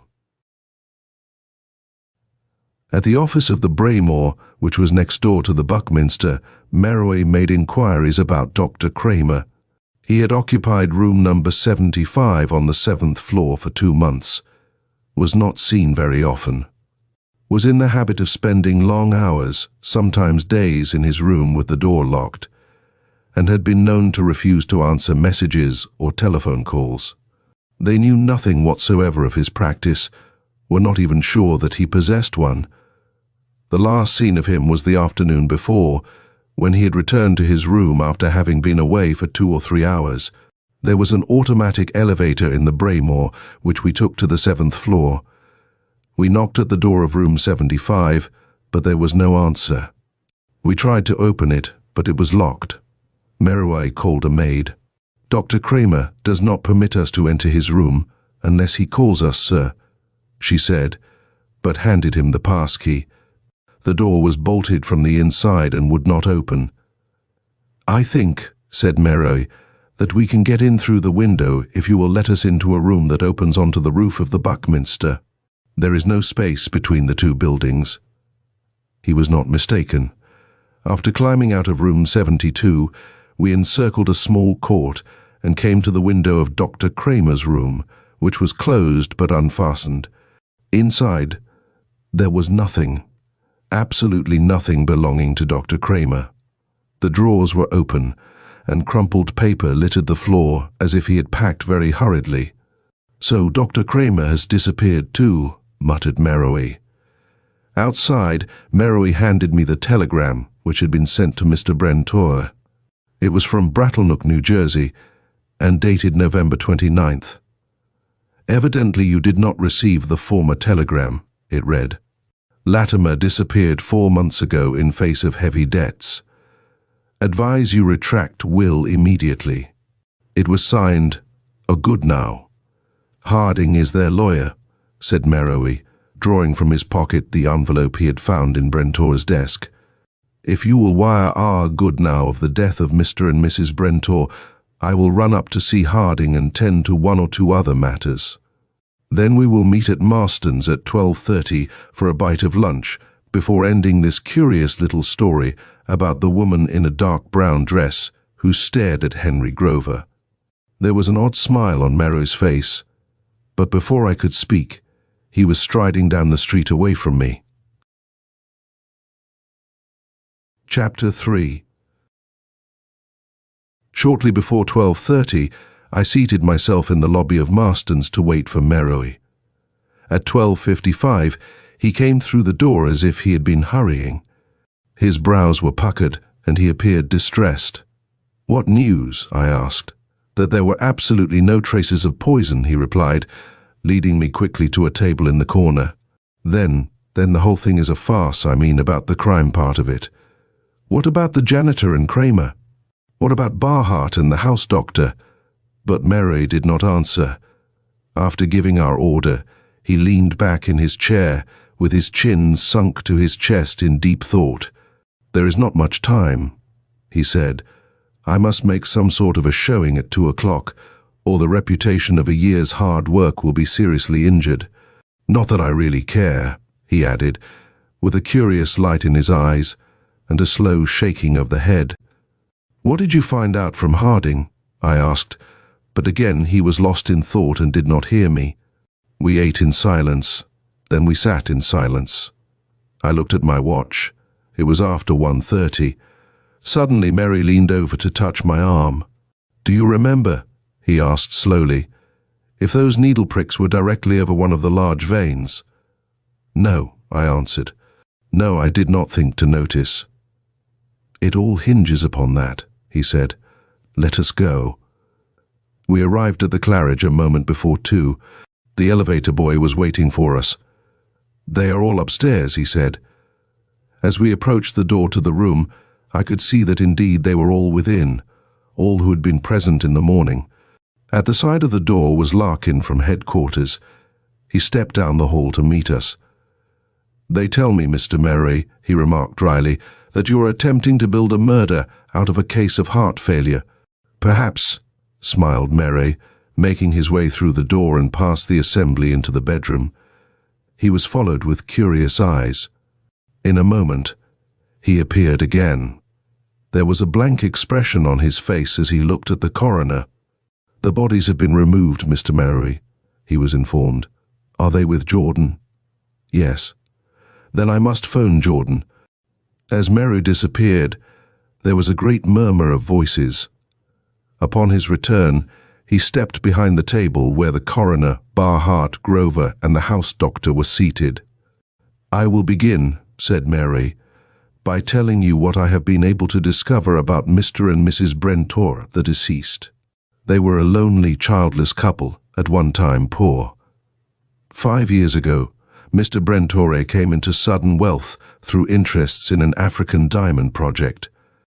He had originally been a jeweler of no great repute, forced to struggle to make ends meet. 3 years ago, he sold his business and retired with his wife to this suite at the Claridge, intending to live there until old age overtook them, which they did not expect would be very many years. The nearest relative to either of them was an elder sister of Mr. Brentor, who died in Brattlenook, New Jersey, leaving a grown son by the name of Roderick Latimer. Of the character of this man, I will not venture to speak, other than that he took a great interest in the suddenly acquired fortune of his uncle Brentor, whom he had never seen. One day a man by the name of Dr. Kramer registered at the Hotel Braymore. He was from Brattlenook, New Jersey. He called upon Mr. and Mrs. Brentor, telling them that their nephew, Roderick Latimer, was one of his best friends and had asked him to visit them. Mr. Brentor was immediately interested, for he had often wished to know more about this nephew than he had heard from his sister before her death. One evening, Dr. Kramer called again and found Mrs. Brentor indisposed. He volunteered his services, saying that he had given up his practice upon leaving Brattlenook, but would be very glad to render service to either of them. At any time it might be needed. Curiously enough, Mr. and Mrs. Brentor from then on became more and more in need of these services. Their health began to fail. As time went on, there came a thought which very often comes to men of failing health who are burdened with wealth. They had not made a will. Perhaps, yes, perhaps this was even suggested by Dr. Kramer. At least they talked together about this nephew, who was Brentor's only relative. A decision was at hand. But he was evidently not satisfied with second-hand knowledge of this Latimer from someone who had been a stranger until so recently. There was an old boyhood friend of Mr. Brentor's living in Brattlenook. His name was Goodnow. He telegraphed Goodnow asking him to look up Latimer and report results by wire. This was done, and the report received by Brentor was favorable, so he made an appointment with Harding of the Mentor Building to draw up the will. Then he telegraphed Goodnow to inform Latimer of what he had done and to ask him, Latimer, to come at his earliest opportunity at Brentor's expense for a short visit here at the Claridge. That was yesterday. Goodnow sent a night letter to Brentor, which arrived this morning. In attempting to ensure that Mr. Brentor received this message, Mr. Barhart discovered both Mr. and Mrs. Brentor dead. I will read you the message. Evidently you did not receive the former telegram. Latimer disappeared 4 months ago in the face of heavy debts. Advise you retract will immediately. Now, Brentor had received a favorable report, apparently from Goodnow. So you see, the unfavorable telegram had been intercepted, and the favorable one substituted. I found from Western Union that the correct telegram left their office. At this point, let me remind you that Dr. Kramer was seen to enter this room yesterday afternoon at 4. The janitor, who had come here a month ago with only Dr. Kramer's recommendation, was seen leaving this room at about 5. This morning, it was discovered that the janitor had disappeared, and since then, I have discovered something that may interest you. Dr. Kramer has also disappeared from his quarters at the Braymore. There was a murmuring at this, and Mary waited for it to subside before he continued. Much of the information not obtainable here at the Claridge I gathered from Frank S. Harding, the lawyer engaged to draw up the will. Some of it I inferred as necessary to make the tale coherent, and now we will approach what I still choose to consider a mystery from another angle. It has to do with Henry Grover here, who came to me at 6:30 this morning, over half an hour before Mr. Barhart entered the room. Mr. Grover occupies a room directly opposite this one at the Buckminster. He came to me rather distressed because yesterday afternoon at 5 or a little after, He was disturbed by the figure of a woman with slightly grey hair and a dark brown dress staring at him from this room. Soon he discovered that she was not staring at him, but at a man who was evidently talking to her, and whose head he could see above the back of the settee in the window. It had bothered him so much that he stopped work and went out for a walk. He remained for supper and did not return until dark. Not seeing a light in this window, he presumed that the occupants had retired for the night.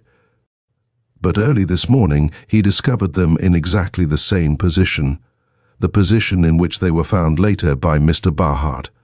Rushing over to the Claridge, he was stopped by the janitor, who laughed at him, called him crazy, and refused to allow him to wake up the manager.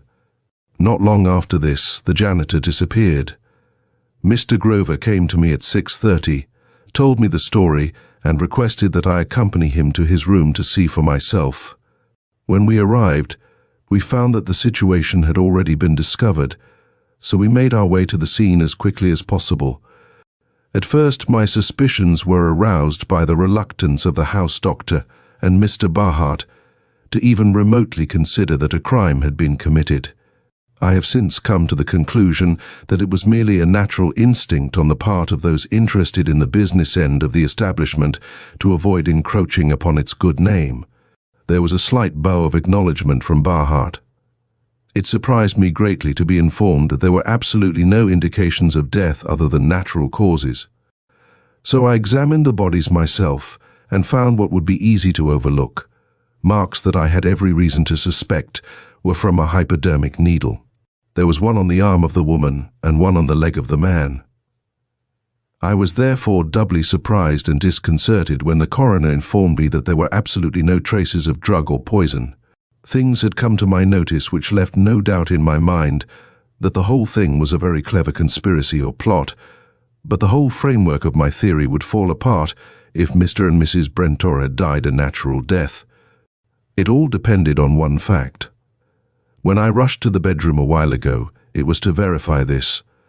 The bodies were gone. I called Jordan and asked him to look for the needle marks and tell me if they were situated over a large vein. His answer was yes.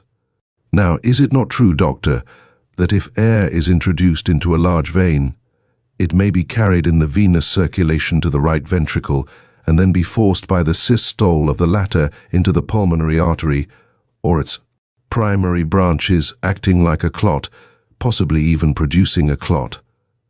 It is, Mr. Murray. That would be what is termed an air embolism. It would have somewhat the same effect as phlebitis of a large vein.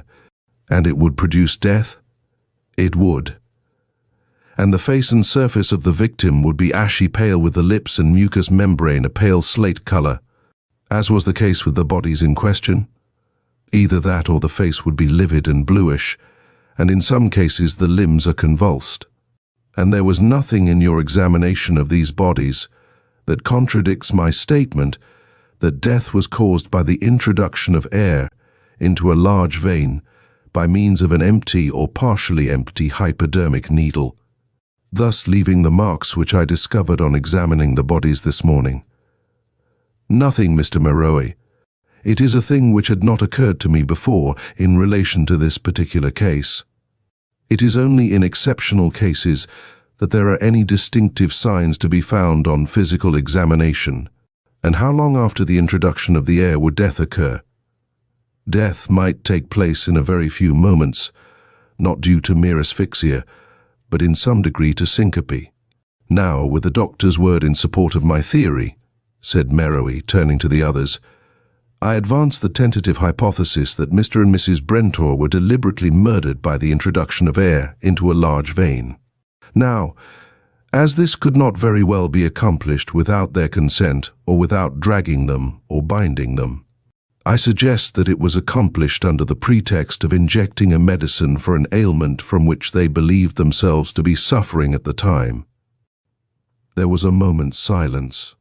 But could one die such a death, Mr. Meroe, interrupted the rasping voice of Mr. Grover, and remain in the natural sitting posture in which I saw them as early as yesterday afternoon, and in which Mr. Barhart found them this morning? They could not, answered Meroe, And for that reason, I was about to offer the additional suggestion that, after being successfully murdered in this unusual way, the bodies were placed in a sitting posture as nearly natural as possible. And why? It would seem that one would not take the trouble to do this without a perfectly definite and ingeniously conceived purpose. It is this and one other point which have led me to some rather startling conclusions since 7 o'clock this morning. There is in this room, at this moment, one who will verify all that I am saying. Did it not strike you as suggestive that the lady across the hall should have seen Dr. Kramer enter this room and the janitor depart from it? I leave you to draw your own conclusions from this and the fact that when one disappears, both disappear. And who would derive the greatest benefit from the death of Mr. and Mrs. Brentor? Would it not certainly be the nephew, Roderick Latimer, who disappeared from Brattlenook in the face of heavy debts? Who else would spend weeks of patient labor on a plan to hasten the preparation of the will and, immediately after that, the death of these people? At this point I offer another suggestion. Roderick Latimer, Dr. Kramer, and Lee Harmon, the janitor, are one and the same person. There was another burst of murmuring. A slightly sarcastic smile appeared on Larkin's face, and that in the person of the janitor he was able to intercept the telegram, the receipt of which would have ruined his chances of being named in the will, and that in the person of the doctor he was able to commit the murder at the proper time and without any great outcry. "Mr. Merrowy," said Larkin suddenly, "most of what you have given us, clever and coherent though it is mere theory. Do you have proof of what you say? Can you lead us to the murderer? If the case ended at that point, I would not have proof of what I say. I would not be able to lead you to the murderer." But Roderick Latimer did not stop there. He went a step farther. He went a step too far. In an effort to protect himself without having to flee the country entirely, he conceived a plan that was too perfect for him to execute without a flaw. He knew that the best way to escape detection and still be on the ground until it was safe for him to resume the character of Roderick Latimer, pay his debts, and take up the life of a wealthy and righteous citizen, was to be right under the nose and on the side of the detector. This would have been very successful had he been the mastermind to think of all the details at once. He was not that perfect mastermind. And now, Lee Harmon, Dr. Kramer, Roderick Latimer, and Henry Grover, what have you to say for yourself? Chapter 4. There was a general outcry of astonishment. Henry Grover looked around him and up at Merrowy in utter amazement. Another sarcastic smile appeared on Larkin's face. "You would look more like yourself without that on," said Merry, reaching for the hairpiece that grew out of the mole above Grover's left eye, but it did not budge. Grover uttered an exclamation of pain and rose in indignation. "Come out of it, Latimer," said Merrowy. "It will not help you now to put up a bluff. You came to me at 6:30. You were in a hurry as you accosted the telephone girl at the Charlesgate Club. You were not in a hurry once you had entered my room. You made your story entirely too dramatic to get away with naturally. You described the woman as having slightly grey hair and a dark brown dress. It was when I found that her hair was only slightly grey and that her dress was a very dark brown that I suspected your whole game. I defy anyone to sit in your room at the Buckminster and tell Mrs. Brentor's dark brown dress from a black one while it is hanging over a chair in the centre of this room. And it would be equally impossible to recognize her hair as slightly grey without having seen it at very close range. And when I discovered that the window of Kramer's room at the Braymore opened onto the roof of the Buckminster, not far from the stairway leading down to the 6th floor, your floor, I was convinced. Also, you were too eager to retract your suggestion that a crime had been committed after seeing the possibility of its being considered otherwise. Now let's see whether that mole will come off. It doesn't look quite natural to me. Your ideas of disguise are a bit crude for this day and age. I wish I had seen you as Dr. Kramer and the janitor." Grover backed away from Meroe. Suddenly the coroner reached for the mole. Grover jerked away with another exclamation, but the mole was left behind, held up to view in the coroner's fingers. "Do you deny anything that I have said?" asked Meroe. "Do you deny that you kept a room at both the Braymore and the Buckminster and managed to maintain the appearance of living in both by means of the stairway on the roof? Do you deny that for the past month you have worked yourself to death as Lee Harmon, the janitor, in order to ensure the success of your little plan?" I felt a real tinge of pity for the man as he hung his head. Suddenly he looked up. "Perhaps it would help clear matters," he said in a strained but quiet voice, "if I showed you exactly what was done in the case, for instance, with the woman." He reached into his hip pocket and drew forth a small box. He removed from it a hypodermic needle. "It was this vein," he said, pointing to his arm with the point of the needle. We watched him with gaping mouths, half stupefied by the strange tones of his voice. Suddenly Meroe lurched toward him, but it was too late. The needle was in his vein, and his thumb was pressing it home. "I would rather not be bothered with the red tape of a trial," he said quietly. "I will not describe in detail the scene that followed. There were screams from the women and some panic as they rushed from the room. He did not live more than 15 minutes. Meroe left the rest in the hands of Larkin and the coroner. We walked home through the park, breathing clean air and sunshine to clear our souls of the unwholesomeness with which we had been steeped since morning. "You know," said Meroe, "he would have slipped away with the whole thing right under our noses if he had not described the woman who stared at him as having been dressed in a dark brown dress. And that was the last I ever heard Meroe mention of the affair, for it was his custom to forget these things as soon as his part had been played." End of The Dark Brown Dress by Meredith Byers.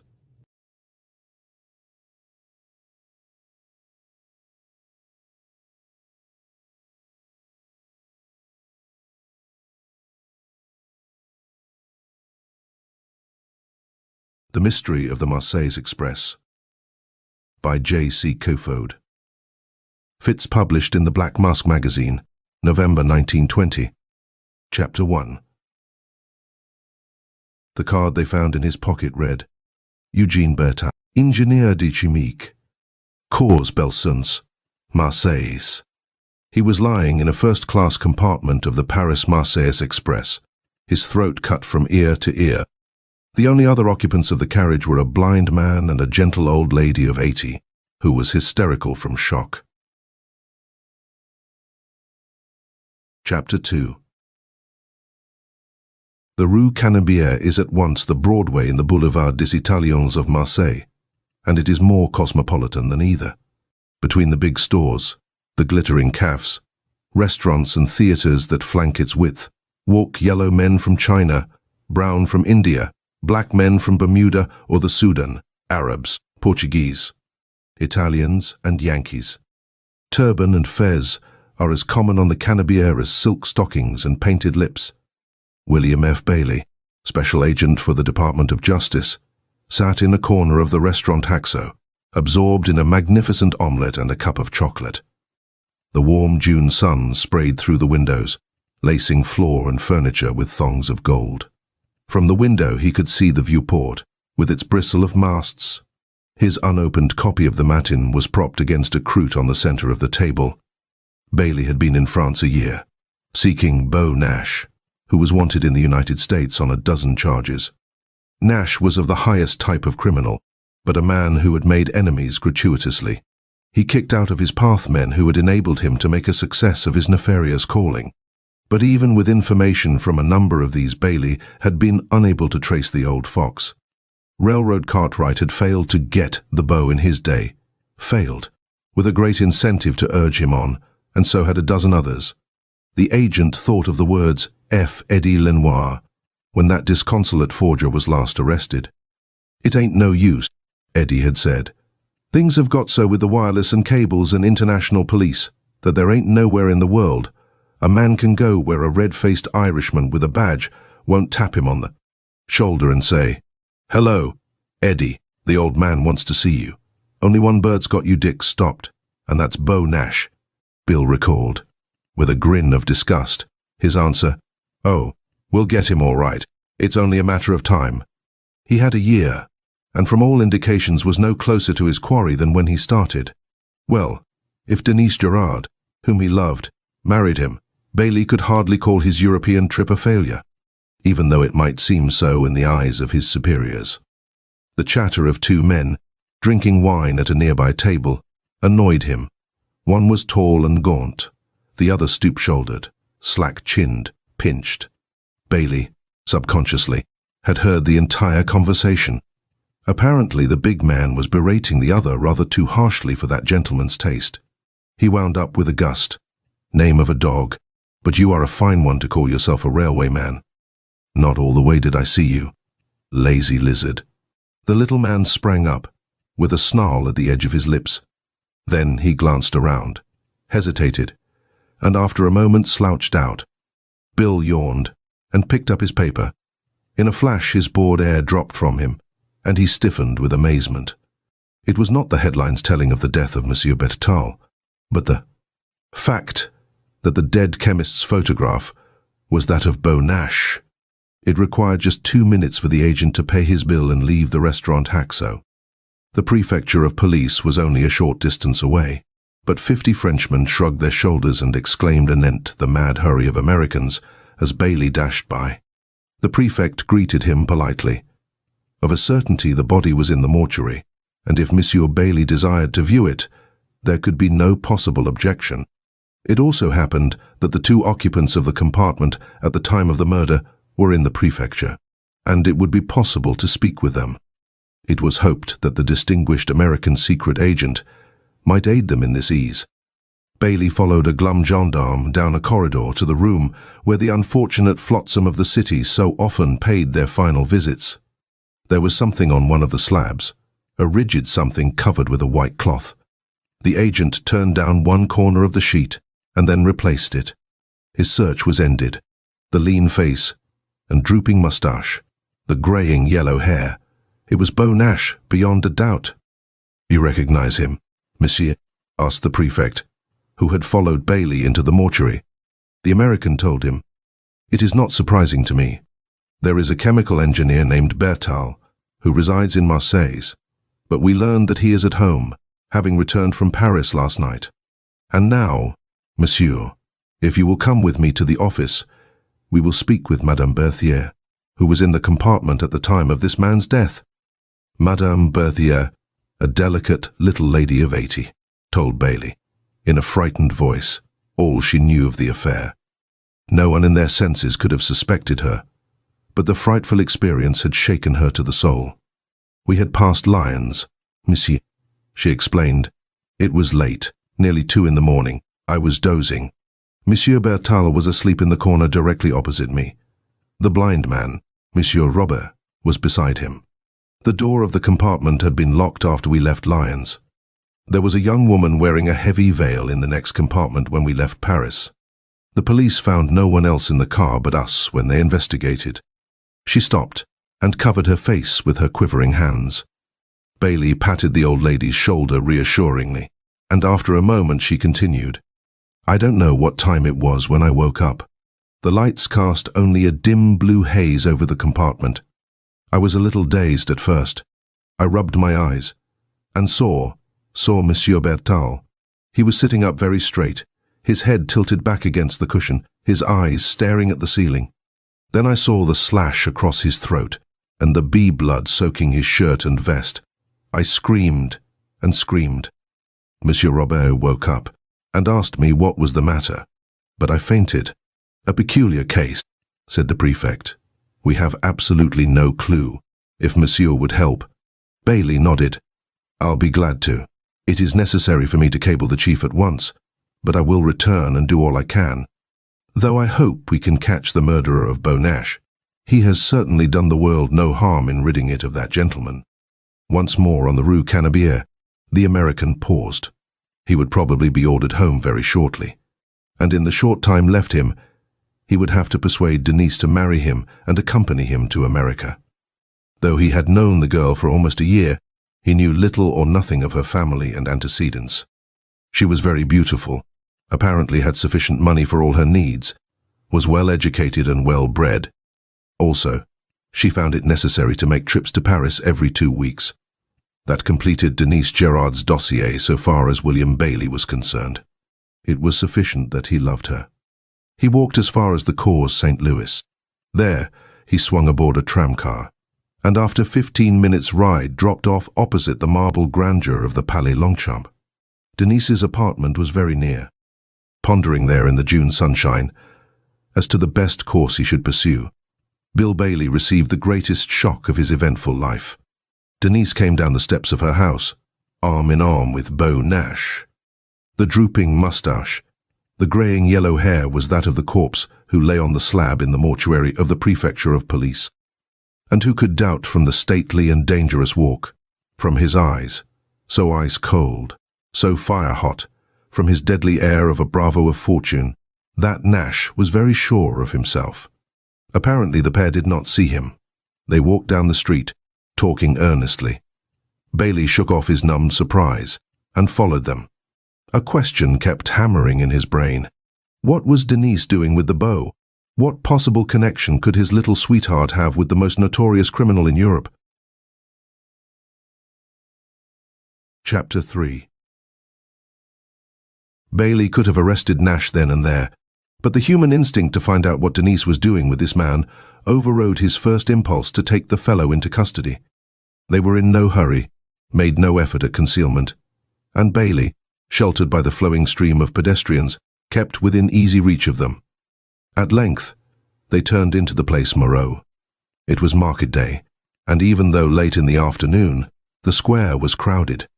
Sabots clattered on the cobblestones. Hogs squealed, ducks squawked. Red-faced peasant women shouted prices for their fish and fowl and vegetables. Here wandered a steel-helmeted poilu or a brown tommy, there a pigeon-chested gendarme, flecks of colour in the dull mass.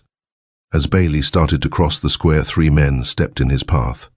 They were Parisians, of Montmartre or the outer boulevards. The cut of their clothes, a swagger from the hips, and an unhealthy colour proved that. They stopped him effectively without apparently attempting such a thing. "Hello, American," whined one. "We desire only the small courtesy of a match." "I'm in a hurry," Bailey snapped, thrusting the spokesman to one side. "Get out of the way." Every bit of colour fled from the Apache's face. His lips tightened into a white gash, and there was such malignant hatred in his eyes that Bailey's hand involuntarily reached toward his hip. If ever murder was written in a human expression, it was there in the Frenchman's. Then the agent laughed, reached over and grasped the fellow's wrist and twisted it until he howled with pain. The others, being cowards at heart, surged back. Bailey hurried across the square, but in the moment the Parisians had engaged his attention, Nash and Denise had disappeared. Bailey was not a man to cry over spilt milk, but he was thoroughly disgusted at the turn affairs had taken. Much as he wanted to allow Nash further liberty, so that he could discover the relationship between him and Denise, it had become imperative to get the man under lock and key. He telephoned to Captain Goulet, the prefect. It was Bailey's plan to have a dragnet thrown around the city in the event of Nash's attempting to slip out, and also to have the Place Moreau quarter thoroughly searched at once. "Yes?" came Captain Goulet's voice over the wire. "This is Bailey." "Oh, Monsieur Bailey, I have the most." "Just a moment, Captain. You remember that I identified the man who was murdered on the Marles Express as Beau Nash. Shortly after leaving your office, I saw Nash on the street, but he gave me the slip." You saw Nash on the street?" asked the captain thickly. "Oh, mon Dieu, this matter is getting beyond our mortal bonds." "What do you mean?" "The body of the man you identified as Nash has disappeared from the table in the mortuary." Bailey sucked in his breath in a gasp of surprise. "Disappeared? Of a certainty. And I saw Nash in the street 5 minutes afterward. I wonder, did you notice his throat, monsieur?" "He wore a muffler," said Bailey impatiently, "wrapped in 2 or 3 folds around his neck." Then it was him, wailed the prefect. I fear nothing human, monsieur, but this has gotten beyond our realm. The man who lay on this table was as dead as Pontius Pilate. To that I'll swear. Yet he disappears from my mortuary, and you meet him on the street. What can one do against a cadaver, monsieur? Nonsense. Have all the stations and wharves watched, and send a dozen men down here to search the neighborhood. Dead or alive, we're going to get Beau Nash. And I think that he will be able to tell us a few things to clear up the mystery of the Marles Express. Will you do as I ask? At once, monsieur. Bailey thoughtfully hung up the receiver and walked again into the place Moreau. The shadows had lengthened. The hucksters in the square were packing up their stands and wares. In 10 minutes more the place would be deserted. And then the police would come down like the historic Assyrian wolves, probably with a small success. Looking up from his musings, Bailey saw Denise step out of a tavern on the farther side of the square. She looked around cautiously. Then, having reconnoitered the ground to her evident satisfaction, she went back into the house. Bailey ran across the street, shifting his revolver from his hip pocket to the side one of his coat. The entrance from which Denise had looked did not lead through the cafe, but directly up a flight of stairs to the second floor. Its door was unlocked, and the agent pushed it open and went in. No one there. With his hand on the butt of his weapon, Bailey went up. Under his cautious step, the ratty old stairway squeaked like an unoiled hinge. The place was dark as a well, and rank with the 1,000 odors of a cheap restaurant. Somewhere above lay the key to the most puzzling mystery that Bailey had ever investigated. At the head of the second flight, a gas jet burned blue in the foul air. Within the arc of its sickly radiance, the portal of a room swung slightly ajar. He tiptoed forward and urged the door open an inch or more. Every muscle in his body was tensed for the possible struggle. Peering into the room, he caught the darker hulk of a bed in the gloom. From the arrangement of the bed clothing, it looked as though someone were sprawled on it. But, strain his ears as he might, Bailey could not hear that person breathing. Moving with the greatest caution, the agent slipped through the door. A gas light, turned very low, was burning. His pistol clutched in his right hand, Bailey stretched out his left and turned on the gas full blast. There, on the bed, its head slewed around until the throat gash yawned like some horrid mouth, lay the body of the man who had been killed on the Marles Express. Chapter 4. Bailey went cold to the tips of his fingers at the horror of it. He was used to ghastly scenes, but none had ever affected him, as did the lonely figure on the disordered bed. If it wasn't Nash, who was it? And why had he been brought from his slab in the mortuary to this place? The agent stepped toward the bed, and then a strong hand reached over his shoulder and tore away the pistol. Another was clapped over his mouth. So quickly was the attack made that before Bailey could shout or struggle, he was on his back, his own handcuffs on his wrists, and a gag between his teeth. The Apache who had accosted him in the square grinned down at him. "Ah, vieux cochon," he snorted. "You are the trapped and not the trapper now. Of course, you understand that we are going to kill you. But first, by order of Monsieur Nash, I am to explain some things to you. He thought it a shame that you should die without first touching the edges of this mystery. Look." He walked to the bed, and Bailey's sidelong glance followed him. "This man's name is not unfamiliar to you, monsieur," said the Apache. "It is John Shepherd, known as a cousin to Monsieur the Beau. The resemblance between the two is strong, but you will grant that the makeup is yet the work of a master hand. The nose, see, it has been filled out with paraffin. The hair and moustache are dyed. This bluish scar at the angle of the jaw has been made with an electric needle."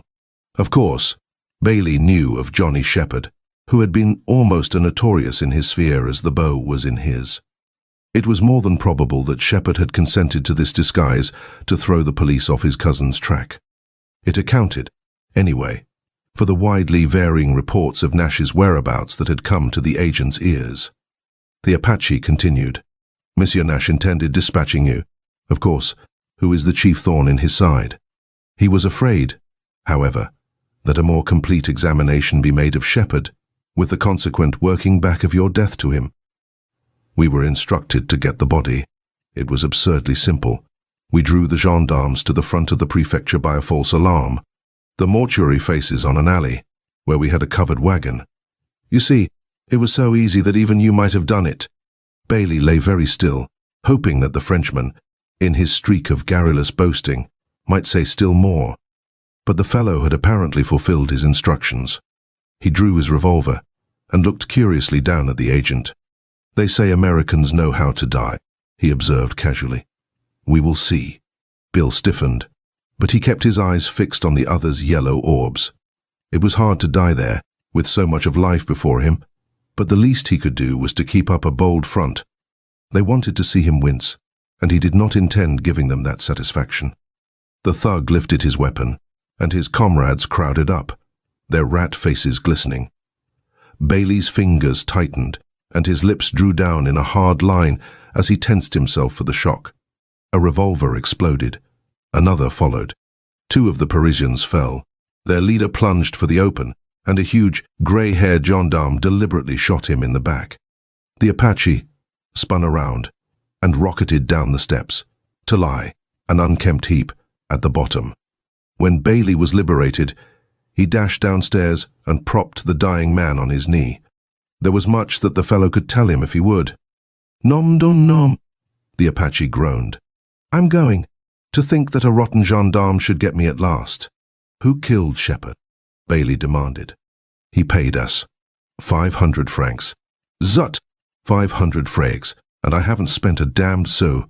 "Who killed Shepard?" The Parisian rolled his pale eyes upward. "Pablo. I'll tell. Why not? I got 500 francs to finish you, and I haven't spent a centime." He sat up suddenly. "Be watchful of Bertha," he gasped. "They are going to kill him." Then his head sagged back, and he died very quietly in Bailey's arms. "They are going to kill Bertal." The dead man's warning rang in Bailey's ears. What had the man Bertal, whose card had been found in the corpse's pocket, to do with this affair? Just where did he fit into the distorted mosaic? The agent had known that the presence of Bertal's card in Shepard's pocket could hardly have been due to chance, but he had had no time to investigate any of the little clues he had caught out of the tangled skein. Now his time would be further occupied in preventing someone from exterminating the unhappy Monsieur Bertal. Bailey rose from his knees to find the grey-moustached gendarme regarding him quizzically. "I have under arrest," said Sergeant Moe, "a woman named Denise Girard. We found her on the 3rd floor." Bailey's voice was normal when he asked, "On what charge are you holding her?" "She has confessed to the murder of the man who was found on the Paris-Marseille Express." "Nonsense," said Bailey violently. "Perhaps not, monsieur. She is quite positive in expressing herself, and, after all, it would not be the first woman who resorted to murder. It was a wise man who first said, 'Cherchez la femme.'" Bailey stood silent, eyes on the ground. It was absurd to believe that his sweet girl had committed so shocking a crime. She had confessed. Bah! What the devil was a confession? Many an innocent person had confessed before this. But ugly doubt reared its head. Why was she so apparently friendly with Beau Nash? Why, Bailey believed it would be better not to see Denise just then. He wanted time to get a clearer vision of the affair, to make a few investigations. So in company with a gendarme, he hurried into the street and caught a tramcar in the direction of the Cours Belsunce. A fog had settled down in earnest, wiping out the tops of the buildings and making the street lights mere grey smudges in the darkness. He found Monsieur Bertal's house with difficulty, posted his gendarme outside, and rang the bell. The Bertal apartment was on the ground floor, as the neat brass plate under the window testified. Monsieur himself opened the door a crack and looked rather suspiciously at his visitor. Then he bowed and said, "Come in, Monsieur Bailey." Bailey had not the faintest idea of how Eugene Bertal knew him, but he kept his wonder hidden, and he and the gendarme walked in. Old Bertal might just have stepped from a painting, with his high collar, white shirt front and neckcloth with its pleats and counterpleats. He made Bailey think of English inns, with roaring fireplaces and guests thumping in from the lumbering coaches, of fat turkeys, eggnog, toddy and the rest. In appearance, he was a man after Dickens' own heart, not the pursy French chemical engineer he was supposed to be. The room itself furthered that impression. There was a huge four-poster bed, with chintz curtains. There was an ancient mahogany bureau, quaint brass candelabra, fine old engravings on the walls, rows of leather-bound books. There were also big, helpless-looking wadded chairs. The host waved his guest toward one of them. Bailey sat down. "You know me, apparently, monsieur, or else you are an extraordinarily good guesser. If that is the case, possibly you can guess why I am here." A bleak look came into the old man's face. He nodded. Bailey heard the creak of cautious footsteps in the next room. He knew that old Bertal lived alone, and that in all probability the newcomer was the messenger of death. It was pitch dark, beyond the portieres, but Bill seemed to sense a blacker shape flattened against the opposite wall. Without an instant's hesitation, he flung himself, muscular hands outstretched at the intruder, while he shouted to Monsieur Bertal to turn on the light. He crashed against an athletic body and received a vicious blow in the face. They clenched, and in the struggle tore a handkerchief from his opponent's face, but it was too dark for recognition. Bertal was taking an exasperatingly long time in reaching the electric switch. Then someone struck Bailey from behind. He reeled back, loosening his hold. The intruder tore himself free, flung open the door, and clattered out through the hallway. Bertal turned on the lights. There was no one in the room save these two. In the street, the gendarme raised an enormous puther as he ran after the fellow, but Bailey did not aid him. He simply stood and looked at Bertal. An explanation would not be out of place, he said coldly. "I risked my neck for you, and then you try to break it. That is my affair," said Bertal sullenly. "And now, we will get the principal business of your visit over and done with. I know why you, a detective, are here, and I confess freely. I killed John Shepherd on the Paris-Marles Express." He opened a drawer in the table and took out a knife with a clotted blade. "This is what I did it with," he said. When the gendarme returned, panting, and with nothing to show for his chase, Bailey left him in charge of the apartment and took Bertal to the prefecture of police. He had not commented on Denise's confession. He said, "Nothing concerning this one." Captain Goulet smiled grimly when the American explained that Bertal had shouldered responsibility for the murder. He shook his finger reprovingly, as though the old chemical engineer were a bad boy. "It is strange, very strange, Monsieur Bailey," he said, "and, as you Yankees say, brisk business. First Mademoiselle Girard confesses, then Monsieur Bertal, and just 5 minutes ago Monsieur Robert, the blind man, sent for us and said that he alone was responsible for Shepherd's death. Now, who is really telling the truth?" Chapter 5. "Take Monsieur Bertal to a cell," the prefect directed a gendarme. "I would like to know, Monsieur Bailey, just where we stand in this matter." The Department of Justice man grunted. "So would I, as S. Holmes used to say. It is a capital mistake to theorize before we have all the data. I am going out to get that data. Did you instruct the chef de gare to hold the murder car for my investigation, and also keep the entire train crew so I can interview them?" "Yes." "All right. Now, we'll have the 3 confessors come out here one at a time and tell us in detail just how they committed the crime. After that, I'll examine the car and the crew, and if that doesn't get us some real information, I'll go back to kindergarten." Goulet nodded his approbation. "Bring in Mademoiselle Girard," he directed. Bailey promptly effaced himself from the scene by retiring behind a convenient screen, where he could see and hear without being observed himself. Denise came in presently, her beautiful face white and tear-stained. There were blue circles beneath her eyes, and her slender shoulders drooped. Bailey's heart went out to her in a warm surge of love and pity. She was so young, and so much in need of help. "Now, Mademoiselle Girard," said the prefect in a normal conversational tone, "I want you to give me a straightforward description of what happened on the Paris-Marles Express last night. I told you once. It is necessary that it be repeated." He tapped his teeth with a penholder and looked at her quite calmly. "Before we started from Paris," she said hurriedly, "Shepherd, whom I knew, spoke to me insultingly.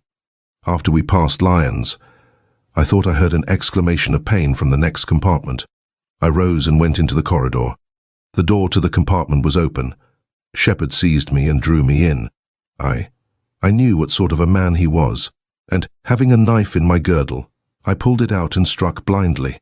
He fell back on the seat, and I ran into my own compartment. How is it that Madame Berthier and Monsieur Robert heard nothing of this? There were no words passed, little noise. They were both sleeping. You assume full responsibility for this man's death? I do, she whispered. That is all, said Goulet, motioning the gendarme to take her away. Bring in Monsieur Robert, he added. He has nothing to do with it. Truly, he hasn't. The girl cried desperately over her shoulder. When the blind man was led in, the prefect addressed the same questions to him. I had every reason to hate that man, answered Robert. It is not necessary to explain motives. My confession obviates that. Shepherd felt safe with me because I am blind. I could tell by his breathing when he was asleep. When I was sure of it, I felt for his throat. Oh, so cautiously, and then used my knife. What were your relative position? Asked Bailey, coming from behind the screen. He was sitting next the window, I beside him. Bailey nodded gravely. After the blind man was taken away, Bertal was brought back again. He was visibly nervous. We want a detailed explanation from you, Bailey explained. It will be brief. Long ago I had, for reasons that need no explanation, determined on the death of John Shepherd. He deserved it if ever a man did, but it was out of the question for me to kill him openly. I knew that he intended leaving Paris when he did. I knew exactly how the train ran, the track it used, its schedule, how it always came to a brief stop in the freight yards beyond Lyons. I learned what compartment Shepherd would occupy. Then I hid myself in a freight car beside the track used by the express. Fortune was kind to me, kinder than I expected. The train halted. I looked, and there, directly opposite me, I saw Shepherd asleep. I leaned across, resting my arm on the side of the express, and drove my knife into his throat. Then I walked back to Lyons, and 2 hours later caught another train to Marseilles. When Bertal had been escorted back to his cell, Captain Goulet looked quizzically at Bailey. The further we go, the more tangled we get, he observed. Mon Dieu! What a fright I had when the body disappeared from the mortuary. I thought surely we had a ghost to deal with. But these are most palpably human folks, and each of their confessions are logical when taken alone. Together, he shrugged his shoulders. We'll straighten them out, Bailey reassured him. I'm off now, and I won't be back until I've laid my hands on something definite. It was not until 9 o'clock next morning that Bill returned, but he was as fresh and clear-eyed as though he had been sleeping all night. Captain Goulet greeted him hopefully. I've made some progress, the agent admitted in answer to the prefect's question. In fact, most of the mystery has disappeared. If you will have the 3 prisoners brought in again, I think we can get the other phases cleared up. Bill flashed Denise a look that brought the color to her cheeks, and a faint smile in answer to his. The 3 of you, he said, have confessed to the murder of John Shepherd. There are some angles to this case that I don't know, but I know that none of you had a hand in Shepherd's death. In the first place, Mademoiselle Girard had absolutely nothing to do with it. She was on the train, but she left it at Dijon. I wired her description to the police at every stop the express made, and found that she registered at Dijon under the name of Madame Claire St. Paul. Isn't that true, Denise? Why, yes, she admitted. Now, as to Monsieur Robert. His story was plausible. I carefully examined the spot where Shepherd had been sitting. There was a slash in the cushion, and spots of blood. But the nature of the cut, which was deep on the side toward Robert and edged thinly toward the window, indicated that it had been made by someone outside the train. There were also drops of blood on the steps which conclusively proved that point. So, of the 3 confessionaries, it seemed most likely that Monsieur Bertal was the guilty party. The chemist nodded dully. As a matter of fact, Bailey continued, he had no more to do with Shepherd's death than the other 2. He declared that he had committed the crime while the Marseilles Express halted in the freight yard beyond Lyons. As a matter of fact, the train did not stop. There was a clear track, and the express maintained a speed of 30 miles an hour through the yards. Hence, It was impossible for Bertal to have done as he claimed. Besides, Monsieur Bertal did not leave his hotel in Lyons until after the express had passed. I learned from his housekeeper the hotel he usually stayed at in that city, and found that he was aroused at 5 o'clock in the morning, had breakfast, and left at 6. That, I think, eliminates him. Then who, in the name of heaven, burst out the puzzled Goulet? Killed John Shepherd? That will come out presently, said Bailey. Just now I have a surprise for you. He flung open the door, and Beau Nash, his eyes wide and staring, not a fleck of colour in his face, came in. There's no use stalling, he panted. She didn't kill him. Why, I killed Johnny Shepherd myself. Bill Bailey laughed. That confession is the finest thing you ever did. Beau, the only clean, honest thing in your whole black record. But it won't wash. You didn't kill Johnny Shepherd any more than I did myself. Chapter 6. The Beau's thin lips twitched like a snarling dog's. Damn you, he shouted. I tell you I did. You're not going to railroad her to the guillotine. Of course not, soothed Bailey. I'm not in the habit of railroading people. I know you fairly well, Nash, and I thought that telegram would do the trick. You see, folks, I sent a wire, signed by one of the Beau's Apache friends, telling him that his sweetheart, Maisie Lee, had been arrested for this murder and that she would be railroaded. As a matter of fact, Miss Lee is already on her way to England. Nash grated his teeth. You devil! It won't do any good to indulge in personalities. I know who the murderer is, and I'll produce him very shortly. Before I do, I want to clear up all the threads. I suppose everyone knows that the Beau is a member of a most respected family in Sussex, England. He organized the London bank gang, and later operated extensively in the United States. Shepherd, his cousin, was also a member of that gang. Now I want you, Denise, to tell me why you helped him, and why you confessed to Shepherd's murder. The girl looked at Nash, paled, and then said bravely, I was afraid that my father had killed him, as he had often threatened to do, and I wanted to protect him. Your father, said Bailey questioningly. Denise made a gesture toward Monsieur Robert, the blind man. Nash and Shepherd had my father in their power. I aided them whenever they demanded it to save him. They treated me brutally at times, but I never dared resent it. When Shepherd was killed, I believed that father did it. The thought was natural, for he was on his way to Marseille with Nash's cousin, and it could have been done while Shepherd slept.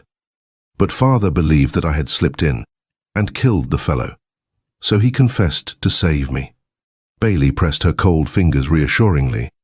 It was very noble, very self-sacrificing of you both. But why did you assume the blame, Monsieur Bertal? I, said the chemist, his ascetic lips tightening, was once a member of the London bank gang. I am an Englishman, though I have lived so long in France that I have almost forgotten the fact. Nash, with Shepherd's connivance, did me a great wrong. Never mind what. I pretended to have forgotten, and aided him while he was in Marseille. But I had not forgotten. The old scars were still open. Through him, I came to know Denise, and love her as a father. I writhed impotently at his treatment of her, which, to a girl of her spirit, was intolerable. When Shepherd was killed, I had reasons to believe that she had done it, though there were others just as eager. When I learned of her arrest, I decided to sacrifice myself for her. I am old and of little use, while she, well, it doesn't matter. Shepherd, I suppose, had intended carrying nothing on his person that would identify him if anything happened. But he overlooked one of my cards. It was probably due to that Nash believed I had killed his cousin, and in revenge sent his Apaches to erase me from the scheme of things. I apologize for striking you, Bailey, but I wanted them to succeed, for I am very tired of life. Have you anything to say, Nash? Asked the agent. Everything they've said is true, Beau growled. But I'd like to know who killed Johnny. Damn his murderer. The man who killed Shepherd thought he was you. Nash looked at Bailey with narrowing eyes. Who was it? You've got me just as you caught Eddie Lenoir and the rest of the old gang. but I'm satisfied so long as Maisie is safe. If those Apaches of mine had been just a bit quicker, they would have killed you, and my plan would have worked out perfectly. But they didn't. Now, the least you can do is to tell me who killed Johnny Shepherd." Bill touched a bell on the prefect's desk. 2 burly gendarmes came in with a stoop-shouldered, slack-chinned man of middle age between them, the man who had annoyed Bailey with his chatter in the restaurant Haxo the day before. "Harry Carstairs, by God!" cried Nash, taking an involuntary step backward. "The murderer of John Shepherd." "Beau," said Bailey quietly, "and the man whose wife and fortune you stole." Why? I thought he was dead." "How? How did you find him, Bailey?" "I'll admit that it was as much a matter of good luck as judgment," the agent admitted. Every indication pointed to Shepherd having been murdered in mistake for Nash. In his day, the Beau made many enemies, but the man who had most cause to hate him was Harry Carstairs. The case is notorious, even yet, in the criminal circles of London. But Carstairs had disappeared, dropped out of sight entirely. He was reported to have died in Antwerp years ago. Shepherd had been killed by someone on the train, someone in his particular car. I eliminated the 3 passengers, Mademoiselle Girard, Madame Berthier, and Monsieur Robert. That should leave only a member of the train crew. I examined the roof of the car. By the scratches of hobnailed shoes, it was apparent that someone had laid there, then swung down to the steps. I knew that in his earlier days Carstairs had been a railroader on the Midland and Sussex. Then, like a flash, I recalled a conversation I had heard in the restaurant Haxo yesterday afternoon. A railway man berating an inferior for having kept out of sight all the way from Paris to Marseilles. So I lined up the crew and picked out the man who had been in the restaurant. He denied any knowledge of the crime, of course. When I called him Carstairs and outlined what I believed to have happened, he broke down and confessed that he actually committed the crime. In the words of the song, "That's all there is. There isn't any more." He took Denise's hand, "Except for one thing. Will you come to America with me?" She bowed her splendid head. "Yes," she whispered. "I'll go anywhere in the world. With you." End of The Mystery of the Marles Express by J.C. Kofod.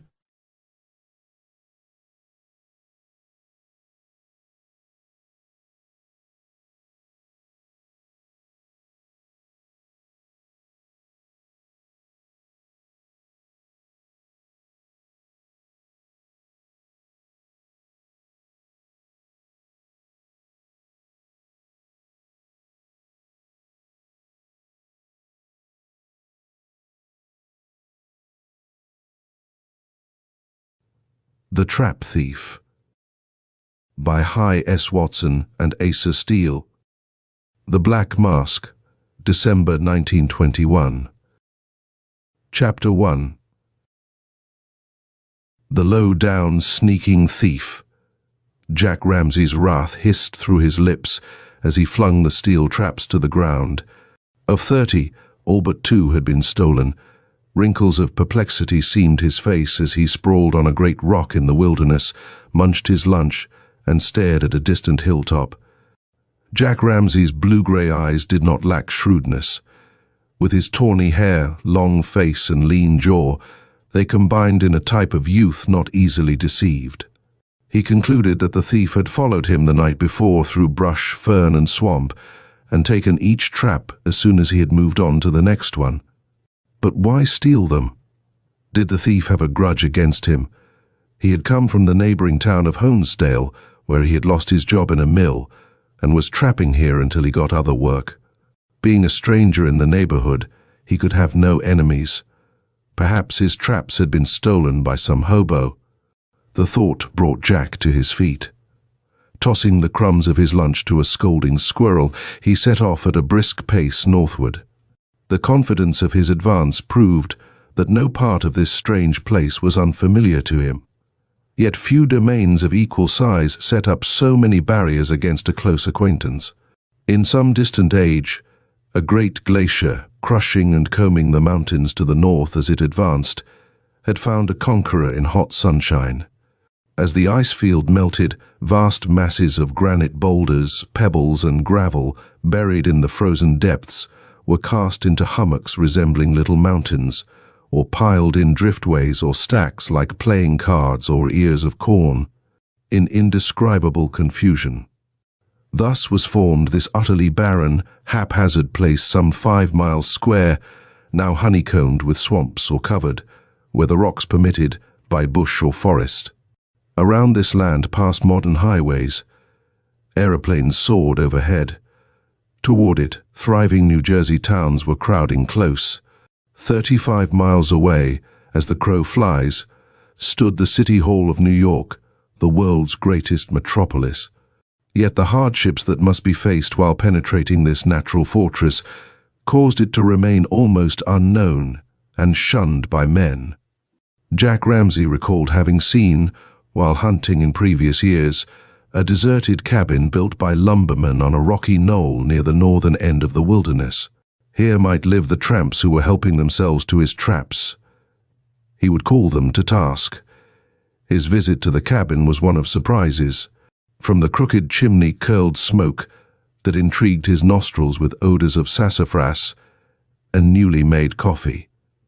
Crumbling woodwork had been replaced, and the windows reglazed and hung with curtains of snowy whiteness. Flowers were blooming in a border along a wall. The door was opened by an upstanding, buxom girl, sweet and wholesome as the sunshine that had tanned her cheeks and bare forearms. At the sight of him, her eyes brightened. "A drink of water, please?" "Sure thing, bring fresh water, Jimmy." The man addressed was sitting in a corner, shaping a billet of wood with a hunting knife. When he raised his pale, bearded face, Ramsay recognized Jimmy Willits, a half-wit whom he had met in the wilderness.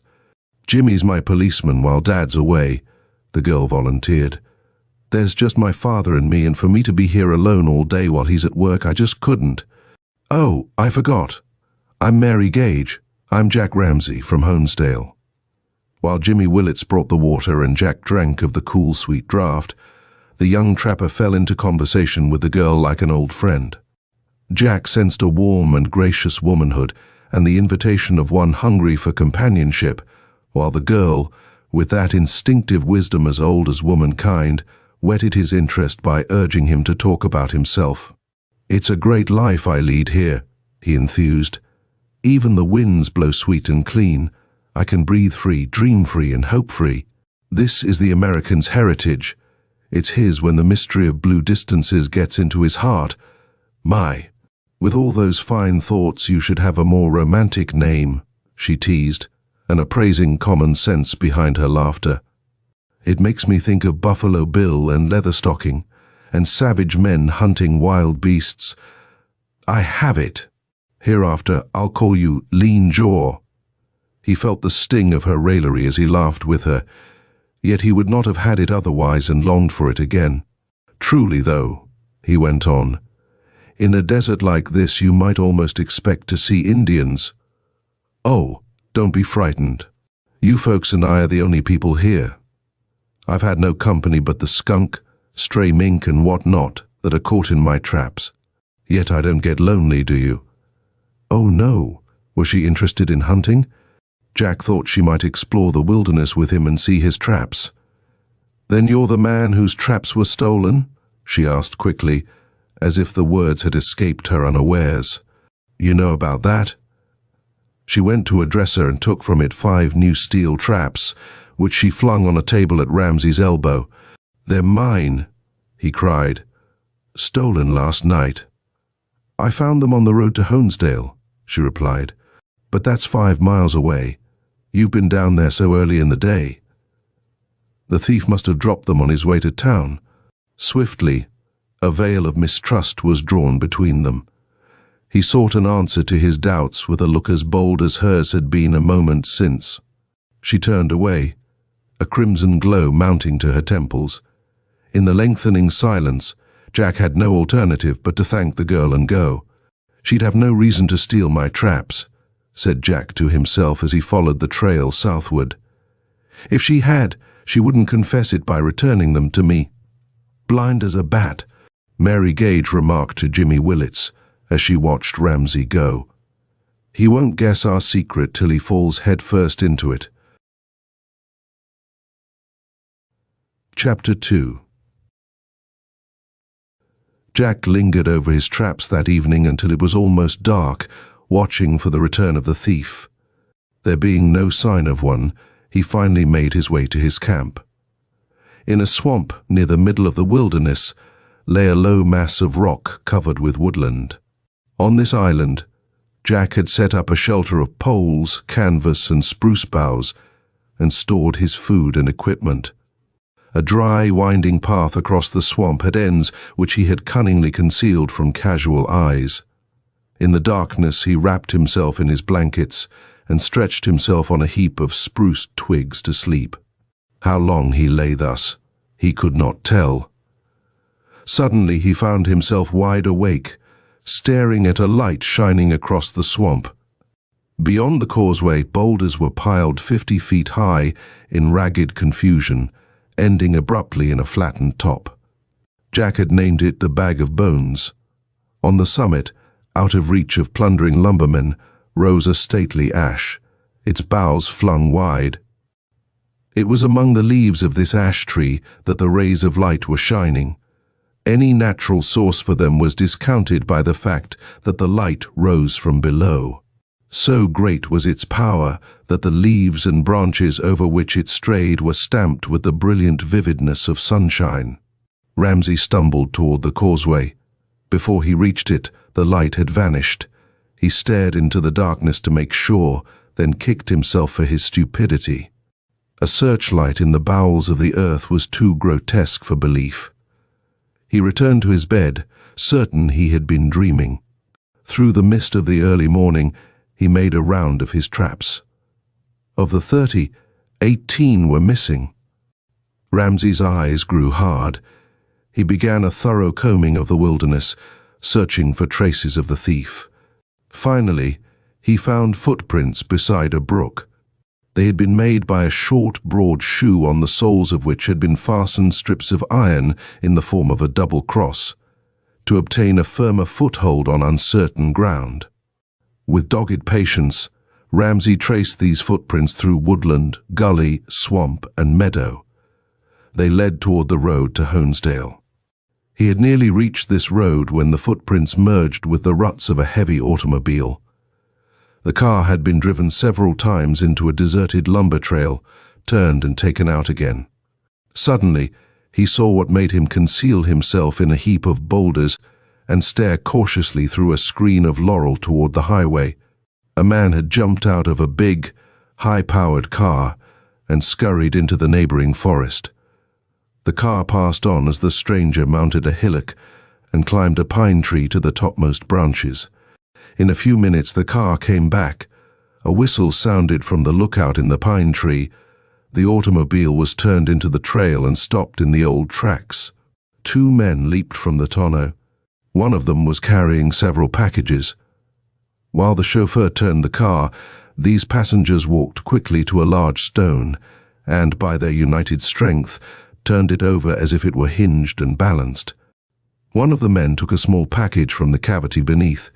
The other deposited the parcels he was carrying. The stone was lowered into place, and a moment later, the men were in the automobile. One of the passengers whistled. No answer from the pine tree. A motorcycle came into view on the main road. The men in the car exchanged glances, whispering, and one of them shook his head. A low whistle from the pine tree assured them that the way was clear. The automobile shot out of the lumber trail into the highway and disappeared. As the lookout descended from the pine tree and walked away in the opposite direction. Hastening from cover, Jack struggled to move the flat stone. It might have been bedrock, so sturdily did it resist his strength. He recalled that it had required the efforts of both passengers from the automobile to shift its balance, so he could not hope to shift it unassisted. The hollow beneath and the parcels it contained preserved their secret. But he resolved to return and watch again. Chapter 3. The second theft of traps had crippled Jack's enterprise, So with his store of skins, he went to Honesdale, sold the pelts and refitted, turning a balance of cash over to his mother. After supper, he strolled downtown to the cigar store of his friend Bert Walton. As he passed the hotel, he did not notice two men on the veranda who were regarding him closely. "That's him," whispered one of them to his burly companion. "That kid? Sure thing. Knows more about that stretch of woods than anyone round here. Doesn't look as if he stands in with crooks." "Don't believe he does, unless Gage's girl has hypnotized him. You'd better find out about that. Go to it. Say you want to hunt, you know." So it came that when the big, burly man strolled into Walton's cigar store, nodded to Bert like an old customer, and bought a costly cigar, the proprietor introduced him to Jack Ramsey. The stranger came from New York and went by the name of Cox. Could Ramsey take him hunting? When Jack saw the color of his money, a $20 bill, a bargain was struck. Early the next morning, Cox hired a flivver, and in it they rattled northward. Reaching the wilderness, Jack found a familiar trail, and they plunged into it, stopping the flivver in a grassy gully. "What do you know about that?" cried Cox, pointing to long furrows in the sod. "They're automobile tracks. It has been here often. A big, bang-up, classy city car." Jack told him of the mysterious visit of the automobilists, the lookout in the pine tree, and the balanced stone. "Let's have a look at that stone," suggested Cox. With their united strength, they moved the slab. Under it was a cavity 3 feet square and half that depth. It was empty. The stone replaced, Cox insisted that they go back to the main road and find another entrance to the forest. No complaints would make him alter the plan, nor did he offer an explanation as they drove to a new parking place, a mile further up the road. Ramsey began to think that he had a queer bird on his hands. As the hours passed, the opinion was confirmed by Cox's impatience, his half-interest in the hunting, and his curiosity and questions in no way connected with their sport. Perhaps the boy's impatience arose from the fact that his own thoughts were not on hunting. In the quivering golden-purple haze of Indian summer came dreams, dancing lightly or touching reverently things which another held intimate. In his mind's eye, he was watching the sunlight as it filtered through the golden-brown hair of Mary Gage and painted her cheek in wonderful colors like the heart of the rose. Again he saw her dimples come and go. "Say, Sonny, when I see a kid like you," Cox finally remarked, "absent-minded and dreaming of hither and yon, so to speak, I know it means just one thing. Who's the girl?" "Oh, Mr. Cox, come long, who is she?" Point by point, Cox learned Mary Gage's name, where she lived, her family and surroundings. "Sounds good to me," was his comment. "Let's give her the once-over." Although Jack feared the blunders the roughneck might make with Mary, his anxiety proved to be groundless when they reached the cabin. Cox was as decent as could be, even though Mary Gage received him with visible mistrust. Toward Jack, she acted as an old friend who had suddenly become silent and watchful. "Some girl all right, Sonny," Cox commented when they were out of earshot of the cabin. "I suppose she'd only have to ask it and you'd cut off your right hand or rob a bank. Or go to the electric chair for her sake. She hasn't asked anything like that. What if she should now?" "Oh, I'll cross that bridge when I come to it." Jack did not see the appraising look with which his companion regarded him. Cox nodded in approval as they trudged on. The visitor had insisted that they go to Jack's camp. When they reached the rocky island in the swamp, he shared in cooking their lunch with the joy of a schoolboy playing hooky. "This is real roughing it," he declared. "Certainly a queer place, though. Looks as if nature got tired or went nutty when she came to this job. That bunch of rocks across the swamp now, some giant's kid might have piled them up for a playhouse." "I call that the bag of bones," replied Jack with a laugh. "Not a bad name either." Cox buried his face in his coffee mug. For a moment, Jack was tempted to tell of the mysterious light which he had seen on the summit of the bag of bones. Then the impulse passed. The incident was too fantastic, too much like a dream for the boy to trust his senses and vouch for its truth. Their meal ended, Cox decided to return at once to Honesdale. They had crossed the swamp and were passing the southern side of the bag of bones when he came to a sudden halt. "Say, Sonny," he drawled, "do you get it? That funny smell?" "I sure do." A volatile odor filled Jack's nostrils. "What do you suppose makes it?" "It smells like ether." "Right. Now who do you suppose uses ether in among them rocks?" he asked with a laugh. "Hardly a place I'd look for a chorus girl cleaning her gloves." Cox parted with Jack curtly. His thoughts seemed to be on other things. Watching the flivver recede along the highway, the boy suspected that his visitor had not come to the forest merely to hunt. What other purpose could he have had? Ramsay had not found an answer to the riddle when, after setting his new traps, he made his way through the twilight to his camp. Approaching the rocky island, he saw at once that something unusual had happened there. A rapid survey confirmed his fears.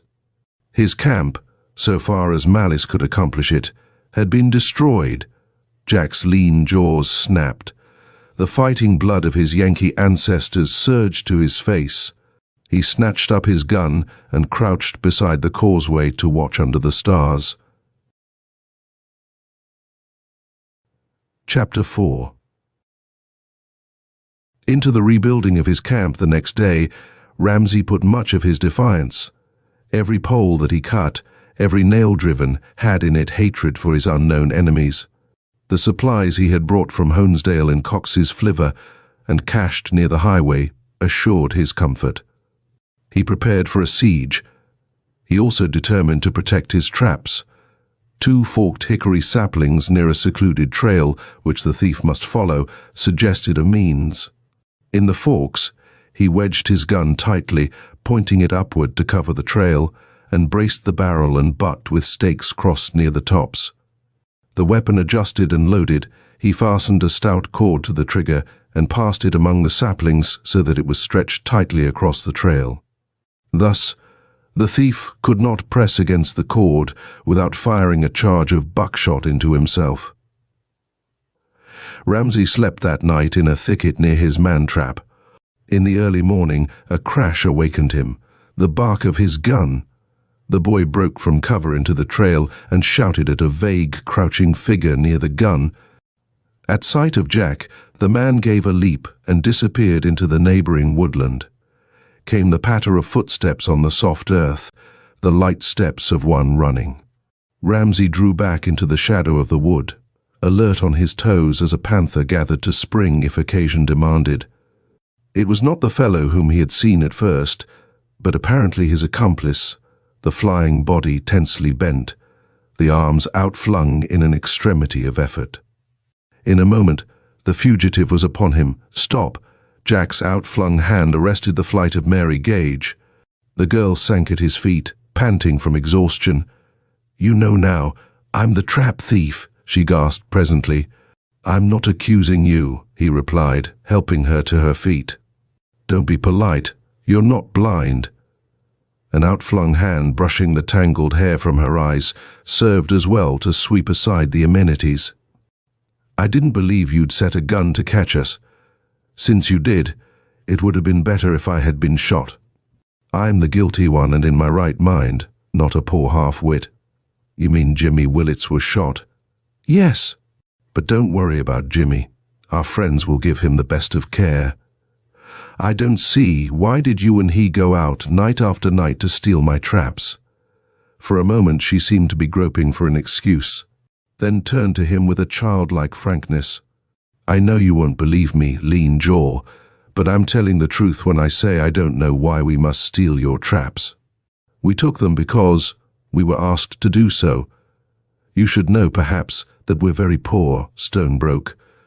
We came here last spring from Long Island, where Dad's truck farm went to smash, and left us in debt.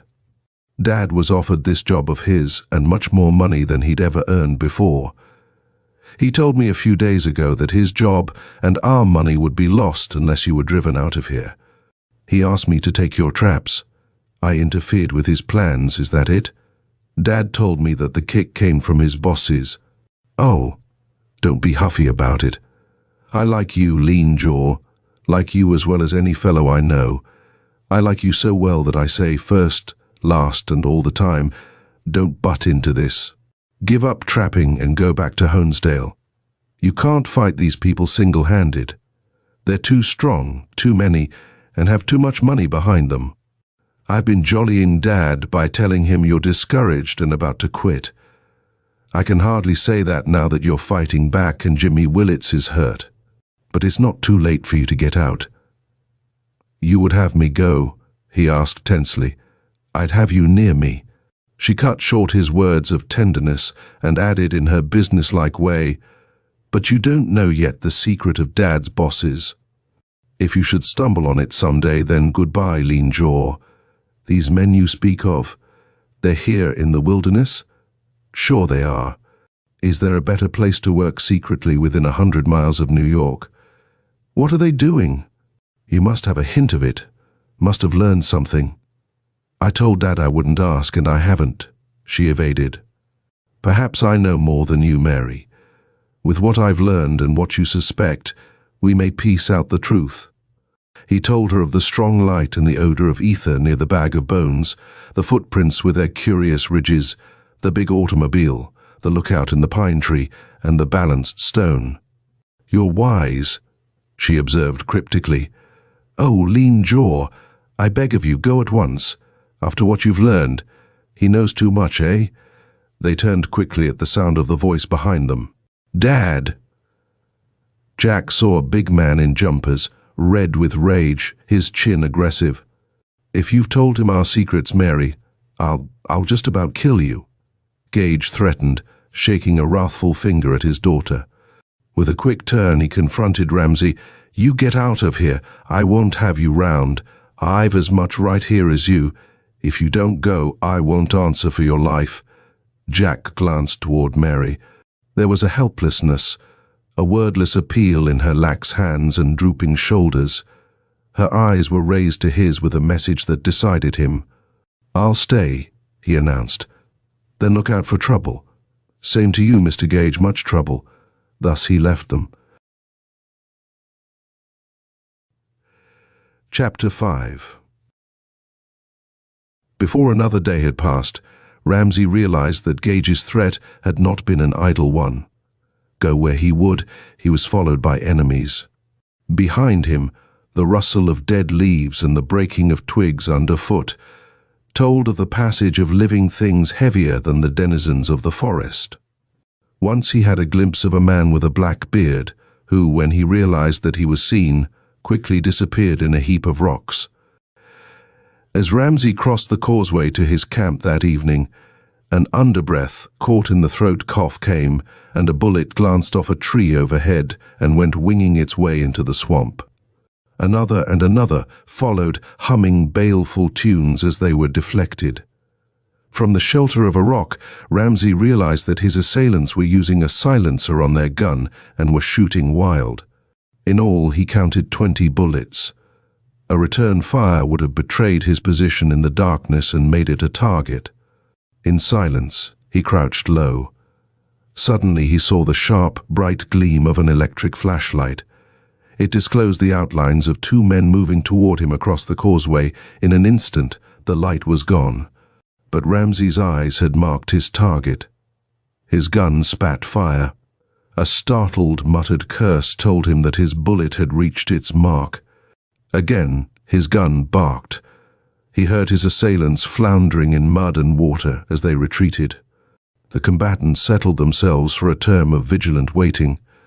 Jack realized that the encircling swamp made his island camp a prison as well as a refuge. His assailants knew this too and were keeping the only exit along the causeway covered. Ramsey's back was to the wall. That he should admit defeat and return to Honesdale was unthinkable. The plight of Mary Gage prevented. He would risk his life with these unseen foes, without fear or hesitation, to ensure her safety. With this conviction came the overwhelming certainty of all she meant to him.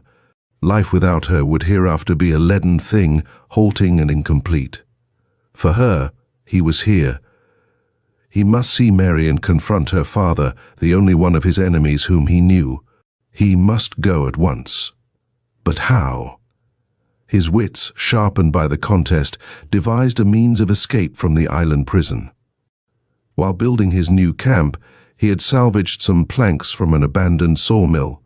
Noiselessly feeling his way toward them, he chose 2 of the larger ones and crossed to the opposite side of the island. Here he slowly crawled forward on the planks, relaying them from hummock to hummock above the mud and stagnant water. It was slow, uncertain work, but he finally reached the farther shore and started northward. He approached Gage's cabin with the utmost caution. 2 windows, bright with light, stared at him as if enraged. Creeping close to one of them, which was partly open, his back against the wall and face hidden by the shadows of a vine, he could see a section of the interior and hear the murmur of low-pitched voices. One was that of the skulking fellow with the black beard. "Take it from me, they're on," he declared. "Someone has played the yellow dog. They have been told all about us, details they could only get by living here and being one of our bunch. And because you think I'm the yellow dog, you won't pay my wages, that it," snapped Gage. "Hold on. We would have finished the job and been out of here last week except for this blunder. The fresh kid comes along and learns enough here to put Cox wise. So we stand to lose much more than we owe you. Your girl has queered the deal." Indeed, I told Jack nothing," Mary pleaded. "He was wide awake, learned things for himself." "She did as you said, didn't she?" protested Gage. "Tried to drive Ramsey away, she and Jimmy, till he put his gun on her. No, I worked hard for my money and intend to get it." "When you've earned it. That's my last word," snapped the other. "Now if you could get Ramsey—" "What do you want?" asked Gage slowly. "You'd have me rid ourselves of the boy by cold-blooded murder. If it means your money, our safety—" "Murder," whispered the girl, then her voice shrilled in protest. "You shan't harm him, I'll prevent that. I won't keep secrets any longer for a crook like you. No, not even for my father. I'd find this man, Cox. I'll tell him everything." "From the way the girl talks," sneered the visitor, "I'd say she wants to marry this Jack Ramsey." "Yes, I would marry him." The impulsive words died breathlessly. Her eyes opened wide as she stared at the window. For Jack, unable to control his eagerness, had thrust forward to hear her reply. In paralyzing fear at sight of, she sat as one entranced. Gage's mocking laugh had drawn attention from the girl. The bearded man watched him as he crossed to a shelf, filled his pipe and lighted it.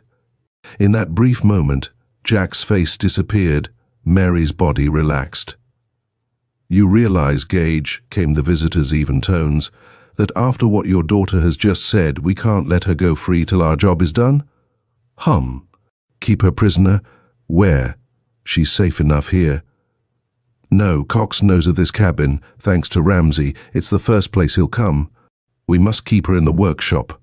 No, I won't go," cried the girl. "You'll do as I say, Mary, not even for you, Dad. You go to the workshop.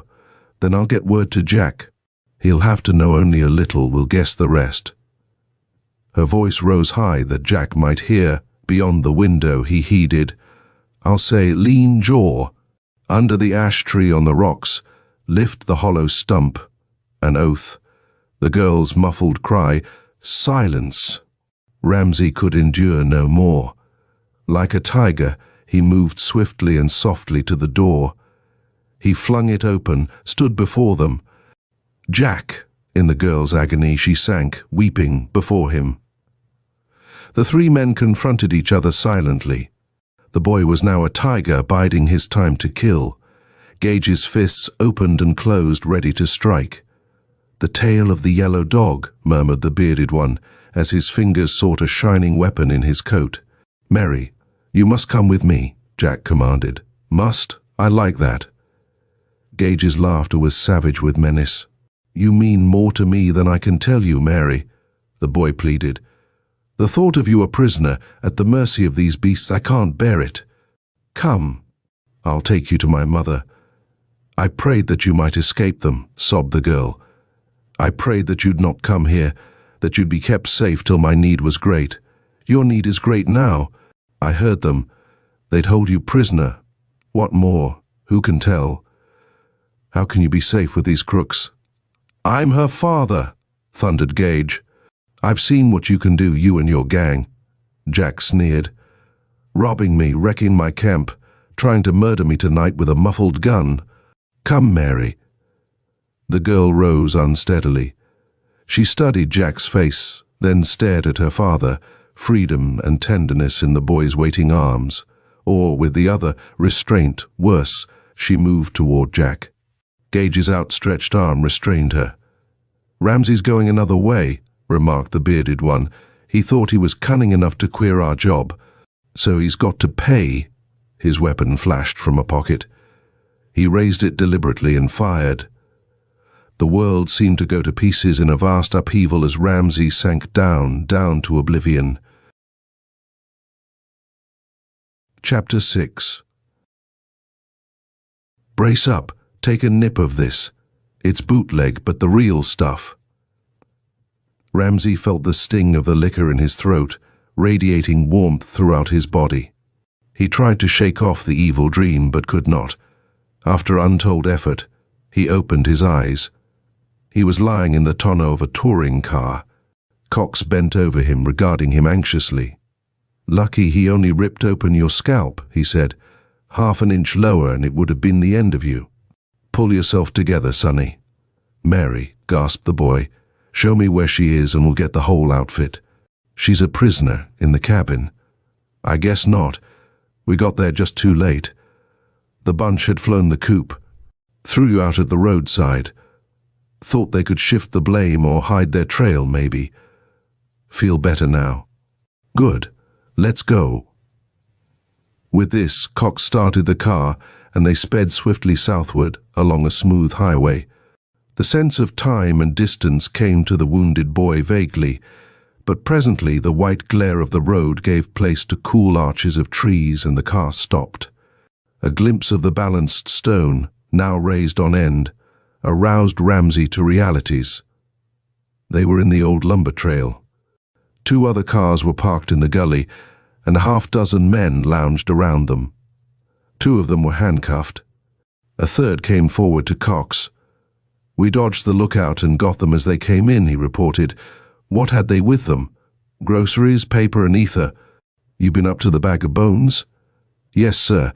No signs of them anywhere. The Bag of Bones.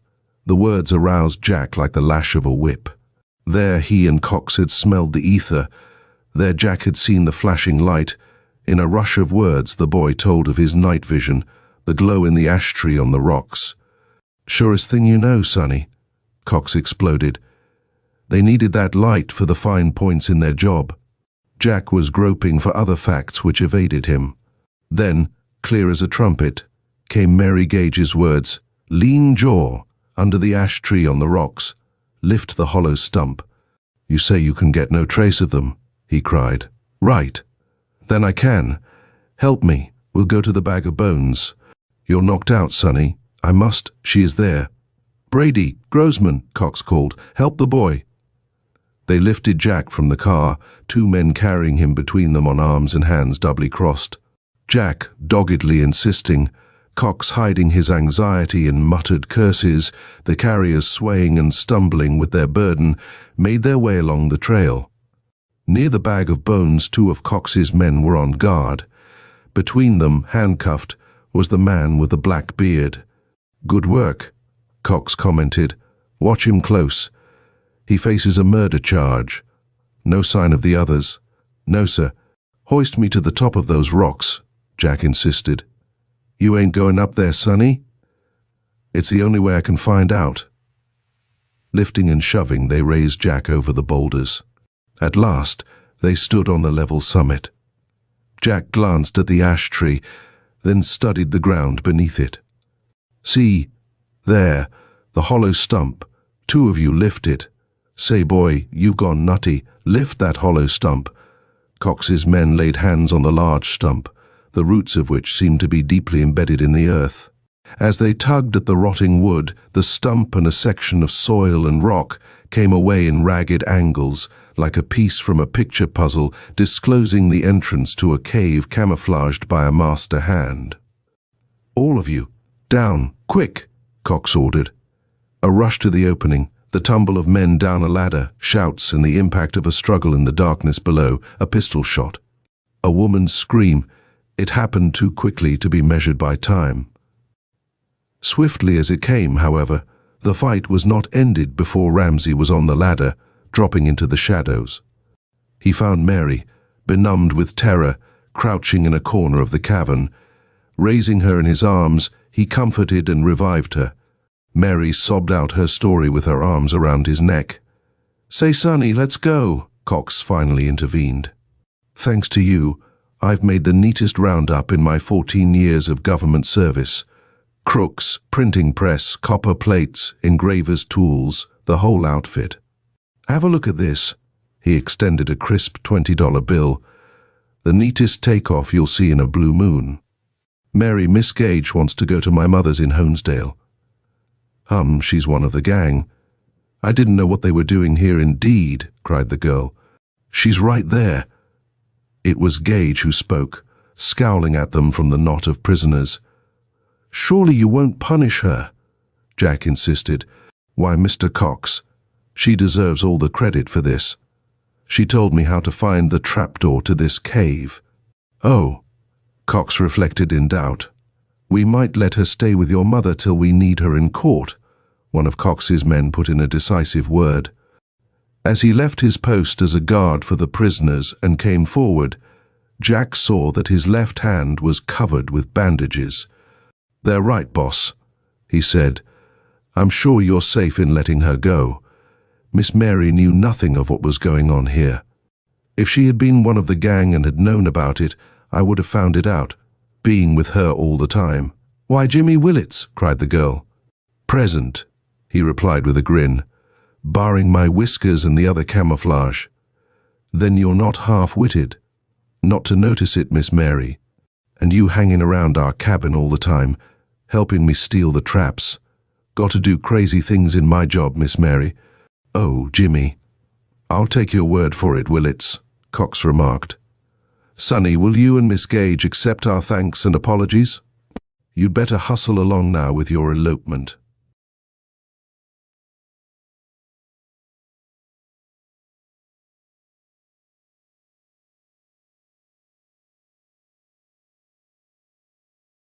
This story is a suspenseful mystery with elements of psychological drama, following Helen Riddle, a woman whose peaceful life is shattered by the reappearance of Theo Bursley, a dangerous figure from her past.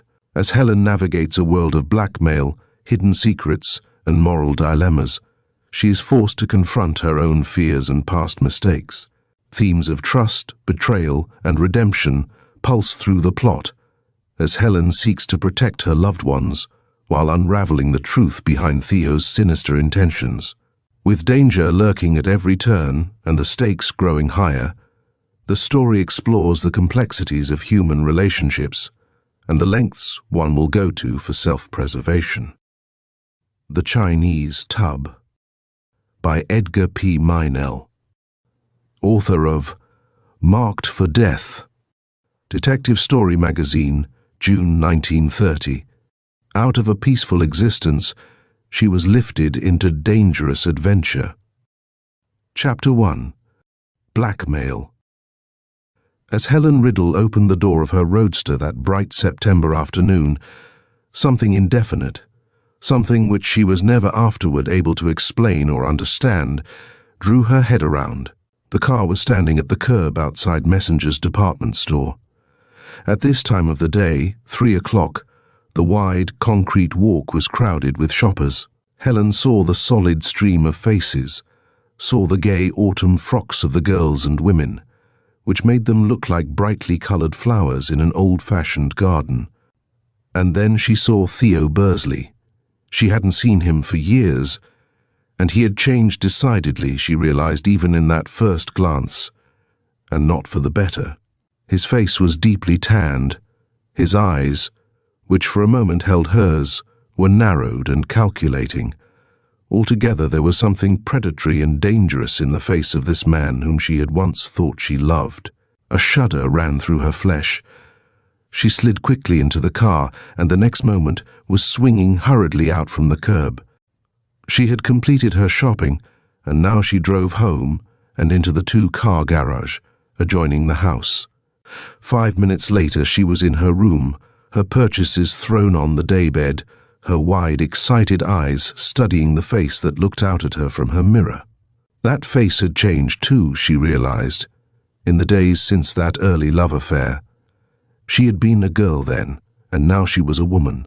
Mere girlish prettiness had changed to something fuller, richer, deeper. A look had come into her eyes, the expression of serene expectancy which comes to a woman who loves and is deeply loved in return. She had been happy every day of her married life. Not that there weren't little things, such as Jim's unreasoning jealousy and his preoccupation with business, but she looked upon these details as really evidence of his love for her. She was the only woman in the world for him, as he often told her, and he didn't want other men looking at her with that hungry expression he always read into their glances. That made him jealous, and he wanted her to have everything she had ever dreamed of having, and that made him industrious. She had been very happy. She had come a long way since she and Theo used to hold hands. A vivid flush, almost of shame, swept over her face as she thought of her agony when he had gone away to a distant city. She could feel again the hot tears that had flowed down over her cheeks. A tap at the door brought her slowly around. She had been so immersed in those old memories that for an instant she was unable to place herself. Beatrice, one of the maids, opened the door in response to her low-spoken command. "A man to see you, Mrs. Riddle." The girl's keen, inquisitive eyes were fastened on her face. Helen knew that she must look startled, almost frightened. "A man? Did he give you his name?" "He didn't give his name, but he said you would be expecting him." Helen turned back toward her dressing table. Yes, she had been expecting him, although she had tried to hide the truth from herself. She knew who the caller was, without asking additional questions. "Tell him I will be down in a few minutes," she said without turning her head. By the time she went down the wide staircase that led into the reception hall, she had partially mastered her excitement. Her heart was still beating fast and hard, but she felt that her eyes were steady and that her manner would not betray her. She entered the east room, into which visitors were always shown, and stood for a moment, silently appraising the dark, lean face turned upon her own. Yes, he had changed, terribly. Instinctively, she seemed to glimpse the formidable adventures he had passed through, which had brought him to this. "You have a good memory for faces, my dear," Theo Bursley said in a low, purring voice. "I've changed, and you could hardly have been expecting me, but you knew me in an instant. Why did you run away?" Helen felt her hard-won self-control slipping away from her. Her lips parted. One hand came slowly up toward her throat. Then she turned toward the French windows which opened into the garden. "Come out here if you must talk to me," she said. She hardly recognized her own voice. It was thick and unsteady. He followed her without comment. When they had gone down the steps into the garden, he strode along at her side. They reached a summer house, and Helen mutely gestured for him to enter and seat himself. "Now what is it you want?" she demanded, standing before him. "Want? My dear Helen, don't dare call me that. I am Mrs. Riddle." "Ah, yes, so I have learned. But why all the heroics?" Why, indeed. Again, she fought valiantly with her fear. She was playing her hand very badly. After a moment, she sat down, some distance from where he was sitting. "Forgive me," she murmured. "You certainly startled me. I thought you were dead." "It was necessary for you to think that. I was dead to you. I had to disappear, and I did it very completely. As a matter of fact, I am a dead man now." Theo Bursley died and was buried. I am only his ghost." She was reacting from her excitement. She forced herself to relax, to sit quietly back, listening to his low, purring voice. Even that had changed. "Yes," she said. "Of course I don't understand. Of course you don't. It's hardly necessary. I got into trouble, terrible trouble. Never mind just what it was.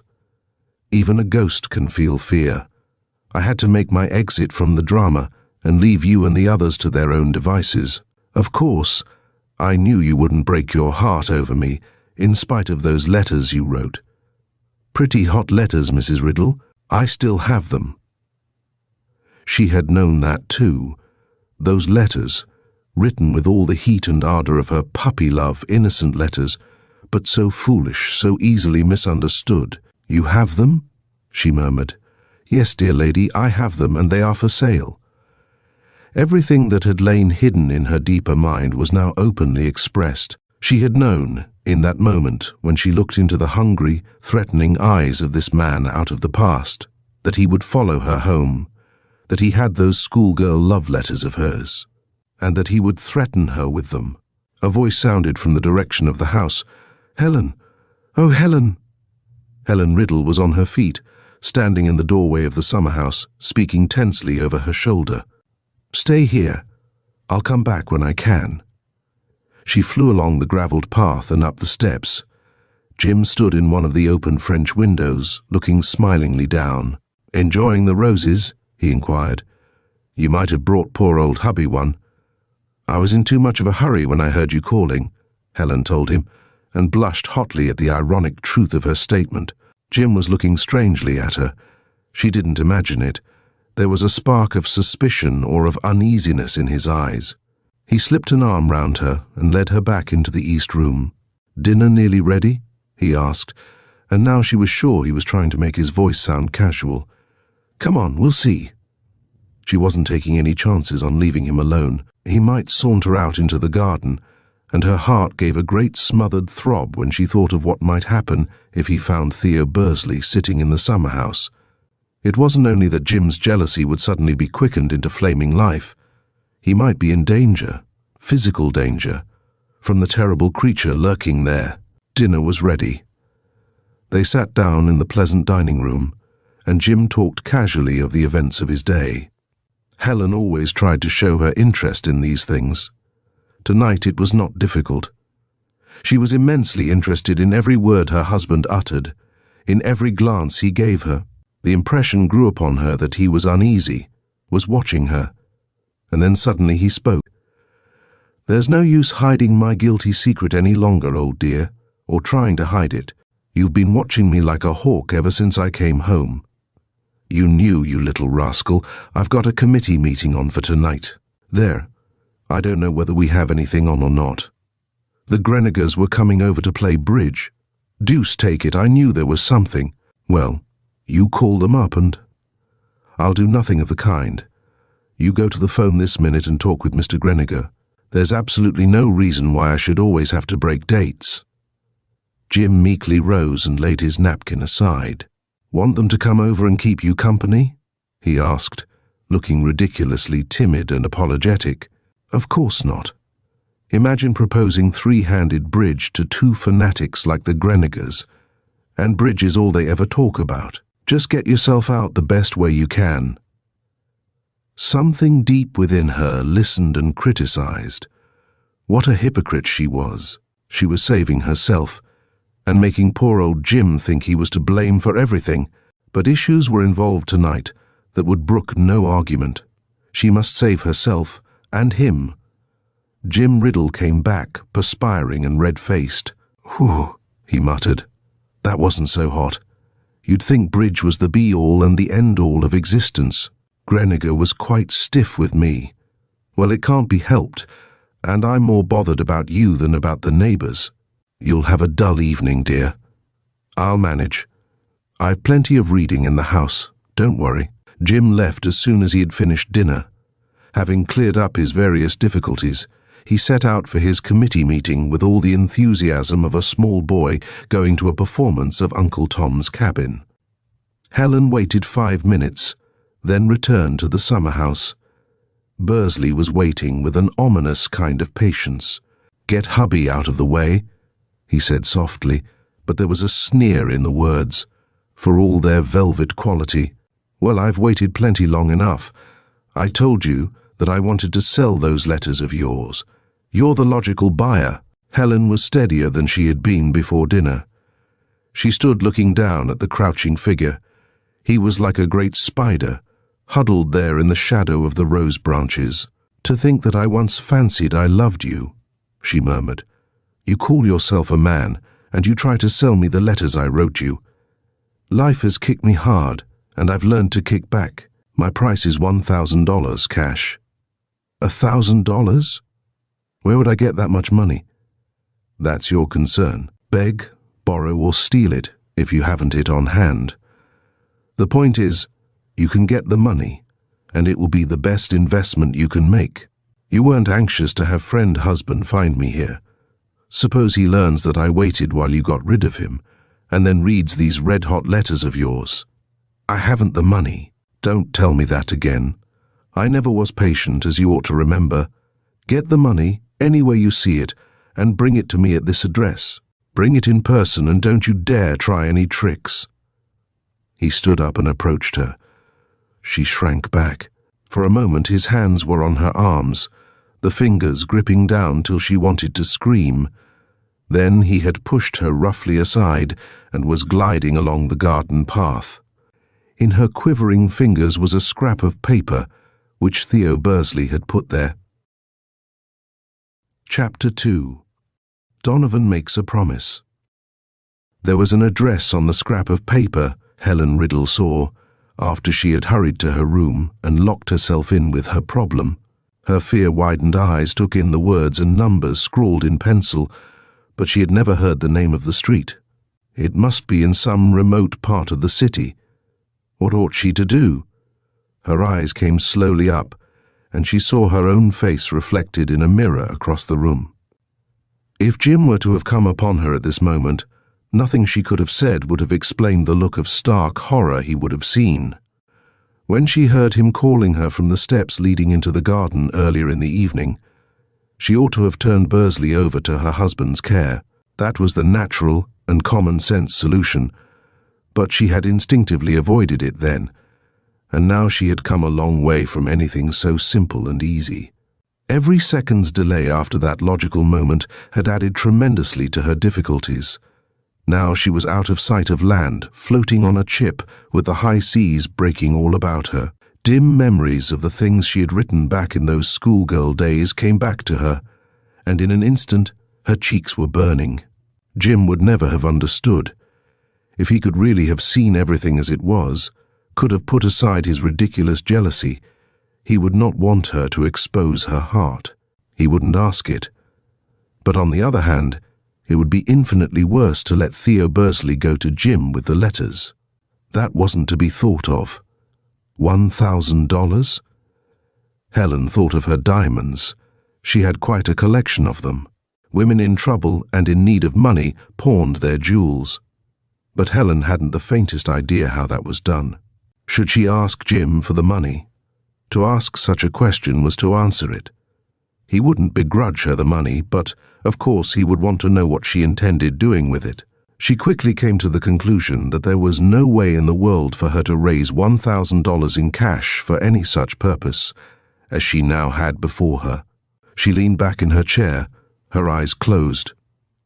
And suddenly, there flashed upon the curtain of her inner consciousness a face, a rugged, honest face, which she had not seen for many months. Clyde Donovan, a college friend of her dead brother's, had been almost as much at home in Helen's home for several years as he had at his own boarding house. Clyde apparently had no family of his own. When Ed died, Helen had tearfully promised herself to look after the young fellow who had almost broken down at the grave. But after that had come her marriage, and she had forgotten. Now hastily she stood up. She hurried across to a closet and slipped into an evening cloak. For a moment, after she had unlocked the hall door, she hesitated. Should she call Clyde and be sure he was at home?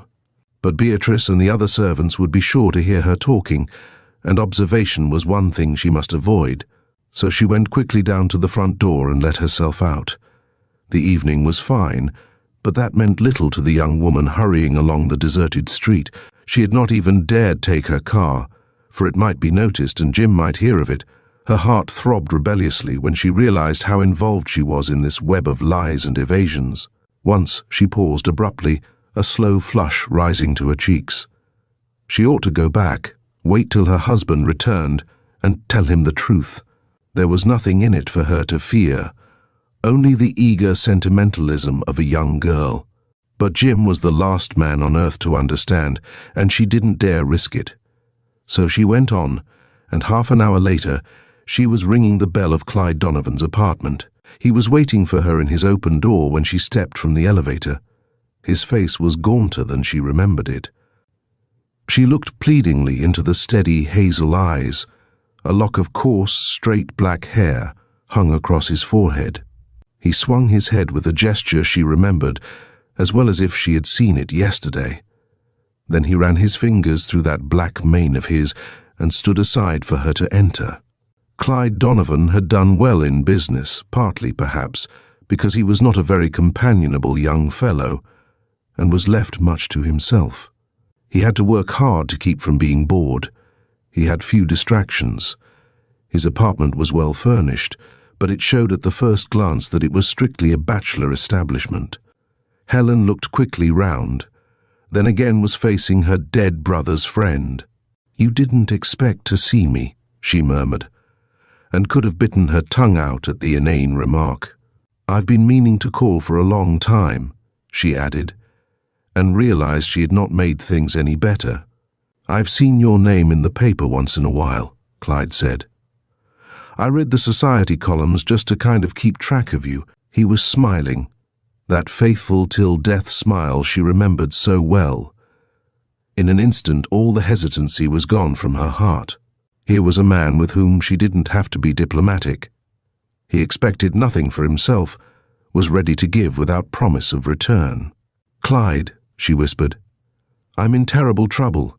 I can't tell Jim about it, so I've come to you. Please sit down and listen." He seated himself obediently. There was a little tightening of the strong mouth, a furrow of attention on the broad forehead. "Tell me about it, Helen," he said. Helen told him of seeing Bursley on the street, and of his coming to the house. "I never really cared for him," she explained, repeating the old phrase women from the time of Eve's daughters up have used about their discarded lovers.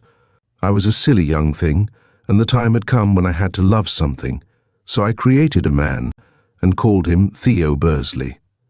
I never saw him as he was, although I'm sure he wasn't then anything like what he is now. He is terrible. I can't make you understand how terrible he is." Clyde Donovan smiled faintly at her energy. "I've known a few bad eggs," he remarked. "Now let's get this straight. You wrote him some love letters and he threatens to take them to Mr. Riddle unless you pay him $1,000? "Yes, and they would ruin my life if Jim were to see them. You know, Clyde, they were just the sentimental ravings of a silly child. I actually wrote poetry to him. I called him my sun-crowned hero. Imagine poor old Jim reading that. He'd never feel the same toward me again." Her companion nodded soberly. "I guess he wouldn't," he agreed. "Anyhow, that isn't the point. You want the letters back, or want them destroyed. And you want this dog shut up. Well, I could buy him off, and if I thought he'd disappear and never come back, I'd do it. But he wouldn't. I've read the newspapers, and I know this blackmail game. There's only one way to handle a fellow like this, but never mind the details. I'll get your letters back for you, Helen, and I'll see to it this skunk flies his kite." Helen had always winced at Clyde Donovan's salty expressions in the old days, but now she found them singularly comforting. She closed her eyes for a moment, then quickly stood up and held out her hand. "I'm not going to try to thank you, Clyde," she said. "I knew I could count on you. You were the first and the only person in the world I thought of appealing to. I'm glad of that. And just you lay the thing off your mind. It's as good as settled." She gave him the slip of paper containing Theo Bursley's address. Clyde read and nodded. "He's roosting in the Oriental Quarter," he commented. "Well, I'll go down and see him, and you can call me some time tomorrow. Before 9 I'll be here, and afterward I'll be at the office. Good night, and don't you dare to worry." She had a final glimpse of his rugged face and of his broad shoulders as he stood in the open doorway of his apartment, waiting for her to enter the elevator. Chapter 3. A Visit from the Police. Beatrice was hovering near the front door when Helen Riddle arrived home. The maid's inquisitive eyes locked steadily with her mistress's. "Mr. Riddle called a few minutes ago," she said. "I told him you were taking a bath, and he said not to worry if he didn't get home before midnight." Helen frowned, hesitated, then turned toward the stairway.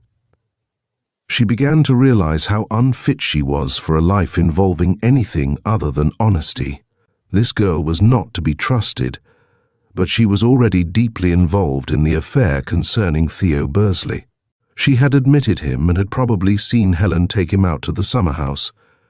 Now she had taken it upon herself to lie to Jim, and Helen didn't dare reprimand her for her presumption.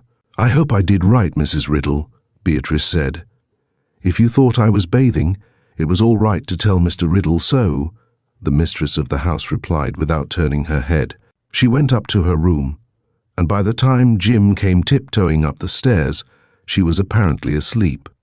But long after his steady breathing told her that he had forgotten the cares and vicissitudes of money-making for the rest of the night, she lay staring at the dimly visible ceiling.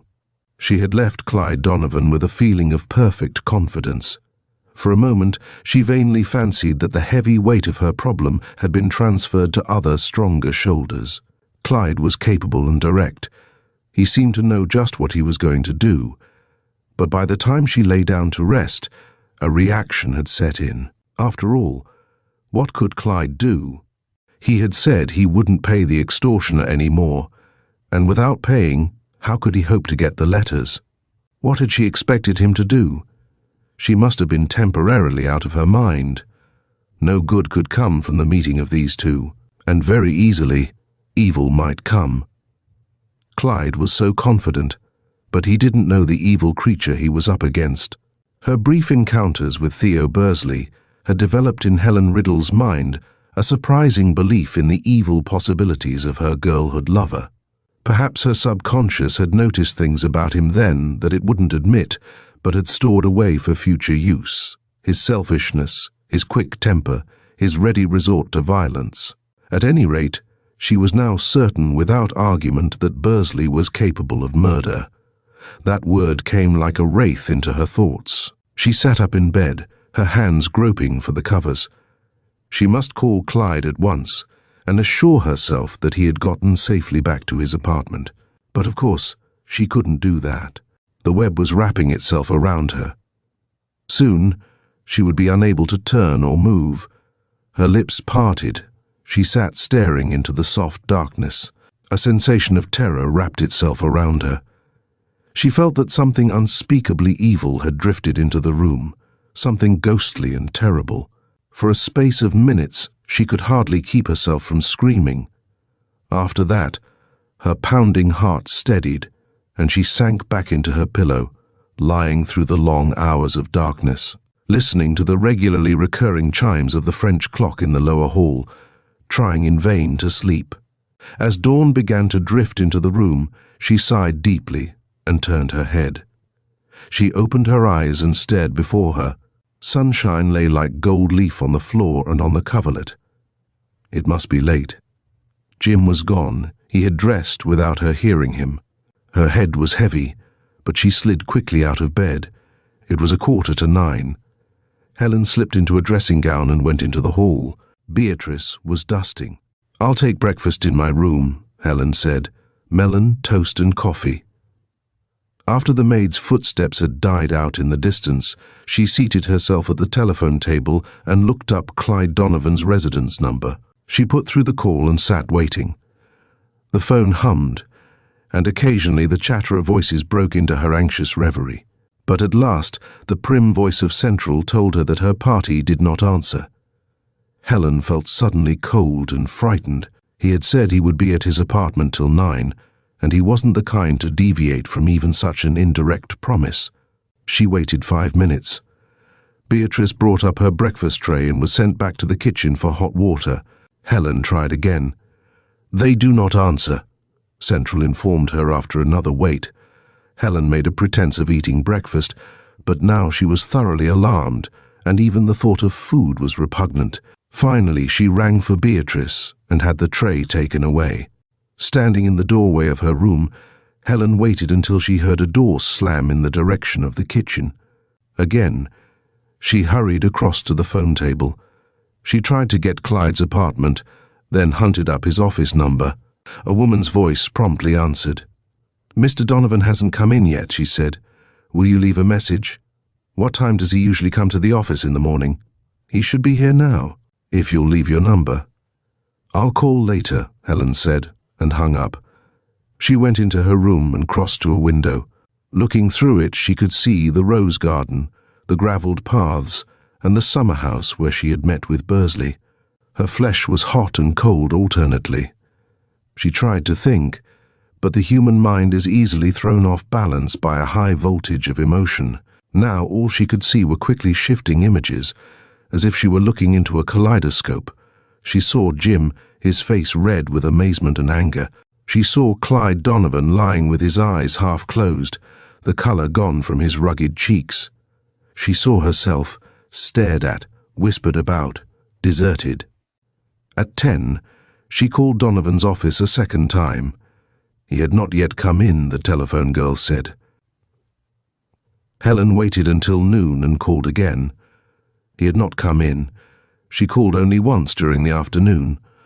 Something occurred on that occasion that frightened her away from the telephone.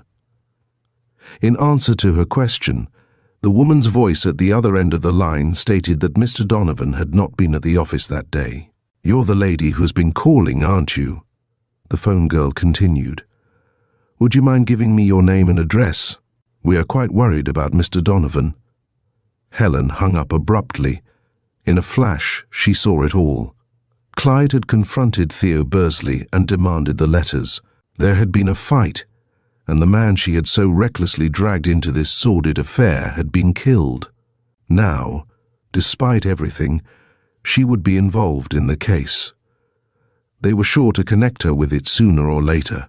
But she couldn't wait for that, she realized. The time had come at last when she must confront the thing that menaced her, without trying to dodge or twist. If Clyde had been murdered, as she was certain he had, she would not be able to wait until they dragged her out. She must go to the police and tell her story. However, the time had not quite come for that. She sent out for afternoon papers and read them through, looking for any tiny fragment of news that might have a bearing on the tragedy. There was nothing. Evening came, and the evening home edition. Again, there was nothing. She had feared headlines announcing the discovery of the murder. She found herself pacing the floor and abruptly sat down. Jim came in soon after 6 and, without preamble, announced that he had another board meeting. "Got to get this thing settled," he said grimly. "The only time all of us can get together is at night." He went on explaining, but his wife hardly heard a word of what he said. She was listening for something, a sharp step outside the front door, the ringing of the bell. She had the feeling that time was closing in about her, and that it would be minutes, at the outside, before the earth opened to swallow her. But Jim had dressed and gone out for the evening before the expected ring came. Helen Riddle stood up. She heard one of the maids hurrying to the door, then caught the murmur of voices. Footsteps sounded, coming swiftly toward the east room. The door, which was ajar, swung fully open, and she saw, standing for an instant on the threshold and looking steadily in at her, a tall, strongly built man of 50 or thereabouts. He wore gold-rimmed glasses and was dressed so that he might have been a doctor, a lawyer, or a banker. But she knew that he was a detective. He advanced a couple of steps, looked back into the hall, and spoke. "We won't need you, my girl. Just you go to your room and read your book." Helen heard the girl hurry away. The door closed, and again the stranger was looking down at her. "Mrs. Riddle?" he inquired. I'm Inspector Forbes of the homicide detail." In spite of herself, a tortured cry escaped her lips. "Have they found him? Is he dead?" "You're the party that called Walnut 3242 several times today?" Inspector Forbes continued, without heeding her questions. "I had the call traced the last time. By then, I had got around to Donovan's office." Helen's thoughts began to clear. She sat looking up at the detective, trying to read his expression. It was at the same time benignant and severe. "Now, Mrs. Riddle," the inspector said, "I think it would be best for you to just run over your story with me, without wasting any more time. You ask if he has been found and if he is dead. My reply to both questions is yes. Now, as the serial writers say, let's go on from there, although, as a matter of fact, we've really got to go back to the first chapters." Helen sat drooping in her chair. She had known it all the time, but this was a different kind of knowing. "I sent him to his death," she said, her voice so low that instinctively the detective stooped toward her. "I can't understand now how I could have been so selfish or so blind. I was in trouble, I can't tell you about that, but I went to Clyde and he volunteered to help me. He had to confront this creature. When I couldn't get him at his apartment early this morning, I feared the worst. I don't know what to do." Inspector Forbes listened, his head on one side. "I'm going to ask you to come with me," he commented. "No, of course, you're not under arrest. There's no reason why you should be, is there? You didn't kill him." "Oh, no. But must I come? How long will it take? I'll have you back in half an hour. I'll get my cloak." Helen hurried up the stairs. 3 minutes later, she was seated in Inspector Forbes's car and was being whirled through the streets. They penetrated a part of town she had never seen before, and after that came to a stop in front of a 4-story brick building. On the ground floor was a Chinese grocery. "Up here. And don't you be afraid of anything," Forbes said. "Just keep hold of my arm." They went up 2 flights. A policeman outside a closed door saluted. "All quiet, Inspector," he announced. Inspector Forbes nodded and opened the door. He stood aside for his companion to pass. Helen took a step forward. A drop light in the center of the room was turned on, and directly beneath it was something. She cried out in amazement. The sightless eyes leered at her, the crooked mouth seemed to grin. Dead, unmistakably dead, but it was the predatory face of Theo Bursley that stared, mask-like, up at her. Chapter 4. Helen explains. Through the confusion and horror that followed her discovery, 2 distinct thoughts penetrated Helen Riddle's mind. The first was that if Theo Bursley was dead, Clyde was probably alive. That brought her a great feeling of relief. The belief that he had been killed while trying to help her had been so terrible that her own little problem was, for the time, forgotten. But Clyde hadn't been killed. She didn't try to work out the logic of this conclusion.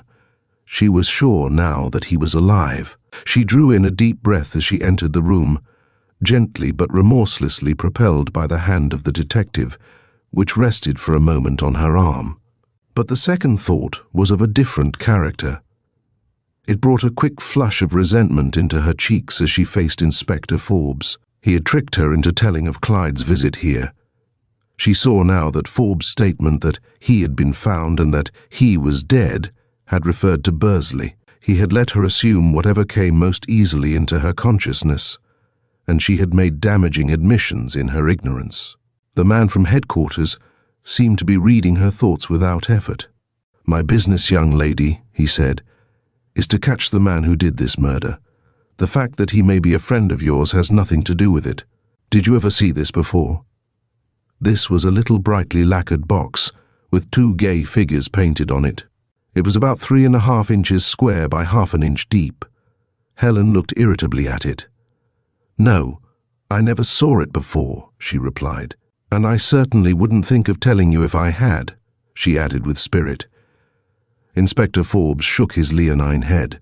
"That's not the way to talk or to feel," said he. "But in this case, It doesn't happen to make any difference. Your friend owned this cigarette case, which fortunately is an unusual one. During the fight last night it fell out of his pocket. It took some of my men all the morning to find the dealer who sold it, but our troubles were at an end when we found him.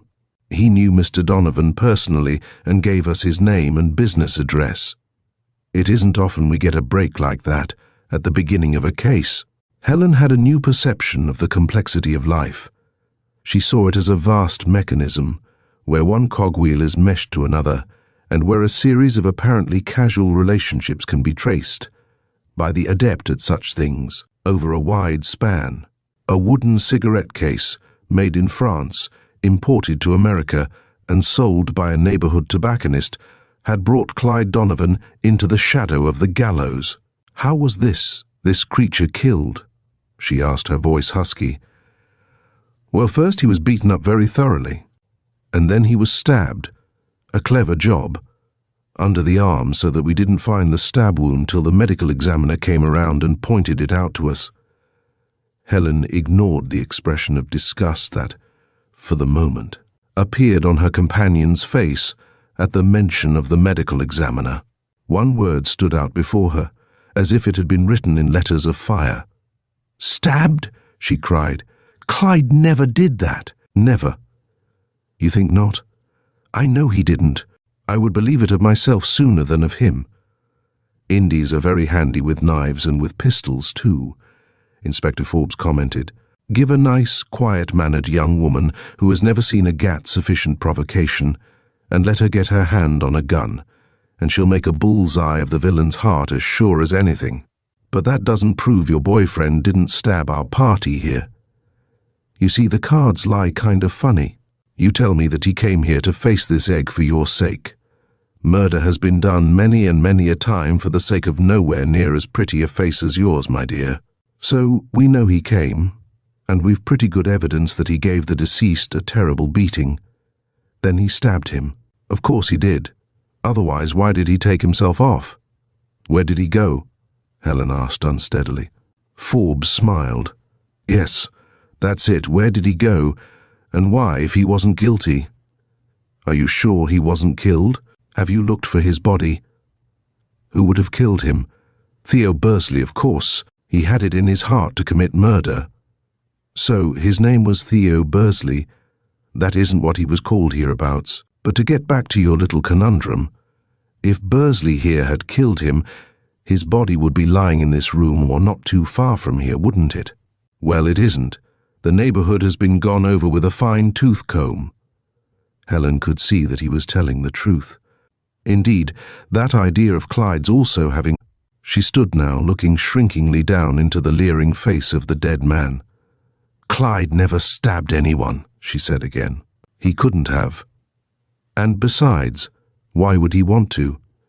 You say he gave this creature a terrible beating. That would be enough. He was no murderer." "Now, ma'am," the detective commented, "I expect we've been round the mulberry bush enough. I can see that you really believe Donovan didn't kill Bursley. If that's so, I don't want to waste my time playing on a dead card, but you can't expect me to take your word for it. You know all about the business, and I don't.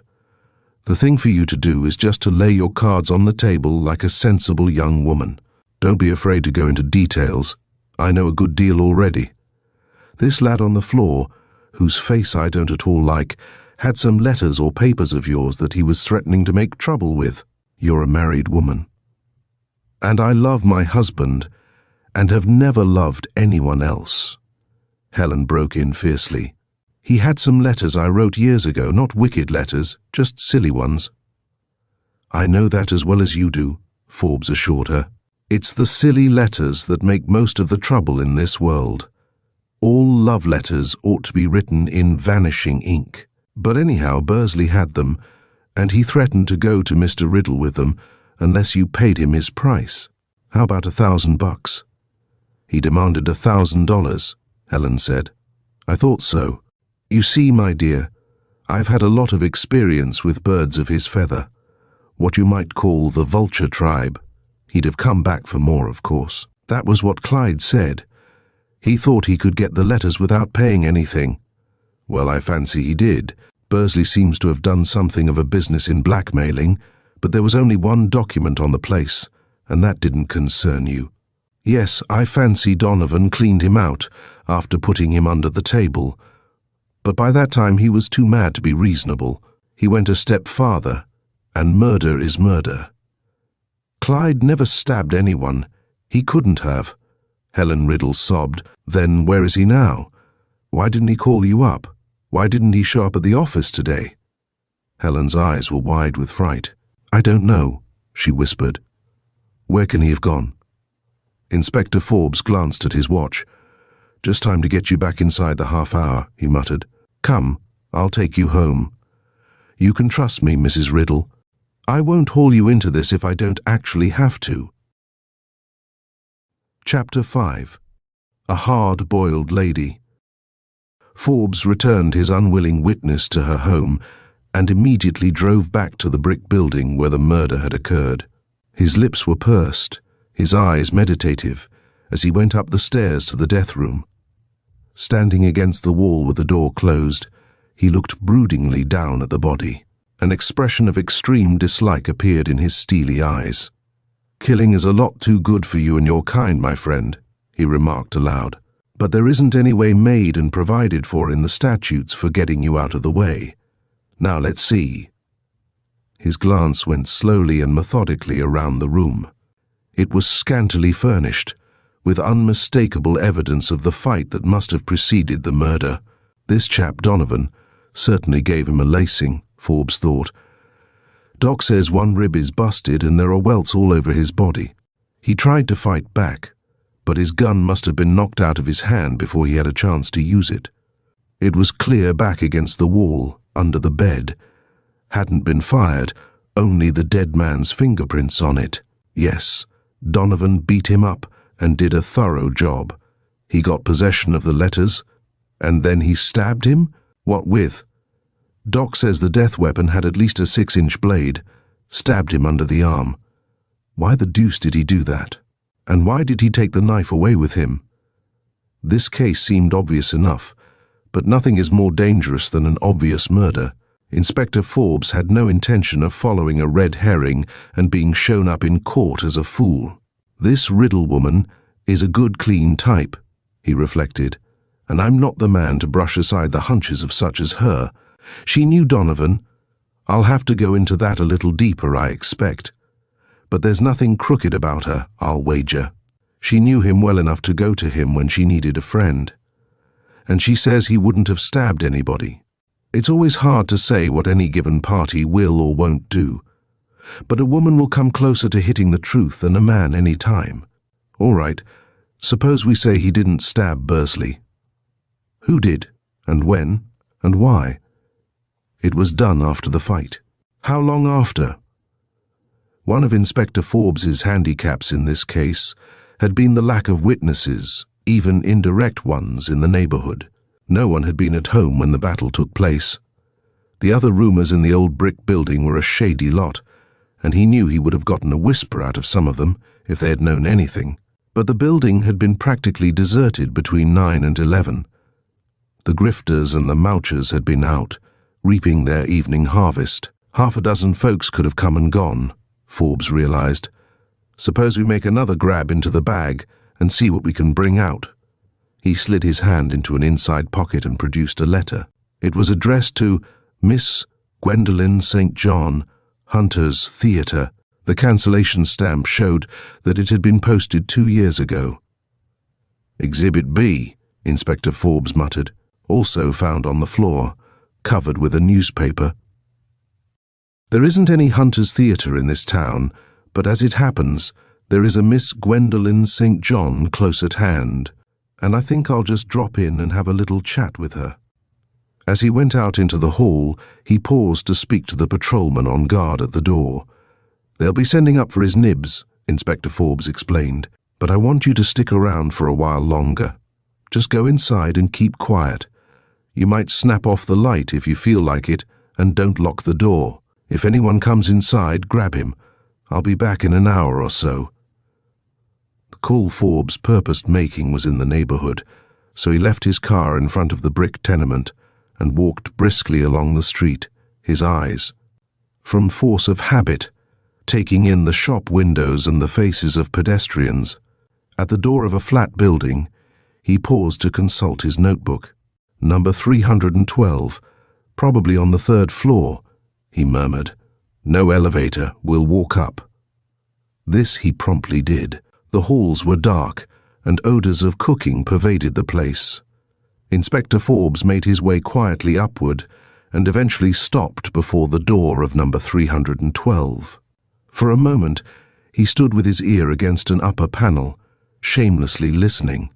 However, his moral turpitude went for nothing. He stepped back and knocked. Footsteps sounded at once. He heard a chain rattle, and then the door swung open just far enough to show the face of a woman of 30 or thereabouts. A keen, suspicious-looking face, still rather pretty in spite of a too liberal use of paint and powder. "What do you want?" she demanded, her voice edged with hostility. Inspector Forbes mentally classified her. Hard-boiled, out for the money, but not quite clever enough to get much. Trusts no one, couldn't understand an honest man to save her soul. But his words were pacific enough. "Miss St. John, I'd like a little talk with you, if you can spare the time. I'm from police headquarters, but don't let that worry you. Just a little routine matter I thought you might be able to help me with." She tried to slam the door in his face, but his foot had been thrust into the aperture. On the other hand, Inspector Forbes couldn't shove his way in because of the short, strong chain that had been hooked into place. For a long moment, they faced each other silently. Then, with a contemptuous shrug, Miss St. John unfastened the chain and opened the door. "Come in," she said, "though I'm sure I don't know what you want with me." Forbes didn't enlighten her at once. He stood with the closed hall door at his back, calmly looking over the room before him. It was gaudily furnished. There was too much gilt and tinsel, too many things that pretended to be one thing but were another. He saw that even the neat sectional bookcase facing him was a dummy, probably. It concealed Miss St. John's liquor supply, or even an opium layout. Her narrowed eyes were fastened on his as he looked around. "Well?" she said surlily. "I'm not looking for hooch or dope," the detective assured her. "Just a little routine matter, as I've said. In fact, if you'll answer one question promptly and truthfully, I won't bother you further. Where were you last night between 9 o'clock and 11? Quick, let's have it." But he had to wait at least 30 seconds before he received his answer. "That's easy. I was at the Bijou Theatre, in my dressing room or on the stage." "Not very prompt," Inspector Forbes commented. "Are you sure you were there every minute?" "I certainly was." "That's better. Now how about this?" He flashed the envelope before her eyes. Unexpectedly, she made a leap forward and almost tore the letter from his hand. "Ah, naughty, naughty," he said. "Mustn't snatch. You were brought up better than that." "Just come across with my property," the woman facing him snarled. "Don't bother with your cheap humor. You cops are a funny lot, all right, but I don't feel like laughing at you just now. Give me that letter. You admit that it's yours, do you?" She bit her lip. Her angry eyes bored into his. "It has my name on it." "It certainly isn't yours," she declared. "You never can tell.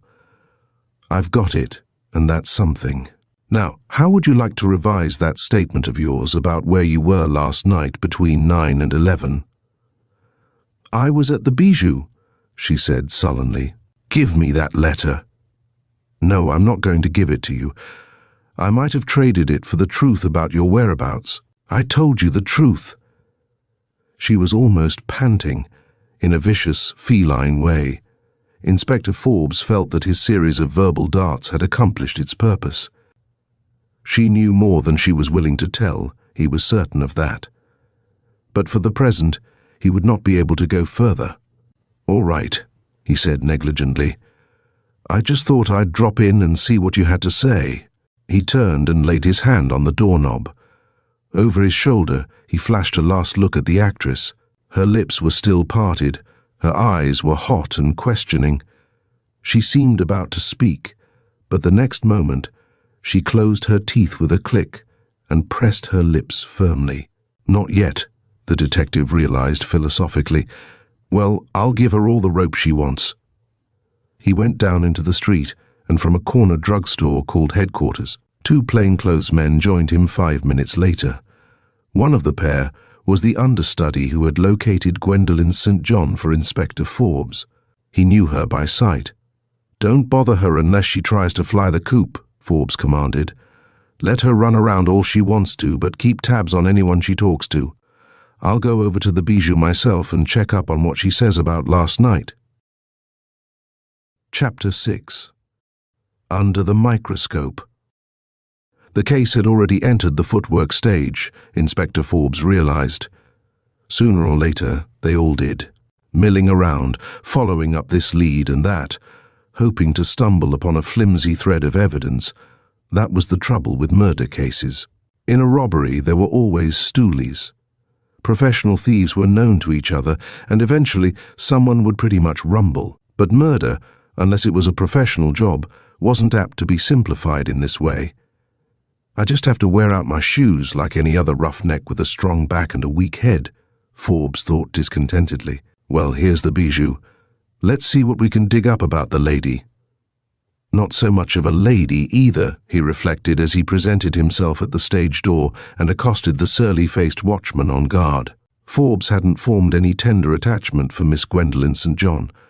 The guardian of the stage door inspected the detective's badge without enthusiasm. "Yeah?" he said. "And what do you want?" "You stick around here pretty steady all evening, I suppose?" Forbes asked. "If I didn't, the show would bust up. 40 young Johnnies a night, on the average, try to crash this door. Well, that ties you down. From the time the show opens till it closes, you're right here, the iron-faced boy that keeps the show going. No one gets in without your approval, but anyone can get out if they want to, of course. The actors and actresses. The men can go out when they want to," his informant interrupted. "The girls can't go out till their act is over for the night. Why not?" "Orders of the management. One of them went out one night and didn't come back, eloped, or got soused. And besides, we ain't going to have our girls standing around on street corners, between acts, talking with fellows. Some of them will do it if they get a chance." "Yes, I expect they would. So when a girl comes on, in the evening, she's here till she goes off. At what time?" "That depends on the evening. Wednesdays and Sundays we give a late show. That keeps them here till about midnight." Inspector Forbes reflected that, as today was Thursday, Miss St. John's alibi for the previous evening was pretty convincing. He didn't want to mention her by name, if he didn't have to. This guardian of the honor of the stage looked as if he might wag a wicked tongue when it came to the pastime of gossip. But there was another possibility. The previous evening had been warm, and Forbes noted that the watchman's chair, tonight, had been placed close to the end of his little lane, within 2 feet of the sidewalk. Forbes turned and stared reflectively in the opposite direction. Mostly darkness there. He could check up on that detail presently. "No one sick or otherwise absent last night?" he asked. "Sickness ain't no excuse. Sick or well, they got a report. If a girl is dead, that's different." "Also orders of the management, I suppose," the inspector murmured. "So they were all here last night?" "Yes, they was." "Well, I'm glad to hear it." A group of girls came hurrying toward the stage door from the street. Forbes moved silently in the opposite direction, into the shadow end of the narrow lane that flanked the theater building. "See you later," he added. He had to grope his way through the darkness, but after stumbling 100 feet or so along a narrow concrete walk, he came out into an alley. A grim smile twisted his lips. All the St. John woman had to do was to watch her chance and slip out behind the watchman's back. By turning left rather than right, she wouldn't have to encounter his formidable glare. The alley led into the side street. Inspector Forbes consulted his watch, then went briskly forward. In less than 5 minutes, he arrived in front of the brick building where the murder had taken place. Yes, she would have had no difficulty in getting here and getting back, between acts. Forbes went up 2 flights of stairs and entered the unlighted room where he had left the policeman on guard. The solitary officer reported that nothing had happened. There had been no visitors, although he had heard the other rumors passing along the hall. More footwork, this time only figurative. Inspector Forbes went down to his car and drove to the headquarters building. In his little office, he found a memorandum left by the plainclothes man who had been sent out to gather facts on the dead man's previous activities. There was quite a little docket. Theo Bursley had been known as Marks. He had been in the city nearly 2 months, but there was no evidence that he had been up to anything out of the way until recently. About 2 weeks ago, a patrolman in the lower part of the city had brought him in, together with a well-dressed young man, obviously both scared and excited. They had been arguing loudly, had been on the point of fighting. Marks had refused to talk. His companion had demanded that his attorney be called, and a well-known family lawyer had come to the station and managed to get the thing hushed up. Now both the attorney and his client were out of town for an indefinite time. Blackmail, and they won't do a thing to help us, Forbes realized. A nice case all the way around. Blackmail cases were usually like that. The only victims of extortion who ever fought back were hard-headed, middle-aged businessmen who knew better than to yield to the first demand, and usually they were made to look so foolish and despicable before the thing died out in the newspapers that all the other victims were scared into submission. It's no good, Inspector Forbes told himself. I'm getting old, and I never was very bright. I wouldn't have been a detective if I had had any brains. Just a roughneck policeman, no education, no friends, nothing. I ought to go and hop into the bay. But at this moment the office door opened, and a debonair-looking young man, with his featherweight felt hat a trifle on one side and an airy whistle on his lips, came into the room. Forbes began to glower. This medical examiner always set his teeth on edge. "So here you are," he growled inhospitably. "Well, don't spring any of your stuff because I won't stand it, see? I don't know anything about detecting, and I'm not supposed to. I'm a fool. But there's one thing, I'm not the only one around here. I haven't got a big microscope and a lot of bottles and glass tubing strung all over the place. I don't know human blood from red ink or raspberry juice, and at that, I know as much as the medical examiner. Why don't you go over to France or to Germany or to England and learn how to examine evidence? Those babies over there can take a hair and tell you all about the man that shed it. Or they can take a spoonful of lint and dust off a man's coat and tell you where he's been and what he's done. You're a big help, you are." Young Dr. Alex Giddings continued to go through the motions of whistling, but no sound issued from his puckered lips. His eyes widened slightly, and he seemed overcome by amazement. "Inspector," he asked in a hushed voice, "are you a mind reader?" "Go on, spring it," Forbes grunted. "Well, if you're not, Old Man Coincidence has some explaining to do. Do you know what I came in here for?" "I don't know why you ever come in here," Forbes said unkindly. "I could get along without you." "Don't say that. You'll regret it in a minute. You said I ought to go to Europe to learn how to use a microscope in criminology. Well, I didn't go there, but I did spend my last vacation with a man out in California, a policeman who knows his business. They call him the scientific cop, and let me tell you, he doesn't have to go to Paris or to Berlin to ask how to handle his end of things." "I've heard of him," Forbes admitted. "But what's that got to do with me?" "Kind of self-centered tonight, aren't you?" the young medical man suggested. "However, I don't blame you. But just come over to my place and I'll show you something." In spite of himself, Inspector Forbes was impressed. This irritating young fellow had always had a suggestion of competence about him, and now he seemed more in earnest than Forbes had ever known him to be. The inspector stood up, locked his desk, and followed him out into the hall and around to the alley door. Soon they were passing through the hallway that led past the morgue and into the offices at the rear. Dr. Giddings unlocked a door and motioned for his companion to enter. The room beyond was brightly lit. A bench ran around 3 walls, and on this bench were all the paraphernalia Forbes had so slightingly mentioned: microscopes, cameras, flasks, beakers, and condensers. The medical expert crossed to one of the microscopes, stooped over it for a moment, and then, with a rather theatrical gesture, straightened up. "Have a look at that," he commanded. "I took it out from under the dead man's fingernails." Chapter 7. Jim demands an answer.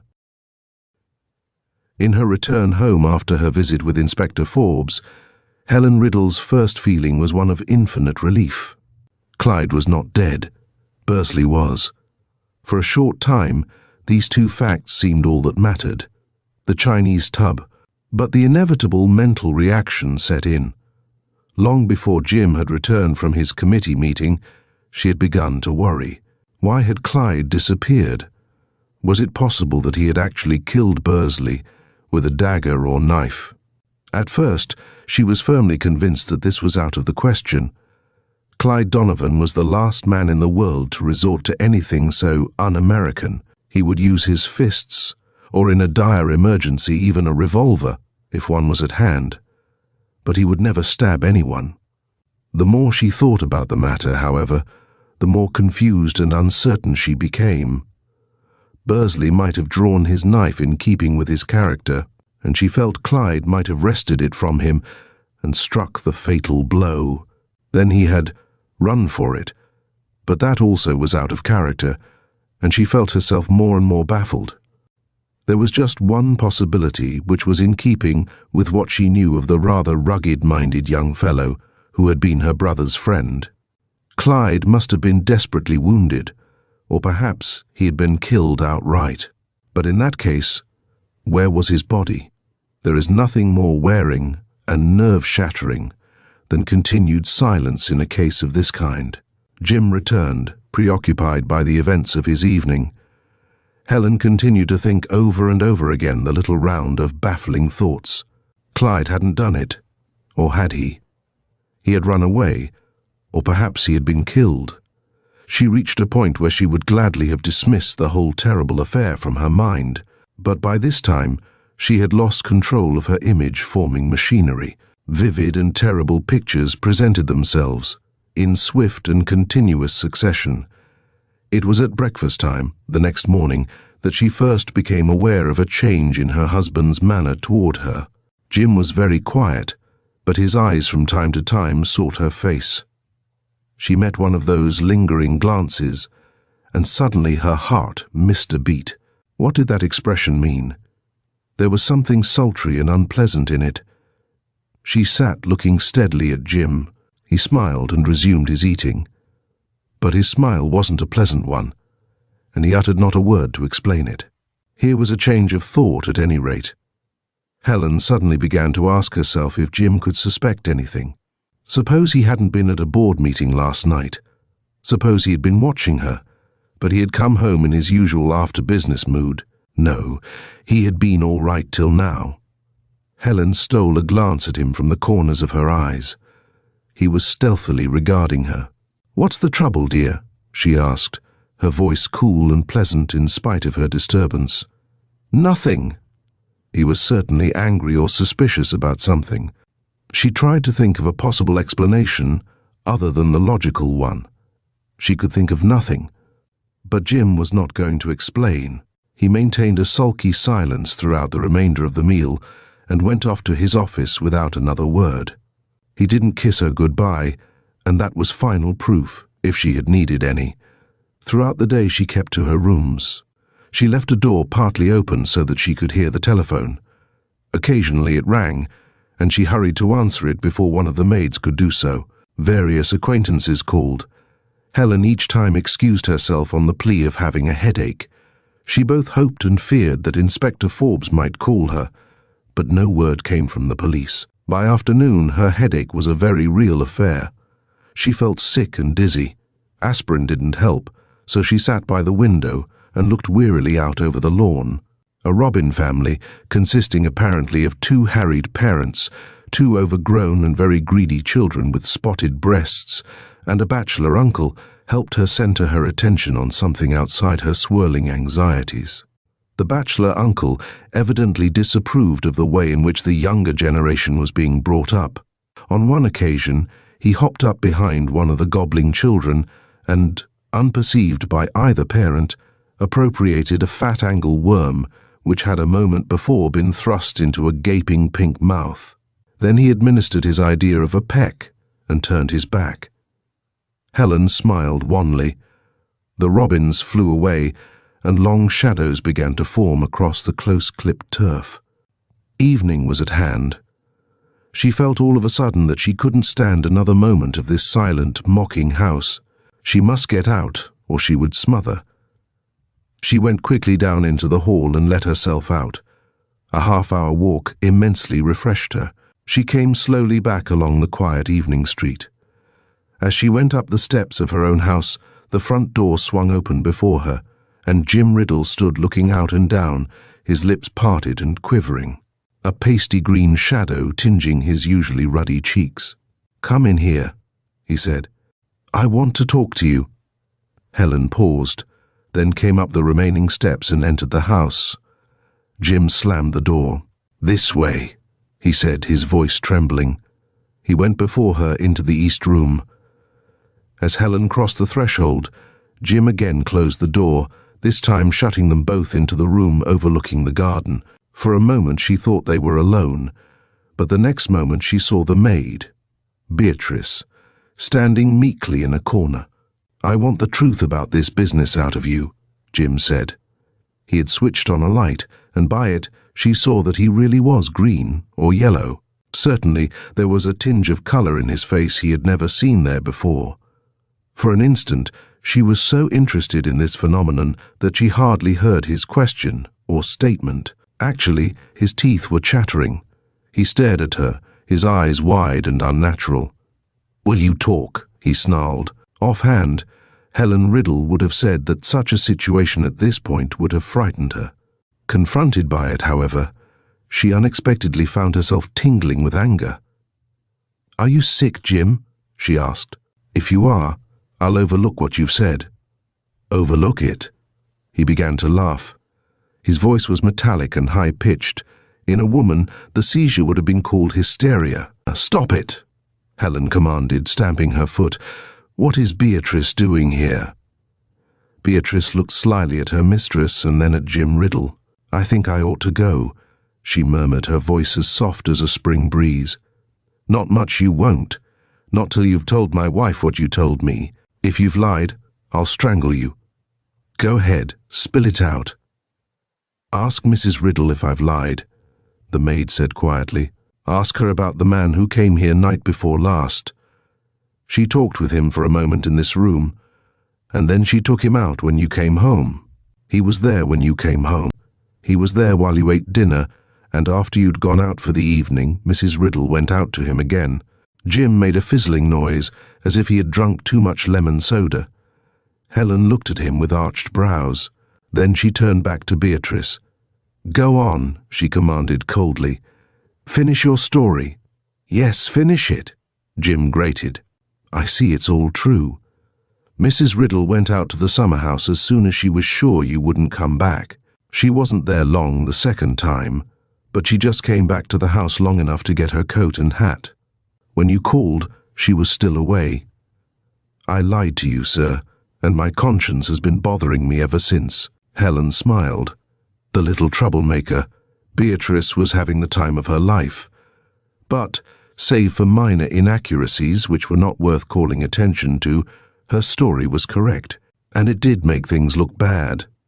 Poor Jim. However, a woman, even a very nice one, can say "poor Jim," and proceed to carve Jim's heart out and hold it, palpitating before his face. Helen was enraged, but her anger took a different form from her husband's. It made her cold as one of those frosted pipes in a butcher's window. Her voice was low and steady. "You poor child," she said, smiling at Beatrice. "How you must have suffered." "I tried to do what was right, but I shouldn't have lied," the girl murmured, stealing a look of malicious triumph at her mistress. "When that gentleman called for you last night—" "Last night again?" Jim shrieked. "You didn't tell me that. You didn't give me a chance, sir. You got in such a passion I couldn't make myself heard." "What a delightful tete-a-tete you two must have had," Helen observed. "Where did it take place? In the kitchen? I should imagine that would be the proper setting." "Never mind where it took place. What have you got to say about it?" Jim panted. "Come, I'm waiting."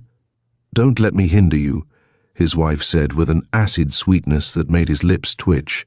"Keep right on waiting, Jim. If you fancy I'm going to take part in any such sordid affair as this, you certainly have gone crazy." She felt as cool and collected as she had ever felt in her life. She walked past her husband, who was standing with his feet braced apart near the door, and, without another word, went into the hall and along toward the front of the house. She opened the street door, stood for a moment looking into the darkness, and then went down the steps to the walk. Of course, that kind of calm couldn't last. She suddenly found herself crying. She drew out her handkerchief and dabbed at her tears. What should she do? What could she do? If she had only told Jim in the first place, everything would have been, but it wouldn't. Everything would have been all wrong, just as it was now. Of course, Jim's mind was thoroughly poisoned, and he was burning up with jealousy and the rage it kindled, but he would have been unreasonable and impossible, even if she had taken him into her confidence right from the start, and her conscience told her that she had done nothing wrong, from beginning to end, in all this wild, crazy series of misadventures. She was simply caught in the wheels of a great stupid machine and was being torn to bits. A lethargy of despair succeeded the tears and turmoil stage. She walked on and on, not realizing the direction her feet were taking her, until suddenly she saw, in the obscurity of an alley she was passing, a twisted, evil face. She stared back, startled and frightened. Then she was hurrying on, but now she was vividly aware of her surroundings. She was in a street occupied by cheap restaurants, cheap clothing stores, the doors of which were still open for business, and pawnbroking establishments. Furtive steps came on behind her. She passed villainous-looking men, many of them Orientals. Her lips parted, and she looked wildly about for a cab. As she reached the corner, she saw before her, on the farther side of the street, a brick building. Her mind seemed to swing round and adjust itself. She knew now where she was. Fear and abhorrence, which are as strong attractive forces as hope and approval, had drawn her back to the neighborhood of the murder. It was over there, in one of those mysterious upper rooms, that Theo Bursley had been killed. She paused, her eyes swinging up, and then she started and cried out, for a hand had been laid on her arm. "You shouldn't come here alone, ma'am," Inspector Forbes said with obvious disapproval. "Were you looking for me?" "No, yes, I don't know why I came," Helen whispered. Tears again welled into her eyes. "I just had a terrible scene with my husband," she added, impelled by something strong and dependable in the face of this police officer to tell her troubles. "He doesn't know anything about this business?" Forbes inquired. "Well, Jim is so unreasonably jealous. He knows, when he's in his right mind, that I love him and him only. But if any little thing he doesn't understand happens, he seems to go crazy." The maid talked. Maids always do. "So you had a scene with hubby, and decided to make things better by walking, alone, down below the dead line. It's lucky I came along just when I did. I'll take you home, and you stick there till you hear from me. As for Jim, I'll look into his case. I don't promise you anything, mind, but I rather hope to be able to put a bee in his bonnet." In pretty much of a daze by this time, Helen Riddle allowed herself to be assisted into the inspector's car and driven home. Jim was nowhere about when she entered the lower hall. She went to her room. The house was silent. She was apparently quite alone in it. She locked her door, undressed quickly, and went to bed. Chapter 8. The Tub. Prior to his accidental meeting with Helen Riddle, Inspector Forbes had spent a busy day.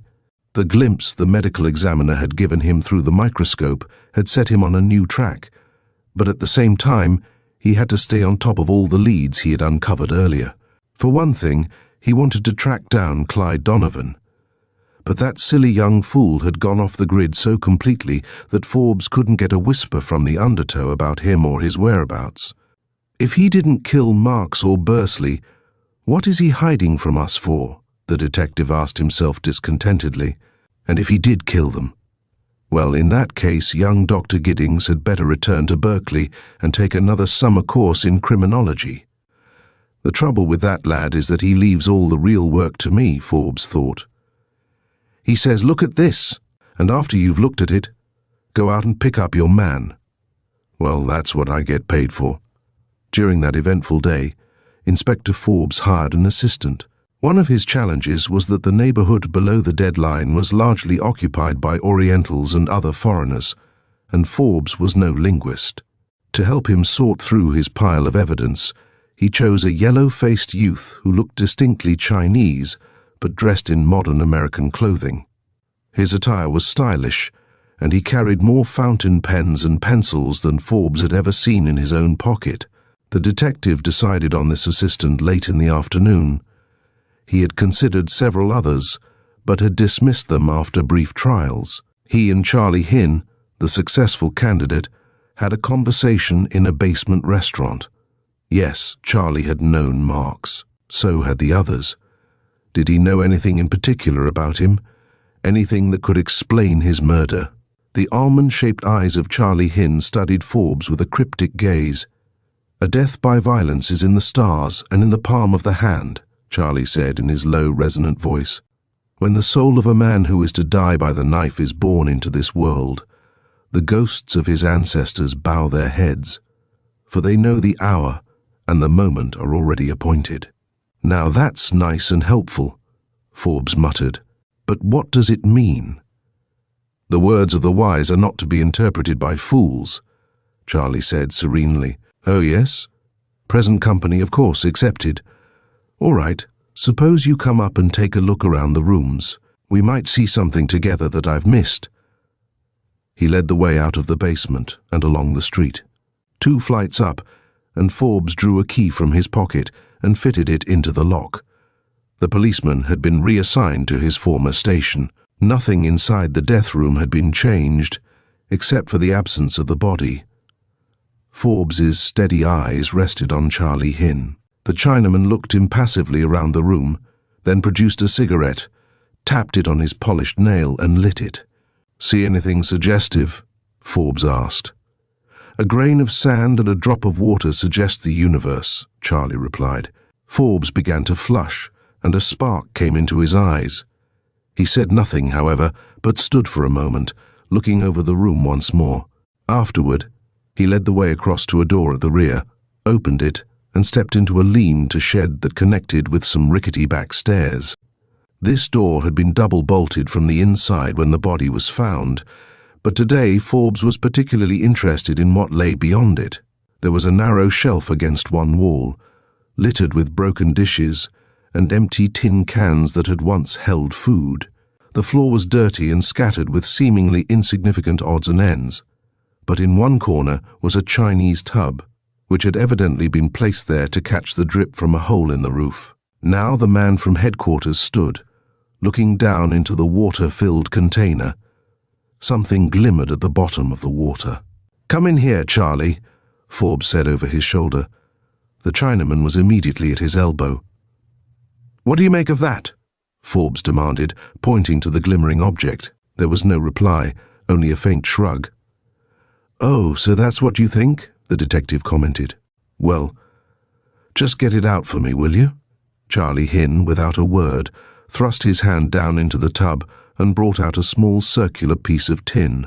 His sleeve was dripping as he handed it to Forbes, and a faint, mocking smile lingered around his slanting eyes.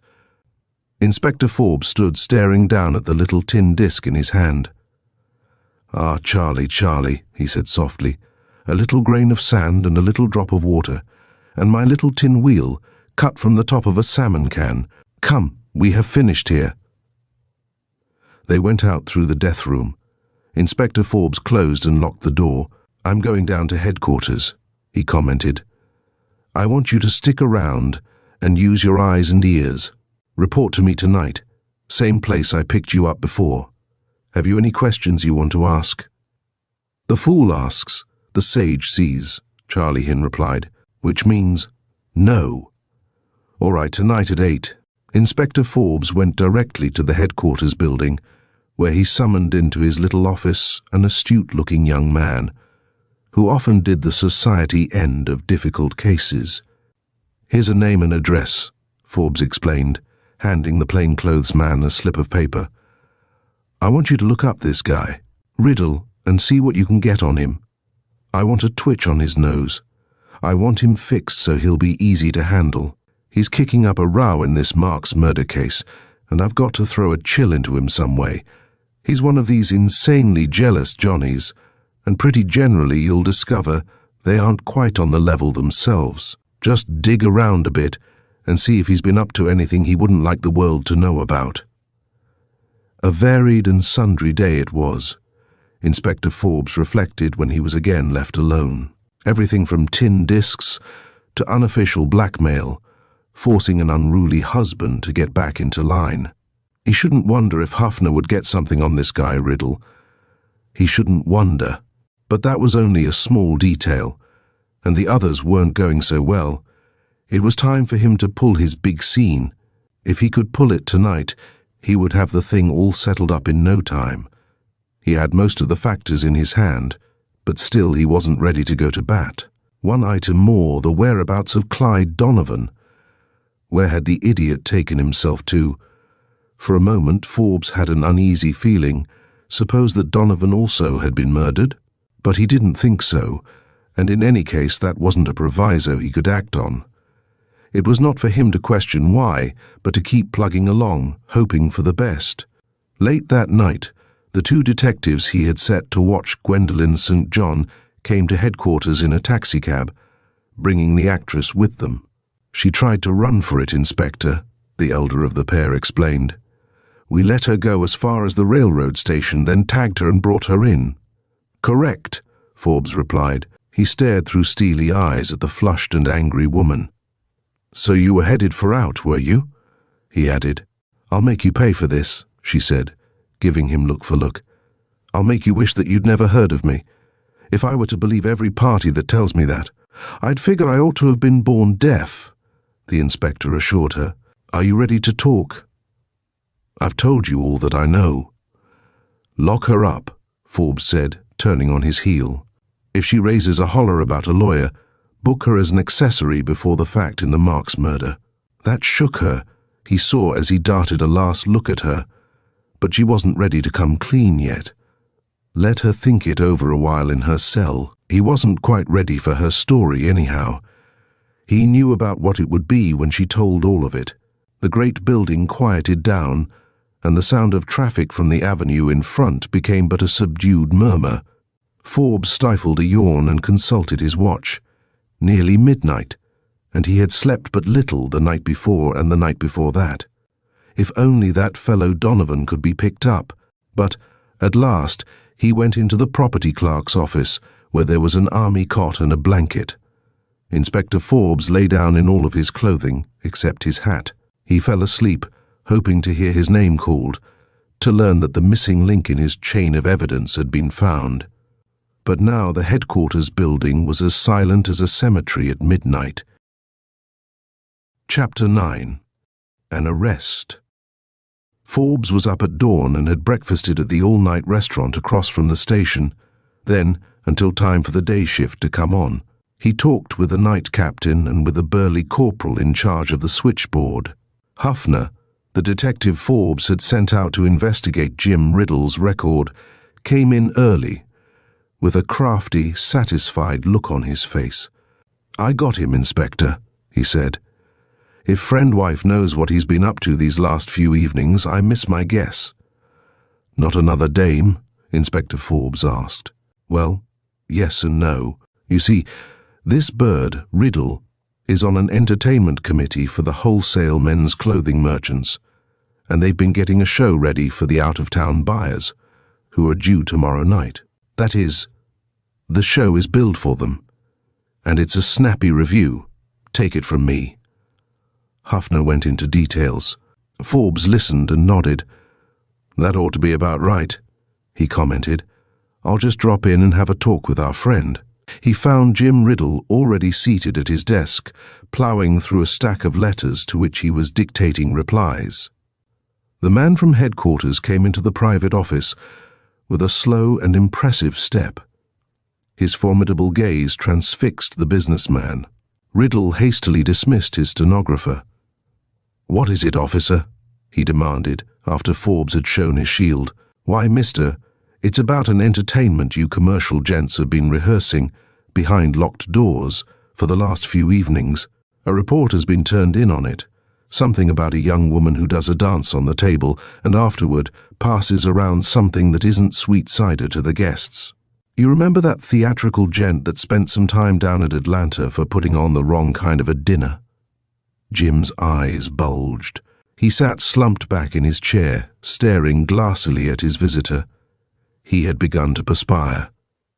"For heaven's sake, officer, isn't there some way this thing can be hushed up?" he inquired, his voice raised hardly above a whisper.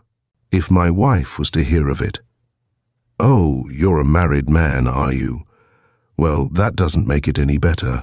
You ought to be ashamed, skipping around down there and trying to ogle this toe dancer." "Hush it up? What do you mean, hush it up? Are you trying to bribe me?" He looked so fiercely at Jim Riddle that the latter for a moment turned his harried eyes aside. "Really, officer," Jim muttered, "I don't know what to do. I didn't see any harm in the thing. These buyers are all out-of-town men, and they expect us to put on something snappy for their entertainment. I take the full responsibility for this feature you object to.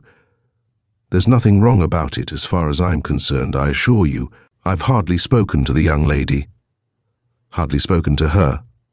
"Well, I had to explain to her what we wanted. You explained about the costume and the stuff on the table, I suppose? What does your wife think of it all? Doesn't she object?" Jim mopped his face on his handkerchief. "I don't trouble my wife about business affairs," he explained. "She wouldn't be interested." "Well, I guess I'll go around and talk with her about it.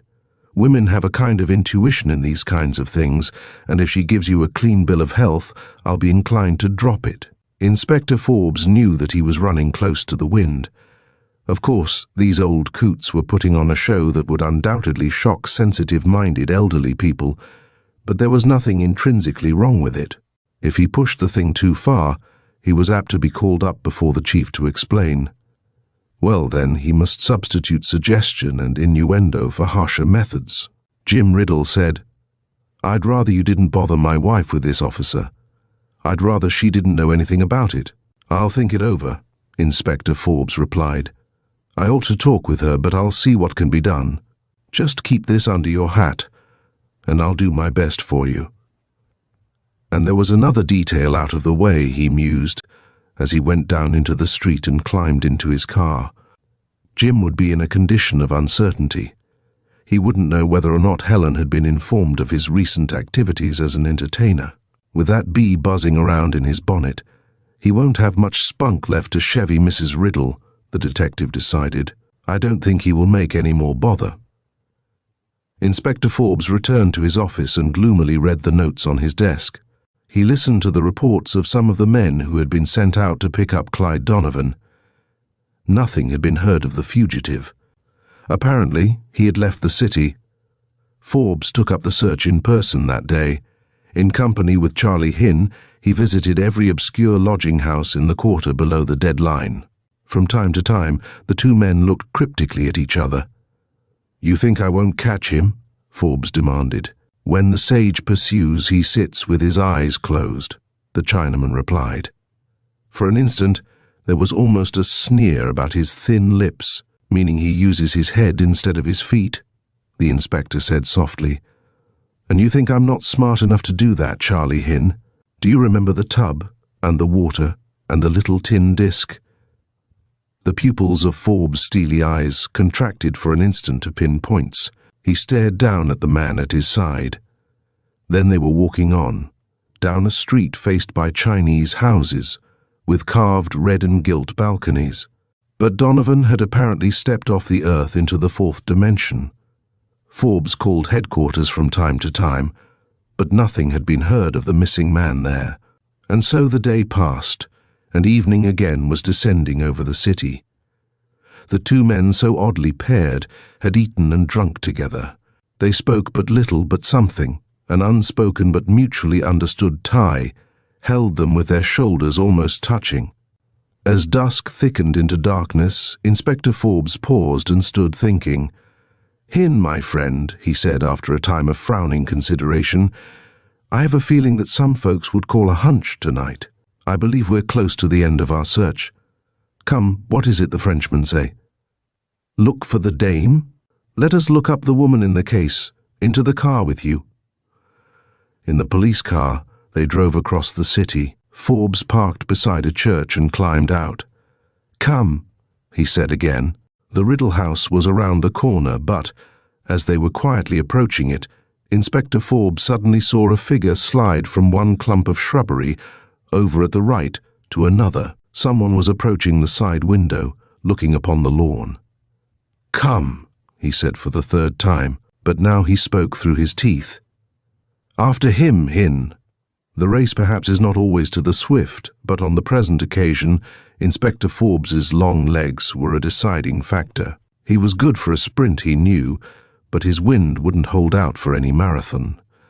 So he put his heart into the matter, and in less than 30 seconds after he had spotted that mysterious figure, slipping from bush to bush, he had collared it.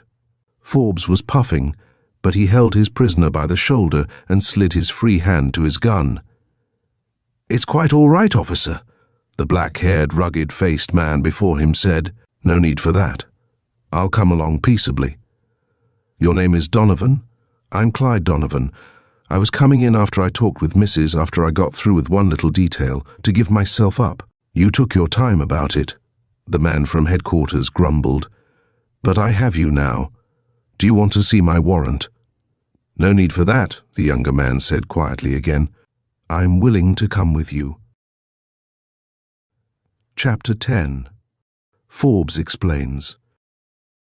5 people sat in the room where Theo Bursley had been murdered, and a 6th stood with his broad shoulders against the door leading into the hall. Charlie Hin's chair was placed against the other door, the one leading into the small lean-to porch connecting with the back stairs. "Don't let anyone out there, Charlie," Inspector Forbes said. His hand groped at his back. "Yes, the hall door was bolted. And now, Miss Gwendolen St. John, or whatever your name really is, we're ready to listen to you," the detective added. Gwendolen St. John sat in a corner. At her left was Helen Riddle. At her right, the jaunty-looking young medical examiner. She raised her sullen eyes and stared at Forbes. "What do you want me to say?" she demanded. "The truth. That yarn of yours about having been at the Bijou all evening won't wash, you know. You sneaked out the stage door when the watchman was sitting near the street, and you went out by way of the alley. You came straight over here. It took you less than 5 minutes because you were in a hurry. You came up here. Now tell it." The actress' lips twitched, and there was an unhealthy pallor on her cheeks. Forbes stood studying her. She wouldn't hold out. "If I tell the truth, will you let me go tonight?" she demanded, her voice low and unsteady. "Tell your story, and we'll see. I'll do my best for you. If you don't come clean, I'll hold you for the grand jury. That may sew you up for weeks, or even months." She shivered, as if with actual cold. For an instant, her eyes shifted to the rear door, guarded by the seated Chinaman. "All right," she said. "But if you think I killed Marks, you're crazy. Why should I? He was handling a blackmail job for you. He was what might be called your agent." She hesitated, then nodded. Clyde Donovan, seated across the room, stared and slid to the edge of his chair. He seemed about to break in, but a warning glance from Forbes checked him. "If you want to put it that way," Miss St. John muttered. "I'd tried to get a little money out of this young fool, but I couldn't quite get him to come through. He was scared, but his family kept him on a short allowance. Marks said he could make him pay, If he had to steal the money, I had to have it. For dope? Inspector Forbes thought. But what he said was, "All right, what did you come up here for?" I hadn't heard from Marks for some time. Naturally, I didn't trust him. I got to thinking about it. I was hard up, and I made up my mind I'd tell him either to come across with some money or give me my letters back. "How many were there?" the detective inquired. 8, counting the one you have. Forbes looked at Clyde Donovan. Donovan looked steadily back. "Go on," the inspector commanded. "You came here about what time?" "I should think you'd know that with all your smartness. It was just 10:30 when I got here." "Go on. You came up and what did you see?" "I saw Marks lying below the drop light, dying." "Dying?" The detective's voice was sharp. "How do you know that?" "I've seen people die before. He was breathing about once every 10 seconds and there was a rattle in his throat. What did you do?"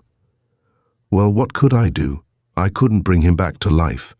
I crossed to that box couch and looked into it, but the papers were gone, all of them." Again, for an instant, Inspector Forbes and young Donovan exchanged glances. Then the man from headquarters was staring at the St. John woman.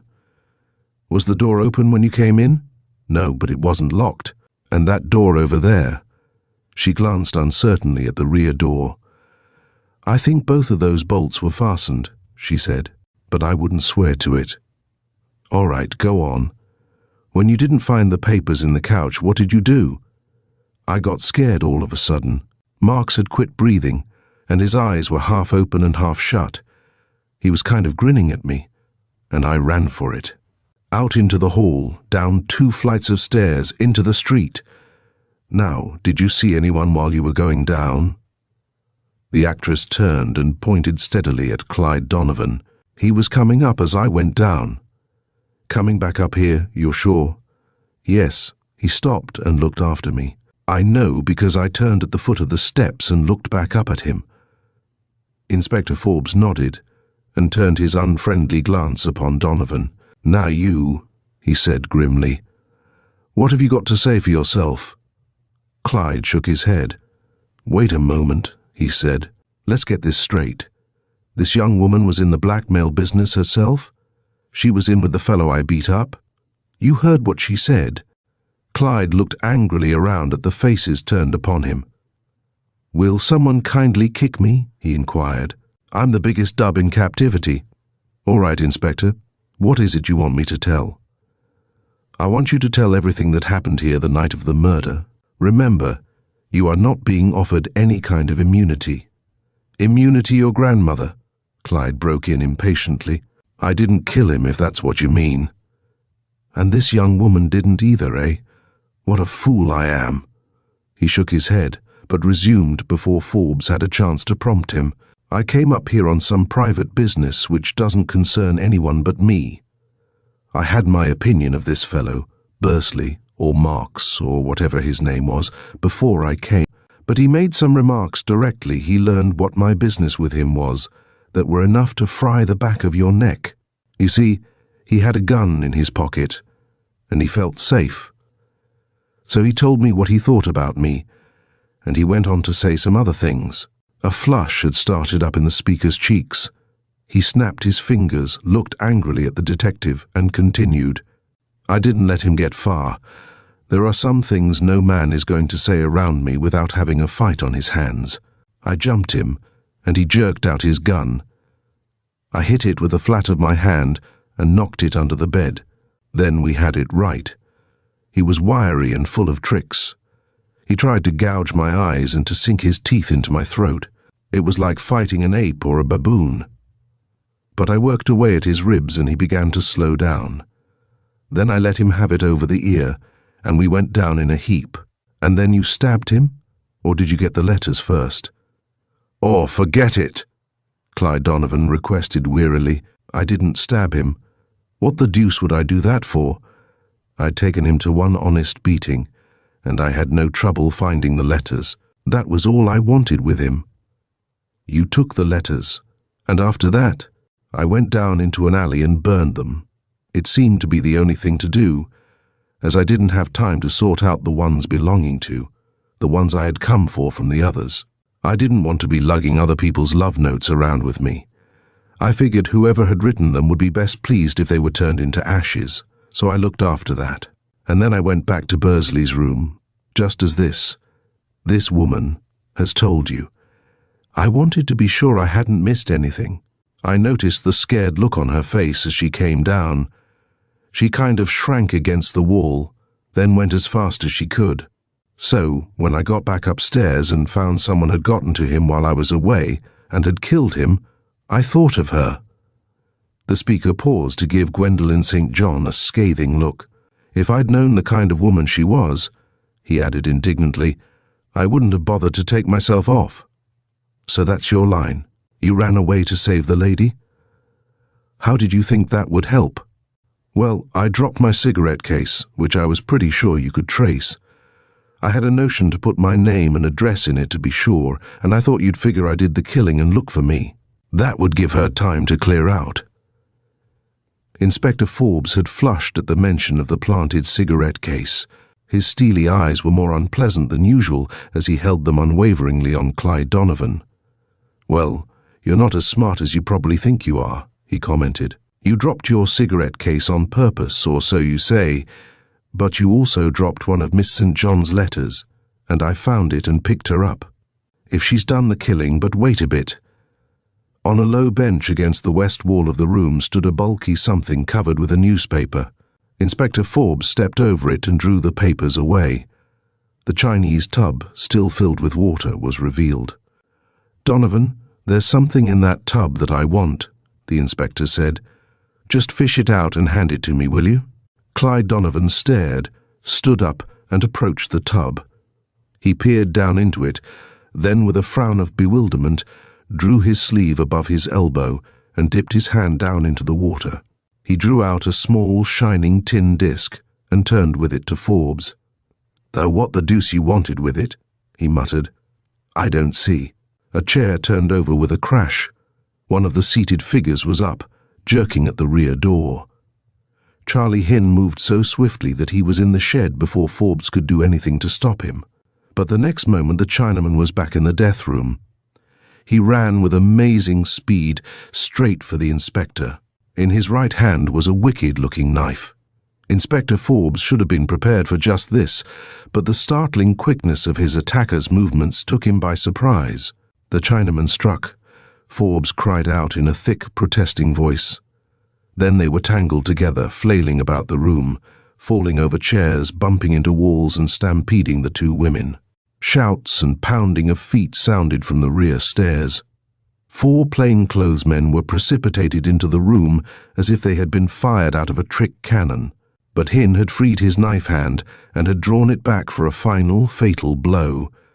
The detectives would have been too late to rescue their chief had it not been for the intervention of Clyde Donovan.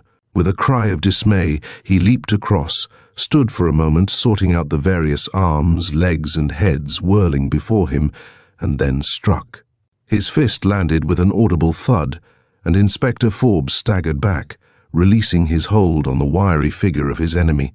Charlie Hinn dropped to the floor and lay there, his fingers quivering. The Chinese dagger with which he had killed Marks or Bursley, and had so nearly killed Inspector Forbes, lying where it had fallen.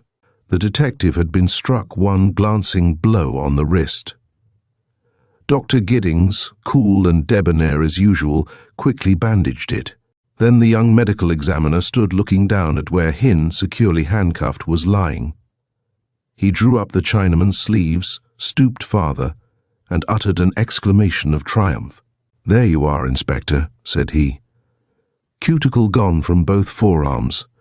Bursley put up a fight for his life. I knew his forearms were scratched yesterday. Inspector Forbes grunted. He was running his handkerchief round the inside of his collar. It had been a hot fight while it lasted. When he stuck his hand down into the tub without hauling up his sleeve, he stopped just a moment, and I could see him thinking it over.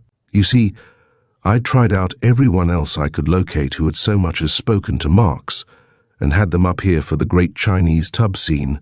All the others pulled up their sleeves. Some of them tried to fish it out with a stick, but that round disc couldn't be handled that way. That's why I used it. Miss St. John there had a short-sleeved rig on the first time I went up to see her. She was in the clear, no scratches. Donovan was the last man on the list, though I was pretty certain it was Hin by that time. If you'd just come forward, young fellow, so that I could have had your story to fit into the case, for the medical examiner and the preliminary hearing, but you had to go tearing off, protecting the innocent young thing you thought had done the job. I thought he'd been blackmailing her, and if he had, I'd have let them hang me rather than betray her for giving what he had coming, Clyde confessed. Well, no doubt you would. Well, Doc, I guess you get the trophy. It was you and your microscope that did the trick. All I had to do was to run down the one party out of 1,000,000 or so who had had cuticles scratched off the forearms, and then gather in the lost sheep and get them to blat their stories. You win. The young physician looked reprovingly. I just gave you a little technical assistance, Inspector. You caught the killer. Charlie Hin was moving about, his eyes open, his manacled hands groping toward his throat. He smiled evilly as the inspector looked down at him. The voice of the fool is never still, said he, but the dagger whispers a word, and the strong man bows himself in obeisance. What did you kill him for, Charlie? Forbes demanded. Was he blackmailing you too? He stole my sweetheart in China, Hin replied. He was a white devil, and she was a yellow rose. Now she is dead, and he is dead, and you may do as you please with me. I have been educated in the white man's schools and believe neither in his gods nor in my own. The words of the wise man and the words of fools are alike. For a little while they break the silence, and then both alike are still. Forbes nodded. And a good thing it is at that, he commented philosophically. It would be a bad day for the detective business if dead men began talking. All they'd have to do with a murder kick is bring the body of the deceased in and let him tell the jury his story. Jim Riddle returned late that night, a worried look on his face. He came into his wife's room, paused as he crossed the threshold, and seemed to be studying her expression. Everything all right, dear? He inquired anxiously. I got home as early as I could. I had to talk over a little matter with some fellows. The words stuck in his throat. He blushed till his face seemed about to catch fire. Helen was now looking steadily at him. Jim, she said softly, what did my friend Inspector Forbes do to you? Your friend, Inspector Forbes. But Jim was in no condition to talk. He mopped his forehead and sank into a chair. He stole a stealthy glance at the very pretty and obviously amused young woman who sat watching him. Tell me, dear, do you love me? He blurted. Of course. How can you ask? And there isn't anyone else. There never has been, Jim. You have always been my hero, my sun-crowned hero. Jim made a rush at her and gathered her into his arms.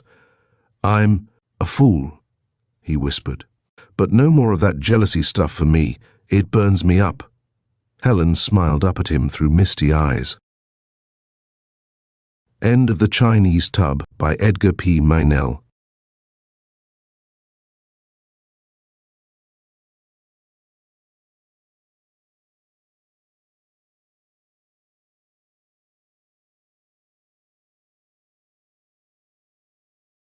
Reverse English by Hugh McNair. Detective Story Magazine, January 6, 1920. People that lunch at Gandil's, soliloquized Mr. Sigismund Klatch, should name no names. He contemplated his thick veal chop with obvious affection and returned with gusto to his interrupted task of consuming it. He always lunched at Gandil's, chiefly because the food, considered in relation to the prices, was surprisingly abundant and good, but partly because the arrangement of the restaurant enabled a man with reasonably good ears to overhear occasional scraps of conversation which could be turned to good account. All along the three inner walls of the long, narrow room, the tables were arranged in little compartments, open only on the side toward the center of the café. This, Mr. Klatch knew, enabled the thrifty Hans Gandil to economize remarkably on space. If the restaurateur arranges his tables in the usual fashion, he must allow space between them. sufficient at least to leave room for chairs to be moved back and forth without interfering with each other. By setting his tables in these small compartments, Hans Gandil was able to persuade one patron to sit with his back against an inch-thick partition, against the opposite side of which another guest was seated. Besides, it saved steps for the waiters, who were expected to serve only from the outer side of their tables, instead of passing around each one of them after the common practice in eating places. And lastly, as Mr. Gandil had discovered, people who talk business over their meals like the privacy which is seemingly guaranteed by the enclosing backs of the benches. Mr. Klatch, if he had business to discuss at meal times, carefully avoided Gandil's and selected a restaurant where he could inspect his neighbors. But when he lunched alone, he invariably occupied one of the three-sided cubicles and listened attentively to the unguarded conversation which drifted over the benches. More than once, he had been able to turn this feature of the place to profitable use. Today, however, the pleasure had been other than financial. He had listened with lively appreciation to a frank comment on his own character and habits, which, because of its strong disfavor, appealed to him as a compliment. He had identified the voice as that of young Mr. Goss, whose duty as the traveling salesman for Miller, Kuhn and Corporation, importing chemists, obliged him to pay semi-occasional visits to Mr. Klatch's office. "I sure do hate a man who would be a crook if he dared, and skates as near the deadline as he can without stepping across it," declared Mr. Goss incautiously. "I run into that sort of businessman every now and then, and I always feel as if I ought to pack a gun and padlock my watch. I've got a customer right here in town who'd take pennies out of a blind man's cup if he was sure nobody was looking. He makes a patent medicine that costs him about $2 a barrel and sells it for $1 an ounce. That's sort of a crab, you know. And he buys just about the way he sells. I caught him just in the act of slipping one over on the firm today."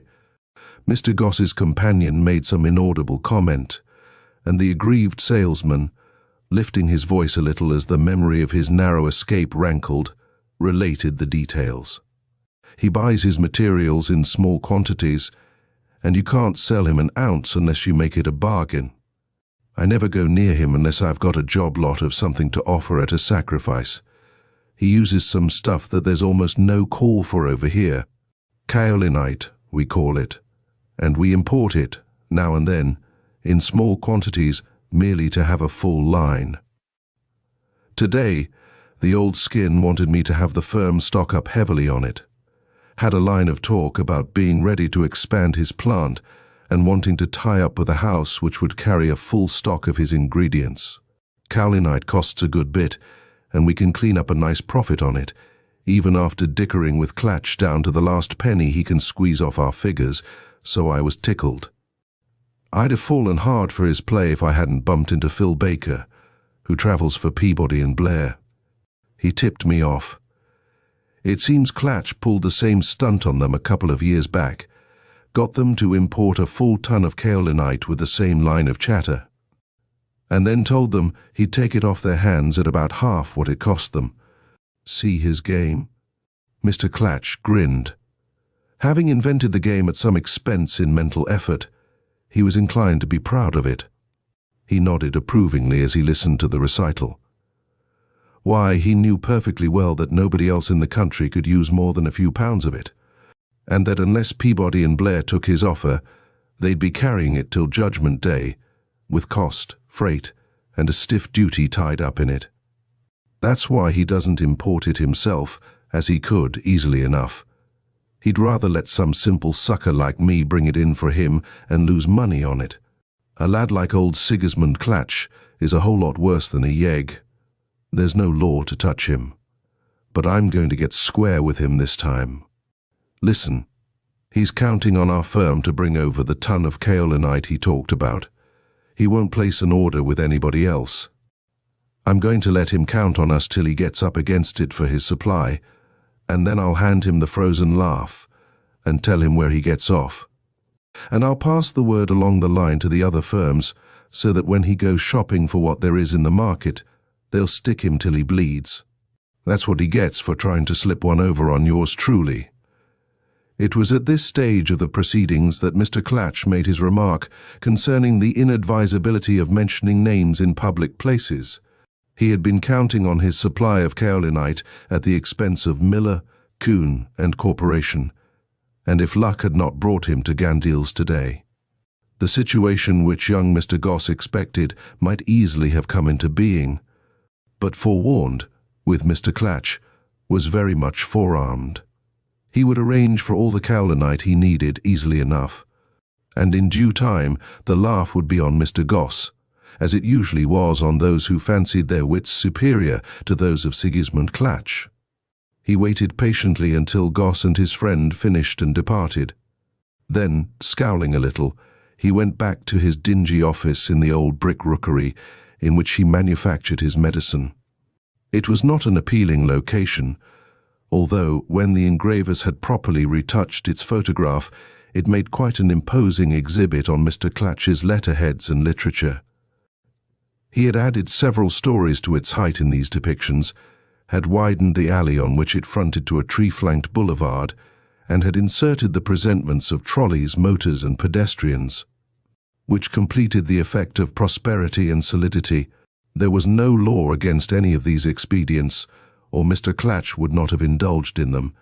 He was one of the most law-abiding of men, a close and careful student of the statutes bearing on his business, and a persistent observer of their every letter.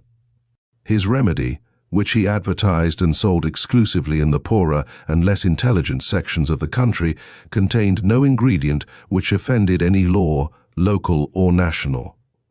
His advertising, over which he spent many long hours of study, made no claims to which a prosecuting attorney could take exception. Every statement in it was either provably true or at least not provably false, although the impression gained by an average reader would contain many erroneous ideas as to the virtues of the preparation. Every testimonial Mr. Clatch published had been duly signed and sworn to by a real man or woman, and the portraits of these grateful patients were painstakingly accurate. Mr. Clatch took no chances. He made a considerable amount of money and took pleasure in accumulating it, though he spent very little of it. Money held immense significance for him. He disliked parting with it, even for things he desired. However, the thrill of amassing wealth was genuine, heightened by the fact that he earned it by skirting the fine line between legality and crime. Money acquired through straightforward, irreproachable means would not have brought him the same satisfaction.